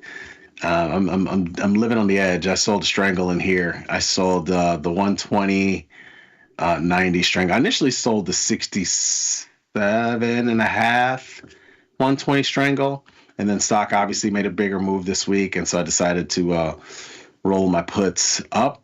And yeah, I actually have a couple of these. I don't even know how this happened, but this one was a little high IV. Hims is another one. Put a Strangle on in there. I put the 70 50. This is not where it started, I don't think, but I've since rolled both strikes, so I'm short the 70 and the 50 Strangle in here. And actually, I did another one too. I'm crazy for messing around with these names. IonQ, one of those quantum computing names. I did the 3365 Strangle in here, so got a couple of different Strangles working. There you go, letting those cook for a little bit. All those July, you got a lot of time on those too. Yeah, I do. I just like the prospect to sell in the July. I mean, again, June is, I mean, basically this coming week, a week from today, everybody's going to be closing out June's and rolling anyway. Yeah, that's true. Going to be adjusting and managing. VIX. I know Gus has been trading VIX a little bit more often. Hey, look, I believe he's been buying VIX, and they've been working out. These trades have been working out. You ever trade VIX? I know, I can't remember if it was you or Dr. Jim I've touched on it with, but have you ever traded VIX? And I mean, we're still spoiled. Market's selling off a little bit. It's not in the 30s or 40s, but I mean, we're still sitting at better levels than I think we were in 2024. But you don't trade VIX, do you? I'll trade VIX puts every now and again. Usually, if VIX is sort of pretty high, like in the 30s to 40s, and the futures are like in the 30s or something like that, then I'll look to do a sort of VIX put. Just in case we have a huge collapse like we actually did. So I think I did that I did it with the May VIX contract. I closed it. Like I think I bought it for like 5. I don't remember exactly. Maybe it has it here. Yeah, I bought one for like 5 bones, and then I think I closed it. Actually, probably closed it kind of early, but it was like 2 weeks to go with VIX, and so I just decided like I closed it for just $1.10 gain. I was a little concerned at how fast we had been moving up at that time, beginning in May, right? Yeah. Like 3 weeks ago. And I was thinking we were going to kind of pull back. And then, if we did that within like a week of VIX expiring, my option would have, it would have been like, it would have been cut in half probably. And so I was worried about that. So I closed it with the gain at the time, but I could have held that one because I remember looking and yeah, I mean, when we got close to VIX expiration, not that I would have held it that long, but I mean, at that point, the futures were like 18. So this thing would have been worth $10, probably $9-10. I would have made a nice little pretty penny. And that was originally my thought process. I just thought the collapse was going to happen a little faster. My man's had paper hands on that one. What do the kids call it these days? Is that what it's called? That's exactly that. Yeah. Yeah. Again, I just, the ebb and flow in this environment, man. Yeah. I mean, it's something to behold right about now. No, it is. It is. So you're thinking about trading more VIX? Like, what do you think about doing? No, I don't know. Just been keeping an eye on VIX. I know volatility is a little bit better than it was last year, I would say. I mean, I can't speak for everybody, but for myself, at least, I like the environment that we've been in. We spiked all the way to 60. I think the high of 60 was in the beginning of April, I think it was. Mm-hmm. And I mean, now we've just been kind of hovering around 20 for the most part. So just being prepared for another spike in VIX. I think we're going to get one. So I think we'll get another pop in VIX soon. So if we get a pop in VIX, maybe we got more downside on the market to see. I don't know. I know we've sold off a lot the last couple of days, but if we really zoom out, I mean, we really put in a crazy move to the upside in a really short amount of time. So I wouldn't be surprised if we got a decent little pullback. Not saying that we're going to make new lows or anything like that, but I want to be very caught off guard if we were to at least have a little bit of a relief rally or a relief from the rally that we've seen. Because when we zoom out, again, that's a massive move starting from, I think it was like April 7th. So we'll see how the market digests everything. No, I think you're right, man. I mean, and that's the way I was thinking like a week and change ago. And then finally it was like, well, look, it seems like everything has been resolved. We're on. That's what it feels. Unless the market wants to put in an instinct. I mean, if we make new lows, I mean, I think that's going to strike a different level of fear in a lot of people that, you know, if we really reclaim those lows from that we put in on April 7th. So if we don't make new highs from here, I don't know, maybe we just trade. I feel like we take out the possibility of a sideways market a lot of the times. I feel like we talk a lot directionally, but what if we chop around for a while? What if the market went into like range bound mode? So sometimes I try to remember that could be another outcome that usually goes over my head. You have a good reason, man. I mean, market's been moving around quite a bit for some time now. I mean, it's easy to dismiss that. I mean, look, it's May already, right? It's toward the end of May. This is February when we really started this. This has been our last 3 months. I mean, you know, how crazy is that? Yeah, no, it has been. So market's been keeping you on your toes for the last March, couple April, months. May. I mean, we've moved around March, April, and May. I mean, yeah, we're not getting a breather at all. No. That's why it's so funny. These people talk about selling May and go away. Yeah, right. There's too much opportunity. Yeah, right. People just try to say selling May and go away. Any. That's like pre-2000s. That's like pre-2000s talk. Yeah, and we got technology nowadays. We got headlines going crazy. But no. You think the market will ever stay open 24/7? I know they're trying to push the times. I feel like those headlines have drifted off a little bit, but there was a conversation that was there. Yeah, I don't know. Will it ever? It's hard to say. Never won't, but I don't see how it gets over that hurdle right now. I mean, again, I think there's some things that could, like the S&P 500, the SPX or SPY, maybe possibly could. I could see that maybe, but outside of that, I don't know. I don't know if it's like everything. We don't need it. You know, we don't need it, man. No, we don't. Honestly, I think it would. I don't think it would be good. I think it would just be, it's better to have a couple of days in between. And some people would never come up for air if it was open all the time. I mean, seriously. Oh yeah, no, 100%. I mean, even GameStop and you can't gamble, so why should you be able to trade? You need some stoppage. No, 100%. I mean, I'm curious how the liquidity would even be. I know the New York sessions get a lot and most of the volatility. I know overnight sessions we usually get really large moves, but we get some of the highest levels of volume and liquidity in the market in the New York session. So I don't even know how the liquidity would be at those times. Maybe we would see an uptick in volume, but I don't know how meaningful it would be. I know some individuals will trade like the Asia session. I know there's like different time zones people trade, but I don't know. Outside of the New York session, I don't know. I just don't know if the volume and liquidity is there to be actively trading in other sessions. But I mean, it's been done and people are still doing it. So just curious about the volume in those sessions. And that's exactly it. Like, you know, you need good volume, especially the way that we trade and the things that we want to trade. You need the volume. And so, yeah, in the overnight sessions, it's always going to be lighter than the regular session. Just is. 100%. 100%. Got any big weekend plans, dude? No, nothing too crazy. Maybe I realize Monday is Memorial Day, so maybe we'll do my best to not be a hermit and be a human being, I guess. So I don't know what the move is going to be. Maybe get some. I've been craving hot dogs, so maybe I do something on the grill. Maybe make some hot dogs. I don't know. Okay. The plans are still up in the air. Hit a nice gym session, something like that. Prepare for some other things. What about you? You guys got anything going on? You and the wife, you and the kids, whoever's around right now? We've been kicking around the idea about going out of town up north to family cabin. We're not sure. I don't know. We haven't decided yet. But other than that, just probably lay low. You don't have that much time left. Yeah, I know, right? Yeah, it's only like move, 4.5 hours away. It's not that far. I mean, it's an easy trip. We go for a day or two. Who knows? But other than that, watch some playoff hockey, watch some playoff basketball. It is what it is, man. You got the Pacers or Knicks? Oh, geez. I think whatever your heart is telling you. Come on, don't let any outside either one of them. I don't care about either one of them. I would say it would be more fun if the Knicks were in the final. It would have been more fun if it was Knicks and Minnesota, because obviously you could debate who won that trade. But now I don't think it matters. I think it's going to be OKC and Pacers. That's what I think. I think OKC and Pacers too. I was just about to ask. Yeah, we'll see what we get. It'll be a good weekend. It'll be fantastic, man. Thanks for coming on. Good to see you as always. Can't wait till you're on again, dude. Absolutely. Thanks for having me here, Jamal. For sure. Have a great weekend, folks. Thanks for watching, and as always, be smart, be patient, trade them small, and trade them often. Last call's coming up next. Peace. Peace.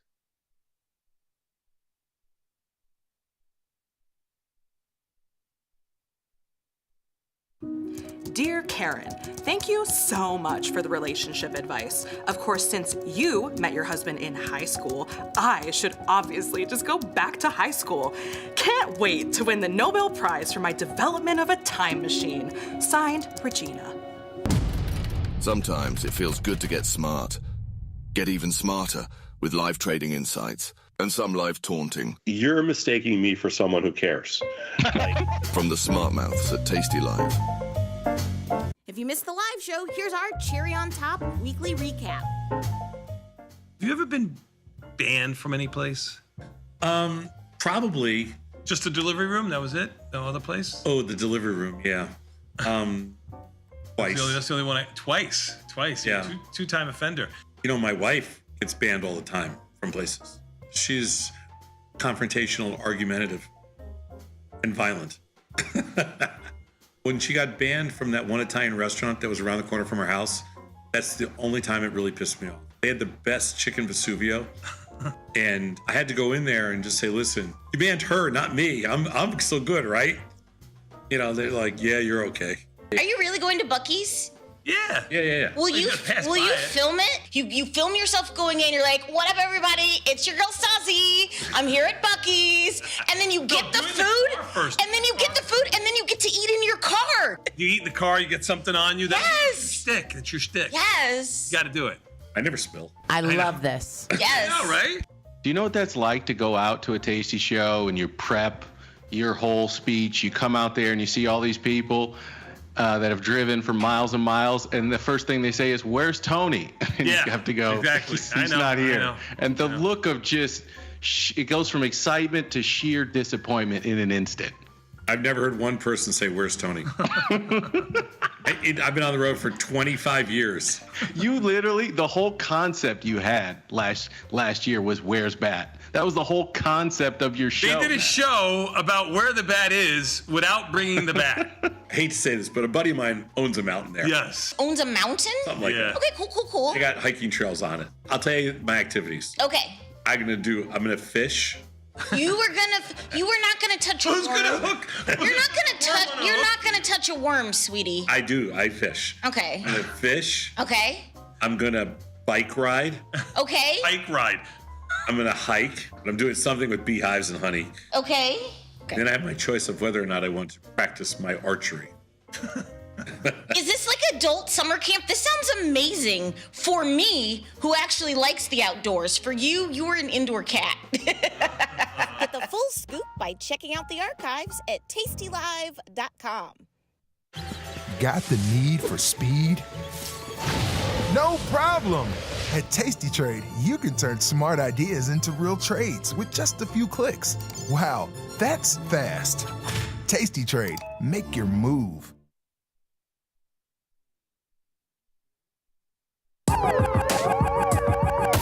Ring the alarm, hey, ring the alarm, boys. Turn up the charm. Listen up, y'all. Get out the damn stall. It's the last call. Hey, the last call. The last call. The last call. Nicky, we are back, my son, and you know what that means. Time for a little bit more Tasty Live with the last call. We usually go right to the market. I'm going to do it right with you, also filling in for Tom Sadnoff, who did not send me a picture of his traffic on his way to Tennessee. He has not sent me a picture from Buc-ee's. He is not doing his job. Market, I don't know. Is the market doing their job? Even the S&P is down 32, about half a percentage point. I don't know if it tells you the whole story today. 1.27 million even the S&Ps have traded. Decent volume, highest we've had probably for the week at this time, just about the highest. You can look here. Even the S&Ps were about 70 handles lower than where they are right now, and they were about 50 handles higher than this. NASDAQ down 165, same type of move. NASDAQ's actually the weakest of the group. Russell, which was the weakest of the group by 2.5%, is only down 1/3%. And the Dow down 211. I think we did good talking a little bit this morning about maybe the lows were in right there on the opening. We also talked about volatility up $1.35. We said volatility would stay bid. It was up around 8.5 or 9%. It's still up 6.5% with the market, like I just mentioned, significantly off its lows, significantly off its highs, mid-range. You would have thought volatility, which has actually been upticking with even the S&Ps doing absolutely nothing over the last 15 or 20 minutes. It went from up about $1.10 with the even the S&Ps down around $21 to $25, with now the even the S&Ps down $31. It's up $1.31. So volatility staying bid into the weekend. Not a surprise to this group. You and I, we talked about that earlier. Bonds up 17. I kind of lost track of them all day because I was watching the market move a lot more than I was bonds, which you can see are off of their highs of 1205, off of their lows, pretty much mid-range, just like the market. Bitcoin really took a back seat to the market here today, down around $2,300, off of its lows by about $1,000, off of its just about all-time highs of 12,800 and change. Oil up 50 cents. Gold up $66. It caught a little bit more of a bid, even as the market caught a little bit of a rally. Gold up $66 or so. Euro was basically unchanged. Well, I mean, I guess it's almost a 1% move. So euro up would imply that the dollar is a little bit down. Let's look at some of these movers across the board. On the downside, well, your first stock that you're kind of familiar with is Costco, down around $7.50 or so. Meta down $7.50. Apple, which has been weak all day, obviously that's the Trump tweet there, down around $5.70 or so. Microsoft down $3. So you still got your stocks that we trade going a little bit lower. On the upside, CRWD, X is halted, up $7. Maybe that's going through with their merger talk. Gold, GLD, obviously with gold up, is going to be up. Reddit up $2.50 and change. Palantir, even with all the bad news, up $1.90. Son, what did you think today? Certainly an interesting day. I didn't expect that we would be down 30. Basically a big old nothing burger on the E-minis. I mean, we're above 5,800, 5,826. 5,850 has been kind of like the chop fest zone. So I guess I should have known that we'd be right back there by the end of the day. But I don't know. I don't Are we out of the woods? Are we out of the woods? What's your story?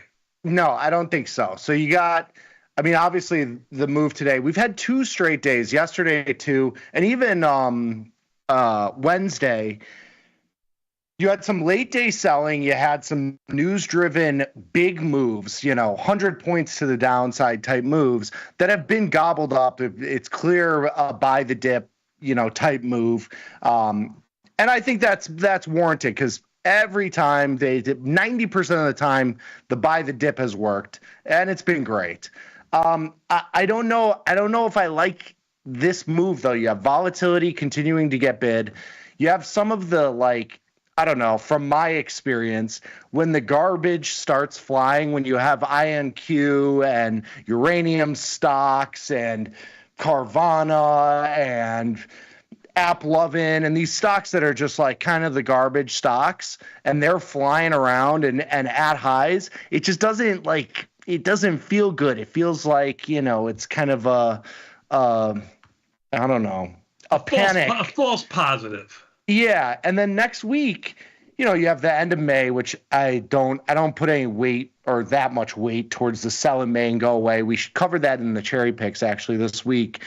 it is, you have positive drift over a long period of time. So it is bullish, so to speak, in terms of up versus down, but it is relatively weaker compared to pretty much the rest of the year into June, July, August. I don't think that's a huge thing, but you have Nvidia earnings in the middle of next week.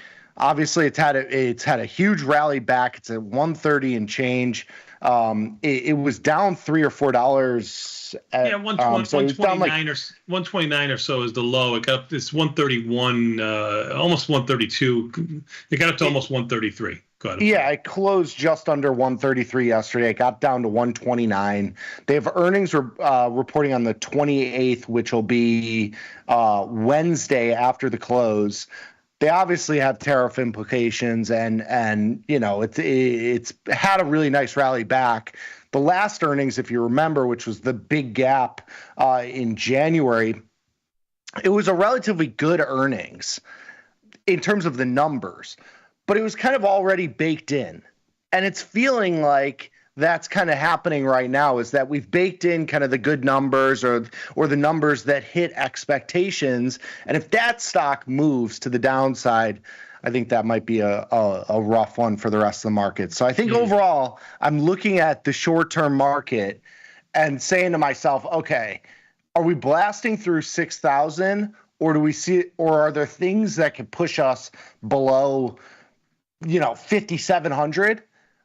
I feel like the things that could push us below 5,700 are bigger and more realistic than something that's blasting us off through 6,000, especially with all the kerfuffle that went down today in terms of the tweets and the tariffs and the hoopla, so to speak. And nothing really has changed at all in the last month and a half.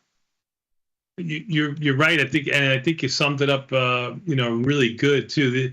The only thing, and that was kind of what made me a little bit kind of bullish on the opening. Not only a large move down, 90 handles down, but just the nature of what you just said. Nothing's really changed, except a lot of the background noise has gotten a lot more prevalent. We kind of climb the wall of worry these last couple of days. Now we've gotten softer the last 3 or 4 days, and you can see that. I mean, we were flirting with 6,000, and we traded under 5,800, like you said, 5,750.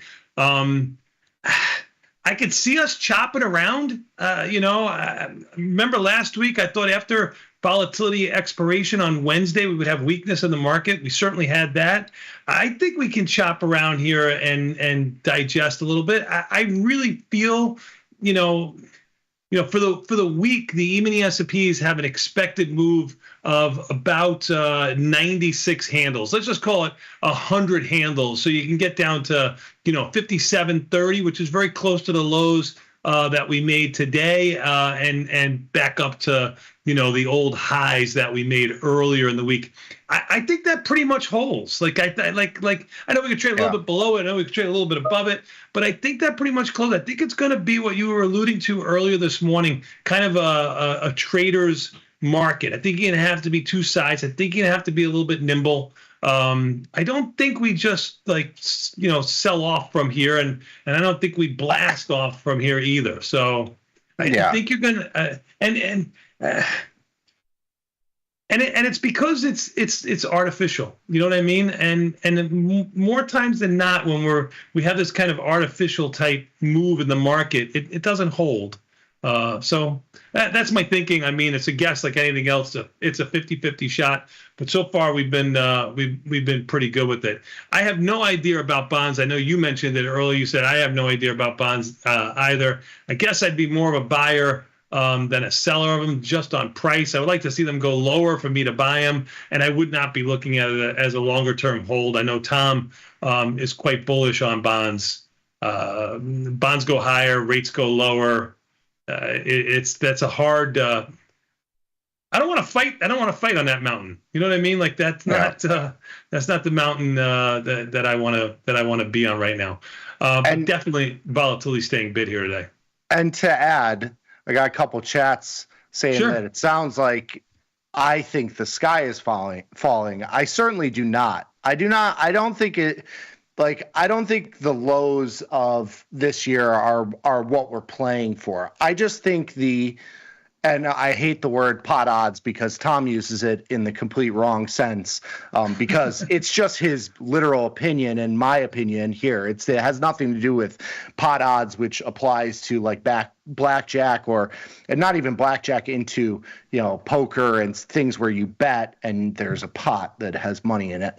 But my feeling is that there's more room to the downside relative to the upside. Like, I just don't see the catalyst for us to blast off to highs, which, after this rally are 100, maybe 200 points out of the money from where we are, relative to the downside, where I think there's 200 or 300 or 400 points to the downside, which puts us back to, 2 or 3 weeks ago. Right. Mm-hmm. So I am a market optimist, and I am mostly long, and I stay long equities. On a short time frame, I trade on the bearish side. I am not like dogmatic with my thinking. I don't sit and I'm pretty fluid with my thinking, and that's my feel, is that the downside here has a little bit more room. So my pot odds feel for you is that there is more downside than upside. Understood. I think we're on the same page. I just don't think it's going to be as big a move as I think you feel to the downside. That's all. I think we're on the same page. I will say one thing though. So if you're a little conflicted, like the two of us are right now, I mean, what can you do? Well, we just talked a lot about volatility. Let's put it into practical application. Volatility is up almost 6% today, which means you did not get paid for your weekend in front month June options, and you definitely didn't get paid in July either. But June would pay you a lot more if they took out a lot of volatility today as opposed to putting it in. So you've got a little bit of time decay working your way. If you're one of those who's a little bit on the fence like us, maybe not quite as certain on your market opinion, then rolling from June now to July is the prudent thing to do, whether it's the same strike or roll down 2 or 3 strikes or up 2 or 3 strikes, depending on whether you're doing calls or puts. That's your play to do right now in the next 15 minutes, in my opinion. Yeah. If you're one of those who's a little bit more like, well, we climbed the wall of worry and we had all the bad news out and it just continues to be bad news, and that's the reason why we're going to go up, playing that kind of contrarian role, will you stay in your front month options and you don't roll them? So if you're a little bit more conservative, you roll, and you roll now. I know it's early. And I know volatility has expanded. And I know if you roll early and you roll now and volatility contracts on Tuesday, you're not going to get paid as much. But that's the price you pay for being in the market. This is when you have to say to yourself, do I want to take on more risk or do I want to take on less risk? 100%. I spent pretty much, I don't think I did a single opening trade today. I spent most of my time managing positions. I closed out of a yen position. I was long there, so that was nice. I had a gold position that I was long. I got out of that. I had a UVXY long vol play that I was long. I reduced some delta in AMD. I have some short delta there. I reduced that. I reduced some delta in SPY. I took off some stuff where volatility was super, super low, like DraftKings and UAL, I had a little bit of long delta, or it was kind of short vol, long delta. That was a small winning trade. Apple, I kind of bought the dip by closing out of some out of the money short calls that I had against a crab trade. IonQ, I bought in some risk and sold out a call that's further out of the money. So I did reduce some of my delta and take off positions that worked. So I'm not hammering short positions right now, but I think today was a really nice day to manage positions, take off some stuff that's got low volatility, to your point, stuff that came in real nicely, clean that stuff up and kind of move on to the next thing. That's kind of what I did today. We did a couple of trades from the audience today. We did a Baidu trade that's down a couple pennies. Let's just call it 4 cents. We did a Palantir trade that's up about a dime. So far, our viewers are up about 6 cents. We did an XSP trade at 243. It's trading at $1.60. So you've got about 80 cents there. Let's say we're up around 90 cents or so from the trades we did from the audience. Gold, we're going to lose about 20 bucks. We're back up around 70. EEM, we're down around 30 cents, so we're up around 40. And then oil, we sold that at 206. It's trading 194. But remember, that's $10 up every penny.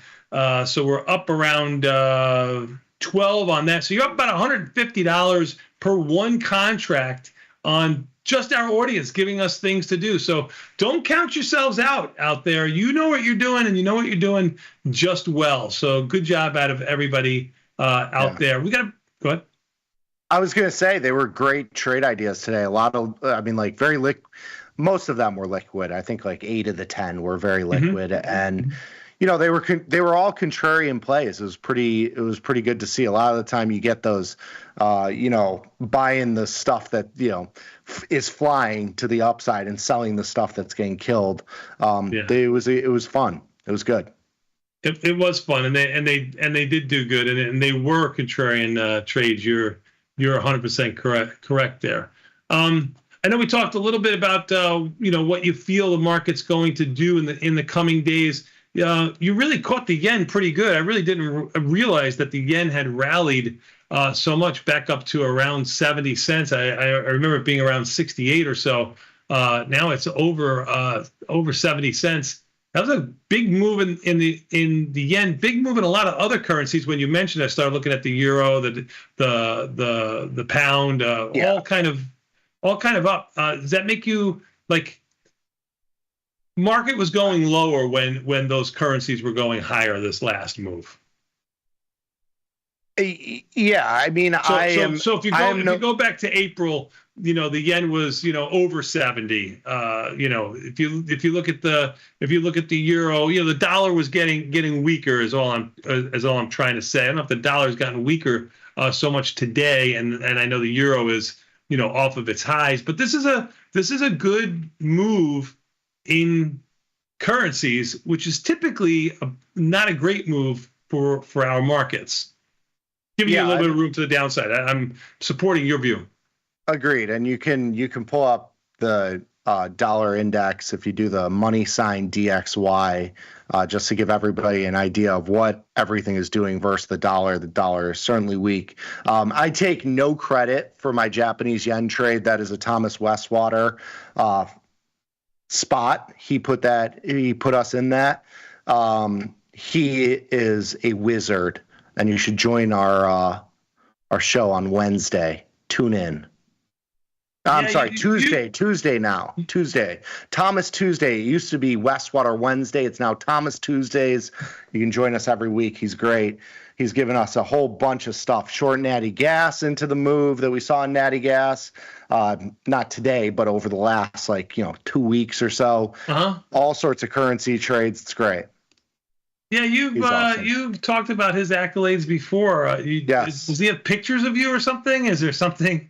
Do you owe him money? What's going on? No, nothing. No? Just give him my guys their due. All right. As a leader of men, as a tasty leader of men and women.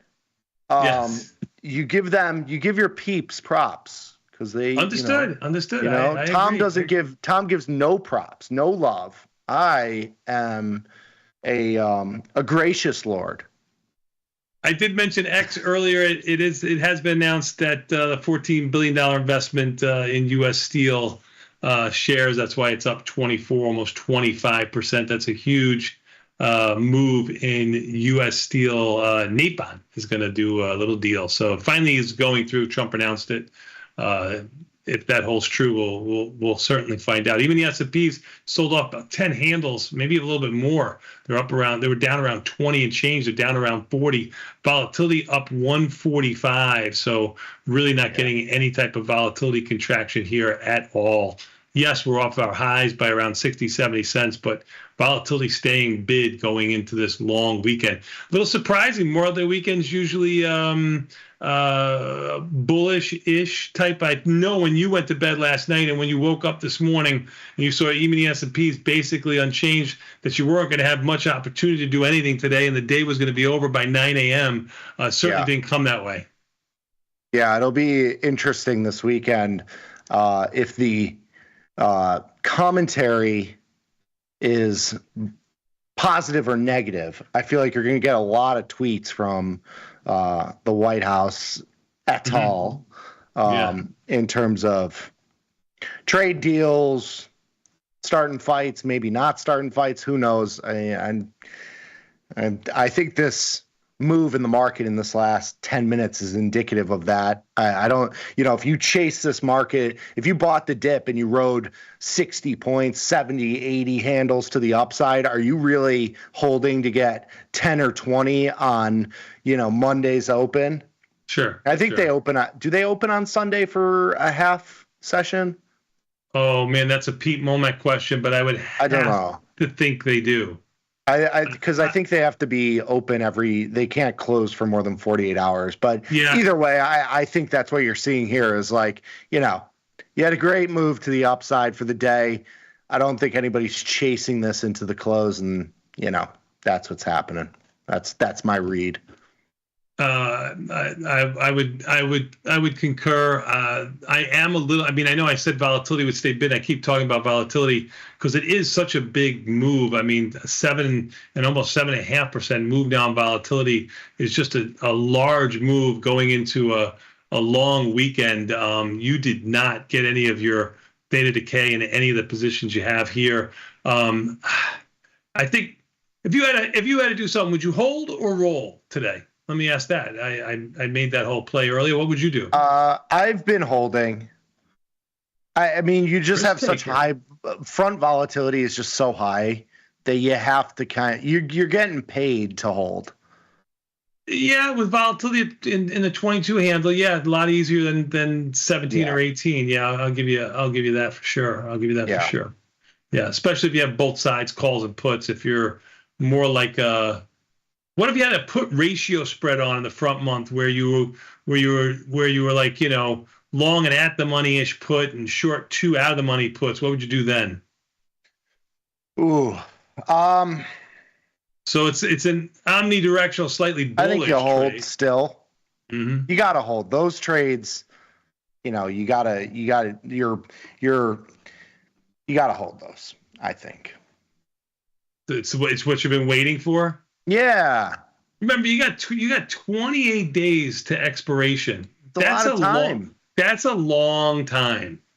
And July at 50 what? What do we got in July? July's 56. 28 and 56. You know what I mean? Yeah, it's a lot. So if you I'm gonna give you a little bit of pushback now. If you had a 1x2 on like that and you thought like you that we're gonna go down a little bit, that's a long delta play. I know it's short volatility, but it's a long delta play, and with 3.5 weeks to go, I think that's a trade that you have to roll, and you probably could roll down a couple of strikes too in July, give yourself a little bit less risk in the overall position. That would be my take on that. Well, you're a scaredy little Nancy, so it's fine. That's fair. That's fair. It's done me well. It's done me well. Yes, but yes. that's a fair statement. How much do you think volatility is up in SPY? I'm talking about IV rank over the last 5 days. It is up. I'll give you that.